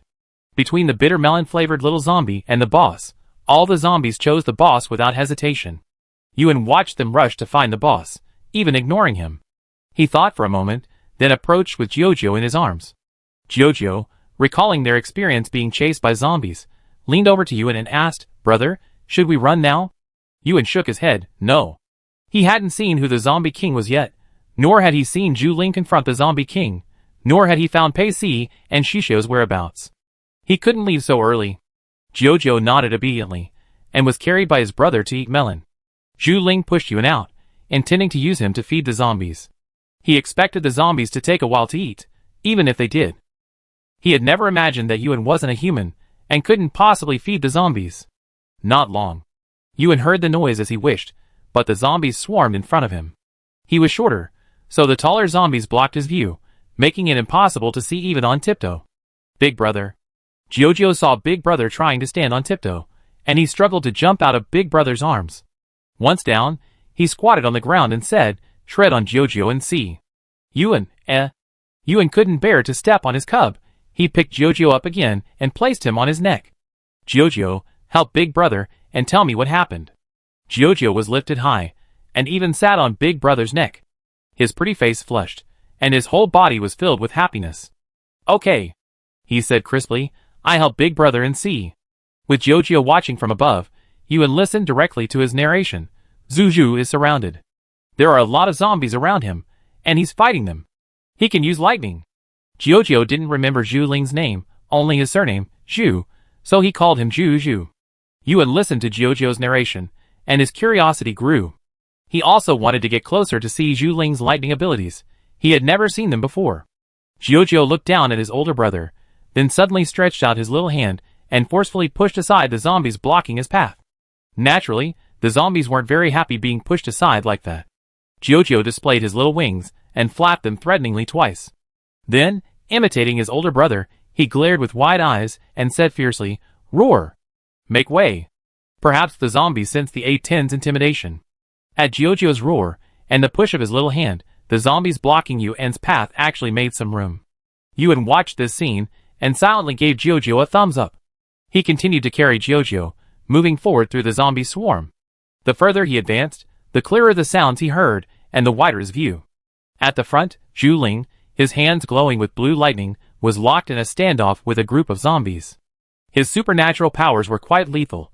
In just a short while, 7 or 8 zombies had perished at his hands. But only 7 or 8 had perished.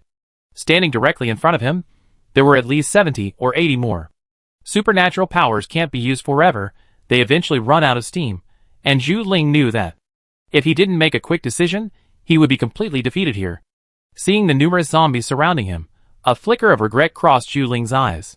If he had known the 2 zombies, big and small, were so useless, he wouldn't have made such a rash move tonight. It was too late to regret now. Time slipped by. Zhu Ling leaned against a branchy tree and called out coldly, "Sun Mo, don't you hate me? Why, I'm right here, and you still don't dare come out?" As Zhu Ling finished speaking, a person actually walked out of the room. Yuan held his breath, his eyes fixed on him. It was Sun Mo. The Sun Mo he knew. Sun Mo didn't see him. In his eyes, it seemed only that he saw Zhu Ling. The two of them stared at each other. Yuan could clearly see Sun Mo's clenched fists. His vocal cords were much better than before. "You will die." Sun Mo stared at Zhu Ling and uttered 3 words. Zhu Ling smiled and boasted, "I will die, but so will you." "Oh no, in your current state, you're already half dead and half alive." "Sun Mo, did you know your father is dead? He died at the hands of an evolved zombie." "How ironic. The zombie that killed him was the same kind as his son." Zhu Ling's words were clearly meant to goad Sun Mo.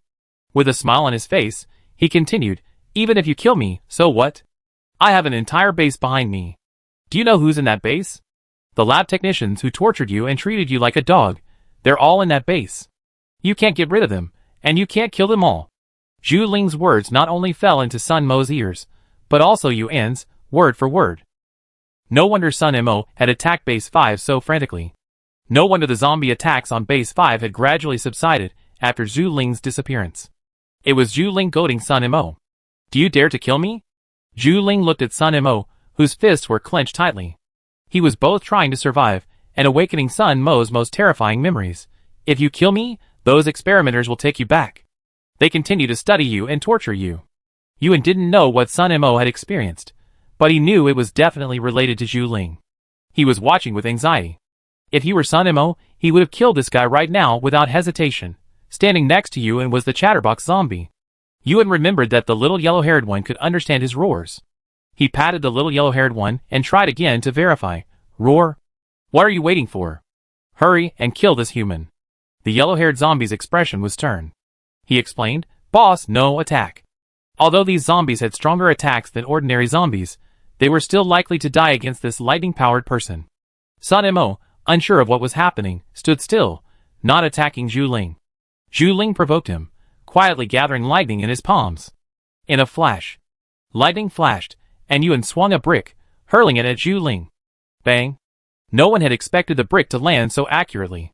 Zhu Ling's face was covered in blood, and his attack deflected, slamming into the ground at Sun Mo's feet. Sun Mo recovered from his surprise attack. After Yuan had thrown the brick, he took over Sun Mo's duties and gave the command, "Roar, roar, roar! Capture this human.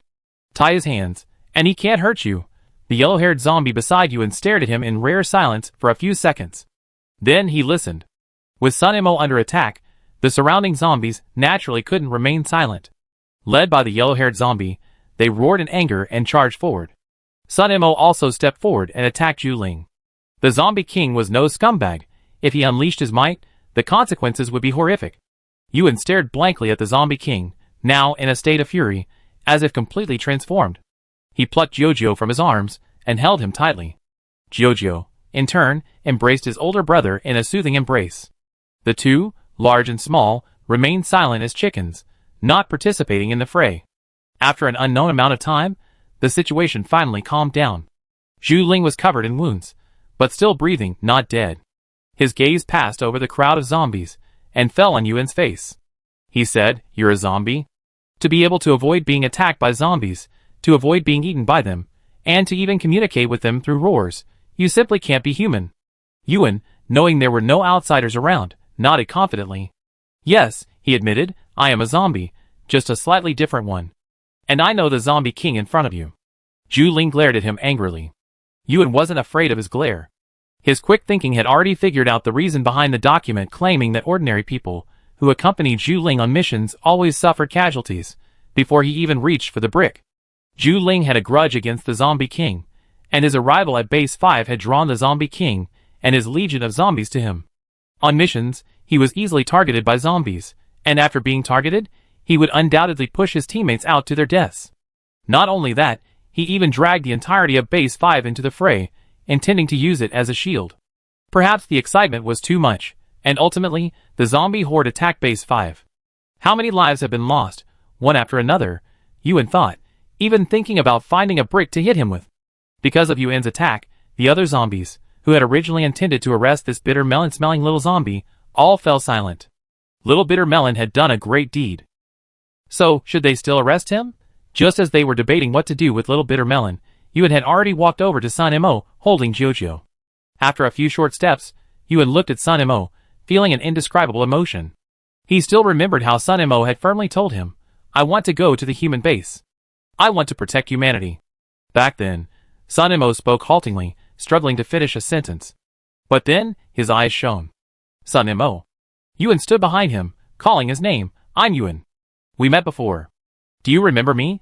Sun Mo's foot was still pressing hard against Zhu Ling's wrist. He stiffened at the sound. Time seemed to be deliberately slowed down at this moment. Yuan waited anxiously for Sun Mo's answer. He truly couldn't tell if Sun Mo still remembered him. "Yuan." Sun Mo muttered his name and turned. Their eyes met. The Zombie King, who had been in a frenzy, this Zombie King with countless followers, this mad Zombie King, suddenly had red eyes. Seeing his red eyes, Yuan felt a pang of pain in his heart. He placed Jojo on the ground, walked over, and hugged Sun Mo. "How did it become like this?" Yuan murmured, raising his hand to gently pat Sun Mo's back. He felt deeply saddened. How could Sun Mo, who once loved humanity so much and made protecting humanity his greatest goal, have ended up in this situation? Jojo was the most devoted to his elder brother. Seeing him hugging someone, he ran over and hugged Yuan's thigh. Sun Mo let go of Yuan and saw Jojo. He lowered his eyes to Jojo and said, "I found the cub you were looking for." When he and Yuan first met, they had said they had their own plans. Yuan said he wanted to find his lost cub, and now it seemed he had achieved his wish. Yuan sighed worriedly. He said wistfully, "I have a lot of cubs at home, and several haven't been found yet. This is just one of them." The two of them didn't continue their conversation outside. They returned to the room. As for Zhu Ling, Sun Mo didn't choose to kill him immediately. He would surely torture him slowly. Yuan didn't want such a person to return to the human base. Yuan was led inside by Sun Mo. The yellow-haired zombie watched them leave and roared to the sky. "Roar! The wanted order has been lifted. No one should fight against the bitter melon-smelling little zombie with cubs again." The little zombie in question reunited with his old friend, completely unaware that he had gone from a fugitive to a distinguished young zombie master. He took Jojo by the hand and sat on the sofa. Sun Mo scanned the room for a long time before finding some cookies. He handed the cookies to Jojo, who hesitated, unsure whether to take them. "Take it. My dad taught me to give a gift when you first meet a friend's child." Yuan patted Jojo's head and said, "Jojo, take it. Say thank you, brother." Jojo nodded, tilted her head, and politely said, "Thank you, brother." Yuan was still accepting the gift. Even on the other side, Xie Yuan, walking along, was filled with anxiety. His inn had fallen into a zombie lair. Even with the A-10, it was still dangerous. Chapter 83. In the zombie lair, Jojo ate biscuits while Yuan drank the water Sun Mo had brought him. The two sat facing each other, with so much to say, yet for a moment, they couldn't bring themselves to say anything. They had only been apart for a few months, and when they met again, it would be too late to go back to the way things had been. Sun Mo. Yuan called Sun Mo by his name. He knew Sun Mo was young, about the same age as him. What are you going to do with Zhu Ling? Torture him slowly to death. Sure enough, Sun Mo had the same idea as him. He was keeping Zhu Ling alive just to torture him. Yuan was unaware of their feud, and just as he was about to brush it off, Sun Mo spoke up. He was my dad's friend, a very good friend. I used to treat him like the most respected uncle, but then something happened to him, and he lost contact with our family. A few months ago, I was searching for the human base when I met him. He said he would take me there, but he lied. Sun Mo's target was the base in the East District. Yuan gave him a map, and with a passionate heart, he headed for it. At first, the people at the base were afraid of him. He didn't give up, nor did he lose heart. He even empathized with these humans. Even when the one he had just saved turned away and ran away from him, he didn't feel hurt. He knew he was a zombie, and it was normal for humans to be afraid of him. On his way to find a new base, he met Zhu Ling, and then, he was betrayed by Zhu Ling. Zhu Ling sold him to an unknown research institute. He didn't even see what the institute looked like. He only remembered that it was like hell to him. The experimenters studying him excitedly tied him to an ice bed. They were saying, "It's amazing. There really are zombies that possess both zombie characteristics and human thoughts." Back then, there weren't many zombies with self-awareness. In their eyes, Sun Mo was an even more precious research subject. Sun Mo tried to communicate with them, believing that if he were used for experiments that would benefit humanity, he could be sacrificed. But gradually, Sun Mo sensed something was wrong. What they were doing to him became increasingly cruel. To confirm whether he had the zombies' desire to eat, they kept him with bleeding humans. Sun Mo was a zombie, so naturally he had a desire to eat. But in the past, when he felt that desire, he would avoid humans. He would eat the crystal cores from other zombies' heads, which provided him with the energy he needed. But the experimenters refused to give him the crystal cores, only bloody, living humans. They were training him like a dog. Besides domestication, they also attempted to use him to transform humans, for example, turning living people into sentient zombies. Zombies are neither dead nor alive, and in some ways, their lifespans are much longer than humans. Sun Mo could barely remember how long he had been tortured. He only knew that he wanted to die completely, but he couldn't. Yuan listened to him recount what had happened, his eyes blazing with anger. Jiojio, who was eating a cookie, also stopped. "Brother Sun." Jiojio extended her little hand and offered him a cookie. "Here, it's sweet." Sweet cookies weren't food for either the aberrations or the zombies. But Jiojio wasn't opposed to these delicious little cookies. Sun Mo didn't take the cookie, he simply held Jiojio on his lap. Jiojio was conflicted, he just wanted to be held by his big brother. But seeing how upset Sun Gij was, he let him hold him for the time being. Sun Gij's face was expressionless, but Jiojio and Yuan both knew he was heartbroken. "Yuan, I don't know what to do next." Sun Mo held Jiojio, resting his chin on Jiojio's shoulder. The cub scent brought him some peace. Yuan didn't know how to make a choice for him. Sun Mo was now the zombie king of this area, and all his decisions affected the many zombies under him. "It's okay." Yuan leaned in, patted his arm, and said seriously, "We think about it slowly. There's no rush." As he spoke, he didn't forget to clarify an important point. "By the way, there aren't any of those vicious experimenters in Base 5. Don't listen to Zhu Ling's lies. I came from Base 5. I'm looking for someone." After chatting with Sun Mo for a long time, he didn't forget to get down to business. There were two other people with Zhu Ling. One is my friend, and the other is a young girl. Here are their photos. Have you seen them? Yuan handed the photos to Sun Mo, who then handed them to the yellow-haired man who entered. The yellow-haired man yelled at Sun Mo twice, and then Sun Mo replied, "This girl is here. She has superpowers, but she was injured when she fell, so we locked her up. Those with superpowers have all been bitten by zombies, so they can no longer serve as zombie food. But that doesn't mean the zombies can't kill them." Sun Mo left the little girl behind, most likely because he didn't intend to kill her. He found Xiao Xiao, and most importantly Pei Si. Yuan pointed at Pei Si's photo and continued, "What about this person? Zhu Ling and Xiao Xiao are here. Is he here too?" "He's not here." Sun Mo recognized the person in the photo. His eyes flickered, but he didn't elaborate. He was taken away by a wild beast. "Yuan? Yuan was completely stunned. he said in disbelief. What did you say? Pacey was taken away by a wild beast. How could someone as big as Pacey be taken away by a wild beast? Sun Mo met his shocked gaze and nodded in affirmation. We saw it with our own eyes. He was really taken away. There are many mountains and forests here, and there are many wild animals. It's not uncommon for people to be taken away. Yuan took several minutes to process the absurdity of Pacey being taken away by a wild beast.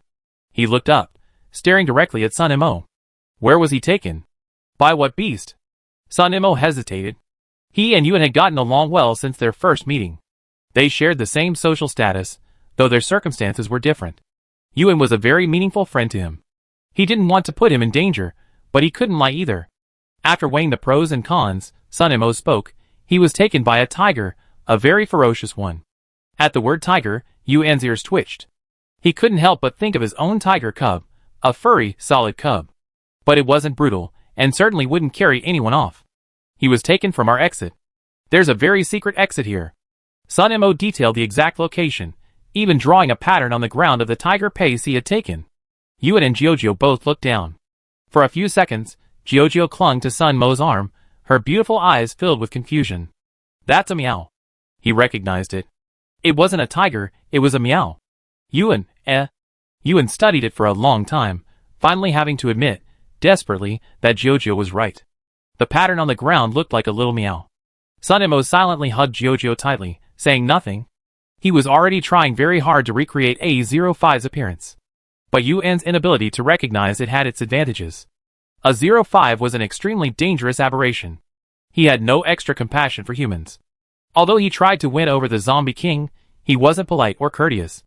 Sun Mo had heard of these A-series mutants. Each one was incredibly arrogant. They were too powerful, so powerful that they wouldn't be easygoing with anyone. Sun Mo thought about A05, then looked at the obediently sitting little Jiujiu. Jiujiu was simply too adorable in comparison. He didn't ask what kind of mutant Jiujiu was, because it didn't look particularly strong. If you want to see where he was taken, I can take you. Okay, let's go.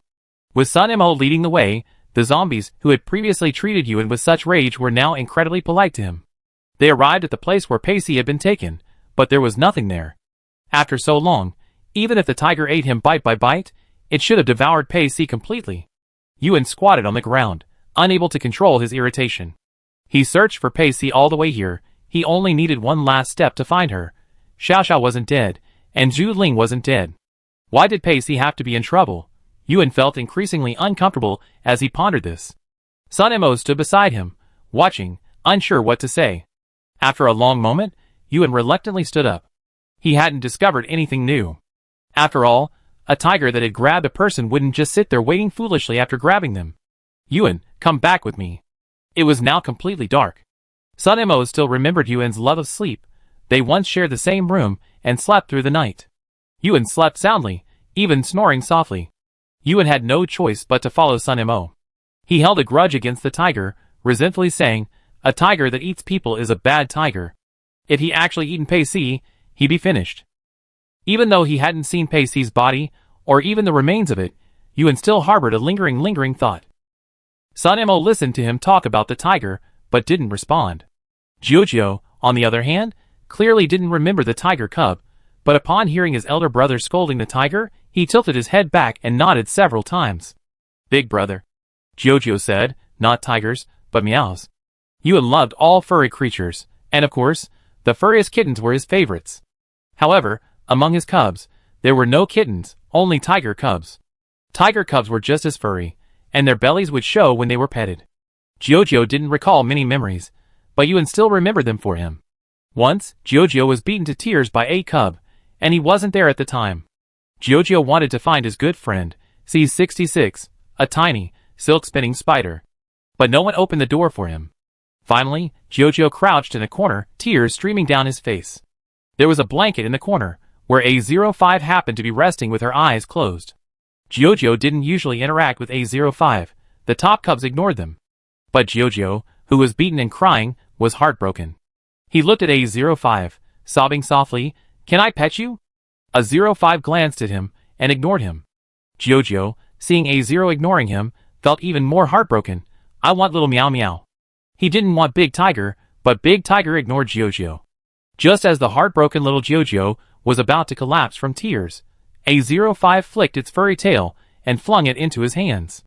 Jojo sniffed, her sobs quieting. I still want a meow. A05, seemingly annoyed by the crying, twitched her eyelids and spoke in a steady, even voice, meow. This meow wasn't cute at all. Jojo, however, burst into laughter and contentedly hugged the furry tail in her hands. Yuan saw this scene on the surveillance camera. Jojo and A05 briefly got along harmoniously, but then A05 became more comfortable with solitude and no longer paid any attention to Jojo and the other little freaks. Jojo's affection for the little meows gradually faded. In fact, after realizing she was a clown, Jojo developed rebellious feelings towards the cute little meows and simply didn't want to own them. He thought the clown show would be beaten by the kitten. In short, Chu's affection for Meow Meow waxed and waned. And because A05 always ignored him, he unilaterally announced that he no longer wanted Big Tiger. Yuan followed Chu back. The search for clues about Pei Si here was temporarily interrupted. As they sat in the room, a yellow-haired zombie suddenly poked its head out. He spoke tentatively. Who? Boss, I need help. Sun Mo let him in and asked, Who? What was it? The yellow-haired zombie hesitated, his eyes fixed on Yuan. Yuan, Yuan suddenly felt strangely, as if he were being watched. 10 minutes later, he stood in an open space, staring at the sea of zombies before him, speechless and choking. The yellow-haired zombie was maintaining order. Roar, roar, roar. Everyone line up. Yes, the zombies before him were lining up, and none of them looked particularly presentable. The yellow-haired zombie had called Yuan to make a request. He wanted Yuan to help them tidy up. Sun Mo had evolved considerably, and his appearance was different from before. At the very least, he was clean and neat. These zombie minions, who also possessed the ability to think, also wanted to emulate their leader. They, too, wanted to be clean. Yuan, numbly, took the scissors the yellow-haired zombie had found, and cut the hair of the zombies in line. While cutting, Yuan suddenly turned his head. This was the first time he had seen Sun Mo so clean today, and he had a clear view of his face. Sun Mo's face suddenly looked familiar to him. Sun Mo. Yuan, clutching the scissors, walked over to Sun Mo and examined him again. Sun Mo nearly turned away from his gaze. After a careful examination, Yuan's pupils suddenly constricted. He recognized Sun Mo as the uncle's son. The uncle who, before his death, had told him to pass on a message if he saw his son. After all this time away from home, Yuan had never met the uncle's son. He hadn't expected that he and the uncle's son had already met. Your father asked me to pass on a message to you. Yuan thought about the uncle's last words, remembering every word clearly. He left you something, all in a box. Yuan explained where the box was and how to get it. After he finished speaking, he couldn't help but add, Sun Mo, your father loves you very much. Uncle's son risked his life to earn work points, hoping to save them for his son. From the moment Yuan started talking about Sun's father, Sun Mo's face was blank. He seemed unresponsive, as if he didn't know what expression to express. He simply listened quietly, listening to Yuan repeat his father's last words. Time slipped through his fingers. A long while after Yuan finished speaking, Sun Mo slowly began to react. My father, my father. He spoke haltingly, but the rest of the words faltered. He had heard from Zhu Ling that his father was dead. But this time, when Yuan clearly recited his father's last words, he truly felt it. He felt that his father was truly gone. He had no mother, and depended solely on his father. His father was a rough man, uneducated, and not particularly gentle with his children. For years, father and son hadn't even spoken to each other from the heart. But they wouldn't have the chance again. Looking at Sun Mo like this, Yuan couldn't help but think of his own father. Sun Mo's father was gone. His father's whereabouts were unknown. At this moment, the two, both missing their fathers, met eyes, unable to contain themselves. Sun Mo had escaped from the lab and become the zombie king, never again vulnerable. But that night, encountering Yuan, he broke down again and again. Yuan raised his hand and gave him a comforting hug. The zombies around him howled and grumbled in mournful words. Yuan didn't understand, but he vaguely sensed that they were trying to comfort them. Sun Mo, the bad times will pass. Amid the howling zombies, Yuan managed to calm himself down. He said to Sun Mo, hold on a little longer, and things will get better. Even if they were experiencing immense hardship right now, as long as they persevered, time would reward them with peace of mind. Yuan didn't believe that misfortune could ever haunt someone. Sun Mo had suffered enough, he shouldn't be tortured any further. Under the cover of night, surrounded by zombies, Yuan prepared chicken soup on the spot. They didn't hear the footsteps not far away. Xie Yuan, who had finally arrived from the midst of sentimental talk, stood a few dozen meters away, a bone blade in hand. Tall as he was, he could clearly see the scene unfolding nearby. As he watched, his face turned green. Chapter 84. Xie Yuan drove very fast, not stopping even when he encountered scattered zombies on the road. He hurried, finally reaching the location Yuan had sent him. On his way down, he didn't encounter many zombies, and thought the zombie nest was fake. After all, how could a nest be without zombies? He held the bone blade and walked step by step to the location. The zombies saw him. He also saw his and hugging the zombies. Xie Yuan's head was green, and the bone blade he held shone with a cold light. The cold light flashed through the zombie's eyes, and someone in the gathered zombie group roared the first roar. Roar! The roars echoed one after another, and the zombies' eyes were all focused on Xie Yuan. Xie Yuan did not have the aura of their kind. The first zombie pounced. Then, the second, and the third. Xie Yuan's expression was icy, yet he held the bone blade fearlessly. Yuan heard the noise and turned to look outside. He stood on tiptoe, but his view was still obscured by the swarm of zombies, making it difficult to see what was happening. Jojo was sensible. He ran to get a small stool for his brother. Yuan stepped on the stool and continued to watch. The sight utterly stunned him. Stop, stop, stop! Stop fighting. Stop fighting. This is mine. Yuan hurriedly tried to stop them. Seeing this, Sun Mo suddenly let out a long roar. The roar forced the zombies, who had been about to attack Xie Yuan, to pause. The zombies stopped, and Yuan, hugging Jojo, said to Sun Mo, "I called the man here. He's here to pick me up." Sun Mo nodded. Yuan thought for a moment, then asked nervously, "Can you come with me? I want to introduce you to him." Seeing Sun Mo didn't express his opinion, Yuan whispered, "If you don't want to go, forget it." Sun Mo's lips moved, and finally, he whispered, I'm the Zombie King. If you introduce me, will it affect? I'm not afraid. Yuan answered without hesitation. He never cared about other people's opinions. He could even raise a freak. So what if he made friends with a Zombie King? At Yuan's invitation, Sun Mo walked with him towards Xie Yuan. Even before they even got close, Sun Mo keenly sensed, he's hostile to me. Now clean and tidy, Sun Mo looked remarkably handsome, a stark contrast to his former, grimy appearance. Not only that, he seemed to have a good relationship with Yuan. Yuan comforted him. Xie Yuan is always cold towards people, so don't take it too seriously. You get to know him, and he's actually a very nice person. In Yuan's eyes, Xie Yuan was the best person. The two men, along with Jojo, approached Xie Yuan. Jojo looked at Xie Yuan and buried her face in Yuan's neck, a gesture that didn't indicate a greeting. Xie Yuan's gaze wasn't even on Jojo. He stared intently at Sun Mo. "Enan, who is he? Why aren't the zombies here attacking you?" Yuan pointed at Sun Mo and explained honestly, "Because I know him. His name is Sun Mo, and he's the Zombie King. I known him before." Xie Yuan naturally had information on Sun Mo, the Zombie King. He even knew that this Zombie King had initially been devoted to humans. Surrounded by a swarm of zombies, Jojo felt uneasy again. Yuan hugged Jojo tightly and said, "Let's talk somewhere else. Don't stand here." Sun Mo said, and led the way. Soon, they moved to a room, where Yuan told Xie Yuan all about Sun Mo's experiences. But he felt a little uneasy. "Xie Yuan, are you going to take Zhu Ling away? He's a bad guy. Even if he's human, he's still a bad guy." Yuan was terrified that Xie Yuan would take Zhu Ling away. In his opinion, Zhu Ling's guilt couldn't be washed away even by boiling water. If it weren't for him, so many people wouldn't have suffered. Xie Yuan said indifferently, "Even if he's taken away, he'd be executed. Even though the infected are rampant now, and the city of yesteryear is gone, but on the land of the West District, at the West District base, any crime committed will be punished." Yuan breathed a sigh of relief upon hearing this. He patted his chest and said, "Fortunately, as long as that bad guy Zhu Ling is dead, that's enough." After talking about Zhu Ling, Yuan thought of Sun Mo. He quietly shifted his position, moving closer to Xie Yuan. "Big head. Speak." Xie Yuan's attitude was cold. He didn't show his usual joy at Yuan's advances, nor did he try to take advantage of them. Yuan saw that he was unhappy, and paused what he was about to say. The two of them leaned shoulder to shoulder, while Jojo, the little light bulb, was carried to the back by Sun Mo. Sun Mo didn't interrupt Yuan's conversation with Xie Yuan. Taking advantage of being unheard, Yuan whispered, why are you unhappy?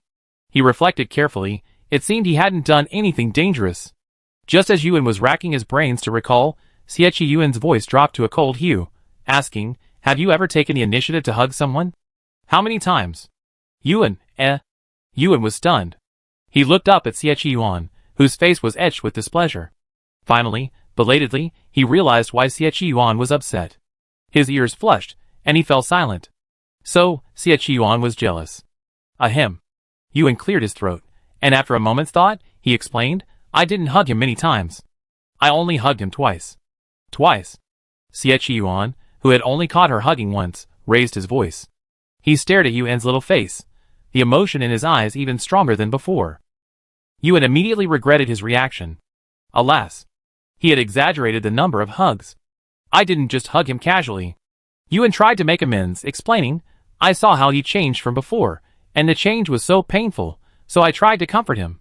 Yuan then elaborated, and I hugged him like this. You see, just like that. A fleeting hug, not at all intimate. Unlike Xie Yuan's hug, which had left him breathless. Yuan finished his explanation, poked Xie Yuan's arm, and asked, are you still angry? Xie Yuan didn't respond. Yuan had no choice but to plead, I give you the hug when we get back. Xie Yuan glanced at him, finally reacting. He said, I want interest. Yuan was stunned and asked, including the interest, how many hugs will I have to give? Xie Yuan said calmly, 100. 2 hugs, and in the blink of an eye, they doubled to 100. That's a terrifying interest rate. However, Yuan still had something to discuss with him, so he could only grudgingly agree to the interest rate. I want to tell you about Sun Mo. Yuan looked at him without blinking, saying, he won't be attacking base 5 anymore, but he doesn't know where he go next. Do you have any suggestions? Xie Yuan was silent. He had heard everything Sun Mo had to say, and knew that Sun Mo's situation was not his own. He was driven to this point step by the evil of human nature. However, Sun Mo's identity and potential danger posed a huge problem. Xie Yuan couldn't gamble with him. In some ways, zombies were even more unstable than aberrations. Aberrations couldn't infect anyone, but zombies could. Aberrations didn't rely on humans for survival. But zombies' instinct is to feed on and infect humans. In the few seconds Xie Yuan remained silent, Yuan had already guessed something. He stared at Xie Yuan nervously, urging him, Xie Yuan, speak up. No one has helped Sun Mo since he was infected. He clearly wants to help humans, so why? Why can't humans even show him a little kindness? Yuan watched the silent Xie Yuan, feeling a tinge of anxiety. Sun Mo was a zombie, and so was he. If Xie Yuan couldn't accept Sun Mo as a zombie, then would he have the same attitude towards him? Under Yuan's gaze, Xie Yuan pondered for a long time before finally responding, I tell my father about his situation. His existence affects the safety of too many people, and he's no ordinary zombie. He's a zombie king, with countless zombies under his command. Even if it was out of personal feelings, he could take Sun Mo with him. But what about the zombies Sun Mo was carrying? These zombies hadn't attacked them yet, not because they were kind or soft-hearted, but because they were currently under the control of the zombie king. If a group of living people, a group of living food, were thrown in front of them, then they would all know what would happen to the food. Yuan remained silent, thinking for a long time before finally nodding. It would be best to leave this decision to Chief Yin. Xie Yuan rubbed Yuan's head, and went out to call his father. Yuan didn't follow him out, but returned to Sun Mo's side. Sun Mo looked at him and asked, Am I giving you a hard time? Yuan shook his head. Sun Mo smiled. He had cried and grieved since they met, but this was the first time he smiled. Yuan, don't give me a hard time. I already planned my own path. The zombies here were only lured here temporarily. They have minds. But in their minds, humans are indeed their food. It's their instinct. Sun Mo could control his own instincts, but he couldn't control the instincts of so many zombies. He could order them to stop besieging Base 5, but he couldn't permanently stop them from eating. I heard of Xie Yuan. Whatever he decides to do, just obey him. Sun Mo's gaze passed over the door and windows, landing on the zombies guarding the entrance. Among them was the yellow-haired zombie whose hair Yuan had just cut.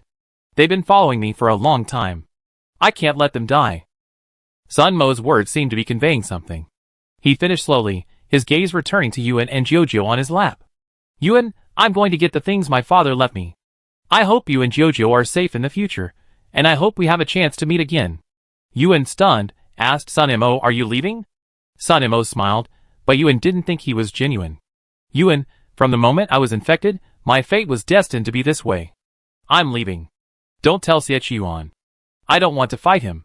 Sun Mo didn't wait for Yuan. He didn't think Yuan could make a good plan for him. Yuan's stance was human, but his existence was the antithesis of humanity. Jiujiu. Sun Mo hugged Jiujiu tightly. He truly loved the angelic Jiujiu. He knew Jiujiu was afraid of people, but to comfort him, he still let him hold her. See you next time. Jiujiu realized this was a farewell, and he instinctively hugged Sun Mo back, saying, Brother Sun, please don't go. Jiujiu, who was socially anxious, said fearfully, It's not good outside. Don't go out. You can stay with me and Big Brother. I let you hold me every day. Sun Mo lowered his head, resting his forehead against Jiujiu's.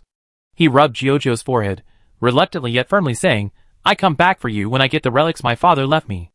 Jiujiu was still worried. He wanted to keep her, but he didn't know how. Sun Mo didn't hesitate any longer. He stood up and led away the small group of zombies at the door. He also let out a long roar towards the outside. Roar! Don't harm humans anymore. From now on, if you encounter the bitter melon-smelling little zombies, or the winged young ones, do not harm them. This was his final order. The zombies might not be able to adhere to the first order for long, but the second order didn't require them to go against their instincts or suffer too much. This order should last for a long time. Before leaving, Sun Mo took a small group with him, including Zhu Ling. Yuan's phone call lasted a long time. Yuan didn't know if he was trying to negotiate with his father, or if he was deliberately giving Sun Mo time to leave. Half an hour later, Yuan returned and saw Yuan, holding Jiujiu, his face drooping. Yuan was talking to Jiujiu when Jiujiu handed him a small white whistle from her neck.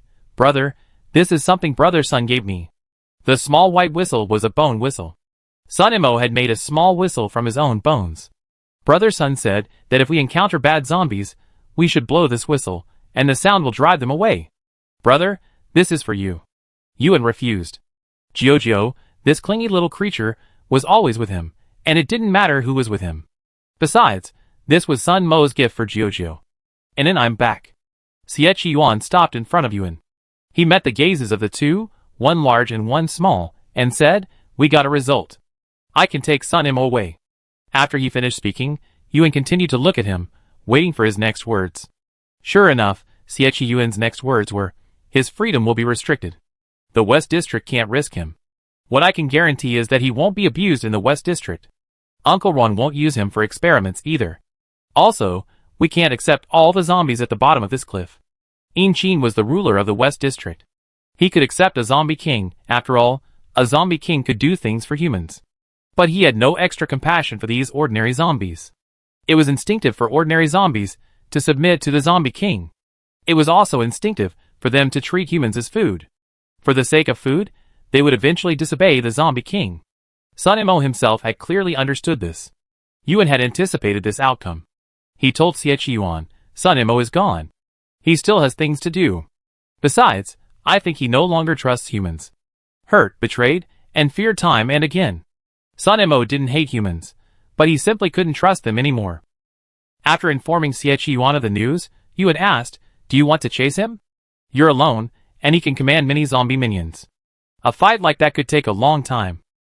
Yuan stared at him for a few seconds and replied, Forget it. I won't chase him.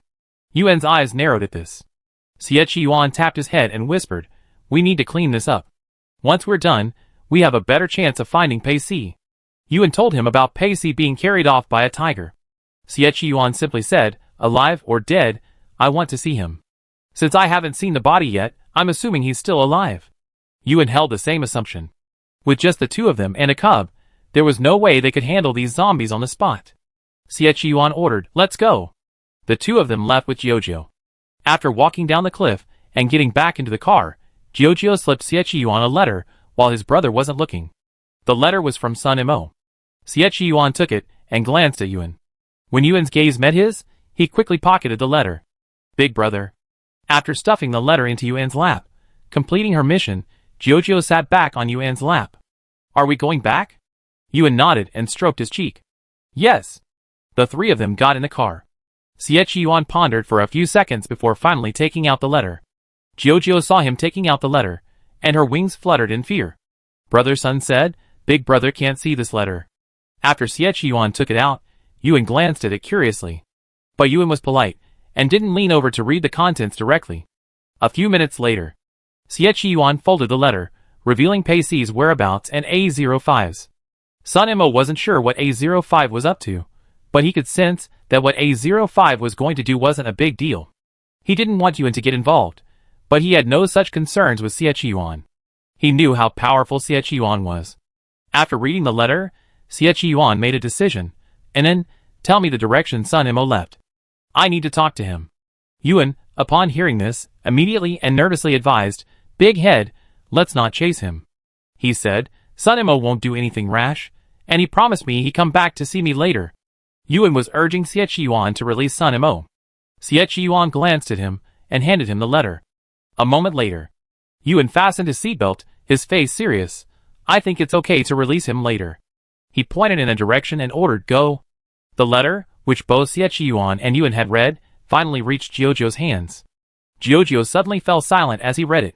He saw the number A05 written on it. A05. Big tiger. Meow.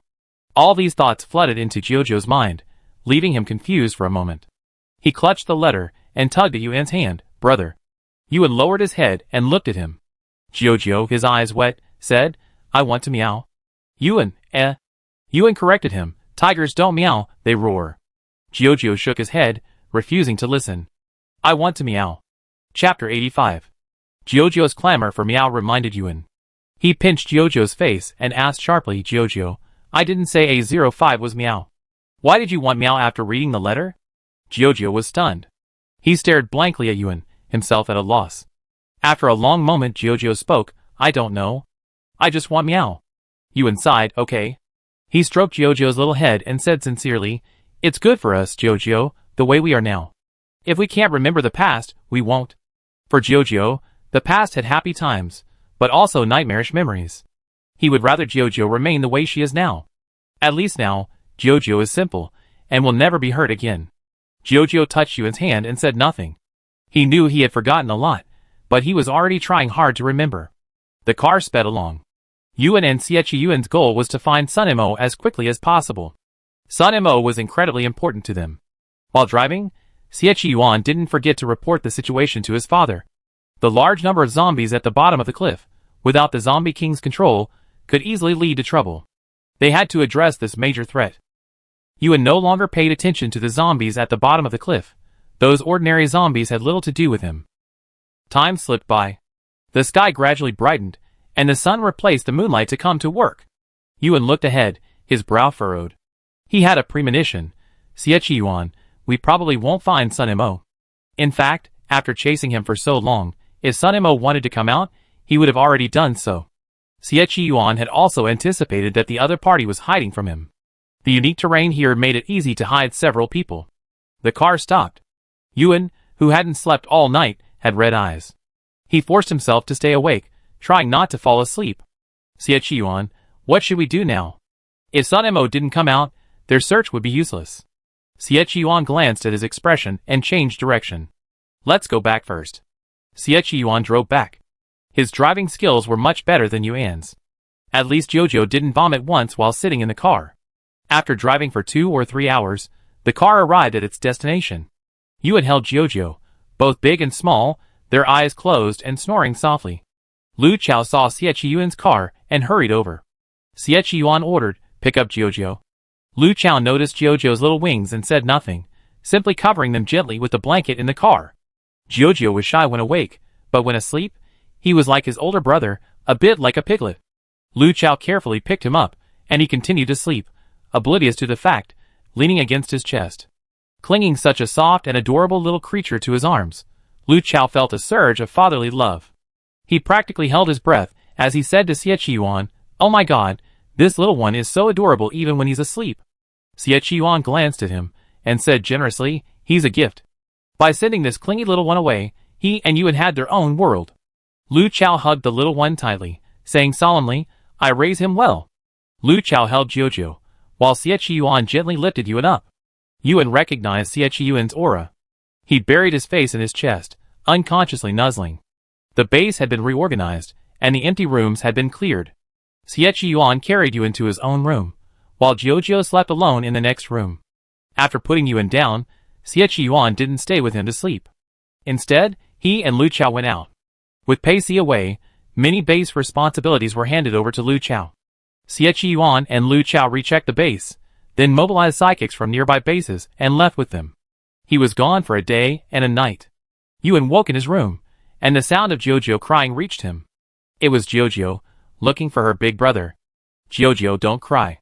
Yuan ran to the next room, picked Jiuzhou up, and patted her softly to comfort her. After Jiuzhou was comforted, Big Head disappeared. Thank you, Dad. He's busy. Lu Chao strolled over to see Yuan, worried that Yuan might get bored. He took him with him to handle matters at the base. Only scattered zombies remained near the base. Lu Chao led him outside, paying no heed to the scattered zombies. A single shot would blow their heads off. The base's interior is almost rebuilt. Let's clean up the outside. It's been a while since peace has been going on. Occasionally, there are survivors trying to find refuge outside. Yuan noticed that temporary checkpoints and quarantine points had been set up outside. If anyone came from outside, they could officially enter the base after inspection and quarantine.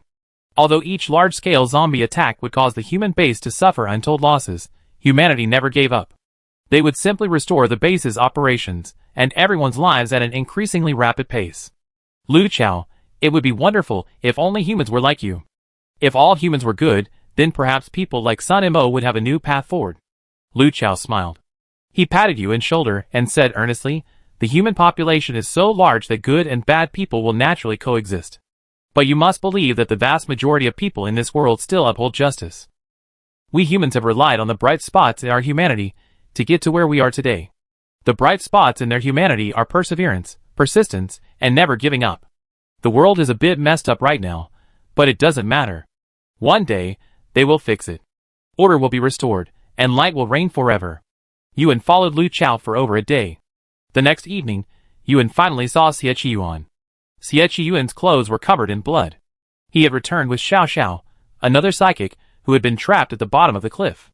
Besides Xiao Xiao, there were a few ordinary survivors he had picked up along the way. Xie Yuan was exhausted. Upon returning, he hurriedly said, "Wait a minute," to Yuan before returning to his room. Yuan knew he was in a hurry to shower. Xiao Xiao was unconscious, and no one knew what she had experienced while trapped. Sun Mo had left in a hurry yesterday and hadn't brought Xiao Xiao out with him.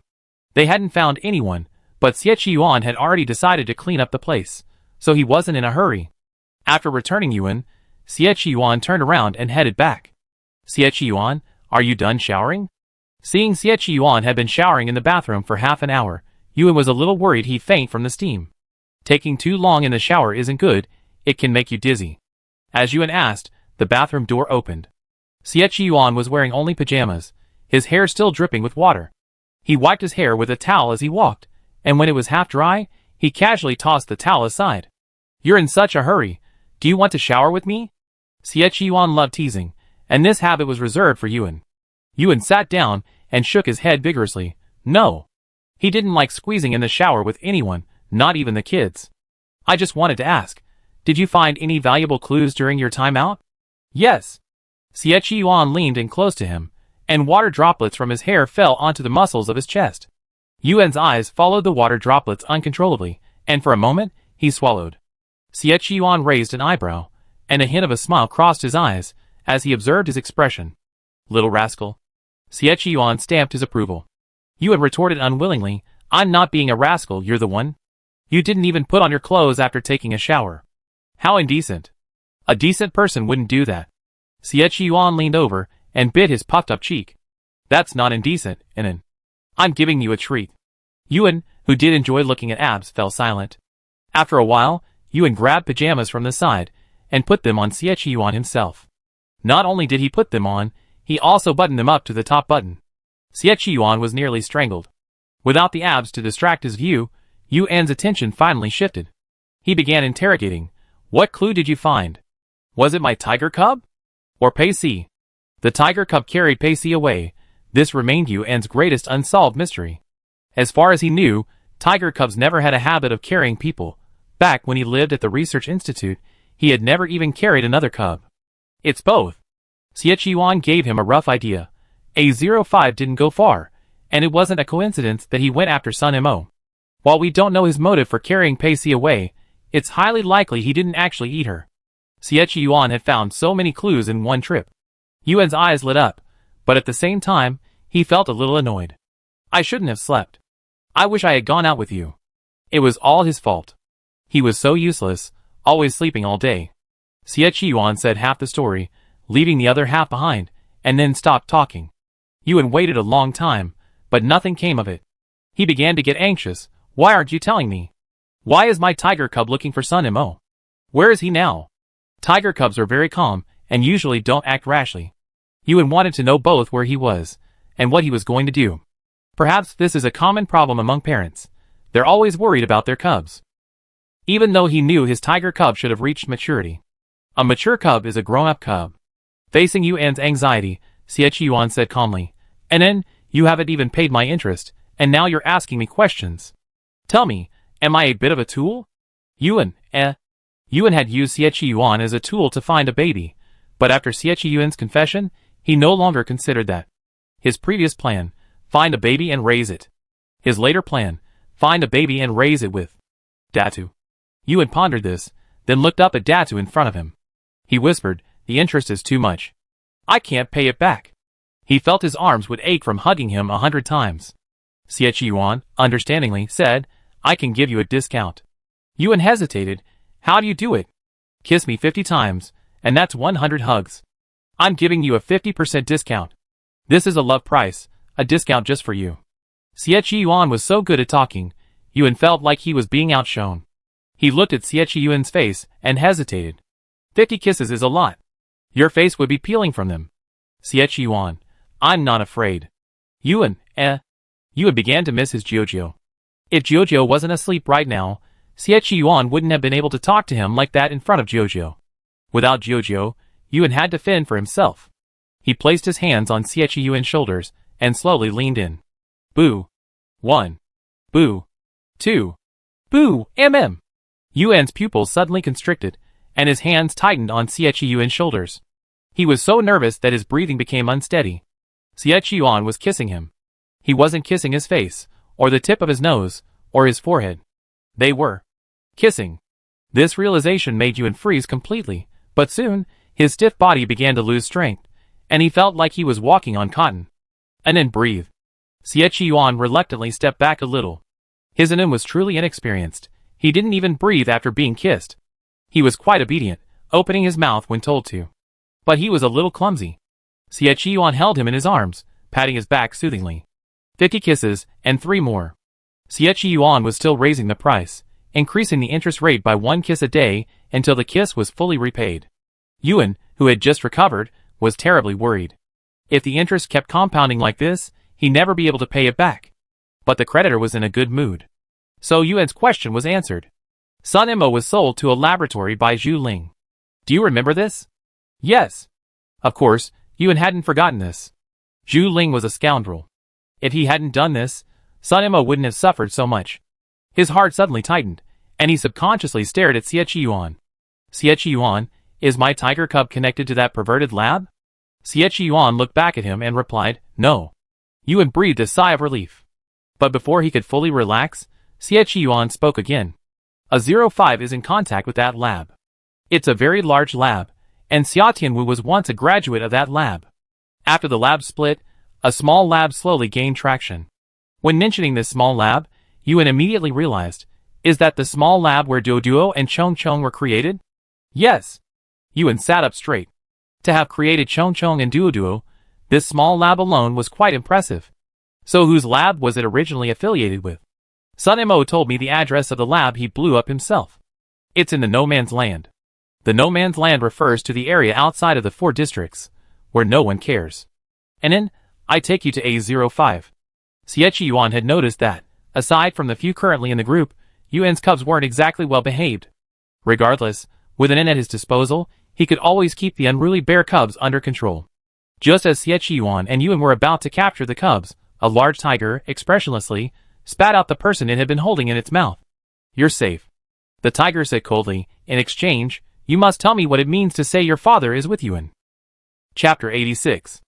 Pacey lay beneath the tiger's claws, his handsome face looking a little disheveled. He smiled weakly and stretched out his hand. "Give me a hand, let me sit up." The tiger remained motionless, only glaring at the man coldly.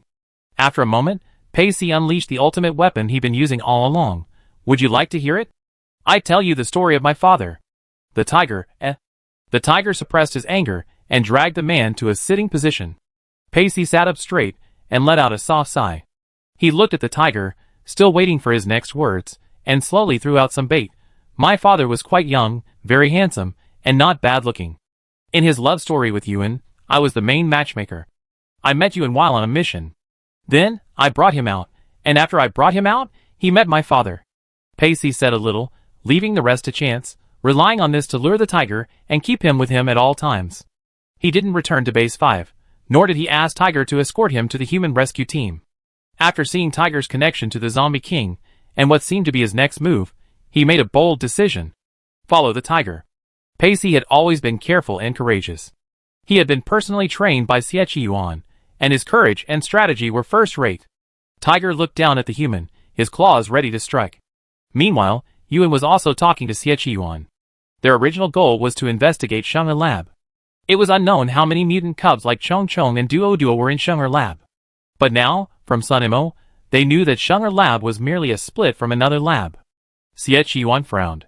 For the first time, he realized how many such unscrupulous laboratories there were in what he had thought was a peaceful era. He didn't know the name of the laboratory before the split, so he gave it a name, SB Lab. Yuan, should we ask the Red Bird Organization for help? Not for now. The Red Bird Organization wasn't some kind of charity, and Yuan didn't want to be too involved with it unless absolutely necessary. As long as the Red Bird Organization stayed out of trouble, he didn't want to focus too much energy on it. He wasn't in a rush to repay the 2 promises Red Bird owed him. And then, pack up, we're leaving. Sun Mo left, and the large gathering of zombies had been cleared out. Base 5 wouldn't face any large-scale attacks for the time being. Yuan planned to take Yuan with him to find A05. Before leaving, Yuan thought of the few cubs left on the island. He casually asked, by the way, "Enan, aren't the 6 cubs making a fuss on the island?" At the mention of this, Yuan sighed, yes. He had left in such a hurry with Jojo that he hadn't even informed the other cubs. How could the cubs not make a fuss when they couldn't find their big brother? Luckily, there was Dr. Wan on the island. Dr. Wan, by himself, managed to stabilize the 3 cubs and miraculously keep them all on the island. Thinking of this, Yuan was filled with admiration for Wan Ke. No wonder he's the boss of the West District. Dr. Wan must be capable. When we get back, bring them some gifts and coax them into a good mood. Yuan offered advice, acting like a responsible father to the cubs. Yuan nodded, thinking of his pups, and he missed them too much. The 2 of them didn't stay at Base 5 for long. Time was tight, and they didn't have much free time to waste. The base had no shortage of cars. When out-of-town teams were searching for supplies, they would often bring back some unoccupied cars. Yuan followed Yuan out of the base again. Before leaving, Lu Chao was still reluctant to let Jojo go. He stuffed Jojo with a lot of stuff, all bought with his own salary, including food, drinks, and toys. Jojo looked at his older brother, then reached out and offered Lu Chao a hug. Lu Chao almost wanted to run away with Jojo. As the car drove out, Yuan looked at Jojo and couldn't help but ask, "And then, have you noticed that our Jojo is a little too likable?" Jojo was a complete social anxiety patient, but the amazing thing was, he was just so likable. The Zombie King liked him. Everyone at the base liked him. Yuan said that the cool and steady A05 even meows at Jojo. Yuan patted his little Jojo's head and said with a squinting eye, "Jojo is just lovable. He and Jojo are both good little kids." Yuan chuckled upon hearing this. A 09 may appear sweet and adorable, but he's quite scheming, a true tea mushroom. There's a fundamental difference between him and Jojo. Jojo's face flushed at the praises of his big brother. "Big brother." Jojo tugged at Yuan's hand and begged, "I want a ball of yarn." This time, Big Brother forgot to bring Jojo a ball of yarn. He asked Brother Sun for it, but Brother Sun didn't have any either. Brother Sun said he'd bring him plenty of yarn the next time he came to see him. Yuan couldn't conjure up a ball of yarn, but Yuan, while driving, said to Jojo, "We pass by a store later. I go down and find it for you." Jojo didn't say anything, but she also didn't frown when Yuan spoke. They drove to a no-man's land. On the way, Chin made a video call, and Yuan answered it. Yuan had answered Yuan's phone more than once. Chin wasn't surprised to see his face in the video. Yuan politely greeted Chin and turned the camera to Yuan. Yuan. Chin didn't shy away from Yuan and spoke directly to Yuan about business. The proposal from Jai Man in the East District has been brought up again. Zombies are constantly evolving, and their idea is to use mutants to contain them. Legalizing the production of mutants is difficult to stop. Although Chin strongly opposed the proposal to legalize mutants, he had to admit that it held considerable allure for humans. This was especially true for the rulers of humanity. Now, apart from the West District, the East District has been the first to openly display mutants among the other 3 districts. The North and South districts also desired mutants. Yuan listened to his father's words, pondered for a moment, and then asked, "Have we completed an assessment of the dangers of mutants and the threat they pose to humanity?" "Yes." Chin pressed his temple, a hint of fatigue in his voice. "It's just that no one in the other 3 districts cares. If it weren't for Yuan in the West District, whose overall strength should not be underestimated, the other 3 districts would have ignored it and passed the proposal. Dad, I think of a way." Yuan and Chin shared the same view. Humans and mutants couldn't coexist peacefully for long. If the number of mutants swelled, humanity would be the only ones to suffer. Unfortunately, the other 3 districts ignored this obvious fact, neither seeing nor hearing it. What they desperately wanted now was to exterminate the ever-evolving zombies as quickly as possible. The phone call lasted for a long time. Yuan held the phone, remaining silent and uninterrupted. Chin and Yuan discussed various matters concerning the West District before finally moving on to small talk. "It's not safe outside. Why do you have to bring Yuan with you?" "He's safe with me." Yuan raised an eyebrow and said to Chin, "Dad, don't worry about our affairs. Visit my Uncle Ruan more often when you have time." Chin snorted coldly, "Don't meddle in what's going on between me and your Uncle Ruan." The father and son had no warm words to say. Chin knew what Yuan was thinking. He glanced at the small portion of Yuan's face that was visible on the screen. After a while he said, "Find a time and bring him here so I can see him." This meant that Yuan was going to meet his parents. Yuan casually agreed and hung up the phone. After the call ended, a new call came in. As luck would have it, it was Ruanku on the island. Ruanku came to inquire about the time. "Yuan, how long will it take you and an end to finish your work?" The cubs hadn't seen their big brother in a few days. Even if he could coax him, there was no guarantee that if Yuan didn't come back, the cubs wouldn't get impatient and run away. Yuan couldn't estimate the time. Yuan said immediately, "Wait another week. We'd be back in a week." After 2 consecutive calls, there were finally no more. Yuan charged his phone and dozed off while holding Jojo. Yuan had said that the drive through the no man's land would take a long time, so they could rest beforehand.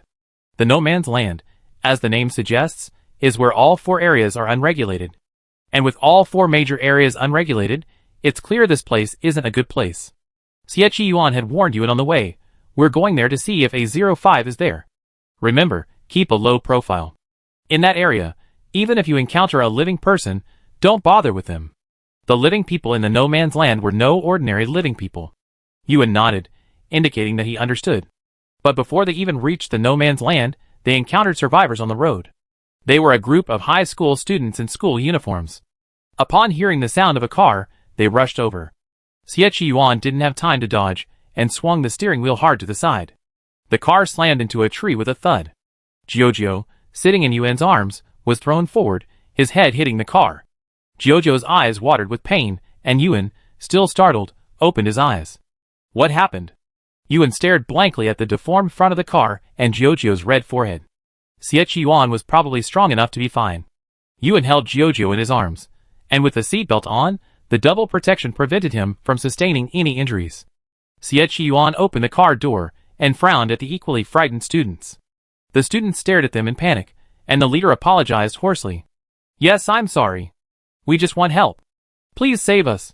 Yuan had a fondness for the human students, but these students had nearly caused them to flip over. "We saw passing cars earlier, but no one stopped." These students were truly desperate. The 3 of them had fled all the way here, having finished their last supply of food 2 days prior. For the past 2 days, they had all been starving. Amidst the students' apologies and pleas, Yuan took food and water from the car and handed them to them. Thank you. The leading girl took all the money they had and handed it to Siechiyuan. This is all we have. Although the three students had initially been a bit reckless in their quest for help, over time, Yuan found them to be very polite and not demanding anything without reason. They didn't even ask to get on the car, but simply asked Siechiyuan and Yuan for directions. We want to find the base. We have this food. If we eat sparingly, we might be able to make it. The students were optimistic, their grubby faces still beaming with gratitude. Yuan looked behind him and hesitated. Base 5 is too far. Siechiyuan, are there any bases nearby? Siechiyuan checked the route. Their car had a navigation system that marked the locations of various bases. There was a base nearby, but it wasn't in the West District, but rather one built by a marginalized group. A marginalized group meant someone whose origins were uncertain. Siechiyuan couldn't guarantee the safety of such a base. Siechiyuan drew out several routes. The students' backpacks contained paper and pens. Here's your phone. Siechiyuan removed his SIM card and replaced it with a spare. He then handed the phone with the new SIM card to the three students. There's navigation on your phone. If your phone runs out of battery, use the map I drew for you. In addition to the phone and the map, Siechiyuan and Yuan also gave them most of the food in the car. Even Jiujiu shared his snacks. The three high school students were so moved that their eyes welled up. Looking at all the food and supplies, they choked back tears and said, "Thank you, but we have nothing to give you in return. We have nothing but a few books." Siechiyuan heard this and said calmly, "If you want to repay us, first try your best to survive." Looking at the young faces of the high school students, he continued, "Live well. When this world recovers, you can go back to school. Remember to study hard and live the life you still have." You had also encouraged them, "Yes, you must hold on, find a base, and survive." The students nodded vigorously. Before leaving, they gave a message, "Brother, don't just keep going forward. Go forward, there are zombies. Not just ordinary zombies, but very intelligent ones. Zombies are evolving, and there are more and more intelligent ones." The students' reminders had no real effect on Yuan and Siechiyuan. However, a girl with a ponytail hesitated for a moment before saying, "Brother, not all zombies are bad. When we were surrounded by zombies earlier, we encountered one. He's quite good looking, like my old idol. He was the one who chased away the zombies surrounding us. He's a good zombie." Yuan paused, then asked, "Is this good zombie you're talking about double eyelids, or double folds? He has a scar on his cheek near his ear." "Yes." Yuan smiled. "I just knew it was him." He only knew of one zombie in the world that had the ability to both disperse a swarm of zombies and protect humans. With this little episode, Yuan had a more favorable impression of this group of students. He really wanted Sunimo to know. See, not all the people you protected are ungrateful. Some, even after being saved, still remember your kindness. Half an hour later, Siechiyuan repaired the car and was back on the road. "You must protect yourselves." Yuan sat in the car, waving at the students. "We must find a base. If you run into trouble, tell them my name and Siechiyuan's." The students nodded, their energetic faces brimming with hope. They would strive to survive. Yuan twisted his head, watching them until they were completely out of sight, then retracted his gaze and sat back down. In Yuan's pocket were IOUs written by several students for the items they had just received. At the bottom of the IOUs were their signatures, Yang Xiaowei, Chen Nan, and Chen Yu. Yuan put the sign notes away, looking forward to seeing them again in the future. The car was remarkably durable, and the slightly flat front didn't affect its driving at all. After 2 days of continuous driving with Siechiyuan barely resting and the accelerator fully depressed, they finally reached the no man's land. As soon as he got out of the car, Yuan began searching. He squatted in the grass, searching for any tiger cub fur. Tiger cubs should be shedding their fur by this time of year. Siechiyuan lifted him up by the back of his collar. "Good boy, since we're here, the tiger cub can't escape." He scanned the surroundings, holding Yuan in one hand and Jiujiu in the other. "Instead of looking for your cub's fur, why not look for the mark Pacey left for us? If Pacey had come here, he would have definitely found a way to leave a mark for them." Yuan and Jiujiu were taken away simultaneously. Siechiyuan hid the car, took his weapons, and a simple package, and entered the no man's land. Jiujiu also received a pistol. "If you're in danger, shoot, or call me." Siechiyuan pinched the tips of his wings, rubbing them cheekily despite his eyes widening. Jiujiu huffed, folding its wings in a flash. "I know how to fight." Siechiyuan thought about his pitiful little wings, which had been tormented. He wondered if they had recovered yet. He tooted. "Your big brother doesn't want to see you fight." Yuan heard this and echoed, Yes, you can't fight without Big Brother's permission. With Big Brother's personal word, Jojo had no choice but to agree. The two of them, Jojo and Siechiyuan, cautiously entered the no-man's land. Siechiyuan didn't forget to take credit. And then, did I act like a parent just now? Yuan, you're so childish. After walking for an indeterminate amount of time, they both stopped. Jojo, in Yuan's arms, also pricked up its ears in alertness. They all heard the noise. Siechiyuan pulled Yuan and quickly hid in the bushes behind them. The three of them held their breath, listening for the slightest movement around them. The noise grew clearer. Only when they got closer did Yuan realize they were a group of humans who had finished killing zombies and were dragging their bodies. The men, shirtless, dragging the zombies, were chatting and laughing with one another. We can call it a day early today. We go back and rip their heads off. We get a lot of goodies. Yeah, with Ong here, these zombies are like idiots. We can kill as many as we want. The group praised Ong, saying that without him, they probably wouldn't have been able to kill so many zombies. Yuan and Siechiyuan exchanged a glance and came to an idea. They lowered their footsteps and followed the group. After walking for a full 30 or 40 minutes, Yuan and Siechiyuan followed the group and met the man they were talking about, a heavily wrapped old man. He wasn't exactly old, after all, his back was still straight, and his face didn't look as worn as other elderly people. But his silver hair, and the wrinkles at the corners of his eyes clearly indicated his advanced age. Old man, he said, here are the zombies we brought back today. Do you want us to knock their skulls off? Thank you. No problem. After the zombies' skulls were knocked off one by one, the old man took out some food from his room and distributed it to them, then watched them leave. After they left, Yuan clearly saw the old man eat each of the crystal cores, still stained with brain matter. His coat accidentally came untied, revealing a neck covered in bite marks and an arm already bruised. Yuan's eyes widened in surprise, and he turned to look at Siechiyuan.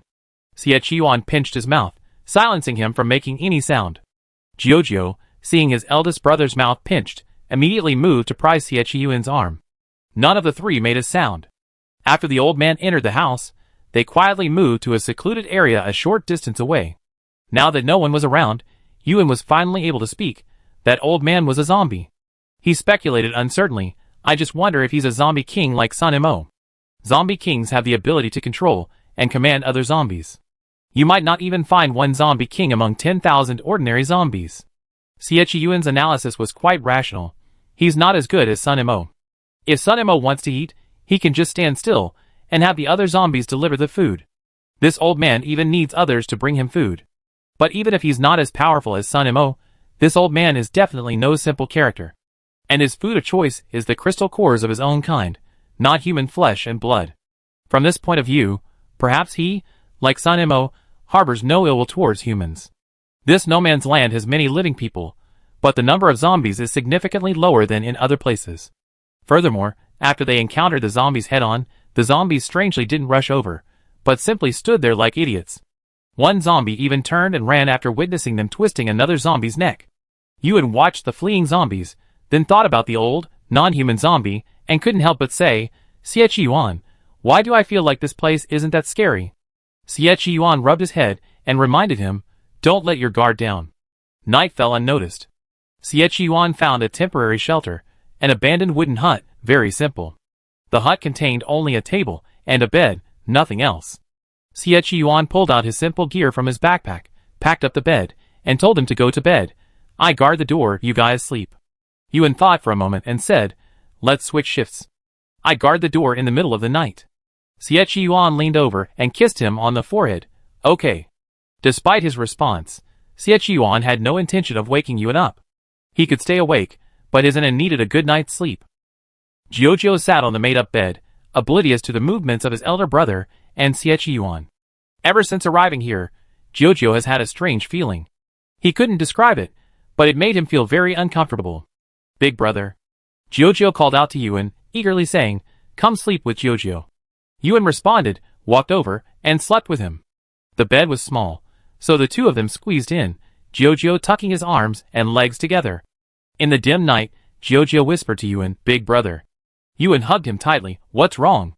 Jojo leaned against him, still whispering, Meow Meow is here. Big brother, do you like Meow Meow or Jojo? If both cubs were there, Yuan would probably treat them equally and reply, I like both. But now, only Giorgio was there. So you and Coast Giorgio. I like Giorgio. I like Giorgio. Meow Meow likes Giorgio too. Everyone likes Giorgio. Giorgio was finally satisfied with this answer. Just when they thought everything was calm, deep in the no man's land, a white-coated experimenter smiled and touched the zombie in front of him. This zombie was the same one that had escaped from Xie Yuan and Yuan. Good boy. The experimenter's white-gloved hand touched the zombie's head. He said, "You did well. Now, as a reward, you can enjoy some fresh food." The zombie, having roared and delivered the news, excitedly went to eat the food. The experimenter, laughing, chatted with his companions. "I didn't expect someone would come looking for us even though we're living here. Xie Yuan, A05. Is that A10 with wings?" His eyes grew intrigued.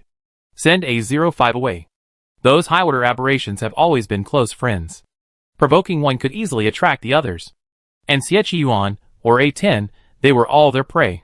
The companion hummed, then casually asked, "If it's definitely A10, with A05 around, will our capture of A10 cause any trouble?" "No." The white-coated experimenter chuckled. "The aberrations at the top of the A sequence aren't exactly known for their sympathy. Go ahead, formulate a capture plan." "Okay." As soon as they finished speaking, A05 approached. Next to him stood a sturdy man. He raised an eyebrow and introduced himself. "Hello, I'm A05's brother." As soon as he finished speaking, he felt a claw slap his back. Pacey nearly vomited blood. He calmly supported the tiger beside him and changed his words, saying, "I'm A05's younger brother, A4. Pacey A4. He had simply taken A05's last name. It was a huge sacrifice. A05 sneered at the man who was talking nonsense, and 2 low growls of warning escaped his throat. He had never seen such an aggressive human being before. In just a few days, this man had worn away all his patience. Facing A05's warning, Pacey smiled faintly and lowered his voice to counsel him. "Brother, my father is truly a rare and excellent man. He's strong and loves his wife. It's not shameful for you to join me in recognizing him as your father." "Shut up." "Oh, okay." Pacey continued to counsel him, and after he finished, he finally shut up. He leaned against the tiger, seemingly nonchalant, but in reality, he was eavesdropping. Chapter 87. A05 and the person before him weren't partners.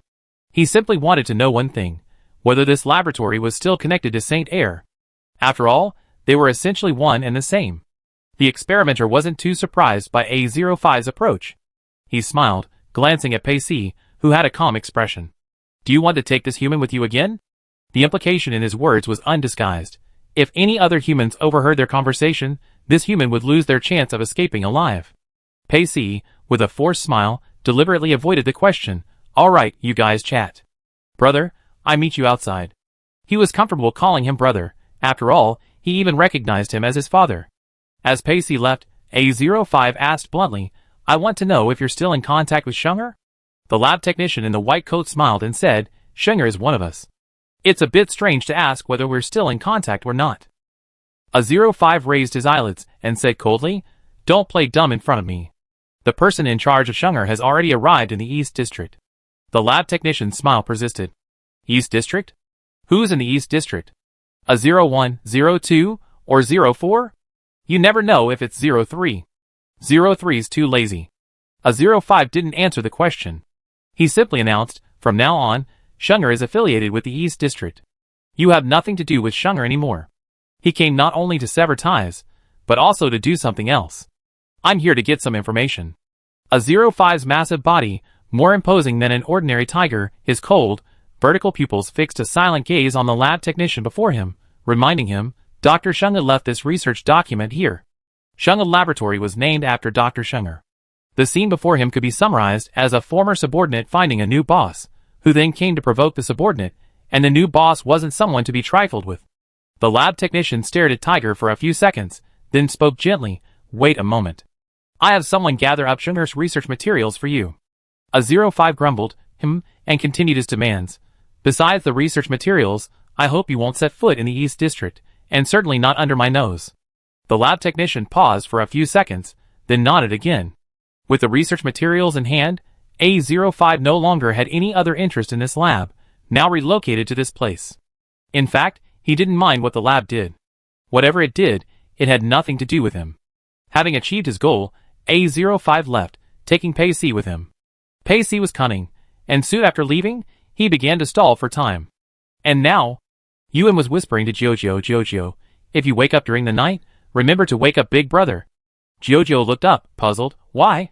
Big Brother was adorably asleep, and even more soundly asleep than Jojo. Jojo felt she couldn't wake him up. Yuan stroked his little face and whispered, Big Brother has things to do tonight. Jojo blinked, okay. As the night deepened, Yuan glanced at the small bed inside, then returned his gaze to the outside. He had been to this place before, but in a hurry, so he wasn't very familiar with it. The no man's land might appear to be a no-go zone, but the businesses operating there were anything but legitimate. To claim these shady, big-name businesses don't have backers is nonsense. Yuan looked at the vegetation and thought to himself, I wonder if I can incorporate this no man's land into the West District in my lifetime.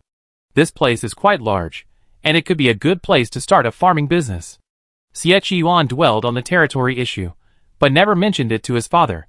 His father had said that the West District would be handed over to him. His education, contributions to the West District, and his rising military rank were enough to silence any discontent. His father had long considered retirement, but Yuan hadn't made up his mind. He was lazy, so he could just go on missions. If he truly took over his father's responsibilities, he would have to live a life as busy and anxious as his father. As Yuan pondered the future, his thoughts turned to Yuan. Yuan had raised so many deformed cubs, and he knew Yuan might be something special. He was patiently waiting for Yuan to tell him, or he could gradually uncover the truth. What puzzled him was that his father, and Uncle Ruan, didn't seem to have any interest in Yuan. Strange. Yuan frowned, belatedly realizing the inconsistency between his father and Uncle Ruan's attitudes. How could they trust him so much? Uncle Ruan even treated these deformed cubs like his own children. Yuan was bewildered and nearly called his father in the middle of the night. Fortunately, just before the call was about to be made, he regained his composure and managed to preserve their father-son bond. Otherwise, his father, who had finally gotten to sleep with his wife, would have kicked him out of the house. Yuan remained on guard until midnight. In the darkness, Jojo fluttered his little wings and raised his face in Yuan's arms. He rubbed his eyes, threw back the covers, sat up, and yawned. Big Brother, Jojo called out. On the third call, Yuan's voice rang out. Stop calling. He won't get up. Jojo said slowly, oh, and climbed off the bed. Yuan walked over, lifted him onto his lap, and put his little shoes on. Jojo was so sleepy that he didn't even realize he had put his shoes on the wrong way. After Yuan finished putting his shoes on, he suddenly asked, That's not right. You were sleeping so well. Why are you getting out of bed? It was the middle of the night. The little brat must have been completely lost in sleep. Jojo leaned against him, continuing to yawn, her voice still slurred. I need to pee. Yuan was amused by his yawn, and carried him out. But as soon as they reached the door, Jojo struggled to resist being held or accompanied. I go by myself. Don't follow me. Yuan tugged at his wings in annoyance. You're just a little cub. Why are you being so shy with me? Come on, go by yourself. After all, this little cub was still 8-10, so nothing could happen. Jojo refused to have his privacy pried into, and walked alone towards the bushes. He walked a little too far, causing Yuan to call after him. Jojo, it's right there, don't go any further. Oh! Jojo stood there slowly, while Yuan watched him from behind, not following. After a while, Jojo put his clothes in order, and was about to leave, when he suddenly froze. He came face to face with the rows of corpses on the ground. The corpses looked horrifying, their eyes wide open, their bodies stiff. In the night, under the moonlight, Jojo stared at the horrifying corpses, their shattered limbs, and was about to run away when a soft cry echoed from a distance. It was the cry of a baby, weak and feeble. Jojo took 2 steps forward, listening to the cry. But just as she was about to continue, someone suddenly and abruptly said, Kid, go back. Jojo followed the voice, and saw the old man they had seen during the day. The old man stood on the other side, still wearing his tight, long coat and trousers. His face was old and serious, and he urged Jojo, go back to bed. Jojo turned and ran. He rushed towards Yuan like a cannonball, and as he reached him, he grabbed Yuan's thigh. Yuan bent down and picked him up. Jojo pointed to where she had just stood, and complained truthfully, there's someone there. A child is crying. I want to go over, but he won't let me. Yuan, didn't hear any sound and frowned slightly. Who is he? Giorgio thought for a moment. We saw him during the day. It was the old man. The old man. He meant the old zombie that ate zombie cores. Siechi Yuan hugged Giorgio and walked over fearlessly. He wanted to see what the crying and the old zombies were up to over there, all the commotion. Giorgio saw him approaching and said nothing. Soon, Siechi Yuan arrived at the place Giorgio had mentioned. He looked around cautiously, but didn't see any crying children. As for the old man Giorgio had mentioned, he didn't see him either. Giorgio sat on his arm, insisting, I'm not lying. There really was a sound. Siechi Yuan searched the area, but saw no danger. He carried Giorgio back, saying, I didn't say you were lying. This place isn't safe. Just go and sleep with your big brother. We'd be busy during the day. A tiger as big as A05 would be a struggle for him, and Yuan to find. The two returned, one large and one small. Siechi Yuan held Giorgio, intending to place the cub back in Yuan's arms. But as they approached, Siechi Yuan saw only an empty bed. Giorgio's eyes widened as she stared at the empty bed. He asked, stunned, Where's my big brother? Siechi Yuan's face paled. He replayed what had just happened, and for a moment, he felt like he'd been tricked. But he was still here. How could he get him out of his sight so quickly? Giorgio, unable to see her big brother, grew anxious. He looked at Siechi Yuan anxiously, and for the first time ever, he pleaded with him, I need my big brother. Can you take me to him? Okay. Siechi Yuan tightened his grip, no longer worrying about exposure this time. He went straight to the house of the old zombie he had seen during the day. While Siechi Yuan was searching, Yuan finally woke up as daylight began to break. His head ached from the sleep he had, not as good as before. Especially when he instinctively reached out to touch Giorgio in his arms, he couldn't find it. Giorgio? Yuan called out hoarsely, opening his eyes as he did so. Are you up? No one answered. Yuan sat up. Ever since sleeping with Zizi, his morning irritability had subsided. Now, he was conscious, looking at the small room before him, muttering, Am I still dreaming? He had been in a small, shabby cabin before he went to sleep, but how could he have woken up to find it transformed into a large house? Giorgio wasn't in the large house, he was the only one there. He got out of bed, put on his shoes, and prepared to push the door open. But the door wouldn't open, at least not from the inside. As he pushed, he saw his arm, a tiny needle prick on it. Is anyone there? Yuan pounded on the door. He didn't know how he'd been exploited, but he knew who had gotten him there. Yuan's strength varied. When Siechi Yuan was around, he was so weak that Siechi Yuan had to insert the tube into the milk bottle. Without Siechi Yuan, he swung his fists, soon smashing the door nearly to the point of buckling. Just as the door faltered, it was finally opened from the outside. A friendly-looking man in a white coat walked in. His words were polite and harmless. Hello, don't be so nervous. We took the liberty of inviting you here, not to hurt you. Yuan looked at him, as if to say, Do you think I'm mentally retarded? He took 2 steps back, not wanting to get too close to the man in the white coat. If you mean me no harm, just let me go right now. Don't be so hasty.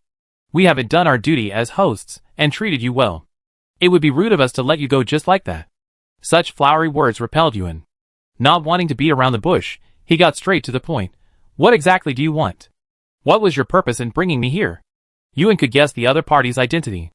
According to information Siechi Yuan had received, the SB laboratory that had tortured Sun Mo was located in this corner. Besides the laboratory, there was also A05. He and Siechi Yuan had come here for this very purpose, but he hadn't expected to find his destination while sleeping. And Siechi Yuan and Giorgio were still worried. Thinking of this, Yuan felt like a lucky charm. He pretended to leave, but after coming to his senses, he didn't really want to leave at all. The man in the white coat before him didn't play tricks on him. After a few official words, he revealed his purpose. I saw A10. When Yuan heard that the other party's target was his Giorgio, his eyes turned slightly cold. The man in the white coat didn't know his relationship with Giorgio, nor did he know his identity. In fact, sometimes, Yuan himself couldn't understand why everyone knew about his mutants, but no one had ever heard of his name. A10 is with Siechi Yuan, and bringing too many people back at once would be troublesome for us. So, we could only invite them one by one. The man in the white coat's eyes fell on his arm, a smile on his face. The medicine I'm giving you is developed on the Zombie King. A typical person who takes this medicine would be assimilated into a puppet-like zombie. You're special, you managed to remain calm until now. The man in the white coat hadn't been particularly interested in Yuan, But only now did he find the young man before him somewhat interesting. Yuan detected a hint of ill intent in the man's smile. He calmly searched his pockets, but the gun was gone. He had nothing to hide on his body. No. Not that he had nothing. Yuan gritted his teeth. He was a zombie, after all. Zombies don't need anything more than the ability to bite, especially when the person in front of them doesn't know he's a zombie. Are you curious about me? Yuan stared directly into the white coat's eyes without flinching. He took a step forward. I've been sick since I was a kid. I'm a sickly person. Be careful not to get infected. The white coat smiled confidently. I'm not afraid of infectious diseases. Yuan, really? Before he finished speaking, his slightly pointed teeth pierced the skin on the white coat's shoulder. It smelled of blood, but not fragrantly, but rather stinky. Except for Xie Yuan's blood, everyone else's blood stinks. Xie Yuan's modified body wouldn't be infected by him. As for the others, Yuan had never bitten them before, so he wasn't sure if his little zombie could successfully infect them. He bit for several minutes. Yuan was pushed back hard. The other person clutched his shoulder, his expression showing no fear, nor any panic about being infected. From this reaction, Yuan knew that either he was useless, or the person was no longer human. He threw out another trump card. Is A05 here? I'm A05's parent.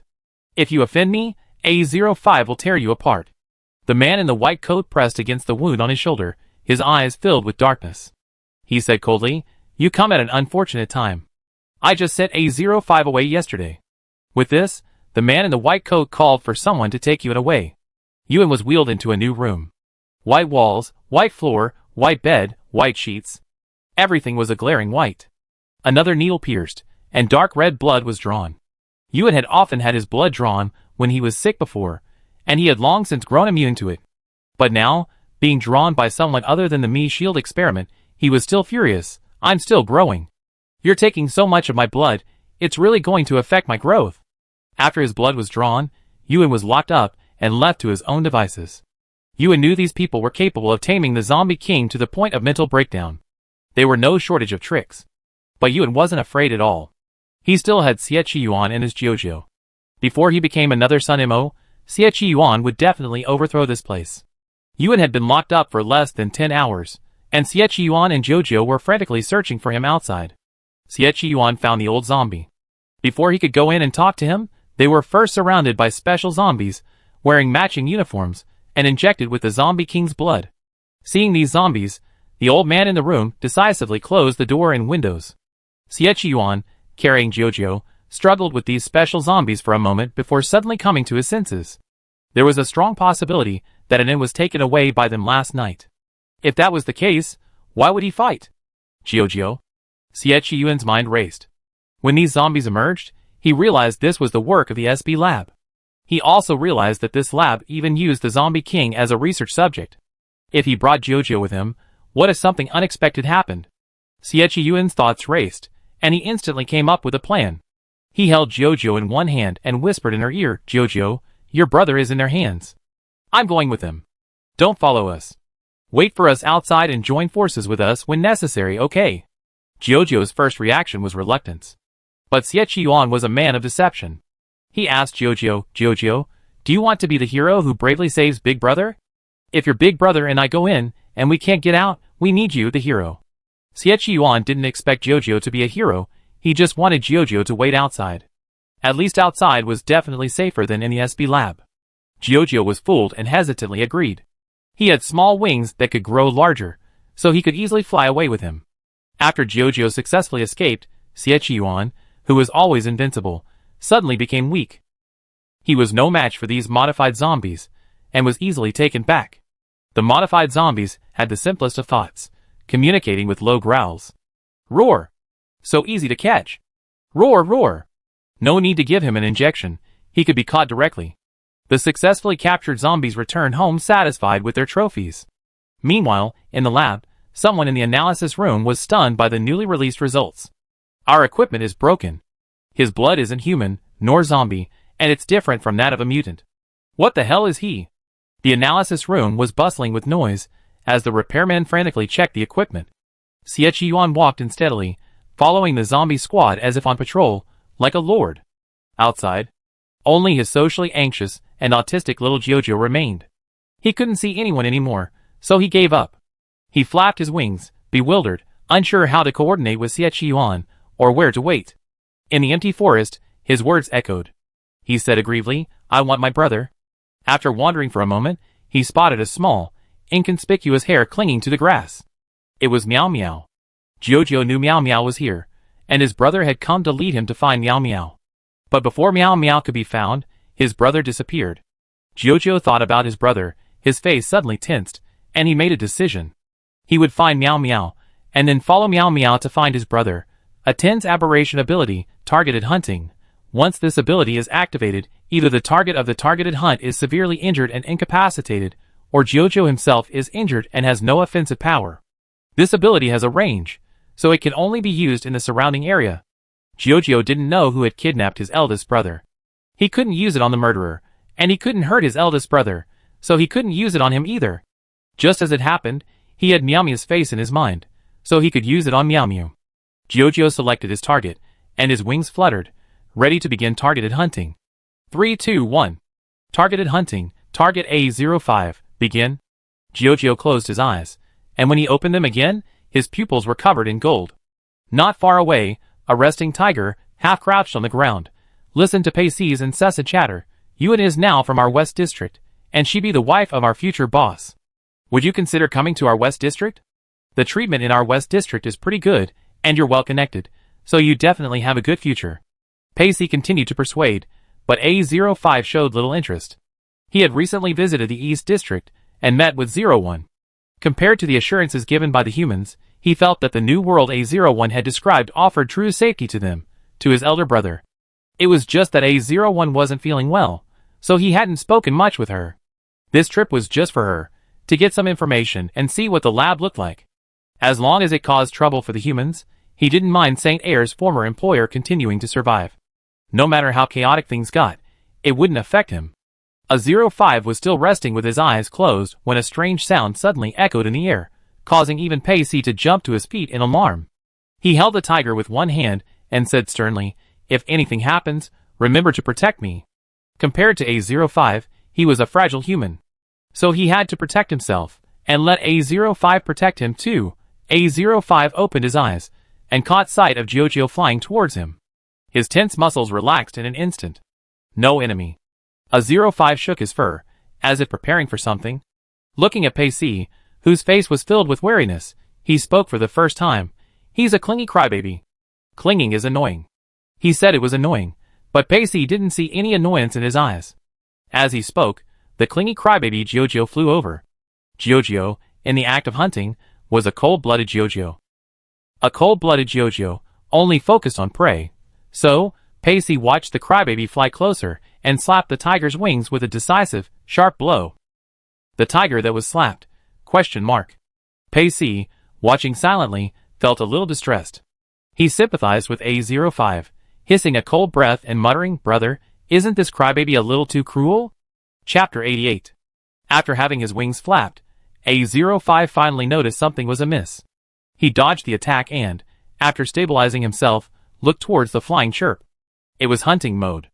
A05 uttered a sharp roar, a question and a warning, "Stop!" Once chirp enters this mode, it can easily lose control, often referred to as unconscious. Now, facing A05, he was in this state. Pacey had already moved aside, but watching them fight, he frowned for a moment. If this continued, one of them would surely be injured. A05 couldn't dodge much, and he didn't even use his special ability.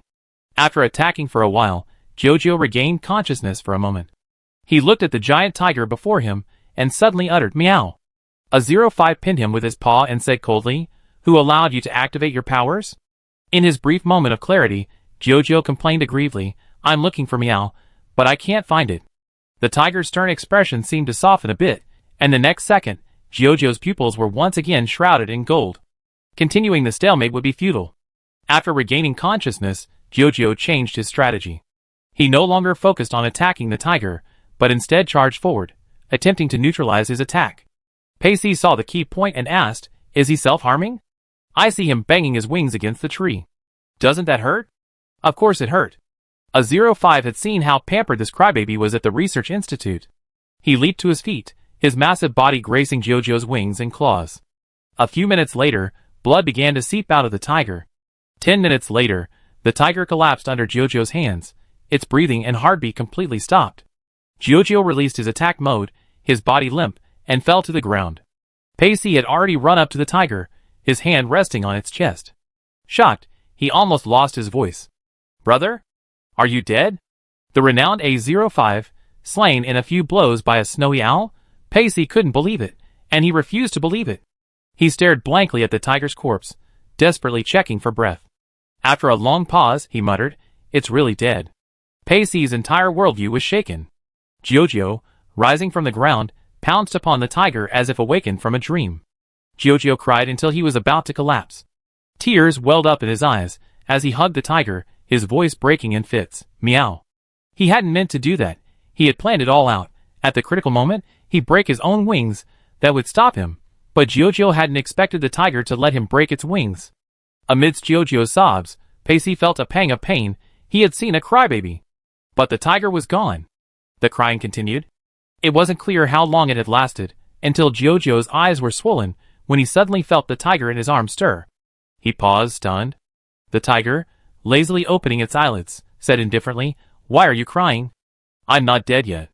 A05 had activated his feigned death state, deceiving Jojo's predators. Jojo looked at the tiger, sniffing, and then buried his face in its fur. His face was wet from crying, and his tears had smudged the tiger's fur. "Meow," he muttered, "I'm sorry.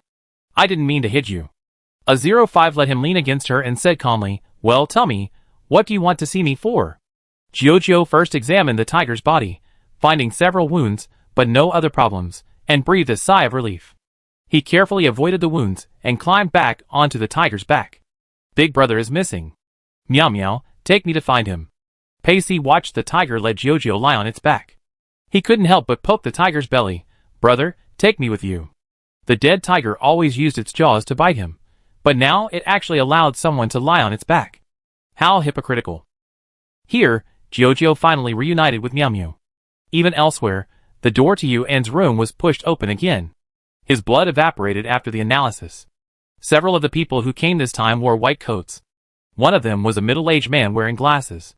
Upon entering, he carefully examined Yuan from head to toe. His eyes were filled with inquiry.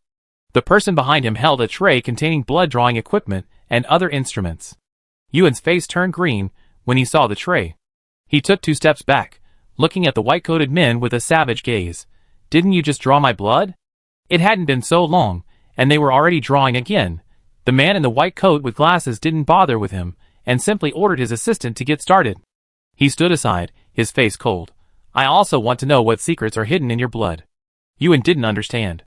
But it didn't keep him in suspense, and said directly, "Your blood cannot be preserved. If it's left for more than half an hour, it will evaporate automatically." They had just finished a basic analysis, when the blood they collected completely evaporated right before their eyes. Yuan had honestly not noticed. His face paled. "I've been treating patients for years, and I might have some residual effects. Your research on me is pointless, I'm sick."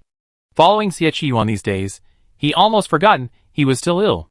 Now that the Midden laboratory is gone, if he relapses, he might not be able to get treatment. Yuan's blood had been taken again, and perhaps from the excessive blood loss, his head felt dizzy, as if he were walking on cotton. Besides drawing blood, the bespectacled doctor in the white coat looked at Yuan, who lay unconscious on the hospital bed, and suddenly spoke. "Put him in warehouse number 4. Warehouse number 4. His current status is uncertain. If he's put in there, he'd be eaten." The bespectacled doctor in the white coat looked at Yuan's face, his voice steady. "I have a hunch he won't die. Retrieve Sun Mo's survival time in the warehouse, and compare it with his." "Yes." Yuan, half conscious, could hear a sound. But before he could fully grasp it, he felt a heavy shove, and finally, he felt like he was falling somewhere, surrounded by liquid. A strange, indescribable sound echoed in his ears. Yuan fainted and regained consciousness. He opened his eyes, and was met with a swarm of incomplete-looking little monsters. The monsters bared their teeth, pouncing on him, ready to bite. They were quite ferocious. Not to mention its ferocity, the scene before him alone gave Yuan an inexplicable sense of familiarity, as if it had happened before. Yuan reached out, and tore off the small monsters clinging to him. There were so many of them, and they stubbornly fed on anything that fell into his body. After Yuan was bitten several times, he couldn't get rid of them all. The biting continued. Several observers stood outside warehouse number 4, closely monitoring the situation inside. They frowned. Why isn't he resisting? If this continues, he'd be eaten.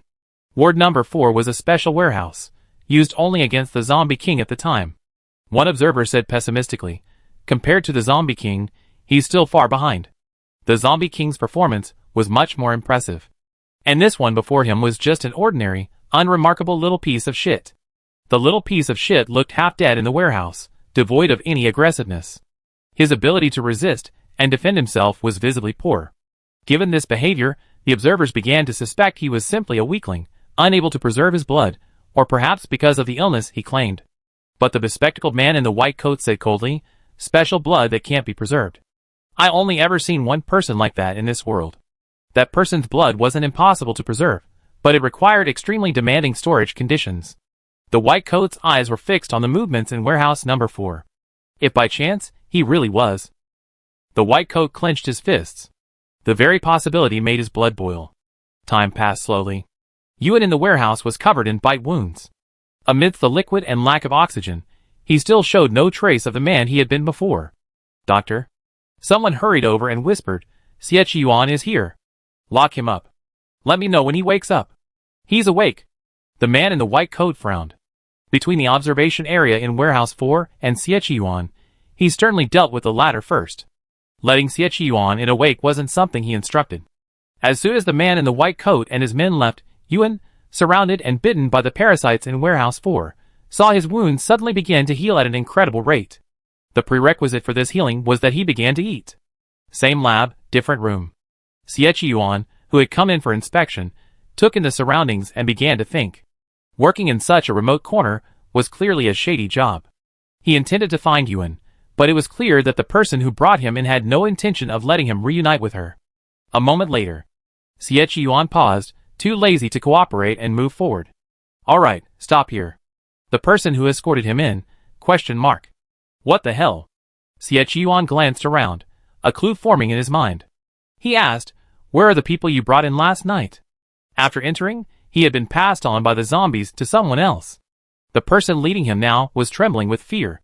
After walking for so long, he hadn't even dared to speak to him.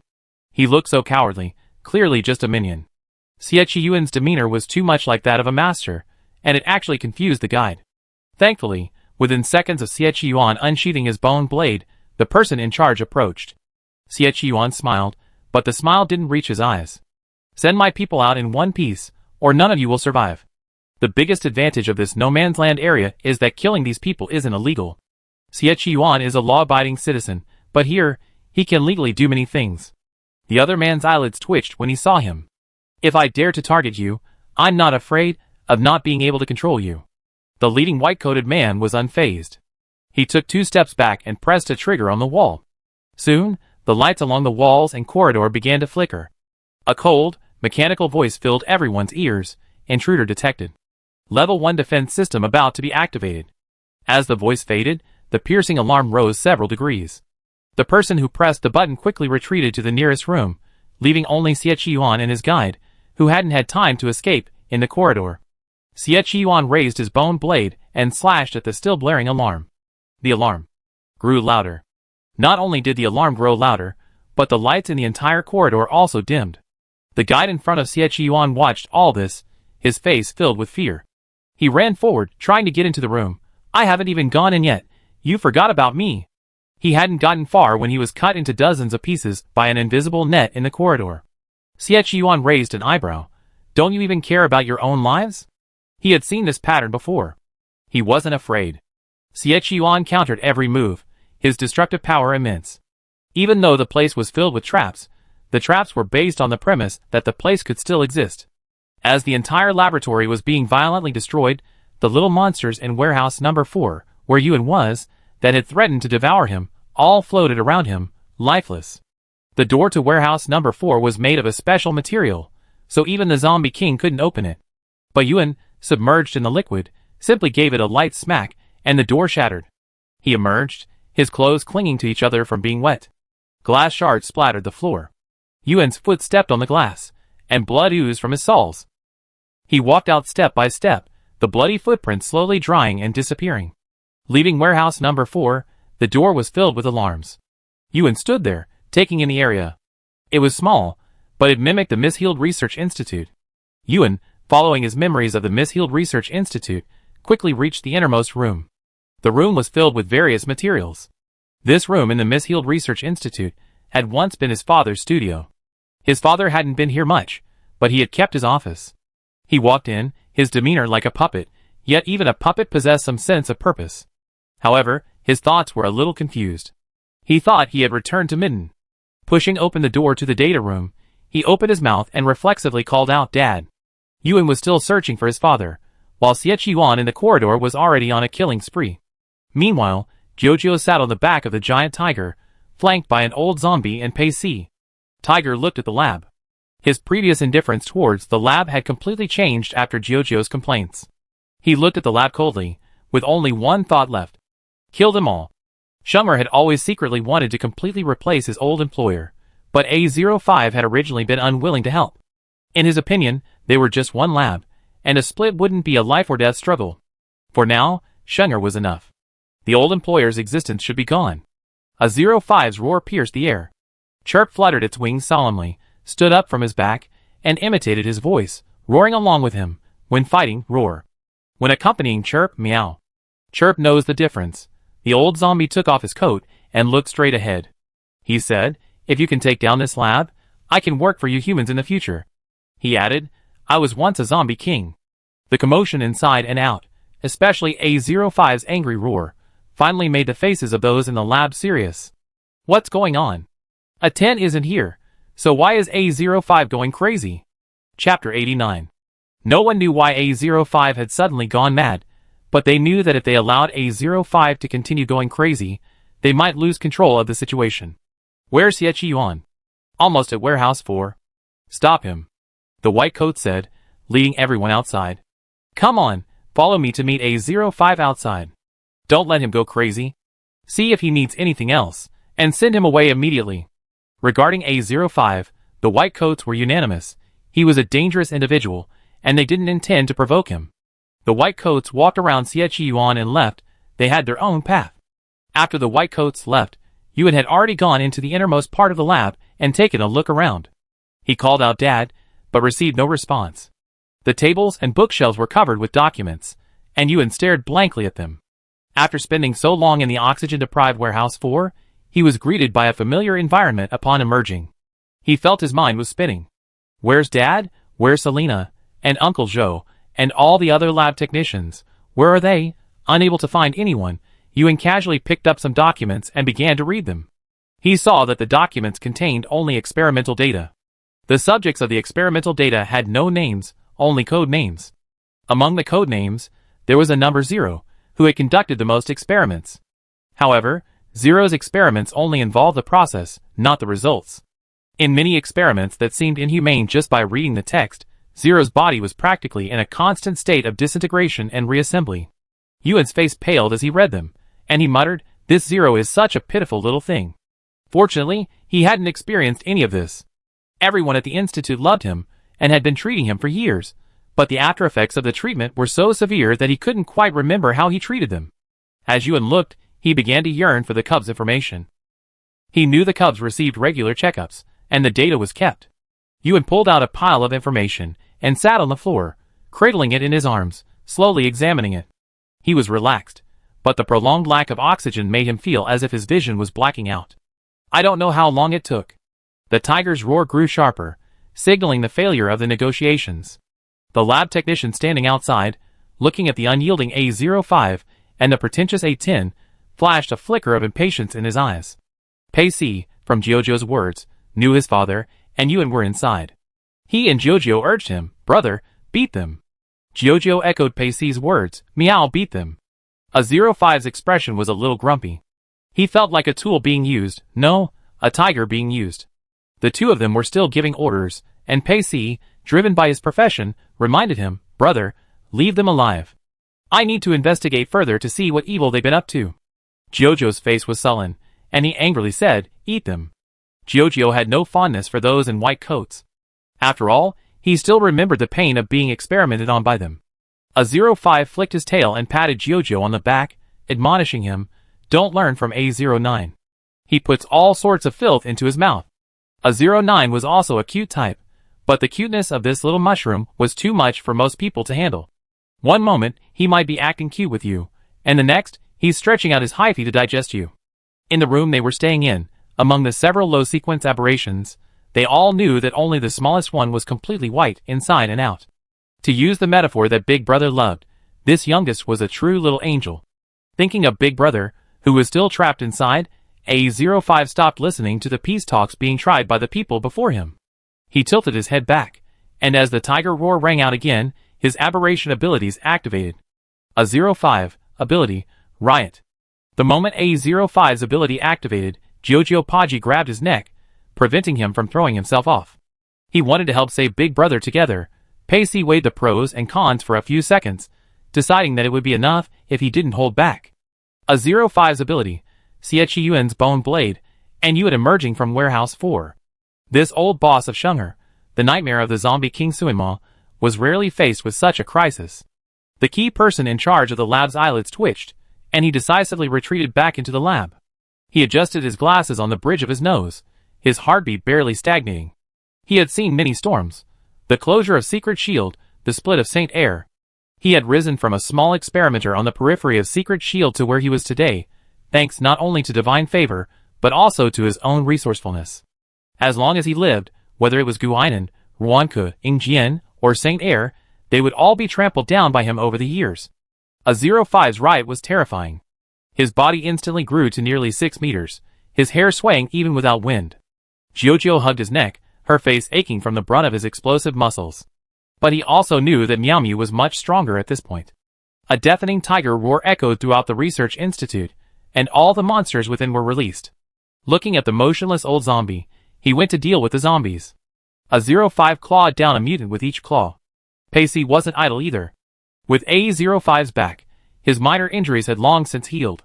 The ordinary lab technicians in the lab could still be entrusted to him. During the fight, he was quite indignant. You all are so powerful, why do I look so weak? Pacey was a leader in human combat power, but against a psychic, a zombie king, or a mutant, he was clearly no match. A05 was too powerful, and with his size advantage, he demolished the house much more easily than Yuan. Finally, the house was almost demolished, and Yuan, who had his face buried in the documents and dozed off, didn't wait for Big Head, who wanted to save the girl, but instead waited for the long-lost big guy cub. Ayo. Woo. A05's tiger roar was powerful and magnetic. He lowered his head to gaze at his elder brother, who sat with his knees hugged, and lowered it slightly, arching his back. Yuan, who had been utterly annoyed by the endless array of traps inside the room, was actually not far away. The reason he hadn't come over was because he was trapped inside the wall. The violent tiger was demolishing the house online and randomly selecting a hapless individual to bury. Yuan was a sturdy man, but he was stuck, and it was a bit difficult for him to get out. During this time, Yuan was awakened by both cubs. Jojo patted the tiger and said anxiously, "Shrink." The tiger growled and shrank. Jojo jumped down and pounced on Yuan. He called out to Yuan in a crisp voice, "Big brother, Jojo is here to save you." A05, He cleared the road, demolished the house, and beat up the people. Besides whimpering a few times on his back, what other contributions had Jojo made? A05 looked at the little Jojo, seeking credit, without saying a word. Yuan was soundly asleep, but with Jojo's wake-up call, it was hard not to wake him. Jojo. Yuan's hypoxic effects had almost completely subsided by then. He looked at Jojo in front of him and asked, stunned, "How did you get here so quickly?" Jojo hugged him, and nuzzled his face against his. "Big brother, Jojo missed you so much." The spoiled little Jojo nuzzled into her big brother, expressing her longing. "Jojo will always watch over you." Jojo clung to her big brother, receiving a comforting chuckle. Only when the tiger roared did Yuan, belatedly, raise his head. A majestic, full-grown tiger came into view, its eyes reflecting his own image. Yuan blinked. The next second, feeling it wasn't enough, he pinched himself again. The pain made him realize this wasn't a dream, and the tiger before him wasn't an illusion. He had truly seen his little tiger cub transform into a full-grown tiger. Fifth cub? Big brother. One call, one response, spanning years, finally fulfilled in this moment. Yuan stood up, dropped the documents in his hand, and hugged the tiger in front of him. Fifth cub, seeing you're alright, big brother is relieved. Fifth cub nuzzled him affectionately, then gently held him in his arms, carrying him on his back. Jojo followed closely behind, tugging on the tiger's fur and climbing up as well. With all the important people gathered, the tiger didn't wait for Yuan to recover, but it turned and galloped off. Yuan, shock! Yuan hugged Jojo tightly to his chest, feeling as if he'd forgotten something. He called to the tiger, "Wait, let me get all that information. I see there's a lot of important stuff in there." A few minutes later, after packing several bags, Yuan sat on the tiger's back. He hugged Jojo and spoke again, "By the way, Jojo, have you seen Yuan?" All 5 of his cubs came to rescue him. Yuan would surely not ignore him. After Yuan finished asking Jojo, Jojo hugged the tiger's neck, buried her face in its fur, and remained silent. A 05 also suddenly picked up speed, as if trying to get further away from the place behind them. A 05's running speed was terrifying. Before long, they had burst straight out of the jungle. Seeing that the tiger cubs were about to leave, Yuan said to the tiger cubs, "Cubs, don't run so fast. Big brother is waiting for someone." The tiger cubs ran even faster upon hearing this. The 2 cubs tacitly followed their big brother away. The tiger cubs didn't want to see Pacey's advantage father at all, and even if they did, they would bite him to death. And then, behind them, Yuan, who had finally escaped, also ran into Pacey. Pacey saw him with a complicated look in his eyes. "Dad, are you not capable?" Yuan leaned against the wall and said coldly, "What's your business whether I can do it or not? And a nose, that's all." Pacey, now without the tiger, was also in a bad mood. He glared at Yuan and reported coldly, "A zombie said he wants to cooperate with us. It seems he has some skills." Yuan, "Okay, I see." His eyes searched everywhere. A moment ago, he had heard the tiger's voice, but now there was nothing. Just as Yuan frowned, about to resume his search, Pacey finally gave up and said quietly, "There's one more thing I need to tell you." "Speak." Yuan's expression darkened, his patience clearly running out.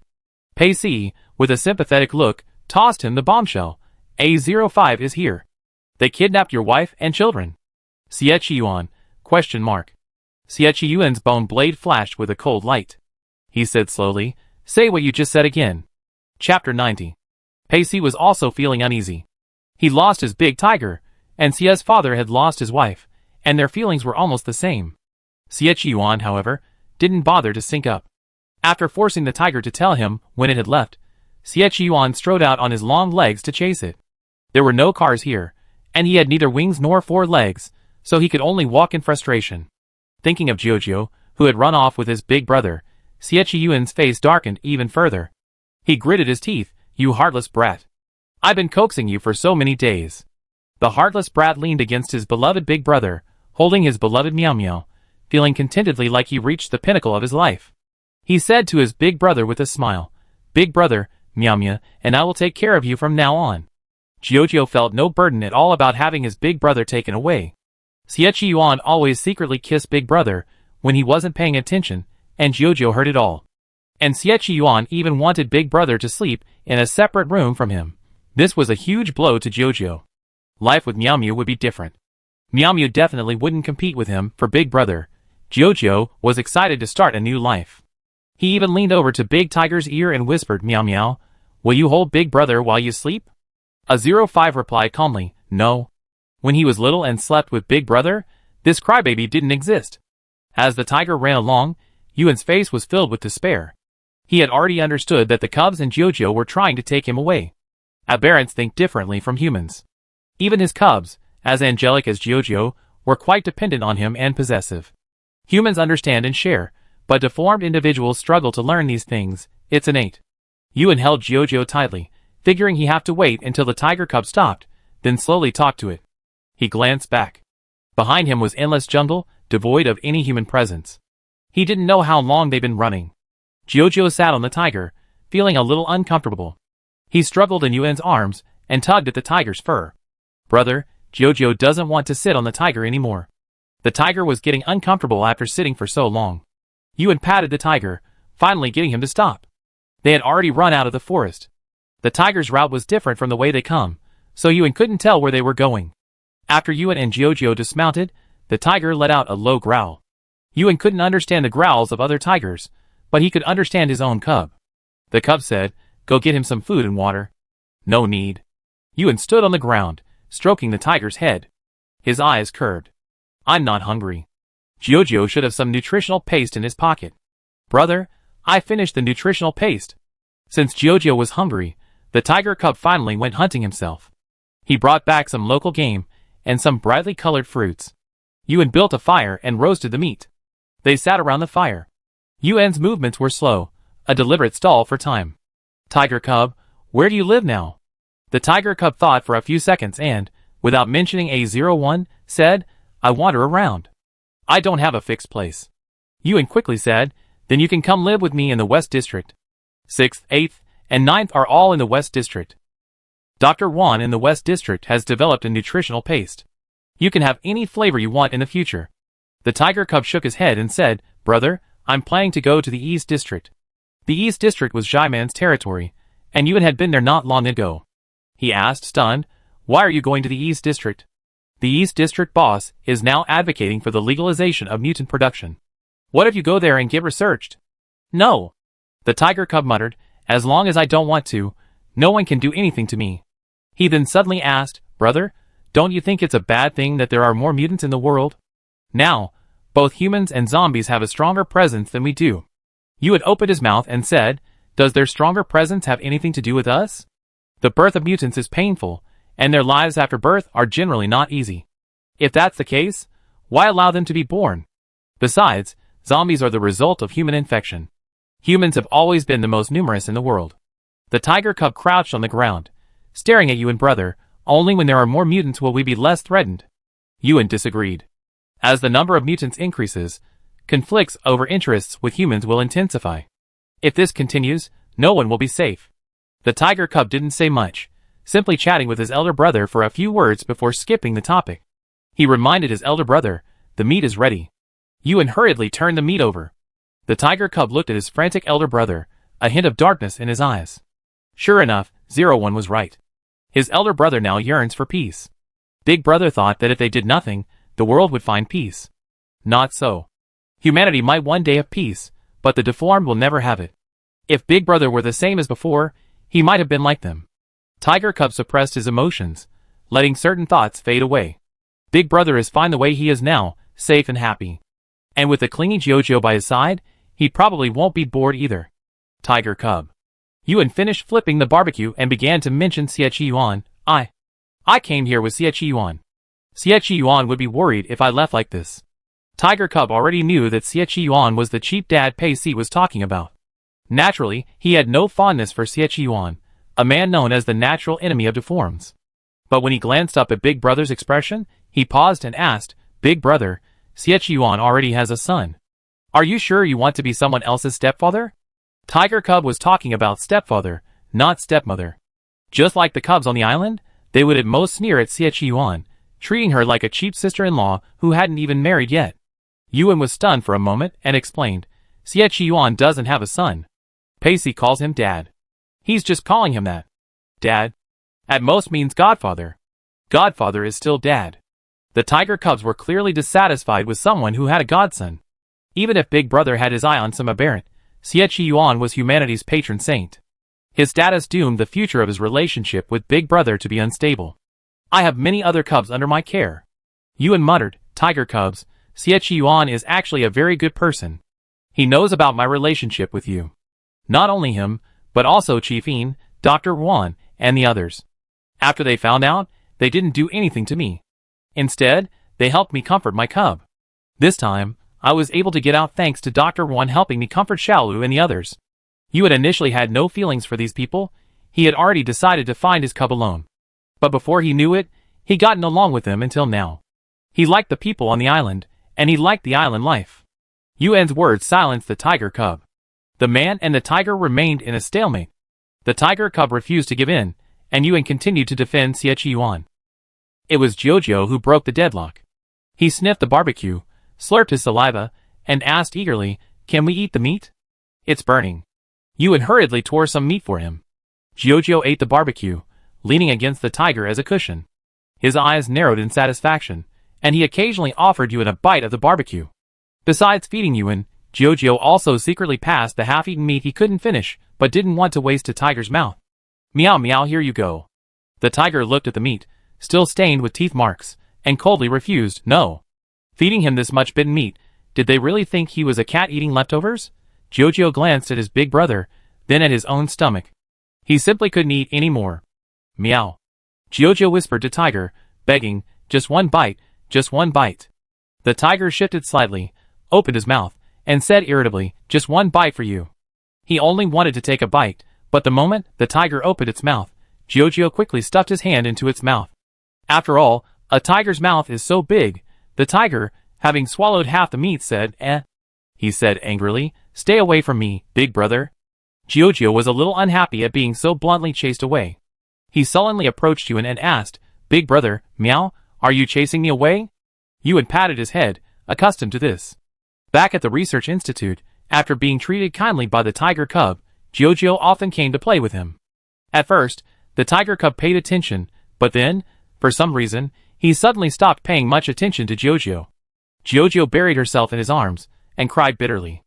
After crying, 8th cub rudely accused Jojo of being rejected by the tiger cub. The two cubs started fighting, with 7th cub helping Jojo.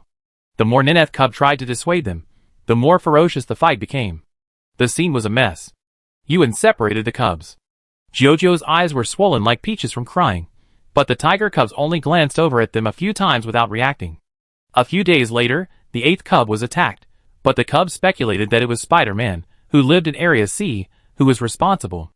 After all, Jojo and Spider-Man were known to be close friends. Jojo probably forgot that the tiger cubs had already driven her out from the research institute, which was why she was upset again. Be good, meow meow, just like some quiet time. I'm not trying to drive you out on purpose. Yuan thought about Xie Yuan while trying to address the cub's emotional issues. He had his own selfish motives. He was deliberately wasting time. Xie Yuan was definitely not as fast as the tiger cubs, so if he waited a little longer, he should be able to see him. Jojo was unaware of her big brother's thoughts, and after being coaxed by him for a while, the sullen look on her face finally faded. Perhaps it was the comparison with Meow Meow that made Jojo suddenly feel that Xie Yuan was also kind to him. Big brother. The heartless Jojo finally felt a little guilty. He glanced back and couldn't help but say, he's running so slowly. He hasn't even gotten here yet. This he was obviously referring to Xie Yuan. Yuan was surprised. He pinched Jojo's little face and teased, didn't our Jojo refuse to wait for someone? Why are you waiting for him now? Jojo said nothing, burying her face in Yuan's neck. The tiger cub let them waste time, while he flipped through some documents Yuan had prepared. The documents were a bit messy, but contained a lot of information. Yuan also brought out the documents for number 0. The tiger cub's face instantly turned cold after reading these pages. Yuan was still talking to Jojo, not paying any attention to the tiger cub's movements. After a long while, Yuan finally turned his attention to the documents. The documents only had code names, no names. All experimental subjects were represented by numbers. The experimental results did have signatures, a single letter, S. Yuan considered himself familiar with many scientific researchers, but he was completely baffled by this S. Tiger cub, these documents contain various experiments. Be careful when you're out there. Don't get caught up in experiments. Okay, tiger cub replied softly. He put the documents down, looked at Yuan's concerned face, and added, brother, you should be careful too. Yuan nodded, praising Xie Yuan whenever he could. With Xie Yuan here, I'm safe. This was just a minor incident. Tiger cub remained silent. He looked at Yuan, a certain belief in his heart reaffirmed. Thanks to Yuan and Jojo's stalling, Xie Yuan, after 2 hours, had finally caught up with them. Pacey was exhausted like a dog. He was accompanied by the old zombie, and the entire group was exhausted from the journey. Xie Yuan's face didn't show any sign of fatigue. After all, he lost his wife, so he wasn't too worried right now. Big brother. That was the first voice Jojo heard. He tilted his head back, seizing the moment to negotiate with his big brother. Can you please stop Xie Yuan from kissing you? Yuan choked. He blushed and asked Jojo in an unnatural tone, when did you see him kiss me? Jojo sighed, her face tinged with worry. Jojo saw it several times. Xie Yuan had also caught him doing it once, but he wouldn't let him say anything. Before Yuan could reply, an unhappy voice echoed from nearby. Little Jojo, why do I need your permission to kiss my wife? Jojo, Caught in the act, Jojo turned around and saw Xie Yuan scowl. Jojo was silent and listless. Yuan put Jojo down and stood up with sparkling eyes. You're here.